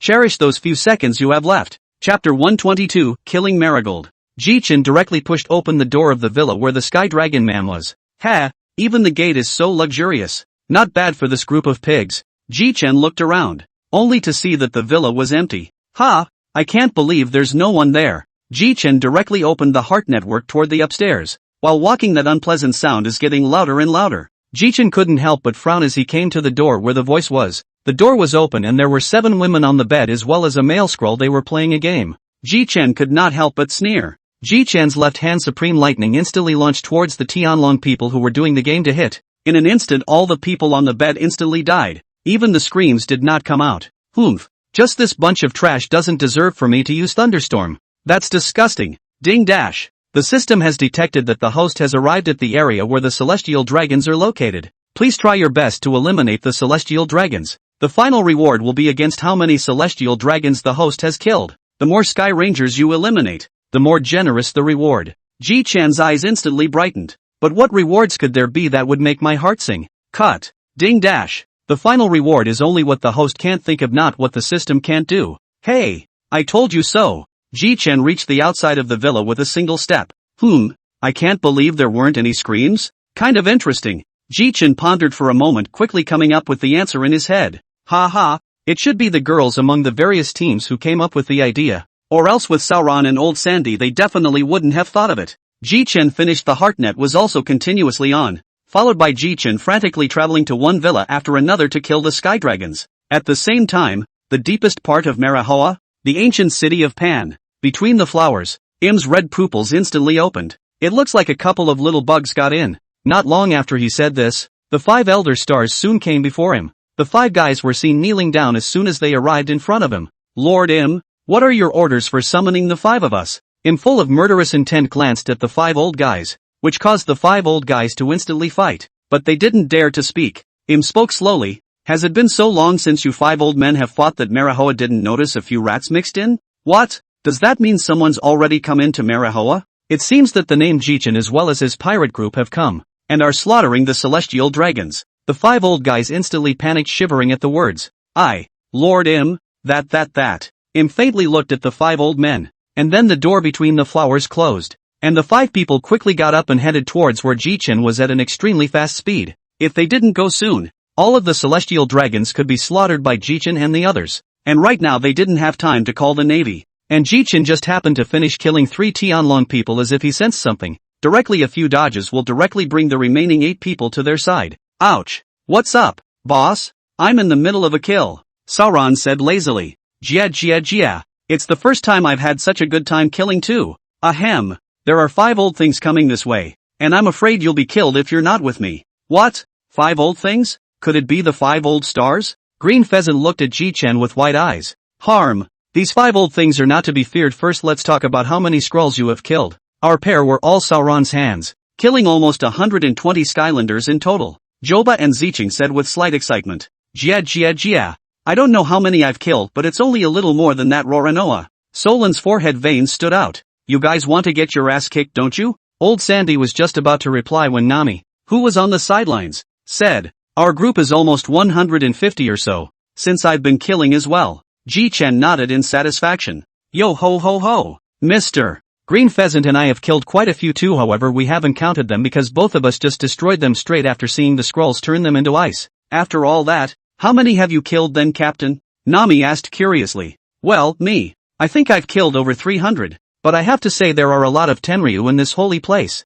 so we've already killed almost 1,000 on this visit. We've had enough. Why do we even have to wait for those 5 guys to come? Ha ha, I want to try the strength of those 5 guys, but I won't let you guys be in danger. The 5 people had already arrived in front of Ji-chan and the others while he was talking. Oh, 5 old things, you guys came pretty fast. I thought that if I quietly killed all of you Tianlong people, you 5 old things wouldn't find out, but it turned out that you were still found out. The 5 of them had already noticed along the way that the surrounding area was filled with the smell of blood, thinking that a lot of Tianlong people must have died. Thinking of this, the 5 old things then looked at Ji-chan with an unkind gaze.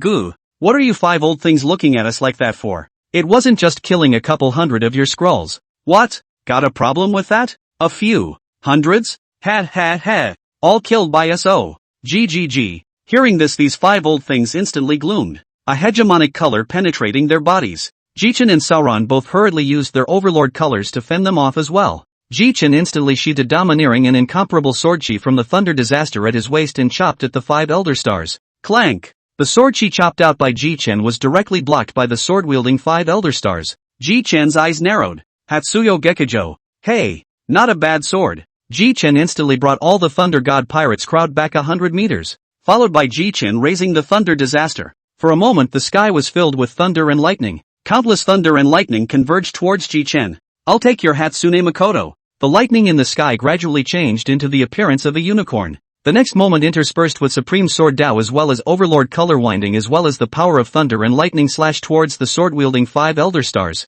Roar! And the sword-wielding 5 elder stars instantly drew out the primordial Oni Toru. And in an instant the ghostly aura on the sword condensed into substance transforming into the appearance of a Shinigami. And the sword-wielding 5 elder stars struck fiercely towards the front. The two types of sword chi formed a huge explosion spreading out in all directions the moment they made contact. In the two hard fighting on the way Jichen directly right hand flip thunder and lightning in the middle interspersed with a purple light transmission talisman handed to the front of Sauron. What? What is this? This is a teleportation talisman. You can instantly reach the place you want to go by silently reciting it in your mind. You guys go first, I'll follow after I finish with these guys. The crowd behind Jichen shook their heads vigorously in rejection after he said this. This is the captain's order. This is 5 guys across the street. I don't want the pirate group I personally built up to be disbanded. If I don't go back Sauron is the captain. Well hurry up.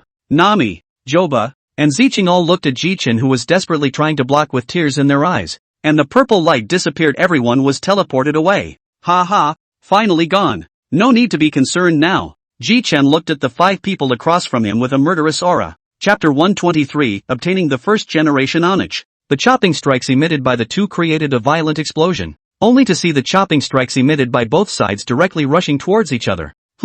With that, Jichen dodged the chopping blow with a few instantaneous movements, while the sword-wielding 5 elder stars slightly sidestepped but he still overestimated himself. The sword chi with the power of thunder that Jichen had struck rushed straight at the sword-wielding 5 elder stars' left arm and chopped it off. Zambalin v. Nasashiro Saint instantly stared with wide eyes dumbfounded as the chopping blow passed through his left arm. The blow directly chopped off Zambalin v. Nasashiro Saint's left arm. At the same time holding the primordial ghost chew in his left hand also fell down. Jichen's eyes lit up as he directly exerted his lightning's extreme speed to swipe towards the fallen left arm. What? Boom! Topman Warbali Saint threw a punch, which surprisingly made a sonic boom sound. Blood seeped from the corner of Jichen's mouth. Ahem! Although Jichen had blood seeping from the corners of his mouth but the excitement in his eyes couldn't be hidden in any way. Only to see that he slowly raised his right hand. The left arm of Zambalin v. Nasashiro Saint was picked up by him. However, the supreme great fast sword Hatsunyoko Gekijutsu was also in his hand at the same time.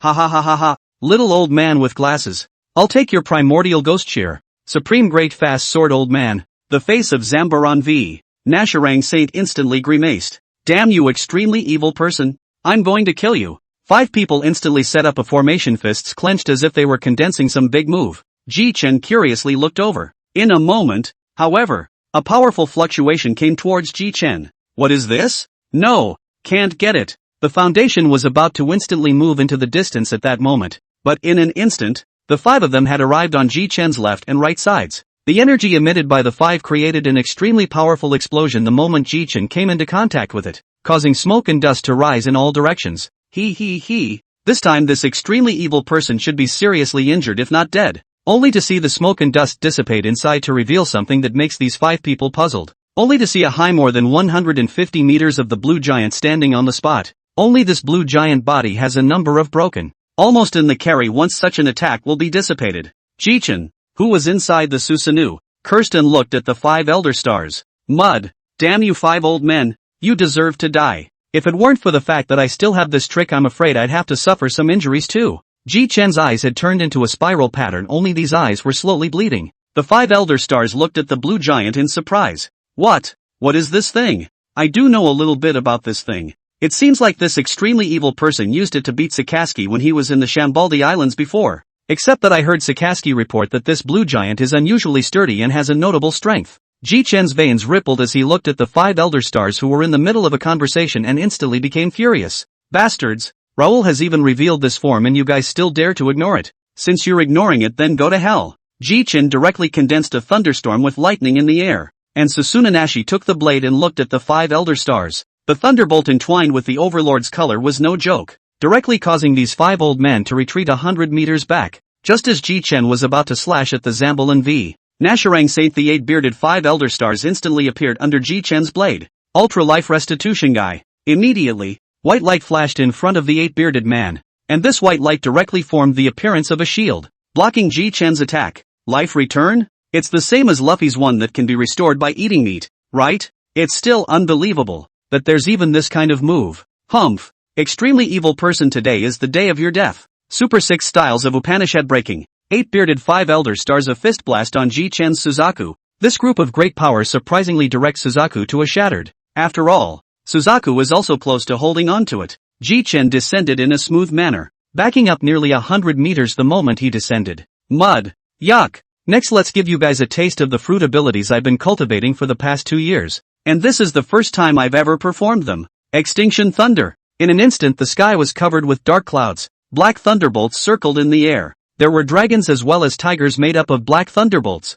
a phenomenon that shook the 5 elder stars present. Hey! Drop! Instantly black thunder dragons, thunder tigers, and thunder rats instantly landed on the bodies of the 5 old men, who could only use their armed colors to defend. What? This lightning was actually able to ignore the armed color hegemony. Damn it! Super 6 styles of Arcanago. The white light directly enveloped the 5 people. This move can be defended, but it also made their 5 old things suffer a little. Huffing and puffing. It's over. No stamina left. This move consumes too much. The 5 watched as Ji-chan unleashed his strongest strike so instantly. Super 6 styles of Upanishad breaking. Super 6 style AoE attack. In an instant, the 5 people's attack produced a sonic boom sound, and all 5 of them punched Ji-chan's chest in unison. Ah, but that's not a bad move. Ha ha ha ha ha. I'll come back next time. The 5 people's faces were shocked, but it was already too late. Ji-chan directly moved his mind, and Ji-chan was directly wrapped in purple light and teleported back to Thunder God Island. Chapter 124, Returning to Thunder God Island. Thor Island. Near the Thor bar, Sauron and the others were all silent and somber after being teleported back, when suddenly they heard a loud thud, as if something heavy had fallen to the ground. Everyone turned their heads to look, and their faces were suddenly shocked. Captain! I can't believe it's the captain. Sauron was the first to rush over, and Ji-chan smiled faintly towards him, except that his smile tore into a wound, instantly causing him pain. Hiss! It hurts. It's still a mess. Chopper looked at Ji-chan lying on the ground with his breath weak. Oh, Solon, hurry up and carry the captain into the medical room. That's right, no moving around now. Joba spoke words that instantly made Sauron's newly outstretched hand retract again. The captain is now badly injured and has broken bones in multiple places on his body. Solon directly used the ability of the shining fruit at this time.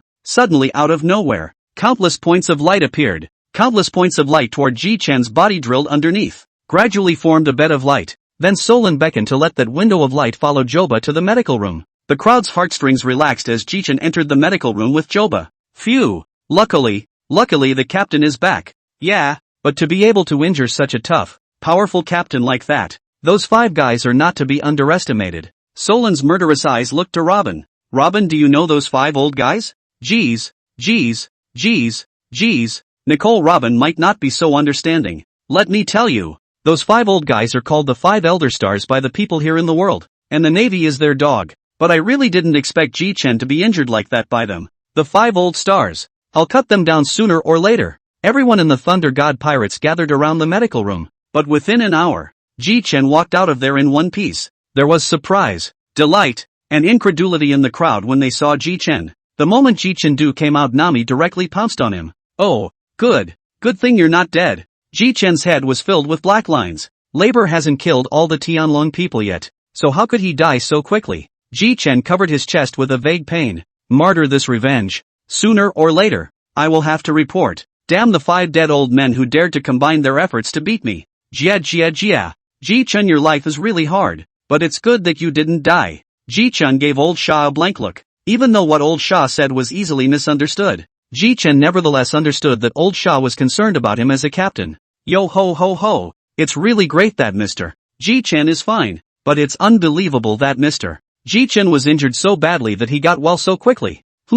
Brooke, you ask? That's because I ate this. Ji-chan pulled a green bean out of his pocket and showed it to the crowd. Yes, That's right, and I only bandaged the captain's chest a little when we went in. But this little bean is pretty amazing. Jia. But I've heard before that those 5 old guys don't lose to the strength of a great general. So being surrounded by 5 great general level strengths, Ji-Chen, you're injured. I feel like you're not injured that badly. Mud. Old Sandy, do you think I'm going to die? Ji-Chen glared at the old sand in his hand. Lightning slowly emerged. Damn. It's good that I'm still alive. Martyr those 5 old things, I'll kill them sooner or later. Rather. You old Shah. Let's practice. Old Sandy was alarmed at the words, and the sand floated in his hand. Soon a sandball appeared beside the crowd, and old Sandy stayed in it. Ji-Chen couldn't help but poof a laugh at the ball. Okay, you guys come on out. I'm not going to beat you up. Only when he heard Ji-Chen say he wouldn't beat him up did old Shah slowly walk out, but he still had a haughty look on his face. Ji-Chen seemed to have thought of something. A slap on the head, a wave of his left hand, a bloody arm holding a sword appeared in front of the crowd. Everyone looked at the arm as well as Ji-Chen with wide eyes. Is this? Ji-Chen smiled cheekily. That's right, this is that 5 old things, that sword-wielding old man's arm. At that time by a fluke I was given the chopper dragon down, along with this supreme great fast sword, demon sword, primordial ghost chi together with me to put away. Ji-Chen directly had lightning appear in his hand to electrocute this arm into slag. Unbelievable. To be surrounded by 5 people and still be able to chop off the arm of one of them. The captain is too strong, Nami said excitedly with little stars in her eyes. Solan, on the other hand, was looking at the demon sword Hatsune Makoto beside Ji-Chen with interest. Ji-Chen picked up the primordial ghost cheer. In an instant the ghost energy on the primordial ghost cheer seemed to have condensed into substance and attacked Ji-Chen. Ji-Chen raised an eyebrow. It's just a blade. You're too arrogant. Ji-Chen's entire body's overlord color hegemonic aura erupted as well as his body's thunder power together to attack Hatsune Makoto. Hatsuyo Gekijo instantly quieted down after being attacked. Marred. From now on you are my sword. If you dare to do this again, I will destroy you. Just a sword and still dare to do this. Your master is not even my opponent. Seeing the first generation of Ghost Chu quieted down, Jitsu then sat down. Mud. First time I've seen this kind of sword. No wonder it's called a demon sword. Primordial ghost check? This ghostly aura is really huge. But, head, are you going to go dual sword flow from now on? Solan asked. Ji-Chen laughed. What's the matter, Sauron? Could it be that you've taken a liking to my sword as well, and you're going to go for the 4-blade stream? Solan turned his head aside with a darkened face. Ahem. Don't be mad. Ha, I'm going to go dual blade flow. Not too sure about that. Maybe swap the 2 blades when fighting. They're both good after all, but it's still better and smoother to go 1-blade flow. I'll still hang both of them on my belt normally. The corner of Solan's mouth twitched. Naya, 2 supreme great fast knives hanging from your waist. That's really you. Head. Ji-Chen vigorously patted Sauron's shoulder and laughed. Don't worry, Sauron, in the future if your sword breaks, I'll help you find a sword or go grab someone else's famous sword. Ha, ahem. My knife is still intact. Captain, this time we went to the Holy Land of Marahoat and killed so many celestial dragons, this is enough to shake the whole world. But the world government shouldn't send out such a shameful thing. That's true, Nami, but there's always a what if. What if that Morgan's guy isn't afraid of death and sends it out? Keep a low profile for a while. After all, after killing so many Tenria people, the Navy, the CP organization, they'll be looking for us like crazy. Chapter 125, The Shock of the Navy. Navy Headquarters, Marshal's Office. At this time, Sengoku, Carp, Tengu, Green Ox, and the Grand Admiral alternate duo were all gathered in the Marshal's office. I just got a message that the world government Marahoa was attacked by the Raijin pirates and dozens of others a few hours ago, and that the Raijin pirates have killed a total of more than 500 celestial dragons this time. Everyone in the room sucked in a breath of cold air. Is the information accurate? Warlord asked. Well, the 5 elders just called personally to say that the 5 of them went ahead to stop the Thunder God pirates before. That's why they didn't have time to tell us. Another thing is that the 4th Emperor Thunder God Ji-Chen used something mysterious to send all of his partners away after the 5 Elder Stars came. And the sword-wielding 5 Elder Stars' left arm was chopped down by Ji-Chen with a single stroke. And his weapon, the supreme great fast sword Primordial Ghost Chewer, was snatched away by Ji-Chen. They demanded that we must find Ji-Chen's hideout and get his Primordial Ghost check back. Everyone looked at Akane in shock. This is pretty strong news. What a time for a green cow to be hemming and hawing now. Akane was obviously a little pissed off. And everyone was silent and didn't say anything. Ha. This brat Ji-Chen. Old me might not even be his opponent now. The main thing now is that we have to find where Ji-Chen and his gang are hiding. Just then Lieutenant General Crane said. Trying to find Ji-Chen, that's really a bit difficult. Not to mention his strength. The intelligence department couldn't find him at all when they were looking for him before. Akane melted the desk with an angry punch. But even before that, there were intelligence services that discovered that the next island after getting out of Fishman Island had a total of 3 directions, but one of them, Thor Island, had mysteriously disappeared into the ocean. Akane, do you think it could be the Thor pirates and the others? Humph. Very useful information. That must be it. This Ji-Chen himself is a rattling thunder fruit ability. It's not surprising that he would choose an island where thunderstorms fall all day long. Okay, then it's up to, well, Warlord lead the team, and all of the high-end warriors will head to Thunder God Island together to take down Ji-Chen. Sengoku looked at Akane in surprise. I'm an old man, but I'm already retired, and you're asking me to lead a team to find trouble with the Thunder God pirates? I'm going to sit in on Navy HQ, and yes, take Carp with you. I'm not going. Carp frowned at Akane. What? So what if I don't go? Believe it or not, I'll beat you up right now to get out of it? You. Forget it. Love to go not to go. In short, the war country is definitely going to go. To where the war country you direct command on could not need you out of the station. The crowd then walked out of the marshal's office. Bastard Sakaski. How dare you order me around? I'll make him suffer sooner or later. Warlord patted Carp on the shoulder. Come on. I'm going to Rakeage Island this time anyway. Why don't you check it out too? Carp looked at Warlord. Well, I don't see you as much of a fighter anyway, and I can save your life in a pinch. What? Carp, you bastard. I don't need you, a Sunbay thief, to save me. Warlord, you want to practice with me, can't you? Che, I don't have time for this. Soon within 3 days the Navy side had assembled more than 24 Vice Admirals as well as 4 Grand Admiral warriors, and 2 Grand Admiral alternates, a lineup that was even larger than the Demon Slayer order. Very well, sail immediately for Thor Island. Yes. The movements on the naval side were naturally known to the major powers. Redhead pirates. On the red power. Head. It's no good. The redhead was sipping his drink looking at the panting Lakilu and couldn't help but laugh. Lakilu, what's wrong with panting? Ha ha ha. Head. Just now the intelligence department sent word that the Navy headquarters has gathered tens of thousands of soldiers as well as 24 vice admirals and 4 admirals and 2 admiral candidates all heading towards the New World. Since Ji-Chen's trip to kill the Tianlong man was very secretive, so the red-haired pirates didn't know about it. For a time the entire red-headed pirates exploded. The redhead covered her head and panicked. It's over. It's over. It must be because they encountered a naval warship earlier that robbed them of their wine and treasure, and their navy came to take revenge. Off to the side. Beckman looked at his captain breathlessly. I knew it couldn't be done even if I thought about it. Captain's stupid. Ahahaha. Yes. And where the hell are they going with all this troop buildup? This army is led by the retired warlord, but Carp is also there. And looking at Carp's laid-back look, it doesn't seem like he's going to war, but rather like he's on vacation. Well, it's better to wait and see what the Navy is up to. Meanwhile, Navy warships sailed the seas. Carp, it's almost a week until we reach Raijin Island. Are you sure you won't be able to make a move by then? Humph. If that kid is impolite, old me will beat him up even if I can't beat him. Chapter 126, Seeking Support. The time came a week later. All the warships had arrived on the sea near Thor Island. Reporting to Chief Warlord, the battleships have reached the vicinity of Raijin Island. Only there's no Raijin Island in sight. Warlord looked faintly at the sea in front of him. Alright, you go down first. Yes. By now all the generals had come to the side of the warring nations. Well, this front is indeed the Thunder God Island. And old me has passed by here before and remembers it quite clearly. Carp, you take one of the shells and throw one over towards the sea in front of you and see. Carp snorted coldly. Humph. I'm just here to look around. I'm not going to throw it. Asshole Carp. Since Mr. Carp doesn't have time, it's up to the old man. In an instant, Tong Hu unleashed his gravity fruit ability, followed by a huge meteorite in the sky that smashed into the original location of Thunder God Island. Sauron of Thor Island was outside drunkenly drinking when he suddenly felt a meteorite in the sky coming towards him. Hey! Demon soldiers instantly sheathed, using the ability of the shining fruit to directly cut towards that huge meteorite. Under the power of the Overlord color winding and sword chi, this meteorite was directly blown into powder floating in the mid-air of Thor Island. Ji-Chen watched Sauron land. It should be the work of Grand General Tong Hu. His gravity fruit attracted the meteor. Ji-Chen's face was very ugly. You guys wait here first. I'll go out and take a look. Ji-Chen arrived over Thunder God Island in a few instantaneous movements. Ji-Chen's pupils shrunk. Asterisk.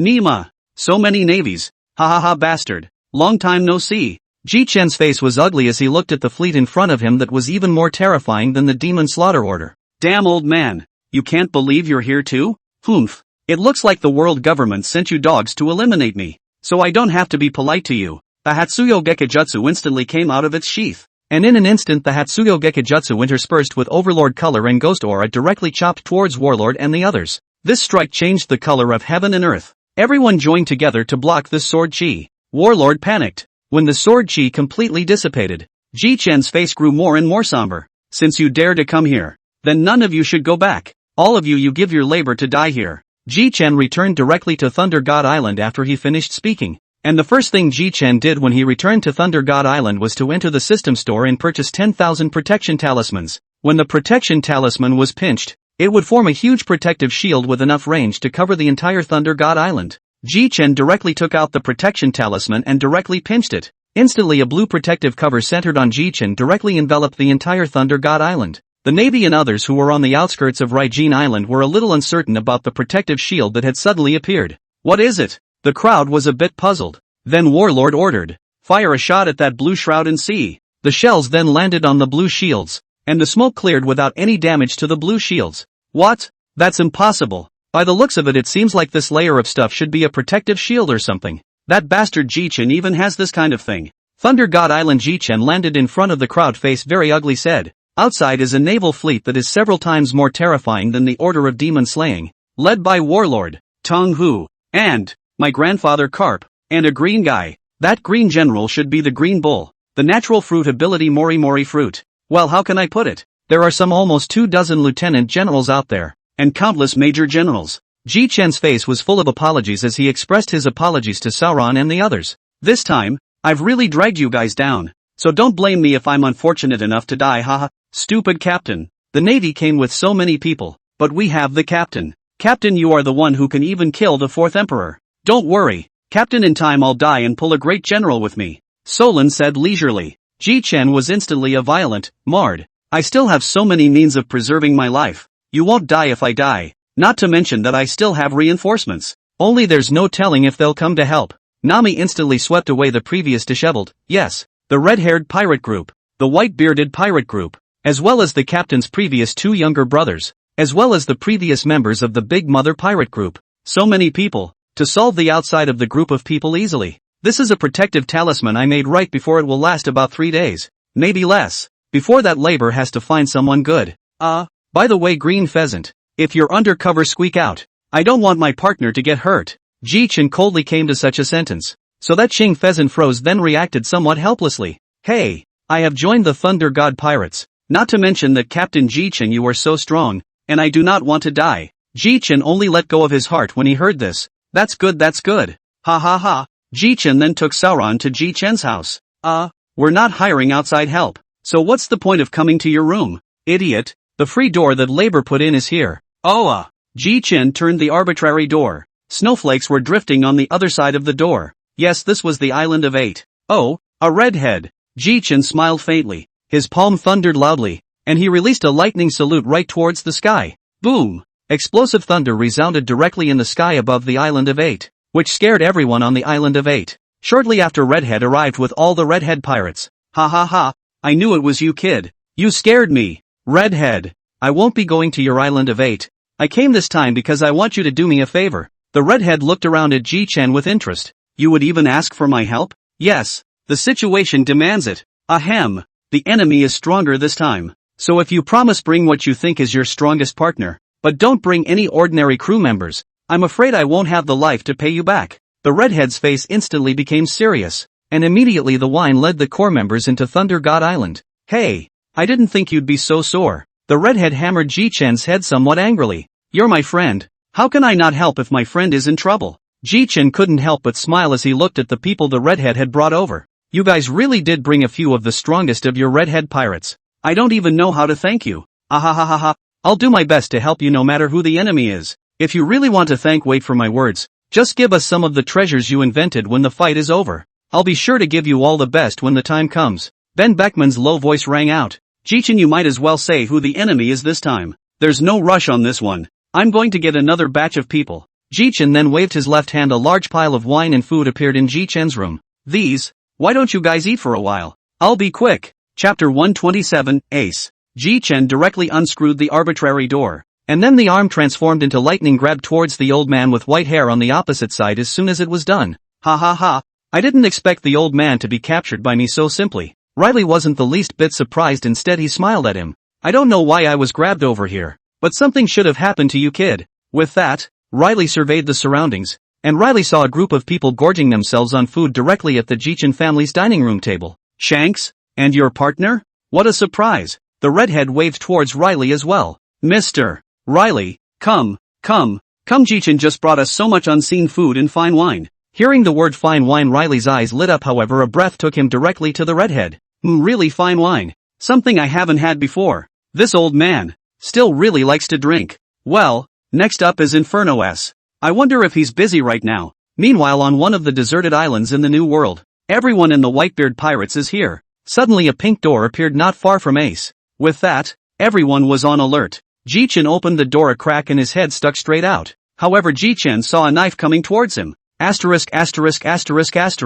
Martyr, who did this? Jichin said in exasperation. Solon also stood beside Jichin at the right time. Hey, Jichin, what brings you guys to me? Since Ace you guys are there too, Raoul is off the hook. To think that I've had a lifetime of fame, and I've been surprised by a knife. But you're still the same. Jithan. So Quartermaster, what did you come to see me about? Ace queried. Jichin's face flashed with a hint of embarrassment. Ahem. That. I'm a little self-conscious right now. Ace's face instantly became serious at the sound of it, and Marco caught wind of it. What the hell is going on? This, because I was a bit bored earlier, so I utilized those gadgets I made to go to Manhwa and I killed a few hundred Skrulls for fun. But that was already a few days ago. What? You said you went to Manhwa and killed hundreds of Skrulls? Jichin couldn't help but laugh at Marco's doleful words. Ace, on the other hand, looked anxious. Not hurt? Sort of unhurt. What do you mean? Sort of unhurt? Just escaped from those 5 old things and the 5 old stars the other day, and Jichin pointed to the primordial ghost shoe at his waist. There's a 5 elder stars sword that I've also snatched back. Hearing this, Bista instantly came to Jichin. This is really the supreme great fast sword primordial ghost shear. It's unbelievable that you were able to snatch the sword from the hands of the 5 elder stars. Jichin. Ahem. It's a good thing I almost didn't die there. So Jichin, what kind of trouble are you guys in? Marco was good at getting to the point. Then Jichin looked at Ace and Marco with a serious face. Ahem. That's okay if I tell you guys if you can help. Ace's fists crunched. Bastard Jichin. Current location. My territory is on Thunder God Island. You guys shouldn't know that. Thunder God Island is that island that rains thunderstorms. This is slightly heard of. Right now I've got navies gathered all around my Raijin Island, including 4 admirals, alternates as well, 20 or 30 lieutenant generals I think, and a few stragglers. Right now they're trying to find a way to get into my Thunder God Island. Jichin finished blushing a little red, apparently a little embarrassed. Haha, it's a bit of a shame, ha. I've been beaten to my doorstep and I'm still coming to you. I can barely fight against 4 great generals, but there are too many of them on the other side. Jichin. Asshole. You bastard. You're only telling me such an important thing now. Ahem. Aren't you guys going to fight Kaido? Wasn't I afraid of disturbing you guys? You mean this? I'm making plans with Marco and the others. Jichin nodded. That's true. Kaido's thick-skinned guy is due for a good formulation. Ace smiled faintly. Then since it's rare that you're in trouble, Jichin, then I'm definitely going to help. Alright, now that I'm in this position I can't afford to say no, but just bring a few, 8 or 9 of the strongest ones. I don't want your crew or captains to die trying to kill the Navy themselves, and I can't afford to pay for your lives, so you won't die as long as I'm alive during the battle. Ace patted Jichin's shoulder. What are you talking about? Don't worry about it. With that, Jichin took Ace and the other 8 back to Jichin's room. Ace had just entered the room when he saw 2 auras looking towards him. Snap. Well, next we can talk about the enemy's information. Chapter 128, Carp's Perverted Strength. Phew. Ace, so you're here too. The redhead laughed. Redhead. Old man Riley. Ha ha ha, I didn't think you'd even call Ace over. Jichin boy. Jichin helplessly smiled.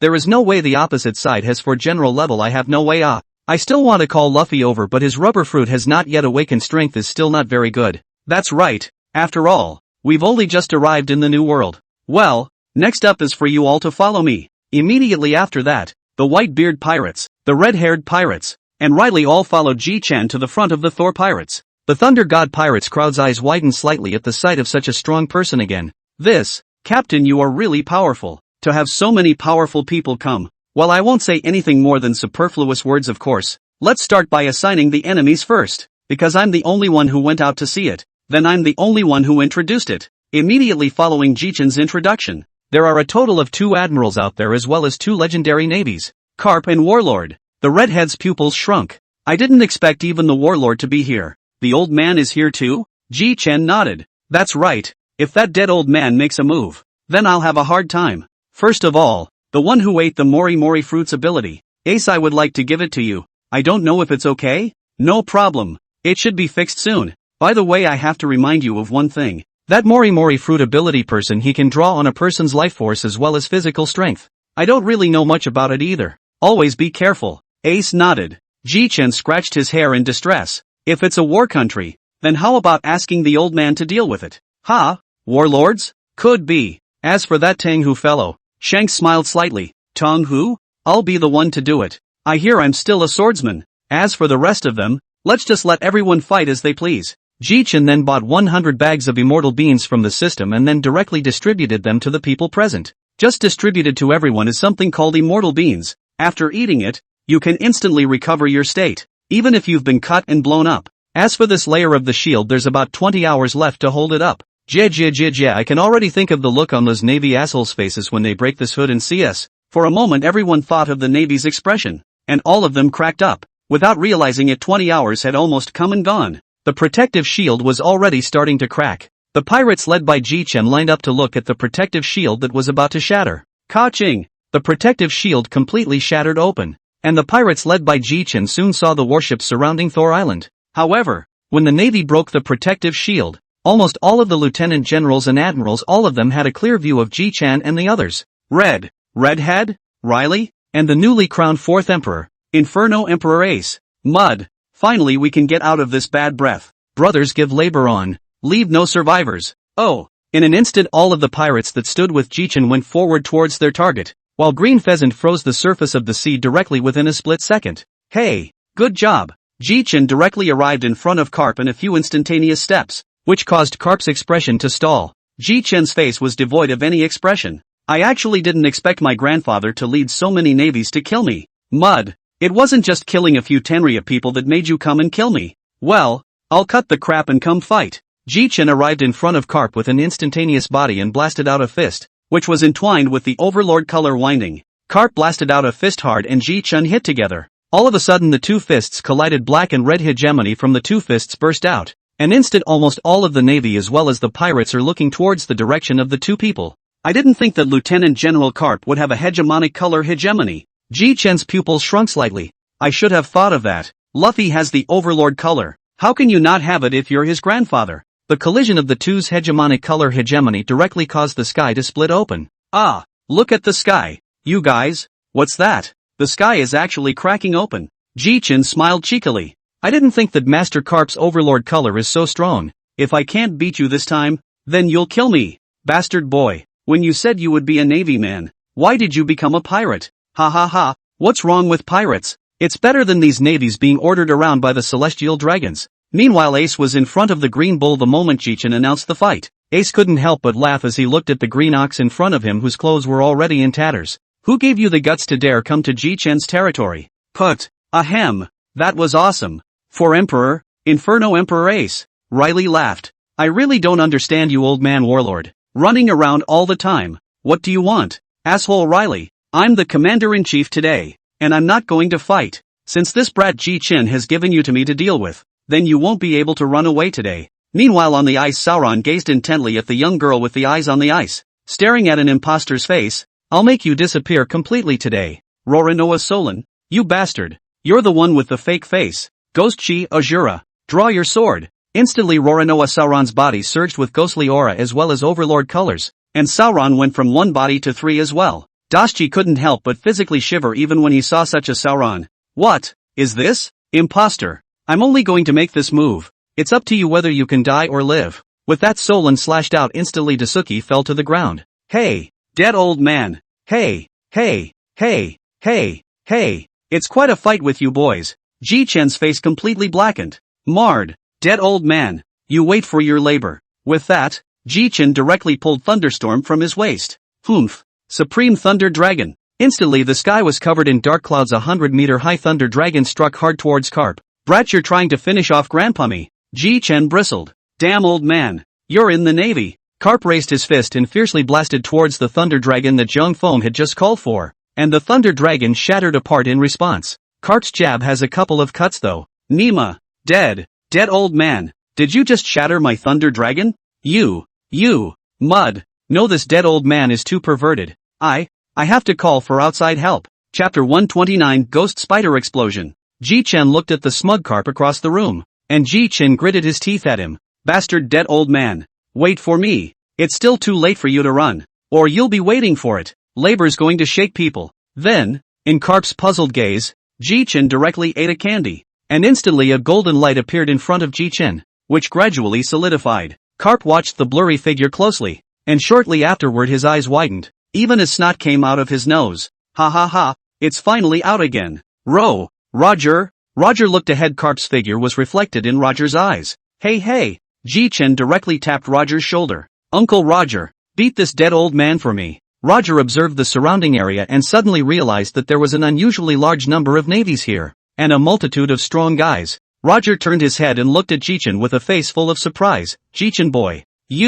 What did you guy do to attract so many navies? Ji-Chen scratched his head in embarrassment. Oh, it's nothing. It's just that a few days ago, I felt bored to fight on Mary Joya, killed a few hundred Tianlong people, as well as the 5 old stars, that 5 old things, among which there is a big sword man, an accident to chop off his left arm, and by the way, his supreme big fast sword to snatch over. The more Roger listened, the more shocked he became. You kid, you're really something. Beating up Manhwa, that's something we didn't even dare to do in the first place. Ji-Chen smiled awkwardly, then directly took out the supreme great fast sword ace and handed it to Roger. Stop chatting. Finish off the dead old man across the street for me. This guy is simply a pervert. Ha, asshole kid. Dare to talk about your grandpa me like that. When the old man cleans up Roger, you'll be next. Humph. You wait to be cleaned up, dead old man. And, Uncle Roger, Riley's here too. And your son Ace. And if you don't take out the dead old man, then none of us will survive.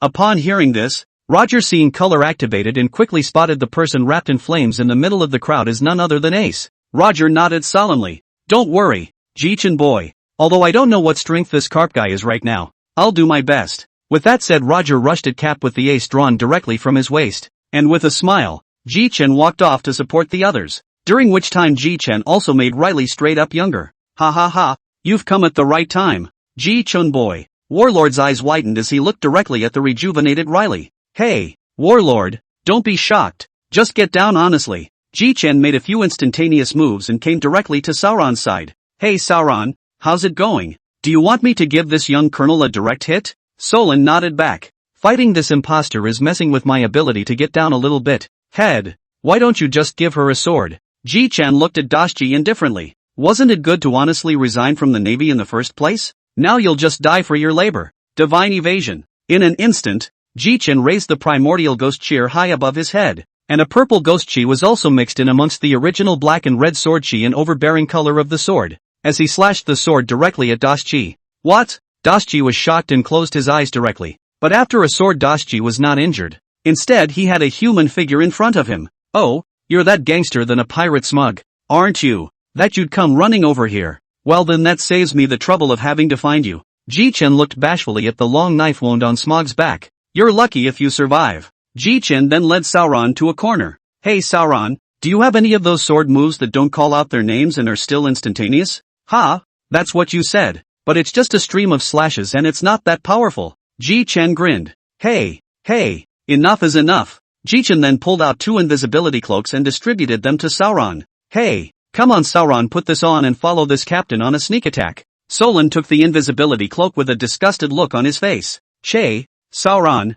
if we sneak up on a few dead ones, that's what we're good for. When we sneak up on a few dead lieutenant generals, this captain will take you to sneak up on the grand admirals. It's what you can do to stay alive that counts. Ji-Chen casually took out an animal-based devil fruit. Moreover, the laborer has to do an experiment. This devil fruit I'm going to feed to someone with devil fruit ability to see what will happen. Solon felt that the expression on Ji-Chen's face at this moment made him shudder a little. Ahem, come on, let's fly there. Sauron and Ji-Chen then circled around behind the ghost spider, and Ji-Chen took out the fruit with the animal-based ability. Hey, let's give you a taste. Solon directly took advantage of Ghost Spider's inattention to directly take advantage of his defenses and chopped towards his back. Ah, whoosh. Ji-Chen moved, and the moment the Ghost Spider was decapitated, Ji-Chen came directly to the Ghost Spider's body and pinched his chin with one hand. directly forcing the devil fruit down into his mouth. Ji Chen grinned. Ha ha, it's done. Ji Chen directly took off his invisibility cloak to reveal his full appearance. The ghost spider stared at Ji Chen with a pained expression on his face, but then his body directly bulged, growing larger and larger, before exploding with a bang, sending blood and flesh flying. Everyone present had their attention caught by the explosion. Solon shocked wide-eyed. He just watched the process with his own eyes surprisingly really exploded. Really normal people is impossible to eat the second fruit ability, and there were quite a few admirals beside Ghost Spider who saw the whole thing. Only they didn't get to save Ghost Spider because there were other people blocking him. Soon the story of Ghost Spider White being forcefully stuffed with devil fruit by Ji Chen spread. Ji Chen then took Sauron on another sneak attack path, during which the two of them took out 7 lieutenant generals, and Ji Chen even took the time to give Tang Hu a slash. Okay, that's enough labor. I'm going to go see how Uncle Roger is doing. Sauron, just look around and see where you need support, you go. Ji Chen finished speaking and directly turned into a thunderbolt and flew towards the field where the two were fighting. Chapter 130, Carp's Arrest. The intensity of the battle between these two could be seen from a distance. Hey, Gramps, sorry about that. Ji Chen directly condensed hundreds of lightning spell balls. However, these balls were silently situated around Carp. Gradually the battle between the two became more and more intense. In an instant Ji Chen seemed to feel something fly out, and when the smoke cleared, Carp climbed out of the ice hole. Bah! Roger, you asshole! Ji Chen's eyes lit up, and in an instant, he waved his left hand, and the lightning balls that he had just created extended a section directly from it, and these lightning balls directly trapped Carp in them to form a cage. Carp was flabbergasted. Even Roger was a little confused, frozen. The two of them stared wide-eyed at Carp in his lightning cage. Just then Ji Chen flew over slowly and smiled at the sight of Cap, who was locked in a cage. Grandson, hurry up and release your grandfather from me. I haven't beaten him enough. Humph, don't even think about it. I don't want to be corpsed by you, and it took me a lot of work to make this cage. Ji Chen said and coalesced an iron chain from his palm, however it was made of lightning, only to see this lightning directly connect to the lightning cage. Hey, let's go, dead old man. Ji Chen brought Carp directly to Thor's island in a few instantaneous movements. Ji Chen then looked for a hidden place and directly took out the arbitrary door. Ji Chen slowly unscrewed the arbitrary door. What appeared in front of the two of them was the windmill village. With that, Ji Chen carried Carp and arrived at the windmill village. Yeah, it's Ji Chen. Ji Chen is back. You guys, that's Mr. Carp on Jitsu's shoulder. Ahem. Silence. Instantly the people standing on the street of Windmill Village looked at Ji Chen. Ji Chen directly threw Carp onto the ground. Dead old man, just stay here honestly. As for this lightning cage of yours, it will be automatically lifted in about 2 hours. Besides, I don't want to die yet, so I'll just have to keep you here. Ji Chen then smiled at the villagers and said, Ahem, all the aunts and uncles, you mustn't touch this cage that holds the dead old man. Oh, this one is made of high voltage lightning, but this one will be lifted in 2 hours, and you'll be fine after 2 hours, said Ji Chen about to leave. Just then Magino called out to Ji Chen. Ji Chen turned his head to see Magino with a worried look on her face. Magiano? What's wrong? Quartermaster, are you in some kind of danger? And why are you keeping Mr. Carp in a cage? Ji Chen waved his hand. No way, Magino. I don't want to be caught by the Navy because of this old man, thus. Because I took my partner up to Manhwa a few days ago and killed a few hundred Skrulls. And now the Navy has sent several admirals as well as 24 vice admirals ready to kill me. But the old man's treating me pretty well. Lord Mayor, remember not to let the villagers touch the lightning cages. Got it. Ji Chen then re-entered the Thunder God Island. At this time, the battle on the surface of the sea was still non-stop, but it was also already known who had won and who had lost. Soon after Ji Chen, as well as the redhead, Ace's group looked at these navies indifferently. Hey, you guys, get lost. I don't want to kill you. Go back and tell the world government that if that's all they've got, then don't blame me for killing all the Tenria people. When Ji Chen's words fell, all the powerful people present looked to the distant sky. Hiss. This is? Asterisk.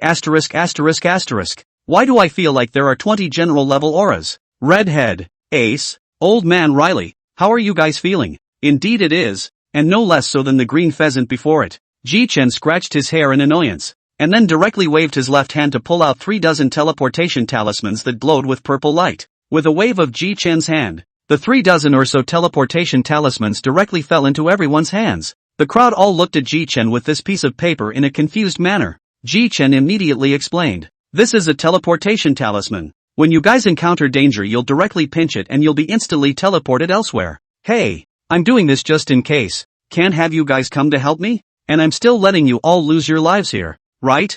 A few minutes later 20 people who exuded the aura of a powerful man and wore the attire of the Tenryu people stopped in the air. Naya, someone with this kind of aura is even a Tenryu? Grass. The Sky Dragon man in the sky spoke. Which one is called Jichen? Jichen slowly flew up into the sky upon hearing this. I am. What's the matter? A bunch of midgets? Humph. You're the one who killed hundreds of our offspring? Jichen pulled out his ears. Or what, you think? Ah. A celestial dragon man suddenly appeared in front of Jichen and directly threw a punch onto Jichen's chest, causing him to suffer pain. Asshole. Mud. Making a sneak attack? Just as Jichen was about to make a move, Nami, who was still on the ground, directly flew up and flew in front of him at an extremely fast speed. Naya, there are still ones that can control here? Without the slightest hesitation, Jichen directly crushed Nami's teleportation talisman and teleported her away. Jichen took another look. Instantly Thunder Disaster sheathed a few instantaneous movements and came directly in front of that celestial dragon man, Supreme Thunder Disaster. The moment he arrived in front of that celestial dragon man, Jichen used his strongest strike, directly causing the celestial dragon man to turn into ashes. Phew. Phew. Oh, it looks like you're a little out of stamina. Jichen returned to Thunder God Island in a few instantaneous movements. Damn it, it's like these 24 people aren't some kind of living beings, and each one of them seems to have a different ability. What? They're not alive? That's right, Shanks. It's like the same kind of feeling I had when I resurrected Uncle Roger, and they were probably just briefly resurrected. Well, that's a bit tricky if you say so. Riley frowned. Jichen laughed. That's not bad, I think. Ha ha, so be it. Subsequently, Joba, Zicheng, Longde and Long Air, these people were directly teleported away. Solon, Old Sandy, and Green Pheasant looked at him with wide eyes. Head, you can teleport us away? Jichen didn't speak, turning to look at them with a smile. I don't want my crew to die here. You guys have to go too when necessary. Jichen said as he looked at everyone. Joba and the others have already been transported to the road ship by me, and they won't fall into the sea. Only after some explanation did the crowd focus on the 19 men before them. Chapter 131. Jichen disappeared? Oh, how dare you teleport people out of thin air? You have quite a few secrets in you. Humph. I hope you 19 dead people won't be destroyed by me with a single slash. Whoosh. In an instant, all the strongest people present moved directly to take on a Skylander. However, all the people present except Solon, Green Pheasant, Laylee Red Hair, and Jichen, almost all the people who came to help Jichen directly flew out backwards, and there are even weaker ones who were directly hit and spit out blood. Mud. Damn you old men. With that, Jichen manipulated the teleportation talisman to send them directly back. Oh, that leaves you guys? Jichen coldly grunted. Even if I'm the only one left, I still have a way to take care of you guys, just at a bit of a cost. Jichen, right? The bastard who killed hundreds of our offspring, right? So there's just the 5 of you left. In that case, everyone attack Jichen for me. As long as this guy dies, then these 4 won't be able to leave here alive either. That old man was clearly the strongest and oldest here. Mud. Who the hell summoned them? What a ing headache. As soon as that old man's words fell, the 19 celestial dragons began to mobilize their own auras.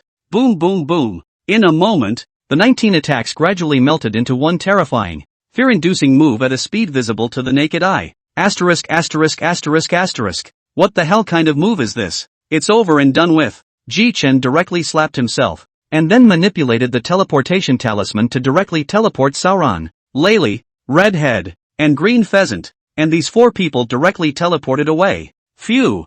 Jichen looked at the gradually approaching attack with an extraordinarily calm heart. Jichen slowly pulled out the thunderstorm at his waist, and instantly a force was on par with these 19 breaths. This is a move that only came about after I killed hundreds of your offspring. I really don't know if I should thank you guys or not, so let me use this move to send you all to hell. Supreme Thunder Dragon Slash. In an instant, a huge thunder dragon rushed out from Jichen's body, which took on a black and red color as it ruthlessly crashed on top of those 19 attacks. However, what shocked the 19 celestial dragons was that this attack struck by Jichen was actually evenly matched with the attack struck by them. What? This can't be right.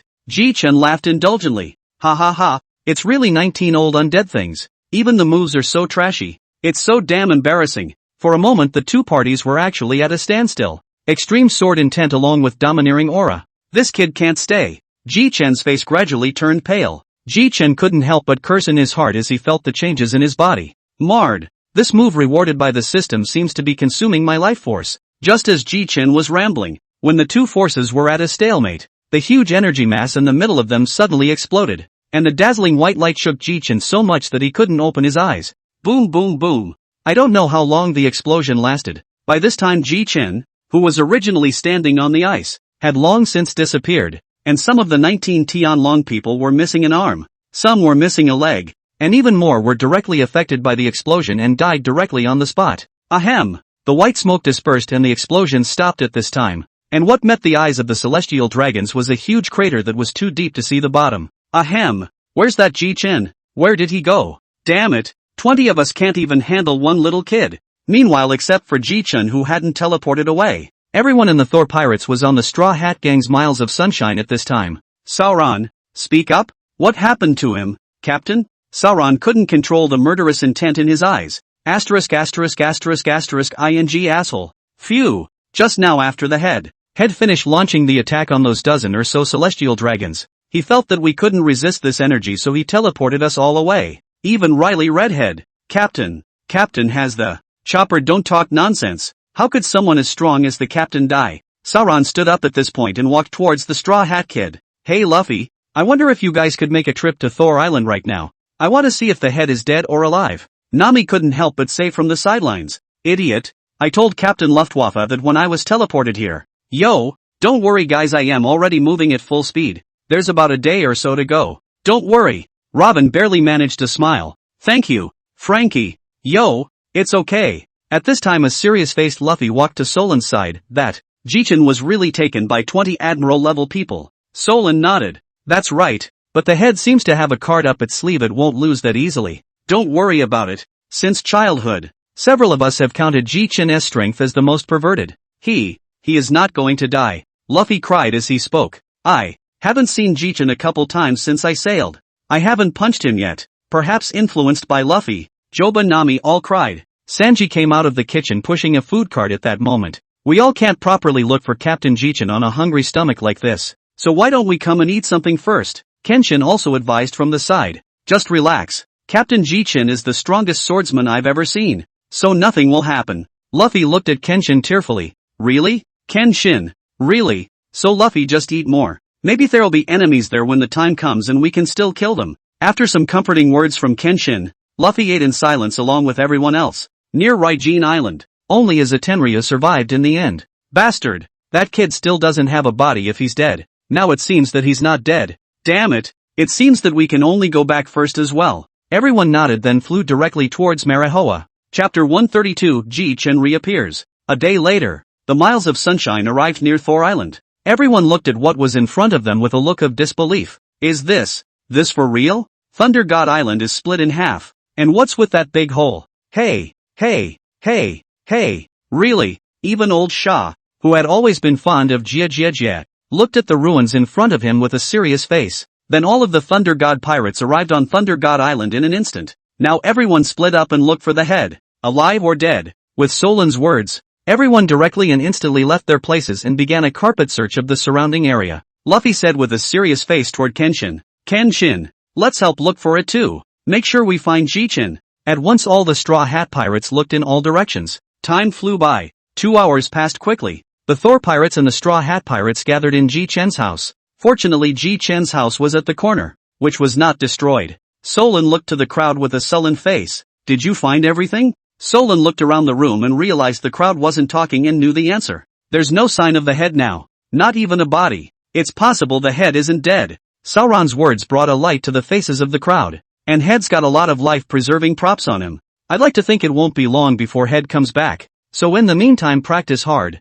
And as for Straw Hat Boy, what are you guys going to do so far? For now our target is Kaido. Then in that case, we won't stay much longer. But if there's something you can give us the Thunder God Pirates, we'll definitely help if we can. Time comes 2 years later. Where is this place? Blue skies and a feeling of falling. Boom! At this time, the Shamrock Islands, originally intact shamrock directly smashed out a big hole. Ouch! I should have known better than to freefall. The surrounding populace looked curiously at Ji-chin, who was about to come out. Ji-chin walked out of the pit step by step.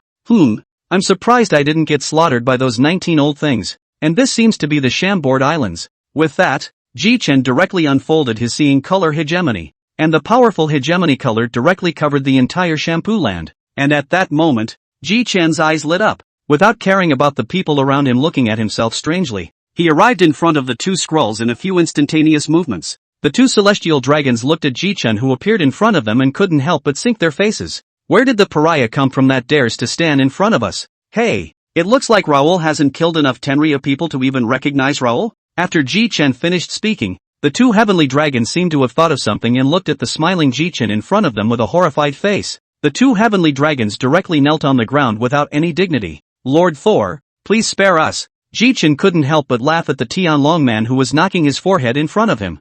Humph, it's only now that I recall it. Die. After saying that, he directly pulled out the thunder disaster. But Ji-chun's face was unsightly to the extreme. It was only surprising to see that the lightning disaster had broken a third of the way through. Damn it! Thunder Dragon! Instantly two dark red dragons about a meter long directly penetrated the bodies of the two people in front of them, and the celestial dragons fell to the ground in response. Ha ha ha! It's really you, kid. Ji-chun turned his head to look. A head of silver hair fluttering in the wind. The visitor was none other than Riley. Master Riley. Ha ha, just now I sensed a familiar aura coming to the Chambord Islands. So it's you. Hey, this is not just arrived, and happened to run into the Tenryujin, just happened to kill. Come on, come back with me first, and we'll talk about it when we get there. With that, the duo turned into a light and flew directly to Shaki's blackmail bar. Meanwhile, after Ji-chun left, the navy stationed on the islands of Chambord came here. Hey, two more died. It took 2 years for it to die down. How could two more die?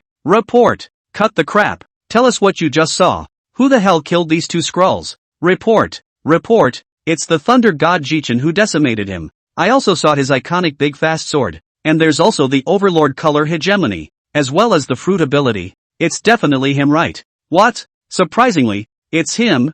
I didn't realize he was still alive. Brew blue. Ka-cha. At that moment in the marshal's office, Akane picked up the phone with an impatient look on her face. What is it? Report. Reports to the marshal that two Skrulls are dead in the Shambles Islands. What? Two dead Skrulls? For a moment Tung Hu and Greenox both looked at him in unison. Did you see who did the killing? Report. Yes. Yes. Grind it out. Hurry up. Yes. Thunder God Ji-chun. The same Ji-chun who was confirmed dead 2 years ago by a newspaper publication. 1,000 times true. Akane just melted the phone bug right off. There are two Tenryou killed on the islands of Chambord. Are you two going? Ha ha. Interesting. How dare you kill a Tenryou man these days? You're really tired of living. Who's the murderer? Greenox looked at Akane with a look of interest. Akane spat out 2 words faintly. Ji-chin. Bang. Greenox fell straight off the couch. You? Who are you talking about? Akane had no choice but to say it all over again. It's that Ji-chin from 2 years ago. How about it? Greenox want you to go? The Greenox immediately quit. Are you kidding? That guy is a monster. I'm not going. If I go, I'm just going to serve food. Akane turned her head toward Tengu again, her meaning clear.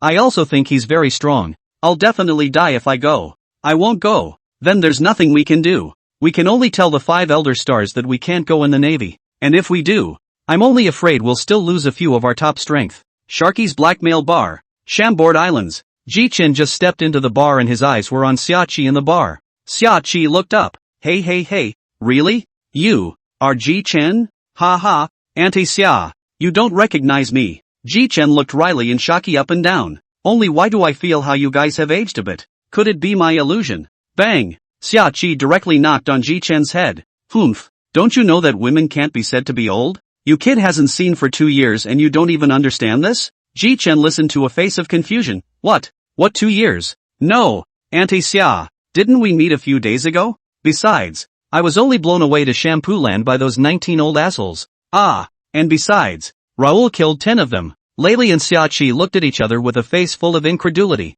Ji-chun boy, you yourself don't know that you have disappeared for 2 years? Chapter 133, Descending to the Navy Headquarters. What? It's been 2 years already? But I feel like it's only been a little while. Ji-chen was filled with incredulity. I remember I slashed against those 19 old guys. That slash was my last card. I killed 10 of them. However, a crack appeared when I was slashing against them. That crack sucked me right in. And I ended up in Shampoo Land. And Raoul's lightning disaster is still broken. Riley laughed and shook his head. Then you're really lucky. If you had been cut by those dozen old things, I'm afraid you'd be dead by now. That crack saved you. Tell me about what's happened in the last 2 years. Senior. Riley. And I think I've come to terms with the fact that it's been 2 years in the past. Ha ha. Well then, I'll tell you a little bit about what's happened in these two years. First up is the supremely evil age of Tora Falgaro and Kiddo. Jichin nodded. Which magnetic brats and surgical brats? Well, Kiddo once went to challenge Thor pirate Sauron, but Sauron straight up slashed him in seconds. Even the pirate ship was sliced off with a single slash. Jichin looked at Layli with wide eyes. Master, are you talking about me? The Thor pirates or the Four Emperors? Riley smiled and nodded. That's right. Now it's Sauron who is the captain of the Thunder God pirates, but his battle power is already at the level of the Four Emperors. Jichin grinned. I didn't expect that. That's something I didn't expect. I thought that away from me. They'd be kicked out of the Four Emperors team soon. So, old man, which are the current Four Emperors? You mean this? The current ones would be the Whitebeard pirates led by Ace, the pirates led by Redhead, and the pirates led by Sauron, and the Straw Hat pirates led by Luffy. What? Straw Hats? Is it the same Straw Hat I know? That's right, and also the old man's disciple, Straw Hat Luffy. Jichin did not speak, and the scene was silent for a time. I really didn't realize that this guy is now a fourth emperor as well. Which one did he defeat though? Luffy seems to have won against Kaido in single combat and that's why he became the Four Emperors. But the poster's old man thinks he looks funny now. With that said, Riley also handed over Luffy's bounty, which was none other than All White, Luffy's fifth block form. Oh, his fruit ability has awakened. Interesting. That's the form he used to defeat Kaido, right? Exactly. And this form of his feels like it would make people happy. Jichin suddenly raised his head to look at Riley. Hey, Riley Sr., the news of my appearance. The Navy and the others shouldn't have voiced it out yet, and I'm going to go do a big job. A hint of curiosity welled up on Riley's face. Are you going to Manhwa or Navy headquarters? Ha ha ha, I'm going to go. The Navy was involved in that operation. Mary Joa's dozen or so assholes should be gone. I don't believe that dozen or so assholes can still come back to life.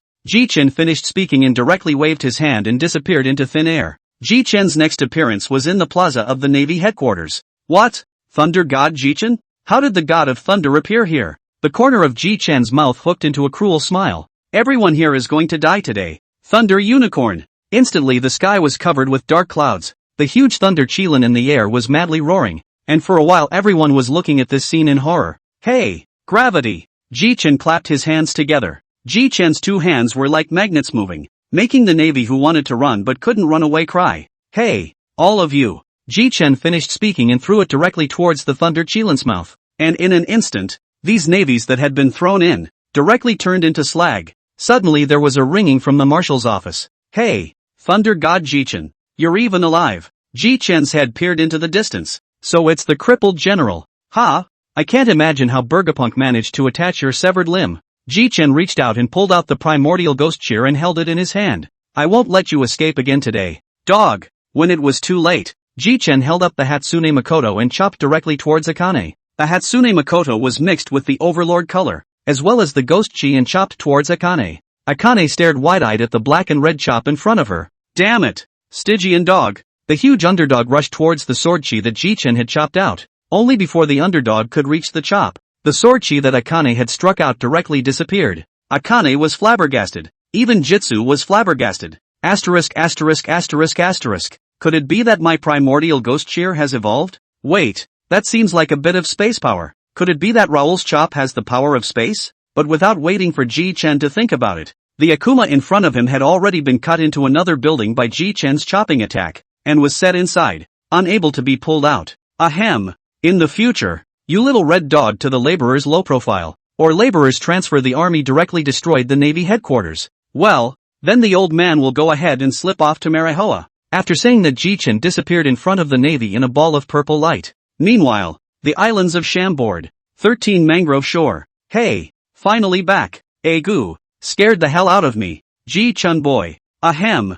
You can't blame me for that. Riley looked at himself with a smile. Boy, just curved Navy headquarters, didn't you? Yeah, just beat up that dog Akane and destroyed some buildings. And Raoul said he's going to go skulking around Manhwa. It's estimated that all the admirals of the Navy are already in Manhwa by now, but some of them might be afraid of death as well. Chapter 134, Sauron hears news of Jichin. The corner of Riley's mouth twitched as he listened to Jichin's browbeating account of how he'd snubbed the Navy. You're still just as good at this flimflam as you were before. The power hasn't diminished. Ahem. Down to business. Zhang Feng directly unsheathed Thunderstorm and directly slashed at Layli. However, it didn't use Baji, just a slight sword chi. Riley's face stared directly as he drew the sword he always wore at his waist. But in an instant Ji-Chen's sword chi slashed at Laylee's sword. However, at the same time the sword chi touched Laylee's sword, many small holes appeared around Thor like they had suddenly condensed, and these small holes directly caused Laylee's clothes to become tattered. This is... Ji-Chen looked at Laylee and laughed. I'm sorry, Elder Laylee. I just wanted to try out what this thing is, so I simply shot straight at you. So these little holes that just appeared in my old man's clothes are also your handiwork? Ji-Chen looked at Riley's tattered clothes at this point and couldn't help but smile in embarrassment. This might still be true. This ability could be a new one created by me being sucked in by that black hole. Riley nodded approvingly. The power of space? Ji-Chen let out a bitter smile. That's the only way to explain it. Riley suddenly laughed out loud. Ji-Chen boy, you're really blessed by a disaster. But from what I can see so far, this spatial force only appears when I'm delivering a chopping blow. And the more powerful my chopping blow is, the stronger the spatial force will be. Marred. If the decapitation sent out by the laborer is enough to decapitate the enemy, and the spatial black hole sucks that person in, then I'll have worked for nothing. Riley rubbed his chin in contemplation as well. Hey, forget it. The big deal is that I'll be a hermit with you, old man. In this shampoo land. You brat. Forget it. Come in with me first. Let's have a drink first. Yes. Meanwhile, New World Cake Island. Huffing and puffing. Huffing. Solon. A completely naked Sauron looked at Joba and asked, Joba, what's wrong? I'm not hurt today, so don't you dare try to bandage me. At this time, Sauron was completely naked. However, his entire body was covered with horrible scars, and he looked a bit bluff. I'm not here to bandage you up this time. Just now someone from the intelligence department sent word that Thor Ji-Chen appeared at the Navy headquarters and heavily wounded Marshal Akane, and by the way killed 2 Tenryu in the Shambodi Islands. Xiaoba just finished saying this when he saw Sauron's body's overlord color directly leaking out without control. All of the crew on Cake Island ran straight towards Sauron's side directly when they saw the scene. Joba looked at Sauron in this situation and directly transformed his form and threw a punch towards Sauron. Stupid Sauron, you haven't even met the captain yet. Just get excited like this, Joba said and cried out. Sauron gave a small smile. Thank you, Joba, ha ha ha ha ha. Solon looked up and saw everyone looking at him worriedly, so he said, Everyone, I'm fine, but I'm just too excited. Stupid Sauron, what person can't be excited about something like the captain showing up at the Navy headquarters? Good, then now I'll head to the Navy headquarters right away as the vice captain of the Thor pirates. Wait, let me think. The crowd was also very confused as they watched Robin's behavior. Sauron, you can't go to Navy headquarters, because the captain wasn't even there. The captain has a lot of magic props on him, like that arbitrary door. And the teleportation talisman that teleported us all away 2 years ago. We still know the captain's temper. He must have caught the Navy off guard and ran back to the Shambodi Islands afterward. After Robin's explanation, everyone then figured it out. Oh, I see. So the captain is now in the Shambord Islands. Robin smiled slightly. That's right, Nami. If I'm right. Sauron picked up the wine gourd hanging from his waist and took a swig of it, then headed towards his house. Gulp.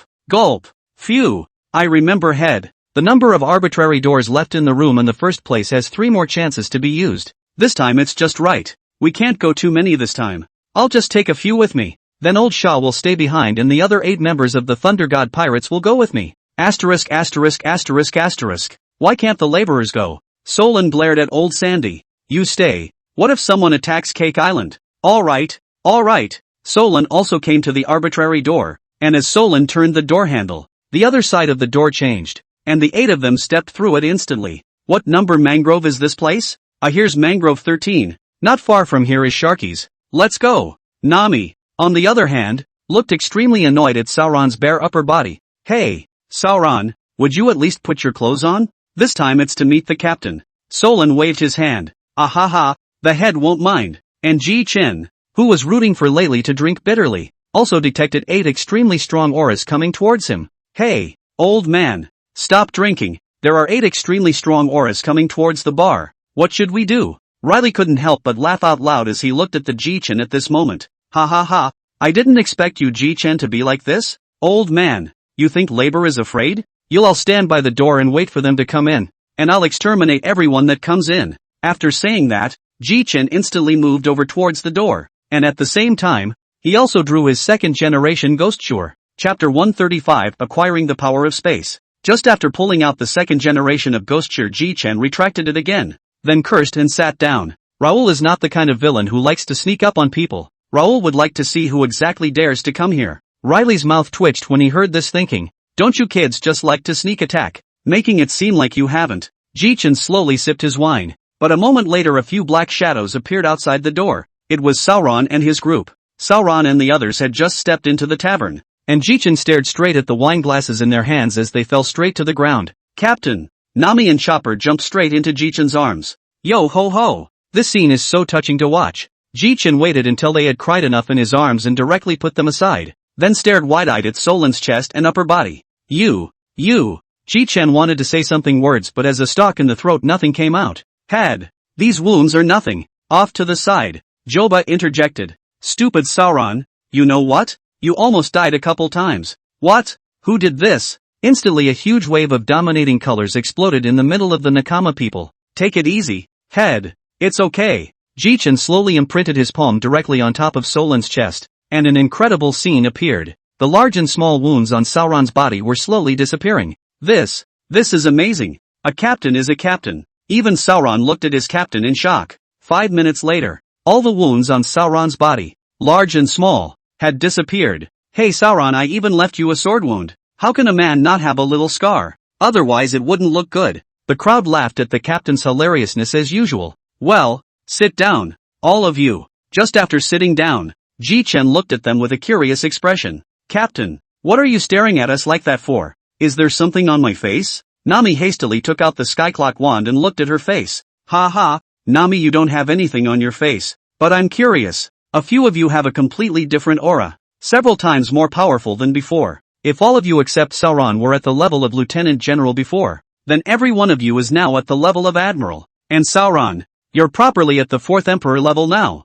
Since the captain is so curious, let me tell you. Then Robin said, after that stop, we went to look for you. However, we didn't find you. The red hair, Luffy, Ace, even Saber looked for you, and all of them didn't find you. It's as if you don't exist in this world anymore. Ji-chan looked at the crowd with a bitter smile. Robin continued, after that we didn't want to believe that it was true, so we worked hard to train and were on our way to training every day. And after that there were some pirates who came and challenged us, trying to take away the 4 Emperor's seat. Captain, Eustace kid, you should know, right? Aha, that supernova that's just like Luffy, right? That's right. He brought his pirate group to challenge him, about 3 months ago, but Sauron had gotten a little impatient by then, and then went to him himself to break up the Kiddo pirates in one tight slash. Kiddo gets a slash second. Speaking of which, Ji-chan looked at Sauron with a smile on his face. Hey, Sauron's sword skills are this strong? Do you want to spar? A red light flashed in Solan's eyes. I've been wanting to try this for a long time. Riley also looked around at the duo with interest. Then let's go. After saying that, the two of them directly instantaneously moved into the sky. There's a deserted island up ahead, so let's go there. The two came to the top of the deserted island and stood opposite each other. It's still a knife that decides the winner. Ji-chan directly pulled out the first generation of ghost cutter directly towards Sauron to cut. No name, however, this knife unwrapped in ghost chi, overlord color, space power, sword chi. Solan pulled out his magic weapon without haste, and at this moment it had completely turned into a black blade. Solan is also a sword toward Ji-chan split. A moment of the two moves collide in each other. A moment of the whole sky has turned black and red. The sky are cracked open countless mouths. Hiss. What is this? Solan had a lot of little quartets constantly scraping his skin. Hey, these spatial forces are really dishonest. Ji-chan faintly smiled, directly raised his hand. Sauron's body of space power directly swallowed the two people's sword chi, then disappeared. The sky cleared up again, while Sauron looked at Ji-chan with a confused look on his face. Where's my attack? Disappeared? Why is that? Just then Riley and the others arrived. Oh, who won? Solan froze and replied, I don't know. Stupid Sauron, how could you not know? There was just a strange four-sided block that swallowed my heal attack. What? Everyone looked at Ji-chan to see if he had any explanation. Oh, I was just trying out my new ability. I just didn't expect this. Ji-chan boy, hurry up and show me your new ability. Ji-chan sniffed and did not push back. Directly palm open. At the moment Ji-chan palm has a 4-square block shape pattern on the palm of Ji-chan. However, the 4-sided block on Ji-chan's palm grew larger and larger, and in the end, it directly spat out the attack that the duo had just made into a sea. The crowd that returned to their senses was filled with shock. This is too horrible. This is just like a black hole. It's even capable of swallowing the attacks of an Imperial level battle power. It's really opened my eyes. Devil fruit abilities? Ji-chan shook his head. Not really. I've had this ability since I came out of that crack. similar to the power of space. But no space fruits have been found on the Great Sea. Right, or there are no space fruits at all. Nami. Joba looked at Ji-Chen with glowing eyes. Wow, the captain is awesome. But it's a blessing in disguise. I heard that Luffy became the 4th emperor? How's his strength? Solon hesitated for a moment or said, his powers seem to have awakened. It's weird. I think he should perform at the circus. Ji-Chen laughed outright after hearing Sauron's explanation. Ahem. Everyone fruit phantom beast seed Nika form this fruit is still very strong. I'm looking forward to it. Show me his island sometime. Chapter 136 Return to Cake Island. Captain, why don't we go back? Nami said. Ji-Chen nodded. That's right. There are already navies around watching this place. Then I'll trouble you to lead the way. Yo, don't worry, leave it to me, Joba. Ji-Chen then looked at Riley in the distance. Old man, want to go for a stroll with me? Brat, forget it. You'd better go back properly. Just come to me directly if there's anything. Ji-Chen nodded, and with a big wave of his hand a pink door appeared beside Riley. Old man, you can keep this one, so that you don't have to find me inconveniently in the future. So, guys, let's go. Back. 8 people came and 9 people returned. Ji-Chen and Sauron they directly instantly moved through the arbitrary door to the Cake Island. So you guys moved to Cake Island. Suddenly the voices of countless people came from the distance. Thor-sama dash. Captain Ji-Chen dash. Ji-Chen looked at the oodles of people in the distance and turned his head to Solon. Don't look at me. These are the ones Nami and the others recruited. Nami glared at Sauron and spoke. Captain, these are all pirates recruited over the course of 2 years, but they've all been scrutinized. Ji-Chen smiled faintly. I'm still relieved that you're recruiting people. By the way, where are Long Day and Long Air? Solon nudged his mouth to signal Ji-Chen to look ahead. Ji-Chen turned his head to look along with Sauron's gaze a glance and saw Long Day Long Air. Ho! Sure enough, I can see you two at a glance. You're almost 5 meters tall. Long Day Long Air pushed his way through the crowd to arrive in front of Ji-Chen. The duo grinned widely. Boss, by the way, I think it's about time to give you the devil fruit I promised you 2 years ago. But in an instant, a dark purple pineapple-shaped fruit with a spiral pattern appeared in Ji-Chen's hand. Seeing this fruit present including Dragon Big Dragon 2 are ice hot looking at the dark fruit, but no one dares to grab on the spot. Ji-Chen looked at Long Det and Long Air in front of him with a smirk. Hey, which one of you two wants this special nature-based fruit? The two said in unison. For Big Brother, for Long Air. Forget it. Ji-Chen finished his speech and directly threw the dark fruit into the hands of the two. You two can discuss it yourselves. But for the rest of that one, I need to discuss it with Robin and the others. I still have more than 100 devil fruits here. Everyone looked at Ji-Chen in shock at these words. 100 or so? Really? Boss Ji-Chen is mighty. Ahem. Alright, you guys stay well in my Thunder God Pirates. And if there's a good performer, I'll pick one and give it to him. I lack everything but devil fruit. Oh yeah, this dark fruit has a side effect. Using the dark fruit's ability will nullify all devil fruit abilities, though it will take double the damage itself. You two talk it over, or it'll be too late to regret it. Ji-Chen turned around and left with the core 9. Road. Find a room. I'm going to pick a devil fruit for Ruji. You all pick one for me. The 8 people looked at Ji-Chen speechlessly. Jia. I'm curious if you guys really have that many devil fruits? Ji-Chen whitened his eyes at old Sha, Che. There's something when I say there is. You don't give a. Ha ha ha ha ha. Old Sandy is also too miserable. Seeing the crowd all laughing so happily, old Sha was depressed to the core. Soon 10 people came into the room. Well, it's a pretty big room. Looks like it'll fit. After saying that, Ji-Chen waved his left hand. Lightning accompanied by colorful devil fruits poured out in unison. Brook, Joba, Nami, Robin, Green Pheasant, Ziching, Sauron, and Old Sandy. Each and every one of them had their mouths open into an O shape. Asterisk. Captain, this is too much. And some unseen devil fruit. Alright, smile. Little ones, there's no subpar devil fruit in here. Only top-notch devil fruit. Sauron then picked up a green-colored devil fruit at his feet. Oh, you've got a good eye. Sauron, that's the one I remember should be the green dragon fruit. Is it the same green dragon fruit as the Kaido one? Green Pheasant asked curiously. Well, how can I put it? This fruit is much stronger than his one. But the key is in the user. Ji-Chen finished speaking as the power of space was unleashed, directly dragging the green dragon fruit up. Hey, let's see if there's any good ones left. This one could be an alternative for the kid. So the crowd began to pick and choose. Hey, that one's labor forgot. Too, but it seems to be a natural one. Hey, you guys check the illustrations yourselves. Time soon came to the afternoon, and Ji-Chen also put away all the devil fruits, leaving the green dragon fruit alone. Good lord. Still Sauron has an eye. You guys have been picking around here all day and it's still not as good as one of the ones Sauron picked up off the top of his head. Nami bristled.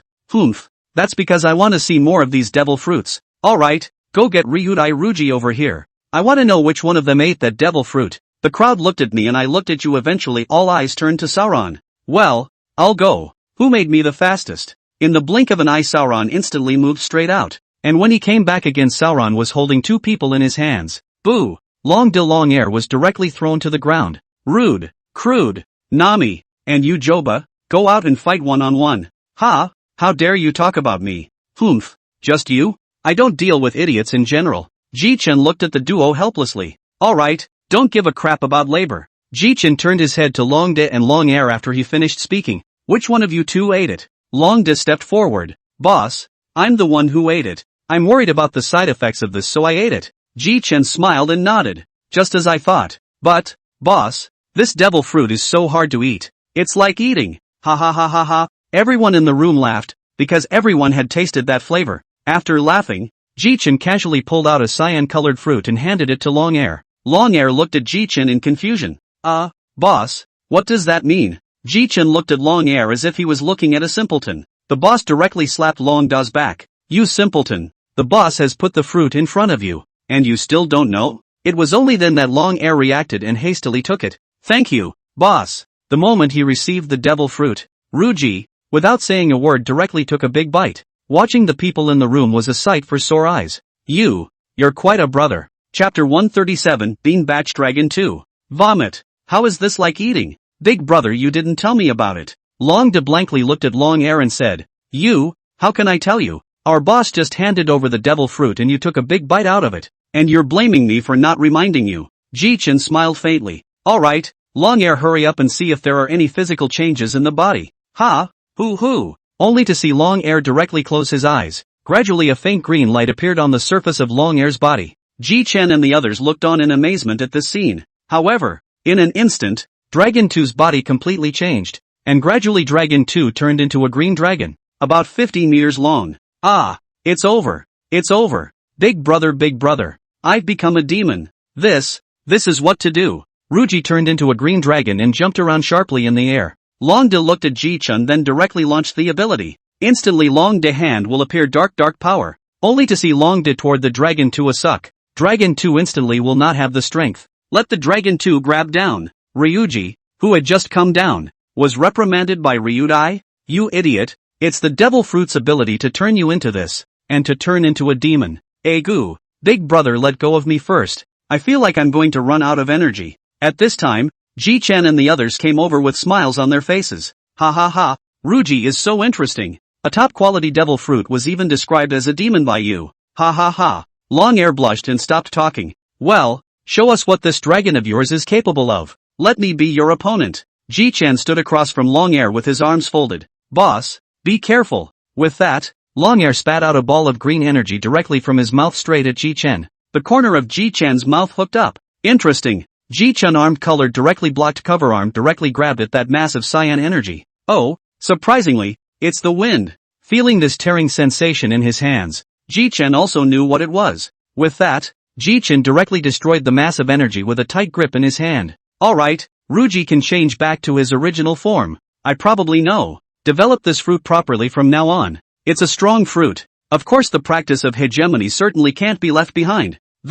Boss, how do I change back? For a while everyone was silent. Ahem. We don't even seem to have any phantom beast species here, do we? Long did take this simpleton to ask the phantom beast species or animal lineage on the island to ask them how to change back to their original form. Waiting for the duo to leave, Ji-Chen smiled helplessly. This Long Air isn't bad, just a bit too naive. Isn't that nice? Robin said quietly. That's true. By the way, where's this Locke kid? I haven't seen him since I got back. Locke. He's supposed to be practicing. He's been practicing ever since the captain's accident. Oh, Ji-Chen directly unfolded, his mind net covering the entire island. But in an instant, he discovered Locke. With a wave of his big hand, the thunder net made of lightning grabbed the crowd. Ji-Chen took the crowd and disappeared in an instant. And soon after arrived at Rock's cultivation place. This seems to be underground, but there's even a waterfall. This place isn't bad. As if he had sensed that someone was coming, Locke instantly opened his eyes. and to his eyes was Ji-chan and the crowd that had been caught in the thunder net. "Captain?" Locke said in surprise. "Yo, Rock, stronger than 2 years ago." Ji-chan surveyed a circle of Locke and nodded. "These 2 years the strength feels similar to even old Sha." Ji-chan looked back at old Sha with contempt. "You've cultivated all the way to a dog's stomach in the past 2 years? Lao Sha's face flushed. "What? I'm not strong enough? What a joke. Even though I can't beat this Sauron guy anymore, Rock can still do it." Ji-chan waved his hand. Alright, this place is really a waste to cut." Old Sandy turned his head and stopped talking. "Well, Rock, let's go stop practicing for now." "Aha, okay Captain." The group then made their way to the ground. "I want to go see Luffy." "That's fine, Captain. We've got a free door anyway." Do we have a boat? Our previous ship was destroyed and we built another one after that," Nami said. Ji-chan came to the coast with a big wave of his hand. Soon a blue light appeared directly in front of the crowd, only to see that blue light becoming more and more prevalent. When everyone opened their eyes, they were met by the very same Thor that had been there before. "What? Wasn't the Thor destroyed, Captain? This? Ha, I forgot to tell you before. This Thor ship of mine won't be destroyed because my Thor ship is the best ship." "Incredible. Alright, don't get emotional. Hurry up and sail the boat to Luffy." Several people then boarded on the Thor. Brook maneuvered the Thor into a slow departure. "So where's Luffy's island with them? How far away?" "Yo ho ho ho ho ho. This looks like it's in the land of Wabi Sabi." Jitsu looked at Nami with an inquiring gaze. "I think so, but we haven't been there in a while either." "Hey, you guys don't know? Forget it, it's kind of useless to count on you guys." Ji-chan waved his big hand and a pink door appeared in front of him. Chapter 138, Meeting Luffy. An arbitrary door appeared, and Ji-chan was the first to step in, and his eyes were filled with a green color. Only after everyone had come over did Ji-chan ask, "Do you guys know what kind of island this is? This island is kinda abnormal, and how come the fruits are so big? Since we've been boosting our strength for the past 2 years, we don't really know what island this is?" Seeing the crowd all helplessly shaking their heads, Ji-chan simply stopped asking. Just as Ji-chan was about to move on, a hilarious voice rang out, "Assholes in front, who are you? How dare you come to Luffy-senpai's island?" The visitor was none other than Bartolomeo, the barrier fruit ability. "Oh, so it's this little brat," Robin explained with a faint smile. "Bartolomeo, barrier fruit ability." Ji-chan smiled faintly. "Kid, are you from the Straw Hat Pirates?" "Ahahaha, me? Of course it kind of is. That'll do, take me to Straw Hat Boy." Bartolomeo didn't say anything, but stared intently at Ji-chan's face for a long time, suddenly whitening his eyes. You are Thunder God Ji-chan? Ha, it seems that after disappearing for 2 years, the Great Sea has not forgotten me. So, kid, since you've recognized me, can you lead the way?" Bartolomeo instantly tensed up and bent 90 degrees. Yes, Your Excellency Thor, please follow me." Ji-chan and his group followed Bartolomeo as they walked, but in 10 minutes they arrived at the center of the island. This was still the result of Ji-chan leading him. If he walked on his own, that would definitely take a long time. "You're saying that's Luffy sitting in the doorway eating giant grapes?" Bartolomeo nodded. "That's right. Luffy-senpai usually comes here for a bunch of fruits at this time of the day." "Sure enough, it's the same Luffy from before." Ji-chan looked back at Sauron, then instantly moved directly behind Luffy. At this time, the first generation of Ghost Cheer had long been shed. Ji-chan lowered his voice and spoke. "Straw Hat Luffy, I didn't think that as the 4th Emperor you would be so on alert." Luffy stopped eating as well. "Who are you guys?" "Me, I'm your second brother." Luffy denied. "Asshole, Jitsu is long dead, so you turn your head and look?" Luffy slowly turned his head to see Ji-chan's handsome face. "What? It's really Ji-chan." Only I don't know if Luffy was excited or what, but his body suddenly turned white, and then let out a loud laugh. Ha ha ha ha ha. Ji-chan looked at Luffy in front of him with an incredulous expression. "And still do that?" At this time, Sauron and the others also came to Ji-chan's side, and Luffy's loud laugh drew everyone on the island. Hey, what's up with this Luffy guy? He seems to be in 5th gear? Maybe there's an enemy. Anyway Sanji, let's hurry up and check it out." But everyone came to where Luffy was only to find their captain in 5th gear hugging and laughing at a man. Kenshin's eyes lit up as he quickly stepped in front of Sauron. "Sauron Sr. Hello.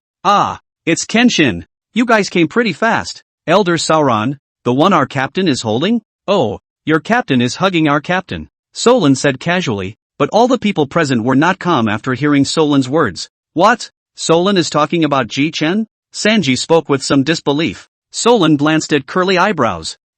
Curly eyebrows, our captain is not dead." And Ji-chan's anger was off the charts when he was hugged by Luffy and looked at Luffy, who was rubbing snot and tears all over himself. "Asshole, asshole boy. Repulsion. Luffy was instantly catapulted into the air. The laughter came to an abrupt end. Bastard Luffy. How dare you rub snot and tears on me? Ha ha ha. It's okay Jichin. Bull asterisk asterisk asterisk asterisk s okay. Jichin used lightning to eliminate those snot and tears before he looked back around. Ha? Why are all of you looking at me intently? What? You guys have a problem? Nami rushed out and pulled Jichin back. Hey, Captain. This is Luffy's territory. Oops. Got it. Don't worry. You must not have eaten since you've all traveled so far. Luffy bounced around getting excited as soon as he heard about dinner. Hey, Sanji, have a feast. Have a feast. Well, it is the captain's orders after all. Everyone prepare the ingredients. All at once everyone quickly the tables and chairs to get tables and chairs, and ingredients to get ingredients.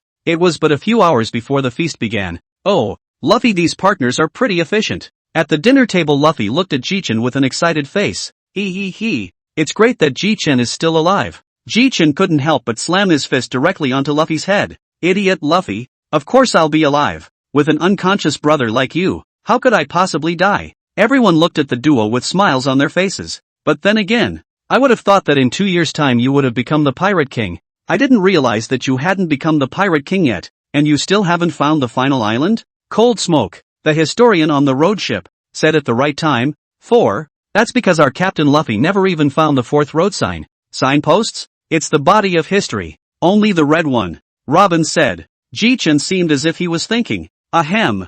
That I seem to know a little bit about. That 4th piece of red historical text. Once Jichin said this, Luffy excitedly came directly next to Jichin. Even Robin and Cold Smoke looked at him. I remember. Roji did kill Big Mom when he scavenged a stone on Cake Island, seems to be red with unreadable words on it. At that time, that stone was heavy as hell, so the laborer took it away with lightning wrapped directly around the land piece. In that case, then the stone is now in your hands, Captain. Jichin nodded. That's right. Well, does Luffy want it? Luffy's eyes lit up, but then dimmed again. Hey, you're too strong. I still need to practice. Jichin couldn't help but laugh as he watched Luffy do this. Ha ha ha. I didn't think Luffy would be like this. But if you want this stone, I'll give you a choice tomorrow. Everyone's eyes were filled with doubt. Even the Thor Pirates crowd was puzzled. Chapter 139, The Eve of Battle. Soon it was the next day, and Luffy came to Jichin's room early in the morning making a lot of noise. Ouch. Asshole. What ensues is Luffy getting blasted out of the room with a thunderball. Jichin also walked out in a daze. Stupid Luffy. Early in the morning. Not sleeping. What do you guys want? Luffy ate the pain. Jichin's lightning hurts. I was just thinking about what you said yesterday, Jithin, and got a little excited. The loud noise caused by Luffy being blasted out woke everyone up. Who is it? Early in the morning. Jichin looked helplessly at Luffy, who was sitting on the ground. Then with a big wave of his hand a pink door appeared directly in front of Jichin. With that, it was directly twisted open by Jichin, who did not enter the other side of the door, but instead directly used lightning to transform into a large hand and grab towards the other side of the door. This, Ace? Where is this place? Ace looked around and couldn't help but be shocked at the sight of Luffy's big face. Luffy? How did I get here? At this time, Jichin opened the arbitrary door into the eyes of the red-haired core members of all people. Asterisk. Why are you guys awake so early? Ahahaha. I didn't expect it to be you, Jichin. I thought it was some guy who was going to sneak up on us, the redhead said while walking towards Jichin's side. And Ace deadpanned at the sight of Jichin. Asterisk. Ace, what are you guys doing with a big stare? But before Jichin could react, Ace turned into a ball of flame and lunged towards him. Hey, no, come here. You're a flame. As a result, Jichin was directly pounced on. Ahem, Ace said with slight excitement. It's really you, Jichin. I thought you were dead. Ahem, let go of the labor first. At this time, the red hair group eyes also looked at Jichin without blinking. Are you really Jichin? Then it looks like the intel was right. Luffy looked curious. What information? Shanks. Rumor has it that a few days ago, Jichin parachuted into the Navy headquarters and beat the hell out of Marshal Akane. Jichin touched his head in embarrassment. It can't be helped. When I met 2 celestial dragons I didn't hold back and killed them. And after that, just in case they sent their admiral over, I killed them right up to the naval headquarters, and beat up their Marshal Red Dog. Ahahaha. It's really worthy of being Jichin. He hasn't changed at all. But then again, what did you boys call us to Luffy for? Everyone looked at Jichin for a moment. Jichin also no nonsense. Slowly stretching out the palm of his hand, suddenly a ball of lightning appeared around him. The lightning slowly faded, reflected in the eyes of the crowd is the main body of history, looking for the final island of the last piece of signposts. Surprisingly, it's here with you? No wonder I couldn't find it. Hey, I didn't expect that, but I accidentally put it away earlier. Ji-chan sat down obediently on the historical text. I heard that this Luffy guy is still missing a piece, and it seems to be my piece. Ji-chan smiled mysteriously. It's not a problem to want this piece. Ji-chan suddenly gazed at Luffy. As long as you defeat someone from my crew. What? Don't. I'm going to beat you, Ji-chan. Ji-chan immediately punched his fist. Idiot Luffy, don't you know your own situation? Luffy was confused. Your kid can catch lightning with his empty hands in 5th gear. What am I? Your big brother? I'm Raiden. Fighting you, that's not getting caught around. Oh, so that's how it is. Luffy came to a realization. The people around them, however, were holding back their laughter, as anyone with eyes could see. Ahem. You're not going to fight me. I'll designate one. Ji-chan looked around his own crew and everyone's expression was one of pick me. Then, Sauron it is. Don't ever let go. If you die, then I'm sorry you're not qualified to be the Pirate King. And Sauron looked at Luffy with a serious face. Straw Hat Luffy, I will show no mercy, but don't blame me if you die. Don't worry, I'll beat you. Go Sauron, beat Luffy. Go Captain, go beat Sauron. Ji-chan came to the duo with a light smile on his face. How's it going? Are you all ready? The two nodded. Captain, there's no deserted island around here for the two of them to fight on. Nami said. Don't worry, I'll take care of it. Ji-chan then led everyone to a huge open area. Hey, everybody back off. I'm going to start playing hard to get, only to see Ji-chan's two hands close and open. But in an instant a huge space was formed in this empty space. At this moment, the duo standing in the middle of the open space were confused, looking at Ji-chan with a puzzled expression. Ahem, this space cover of mine is colorless, so you two just go ahead and fight. It won't hurt us at all. Space? Well Shanks, it's a power I realized from being locked in that rift for 2 years. It's similar to the surgical fruit, but mine's a little stronger than his one. Mine's instantaneous. Chapter 140. But it's the first time I've used this to cover someone in. I don't know if it'll explode or not. Ahem. Back to business. Those of you inside, you may begin. Sauron, don't lose. Go Sauron. Go Sauron. Ji-chan looked more than a little amused at the way Joba was shaking and cheering for Sauron. In space, Sauron took off his hood and looked at Luffy across the room with a cruel face. Straw Hat, I hope you can fight me a little longer. Cut the crap and defeat you so I can head to the final island. Rubber pistol. Solon raised his hand and immediately blocked it with the back of his blade. Hey Straw Hat, just get started. Don't test each other. As soon as Solon's words left his mouth, though, Luffy turned into a 4th gear bouncer. Yo, is this 4th gear? In a flash Luffy attacked Sauron using his high maneuverability in 4th gear. Sauron directly instantaneous shift to the side of Luffy, a sword cut out. Horrible mixed with the overlord color hegemony of the sword chi directly Luffy blasted to the side. The sword energy exploded the moment it made contact with Luffy's rubberized body. Bastard! Bastard Sauron! Rubber after the big snake. Instantly Luffy struck out a punch. With the characteristics of the rubber fruit, Luffy's fist constantly changed its orientation in the air. Boom boom boom. The two continuously blocked, evaded, and counterattacked. Their figures cut across the battlefield like sharp blades. The sound of swords and knives constantly resounded, and the entire scene seemed like a life and death struggle. Suddenly, Luffy unleashed his ability, instantly accelerating the air around him. His body then became even more agile than before, and his flaming fist slammed into Sauron like a bolt of lightning. Luffy's fists came in like a storm, instantly coloring everything around him red. However, in the face of this powerful shockwave, Solon did not evade and turned around to viciously chop out a sword chi. The battle between the two once again triggered a huge shockwave. Between the flashes of the swords, Sauron didn't know when all 3 swords had been taken out, ready to give Luffy a fatal blow, but Luffy seemed to have already known Sauron's intentions. Only white smoke rose from Luffy's body, and his hair, clothes, all of it turned white. Outside the battlefield, Ji-chan looked at Luffy with glowing eyes. Well, is this what the rubber fruit can do after awakening?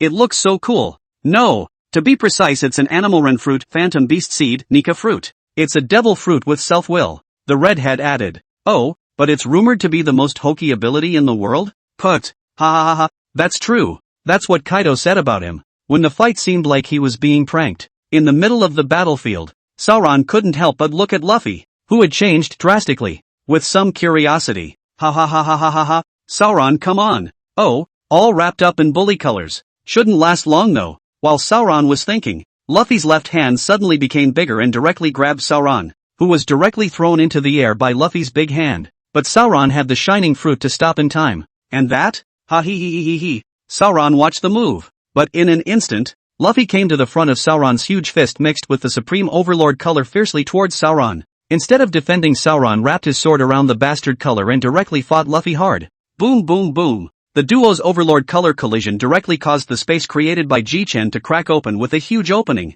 Outside of the battlefield, Ji-Chen snapped to his feet and arrived outside of space in an instant. Ji-Chen's hands appeared in a tearing shape. And a second later the space in front of Ji-Chen was directly torn away by Ji-Chen and disappeared. The duo in space, on the other hand, looked at Ji-Chen with a dumbfounded expression. Heads. Ji-Chen. Ji-Chen looked at the duo without any good humor. Marred. You two be careful. If it wasn't for this spatial power of mine, this island could have been destroyed by you. Ji-Chen waved his hand. Let's call it a tie today. No, the two said in unison. At this time, the redhead also stepped on the mooncloth and came to the duo. You guys are indeed fighting a tough fight. It is estimated that in a month of fighting this is also the result. Ji-Chen is now the right time to bring it up. Or else we will have to watch you guys fight for another month. Ha ha ha, that's right. Ace laughed and walked over as well. But I have to say that both Sauron and my brother are strong. Luffy and Sauron looked at each other helplessly and shook their heads. Hey, Sauron, if you're not having fun, how about we fight when I'm free?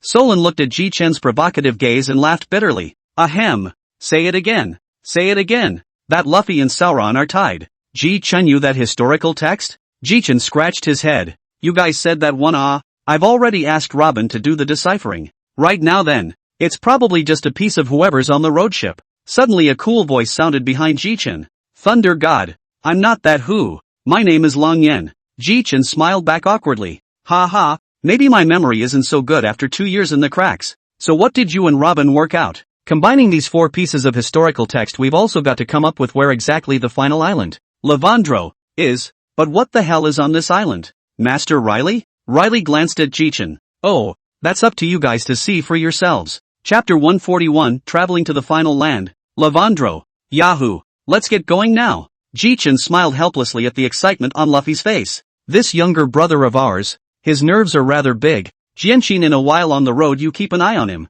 What? Who are you talking about? Ji-Chen? Ji-Chen gave Luffy a blank look without saying anything. My purpose has always been clear, and that is to kill all the Skrulls, as well as to overthrow the world government. So if I want to overthrow the world government I have to make a trip to Ravendrew first. The crowd looked at Ji-Chen suspiciously. It comes from a prophecy. I'm not sure exactly who said it, but that's it. The crowd didn't press the issue. After all, everyone has their own secrets. Ji-Chen immediately looked at Robin. And Robin knew what Ji-Chen meant. The location of Ravendrew is on the island of Zhao. Draw a parallelogram based on 3 points. Or form a rectangle with 4 islands. Or form a triangle with 3 islands. Where the center of gravity /inner/outer center is the location of Ravendrew. Ji-Chen glanced around at the people around him, eventually settling his gaze on Luffy. Let's go then. Future Pirate King Luffy. Yo, let's go guys. After some rest and supplies, it was time to sail the Thor and miles of sunshine towards Sasori. On the Thor. Geez,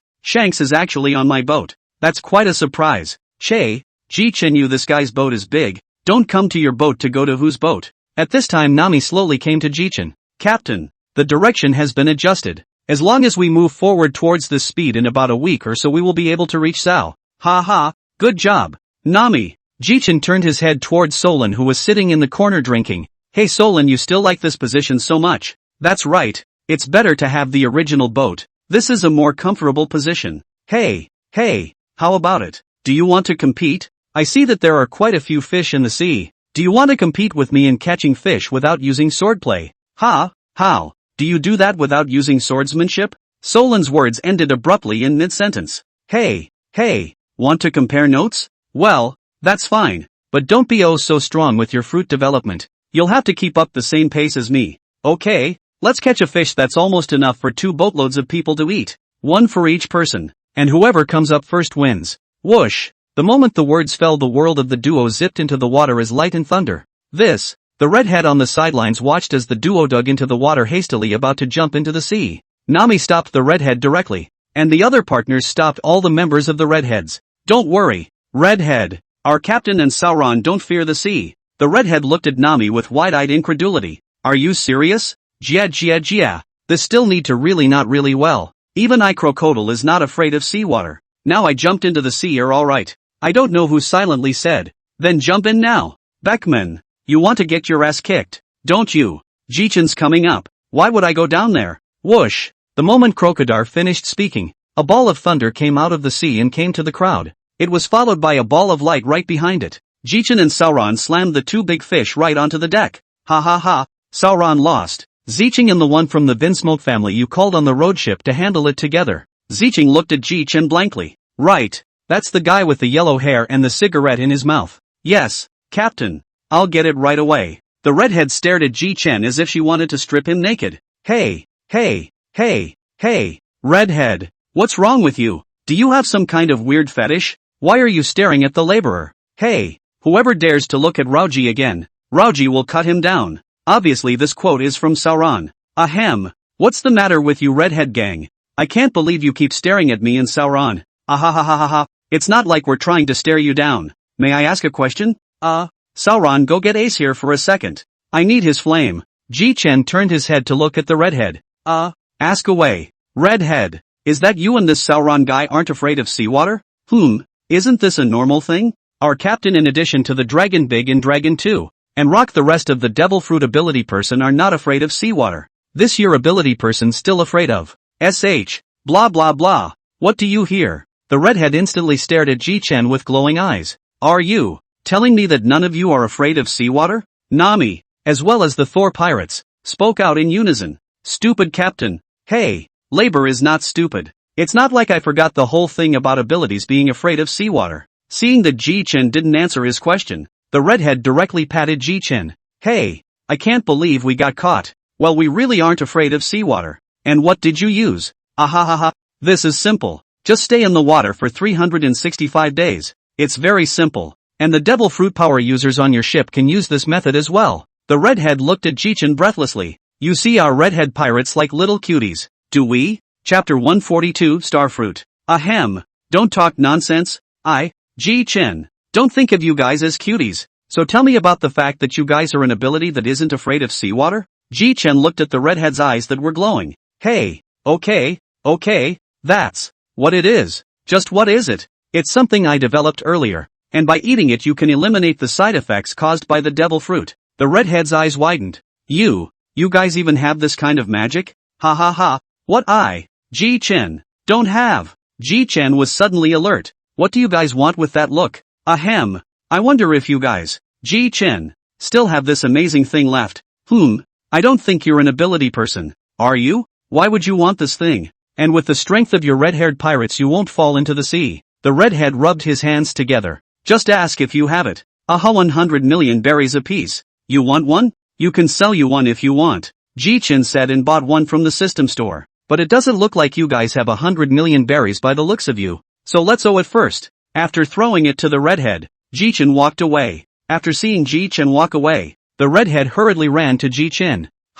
What are you red-headed assholes doing following me? The redhead rubbed her hands together. Hey, I wonder if you guys have any top-tier kind of devil fruit. The crowd all forgot in the direction of Jichen in unison when they heard this. The entire Thunder God pirates grinned, but they all knew that their captain, Jichen, had countless top-level devil fruits. A top-tier devil fruit? Phantom beast species? Nature-based? You asshole redhead. Do you think Raoul is a treasure chest? Do you think I'm a treasure chest that has everything? Ahahaha. Others do not know that you have a devil fruit. I red hair still know. Your ship's navigator the devil fruit is top-notch. And your ship's vice captain Sauron, and those two big guys, a dark fruit, and a blood a little high. I'm afraid it is also not lower than Kaido's devil fruit. Jichen couldn't help but widen his eyes as he listened to the words coming out of the redhead. You bastard redhead. You know all about it? And I thought you didn't want to eat devil fruit? Harm. Now that I have something of yours to undo the side effects, of course I'm going to take one for myself.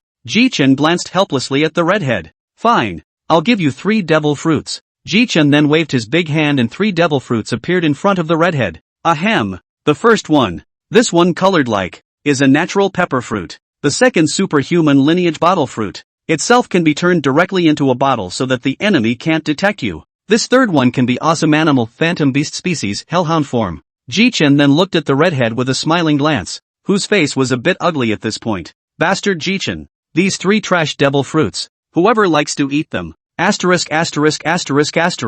What's so great about a pepper? And bottles? And a dog? Put. Ha ha ha ha. The redhead glared at Ji-chan. What are you laughing at? Put. Not just the thought of you turning into a dog.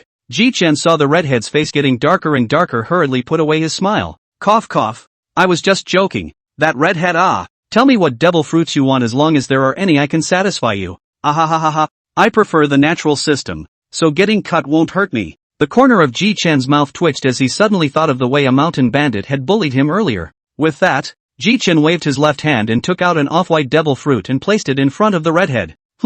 What kind of devil fruit is this? Is it a nature-based one? Ji-chan bristled. Che, it's a shame I'm giving you this devil fruit, asshole. For a moment all the people on the ship came together and formed a circle, all of them looking at Ji-chan curiously. This devil fruit is a nature series star fruit that can summon the power of the stars. Tramp. This one is my treasure. It can be compared to my rattling thunder fruit. Ji-chan casually threw it directly into the redhead's arms. Here you go, but don't think about sparring with me after eating this fruit, as well as going to fight the heavenly dragons with Raoul in the future. Ahahaha, no problem. The redhead took a bite of the fruit in her hand straight after saying that. Vomit. I advise you not to spit. This fruit is very strong, hey. The redhead swallowed the pulp in her mouth with difficulty. The members of the redheads on the sidelines all looked at the redhead curiously. Head, how do you feel?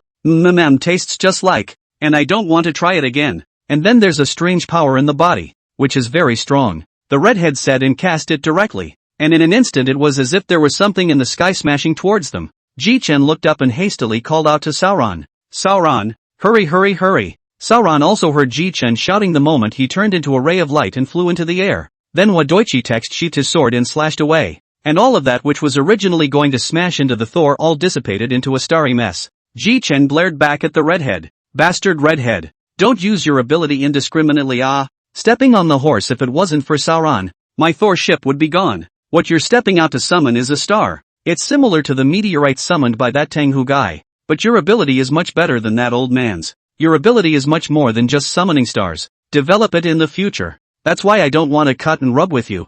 I can't fathom this ability of yours. The redhead stood still like a schoolboy who had made a mistake. Okay, you bastard. When I turn around, I'll give you a copy of the development fruit information. You take your time to read it. Ji-chan saw that Sauron was back and rushed forward. Hey, how's Sauron?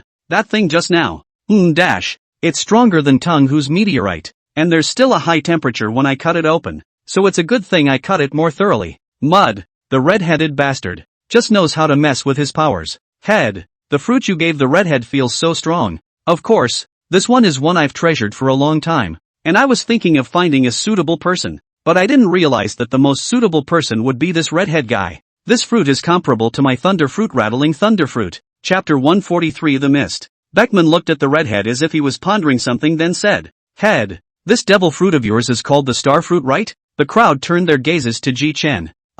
Right. This one that Labor gave to Red is a fruit that has been treasured for a long time. So what? Ahem. No. Just wondering if this devil fruit star in our head can be summoned. I wonder if that sun meteor can. The redhead's eyes lit up slightly at Beckman's words, and she said she was about to unleash her ability with both hands. Ji-chan was shocked and instantly activated his ability to instantly move directly in front of the redhead to punch the redhead directly in the stomach.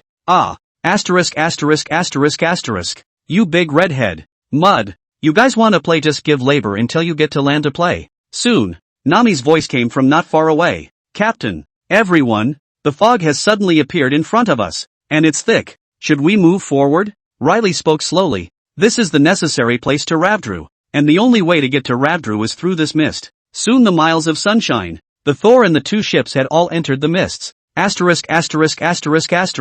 Where is this? Where can I see people clearly? I suddenly can't see? Captain, help. All the people on the Thor screamed in shock. All calm down. Ji-chan's voice resounded in everyone's ears. There's something odd about this mist. Ahem. Soon Riley's voice resounded in everyone's ears. Everyone sit down where you are for now. Once we leave this mist we will reach Ravdru. It's nice there. Once we get there then everything will be fine. I'll steer. Soon Riley took the helm. And the miles of sunshine and the thunder god were tied together tightly by Ji-chan with a rope to prevent them from getting lost. And all of them drifted in the mist for 3 whole days. During these 3 days Ji-chan and the crowd also found bodies as well as debris floating in the sea. These hull fragments and pieces of broken flesh, which I've studied with Roger. seem to belong to powerful people from 800 years ago, and their corpses still have residual power after death. However, over the past 800 years, there have been many powerful people, whether they entered by mistake or on purpose. None of them returned to land safely, either died or were starved alive,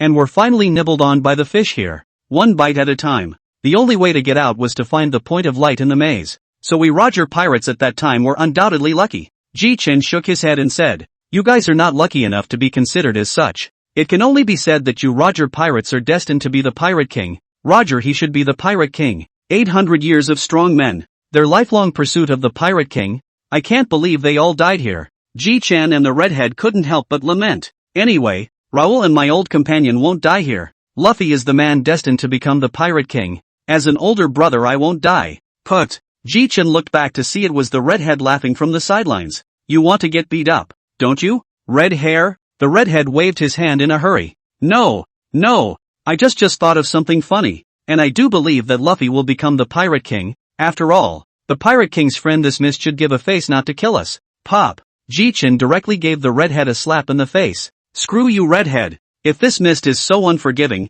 I'll directly exterminate this mist. Just use my lightning." Soon, time flew by. 2 days passed quickly, and Ji-Chen and the others were still floating on the sea. Ji-Chen and the redhead were playing a game with nothing to do when suddenly Ji-Chen stood up and came over to the boat. Ji-Chen's body was churning with lightning in an instant, and from a distance it looked as if it was a mass of lightning glowing. Grass. Marred. Damn mist. If a point of light doesn't appear again, or an exit, I'll vaporize this mist of yours directly. Ji-Chen's high-pitched voice traveled into everyone's ears. The crowd watched as Ji-Chen's lightning grew more and more vigorous, and even the Thunder God pirates couldn't sit still. Captain, don't. Suddenly Riley, who was at the helm, let out an excited, high-pitched voice. Ji-Chen, put away your ability first. The exit has appeared in front of you. Hurry over here. Ji-Chen's eyes were already all white, as if he had already transformed into a Thunderman. But he instantly put away his abilities after listening to Riley's words and instantly moved directly to Riley's side. "Riley, you guys really saw that?" Riley pointed forward, and there was a glowing exit just ahead. Soon Luffy and crew, the Redhead pirates, and the Thor pirates crew saw it as well. Pop. Ji-Chen patted Rayleigh old man. "Then do not hurry. I have stayed about to vomit here. Hurry to drive through. I want to go out." Soon the Thor's horsepower opened up and in an instant it closed the distance to the point of light. After half an hour of sailing, the distance was still as far as before, which made Ji-Chen completely furious. Ji-Chen walked to the center of the Thunder God ship, only to see him sit down and place his hands on the Thunder God ship. In an instant, countless thunder and lightning poured into the Thunder God ship. The entire Thunder God ship looked as if it was a mighty general from afar, and it was also glowing with light. Wrapped in lightning, the Thor closed the distance between it and the point of light in an instant as if it was stocked with power. Without a few breaths Ji-Chen and the others passed through the mist and arrived at the exit. All the people through the fog at the same time all looked back, but behind them is the calm sea. The door-shaped point of light is also gone. Luffy held his head and murmured, "Was that just a dream? Stupid Luffy. If it wasn't for Ji-Chen just now, we'd all still be in the mist." Ha! Wow!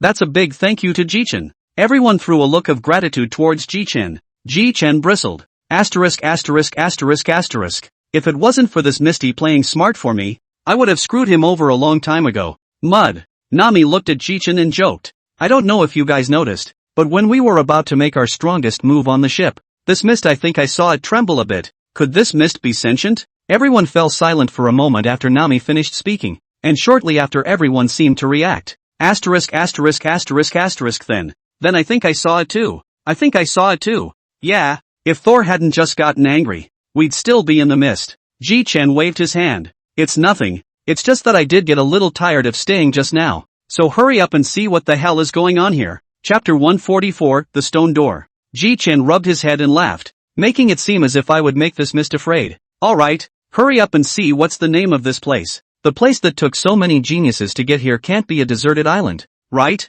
With that, Ji-Chen unfolded his seeing color, and in an instant, the power of the 5 elements spread out in all directions with Ji-Chen at the center. The crowd looked at Ji-Chen with doubt in their eyes. What happened to Ji-Chen? Found something? Ji-Chen scratched his head and laughed. "I found a door. Not far ahead." Ji-Chen said this. Everyone unfolded their seeing color to check it out. But it was Sauron and Ji-Chen who directly elementalized and rushed towards the location of that door. "Hey, Sauron, Try that with your chop. Solon nodded and directly drew his magic weapon. And in an instant, dark purple chopping strikes were released to ruthlessly slash at the stone door. Sauron arrived after the redhead and the others after he delivered his decapitation. Hey, head, look at this stone door that doesn't even have a single scratch on it. Ji-Chen, Sauron, what did you guys just do? The redhead asked. Ji-Chen didn't have the heart to say. You guys didn't see it. I just let Sauron chop it. But it seems like this stone door has only lost a layer of skin. Suddenly Robin spoke up as if she saw something.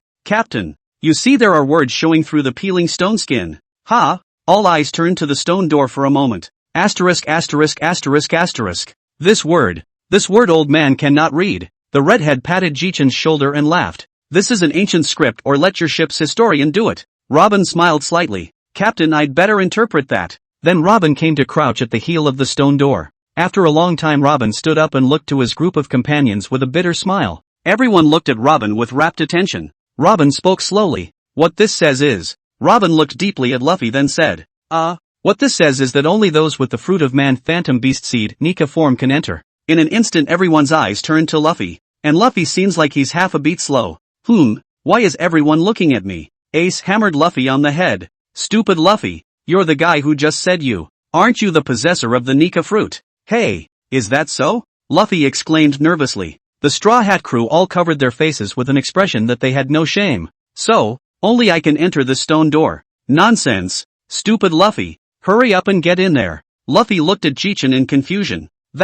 Ji-Chen, how should I go in? Well, you transform into a great white and see. Oh, okay. Instantly Luffy's hair and clothes all turned white. Well, Luffy, try pressing your hand against the stone door and see. Luffy did the same and put his palm directly on the stone door. Click, click, click. The stone door instantly opened. Just when everyone wanted to go in. The outside of the stone door seemed to have a layer of protective shield generally let people could not inch in. Asterisk asterisk asterisk asterisk. This stone gate is giving me this, isn't it? Riley hurriedly came to Ji-Chen. Hold it for a moment. The stone door then closes. Luffy enters it as well. When Luffy enters the crowd looks at me and I look at you. Was that a rule when you were here before? Riley shook his head. It's true that there were stone gates before, however there was no rule that only the fruit of man phantom beast seed Nick form was allowed to enter. The redhead exclaimed. Looks like the king of thieves is Luffy. Ji-Chen grinned. Looks like we'll just have to wait for Luffy to come out. Time flies. 3 days later. Click, click, click. The moment the stone door opened almost everyone ran towards its location.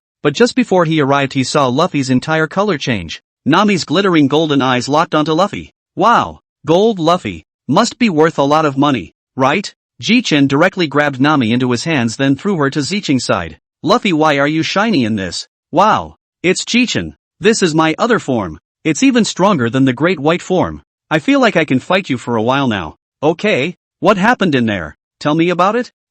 In there I saw a blank 100 years of history. And besides that there was a withered tree trunk. And rotting devil fruit. The redhead quickly asked. Luffy, do you remember the history of the blank 100 years? Luffy scratched his head. Hey, redhead, how could I not remember? I'm not an idiot. Well, blank 100 years. It says well yeah, there was a guy named who left a history of slaves as well as nobles. This guy named has created countless tragedies, constantly killing and frantically covering up a blank 100 years of history. It says that in 800 years Joy Boy will return and the world will be liberated. Ji-Chen looked at Luffy strangely and laughed. Luffy, how can you remember so much? Asshole Ji-Chen. How do you think I remember so much of this? I don't seem to know, but they're all in my head. Ji-Chen nodded. Then the first goal now is to just take him out, right? Luffy nodded. That's right. Just take out that guy and the world will be at peace again. The two ended their conversation. Nami rushed straight to the front. Luffy, is there a treasure chest? Luffy looked at Nami strangely then said. It seems like there's a place on this island where treasure is kept. But for a minute Ji-Chen seemed to feel his arm being grabbed and looked down to see Nami looking at him with an expectant look on her face. Ouch, let go Nami. Goo. Okay, I'll find it for you. Ji-Chen looked to Sauron to look at his knife then smiled badly and said, Sauron, lend me a knife? Solon froze then didn't suspect anything and directly threw Chioshui to Ji-Chen. Ji-Chen took it and handed it directly to Nami instructing, take this to dig for treasure in a while. Nami instantly comprehended what Ji-Chen meant, and took over the autumn water as soon as she could. In the distance, Sauron was nonplussed, and AI instantly came to Nami's side. Chapter 145 Leaving Lavendaru. Hey, Nami, what are you doing with your labor's sword? Nami, on the other hand, didn't answer Solan's words, her eyes looking straight at Jichen. Ha! Solan turned around and stared sharply at Jichen, seemingly wanting Jichen to give him an answer. Jichen couldn't stand being stared at a little too much, then straightened up and said, I want Nami to use your sword to dig for the treasure. For a moment Sauron's face reddened in Jichen's eyes at a speed visible to the naked eye. You, pop. Solan grabbed Akuma directly from Nami, and then a flash of light appeared in Solan's palm, which then turned directly into the shape of a shovel. Here, Nami, use this, my knife isn't for digging. Che, if I hadn't been able to beat the head out of you, I would have punched you. Jichen couldn't help but burst into a fit of laughter as he watched Sauron's arrogance in front of himself. After laughing and joking, Jichen saw the color unfold at full speed, covering the entire island in a few tight seconds. 1 minute later, Jichen's eyes were filled with laughter. Nami rushed forward and looked at Jichen with a smile. Captain, did you find it? Jichen nodded, then pointed at Nami's feet. There's a treasure chest just 3 meters below your feet in the ground. The moment Jichen finished speaking, Nami directly pushed Sauron away and took the shovel and started digging. Soon Nami dug up a chest. Almost everyone gathered at once. Riley walked over and laughed. This chest is so familiar. It seems like the treasure chest that Roger left behind earlier. Open it up and see, Nami. What's in there? The crowd urged. Nami then opened the chest in the crowd's anticipation, and what met her eyes was a chest full of gold. Oh, this box of gold is still so shiny after all these years. Hey, old man Riley, what was the idea to even hide such a chest of gold here in the first place? Riley's eyes were filled with nostalgia, then said, at that time, we already knew the secret of this island. And before we left, Roger proposed to leave a box of treasure, so we left this box of gold behind. But Roger was so childish then. Ha, what do you think? Jichen looked at Nami, whose eyes were glowing. Master Riley is joking. This box of gold isn't also very popular, isn't it? Riley looked down at Nami, then the two of them, Jichen and Riley, looked at each other and smiled. From afar, the redhead urged, Jichen, Mr. Riley, the purpose of our trip has been achieved. So shouldn't we leave? Jichen nodded. That's right, then how should we go back? This mist is all gone. Jichen's words just fell in the distance on the sea. Confused slowly appeared in front of the crowd. Everyone's mouths grew. Asterisk. This mist is conscious, definitely conscious. This I just. Jichen looked back at the crowd and said, you all just saw it, right? Crowd. Then since this mist has appeared, let's go back? Nami panicked. What if there's something dangerous in there? Well, Nami's right too. Jichen then took out Anywhere door and laughed. Let's use this then. Then under the gaze of the crowd, Jichen slowly opened the arbitrary door. But the other section of the arbitrary door in Jichen's vision was indeed misty. That's right, it's misty. Labor is obviously going to Shampoo Land. That's when Riley stepped forward and said, it looks like we're going to have to cut through this fog. Jichen simply put the arbitrary door directly back into the system space. As the crowd all headed in the direction of the boat, Jichen was chanting, sign in. Ding, congratulations to the host for signing up for rewards in Ravdru, Joyboy Giganticization. Resurrection card X1. Jichen, on the other hand, stared in shock. And with that came a warm energy injected into Jichen's body. Phew, it's kinda comfy. Turning back to Jichen, he saw that everyone had boarded the ship. And Jichen also went straight to the ship with an instantaneous body. Let's go, people. Then after a day of difficult journey, Straw Hat Pirates, Thor Pirates, Redhead Pirates and Ace Riley, finally successfully out of the fog. Phew, that came out pretty unusually well, the redhead exclaimed. Everyone find an island to rest on. The crowd was then led by Jichen to a deserted island. The crowd looked at Jichen in confusion. Jichen smiled evilly. The next moment is to witness a miracle. The system uses a resurrection card to resurrect Gore D. Roger. Ding, resurrection card used successfully. As the system's words fell, a golden light appeared in front of the crowd. The black cloth in Jichen's hand directly covered the golden light as soon as he saw it appear. And then he took out the arbitrary door. Ahem. Everyone hurry inside. Everyone, you look at me. I look at you all confused. But everyone still believe in Jichen's words have entered the door. Jichen also entered the arbitrary gate after collecting the red force. 4. And miles of sunshine as well. Phew. Finally back. Jichen also threw the object shrouded by the black cloth in his hand to the ground as soon as he could. Roger's face was also revealed from under the black cloth. Brat, it's really you. You're the only one who dares to do this. Jichen touched his head and laughed. Uncle Roger, you have no time limit to stay in the young world this time. Do you think what I just did was wrong? Roger was slightly stunned after hearing Jichen's words, then after carefully feeling it over he exulted. Sure enough, there's no more that countdown in my head. I'm considered to be truly resurrected. Roger turned his head to see Riley and the others looking at him and instantly became a little embarrassed. Ha ha ha ha. The first real resurrection was a little out of character. Ha ha ha ha ha ha ha. Luo. Roger, you guys really resurrected? Roger nodded. There's really no time limit? Next we'll probably die of old age or in battle. Riley, why do you guys have so many problems? Damn it. At this time Ji-chan came over and laughed. This time Roger is really resurrected. Except he died of old age or in battle he won't disappear. Riley stared at Ji-chan with burning eyes. Ji-chan felt that Riley was staring at him then asked, Riley, what are you doing? What method did you boy use to resurrect him? Ji-chan scratched his head.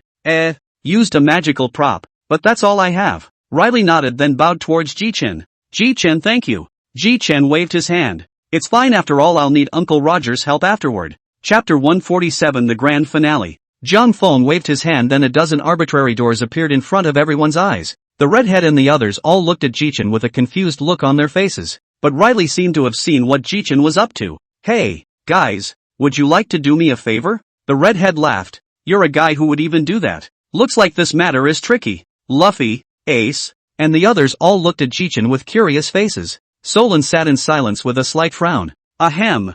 I want to kill the world government. And while it's unethical to ask for help with this request, I'd like to ask you to. Without waiting for Ji-chan to finish, everyone agreed. We all said yes. Ji-chan was slightly stunned. What? That simple? Pop. Roger slapped Ji-chan's shoulder. Ji-chan boy. The presence of the Red Taro and Riley, including this king of thieves and of course Ace, are sentimental and righteous people. For your things of course we will not refuse it. After all, this thing is everyone's thing. When Ji-chan looked at everyone again, there were happy smiles on everyone's faces. Ji-chan pointed to the arbitrary door behind him and said, you can open any door. Just like Ace can bar the Whitebeard Pirates crowd. That's great. Marco and the others don't know where I've been the last few days. This will pick them all up. Then while they all picked up their partners one after another, Ji-chan came to an arbitrary door and instantly pulled it open, followed by a mass of white stuff being pulled by Ji-chan at the speed of light. Who dares to attack the old man? The distinctive voice as well as the unique aura made everyone in the room recognize who this was. Clank. Sauron's look of welcoming a great enemy really scared the crowd, but when everyone looked at the man everyone's eyes widened. Capo? Grandpa, why are you here? Carp scratched his head. I was just laying around the house surprised I got caught here. Then Carp's pupils narrowed. Roger, Riley, and you guys? Ji-chan hurriedly stood in front of Carp and smiled. Hey, old man. I've got something to ask for your help in arresting you this time. Bastard. Every time you pit Lao Fu. Say what's the matter this time? Ji-chan scratched his head. Ahem. This time it's a bigger deal. I'm going to lead the pirates to attack the Tenria people as well as the world government and completely eradicate it. Hey. Of course this one needs your help too, old man. Carp at this time has been shocked speechless. You this guy is really crazy. But the old man like, you this I join. Ji-chan smiled slightly then opened the arbitrary door again. This time it was located on a leafy island. The moment he opened the door Ji-chan saw Trafalgaro standing in front of him. Hey, Trafalgaro, bring your companions in or I'll be rude. Ji-chan threatened. However, Trafalgaro was still relatively calm, gazed straight at Ji-chan. Only did not wait for Trafalgaro to gaze for a long time. Directly by Ji-chan violently grabbed in. And then Ji-chan used the thunder and lightning turned into a spider line directly to all the crew of the Red Heart Pirates, all captive. Bastard. Thunder God Ji-chan, what do you guys want? But as soon as Trafalgaro finished speaking he saw everyone in the room looking at him. Even Sauron's sword was already sheathed. Redhead. Hurry up and explain it to this guy. I don't have time for that. Followed by the Kid Pirates, the Bateau Club, and the Junmai Pirates. These pirate groups were directly seized by Ji-chan. Ji-chan then continued to open the arbitrary door appeared in front of the crowd is a pink color. Of course, this is naturally the peach color island. Ji-chan shouted back. Luffy, Ace please, invite Saber over. Ha ha ha ha ha. Saber don't worry Ji-chan, I will definitely call Saber over. The duo then flew out the arbitrary door. Noticing that someone had come to the island, Saber turned his head directly to see Luffy and Ace flying through the air towards him. Ace? Luffy? What are you guys doing here? Saber, come with us. Ace hammered a punch directly into Luffy's hand, however Ace's fist was surprisingly dented as it slammed down. Stupid Luffy. Always explain things to Saber. So Ace explained it to Saber directly and simply. In that case, I need to ask Mr. Long if he's going. But no sooner had Saber finished his sentence than the dragon's voice came from not far away. Saber, you guys go ahead. We have any door, we'll be there on time when we get there. The duo then take Saber back to Cake Island. Ji-Chen nodded as he looked around the room. Aha, all of you pirates I just captured already know what I'm going to do, right? So let me say something. One for each of the 5 elders. Ace, Saber, Luffy, Redhead, and Sauron. As for the others, the Navy side is yours. Well, as for that guy being mine, I promised to that asshole to pieces. Luffy was a bit puzzled. Why is Ji-Chen calling those 5 guys only? Ji-Chen shook his head. Stupid Luffy. Because they're all fruit power users of the Phantom Beast species. Then after a day's rest, let's go. After one day. Yesterday, Ji-Chan also exchanged countless immortal beans from the system space and distributed them to everyone's hands. Even the arbitrary gate is a lot bigger than it was before, and it's divided into going to the Navy headquarters as well as Manhwa. The moment the door opened, another section of the Revolutionary Army and others arrived. Meanwhile, Redhead, Luffy, Ace, Sabo, Sauron, Green Pheasant, Roger, Riley all arrive at the world government. Just after arriving at Manhwa, Ji-Chen and the others felt 5 extremely powerful strands of people flying towards them. The visitor was none other than the 5 Elder Stars. Ha! 5 old undead. You guys really dare to come. With that, Ji-Chen made an instantaneous leap to directly stab a 5 Elder Star in the waist. Ji-Chen laughed out loud. Ha ha ha, then I'll leave this place to you all. I'll go deal with that thing hiding in the shadows first. Luffy, Ace, Saber, Solon, Redhead, and Green Pheasant are all ready to fight, and the battle is about to start. At the same time, Ji-Chen had already known Im's location and flew directly towards her location.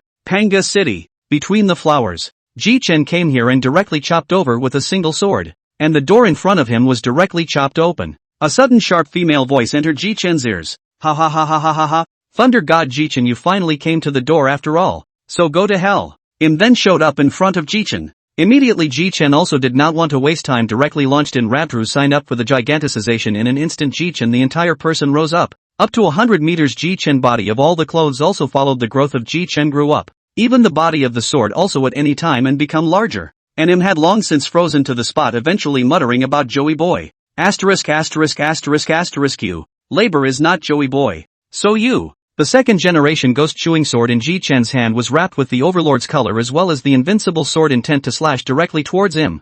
Boom boom boom. A puff of smoke cleared. Im was lying on the ground. The stab wound in his arm, slowly healing. Asterisk asterisk asterisk asterisk. Such a sword didn't even kill you. With that, Ji-Chen silently chanted in his heart. The system uses the strongest sword. Instantly Ji-Chen's aura went straight to the clouds. The sword in his hand also slashed at him without reservation. In an instant Im was directly chopped up in smoke. Ding dash. Congratulations to the host for killing the final boss of this world, rewarding him with the fruit of life, as well as the summoning technique. Ji-Chen then changed back to his original form, but he stood frozen in place, then reacted with a question mark on Ji-Chen's face. Asterisk asterisk asterisk asterisk. So it's the fruit of life, no wonder this thing can live for so long. Meanwhile, at the Navy headquarters, Akane has long since been beaten beyond recognition. The rest of the Navy has long since surrendered. Manhwa's Redhead couldn't help but show a smile of excitement at the corners of her mouth as she looked at the dying 5 on the ground. Ha ha ha ha ha, 5 old undead. How dare you speak up in front of us? Now it's good.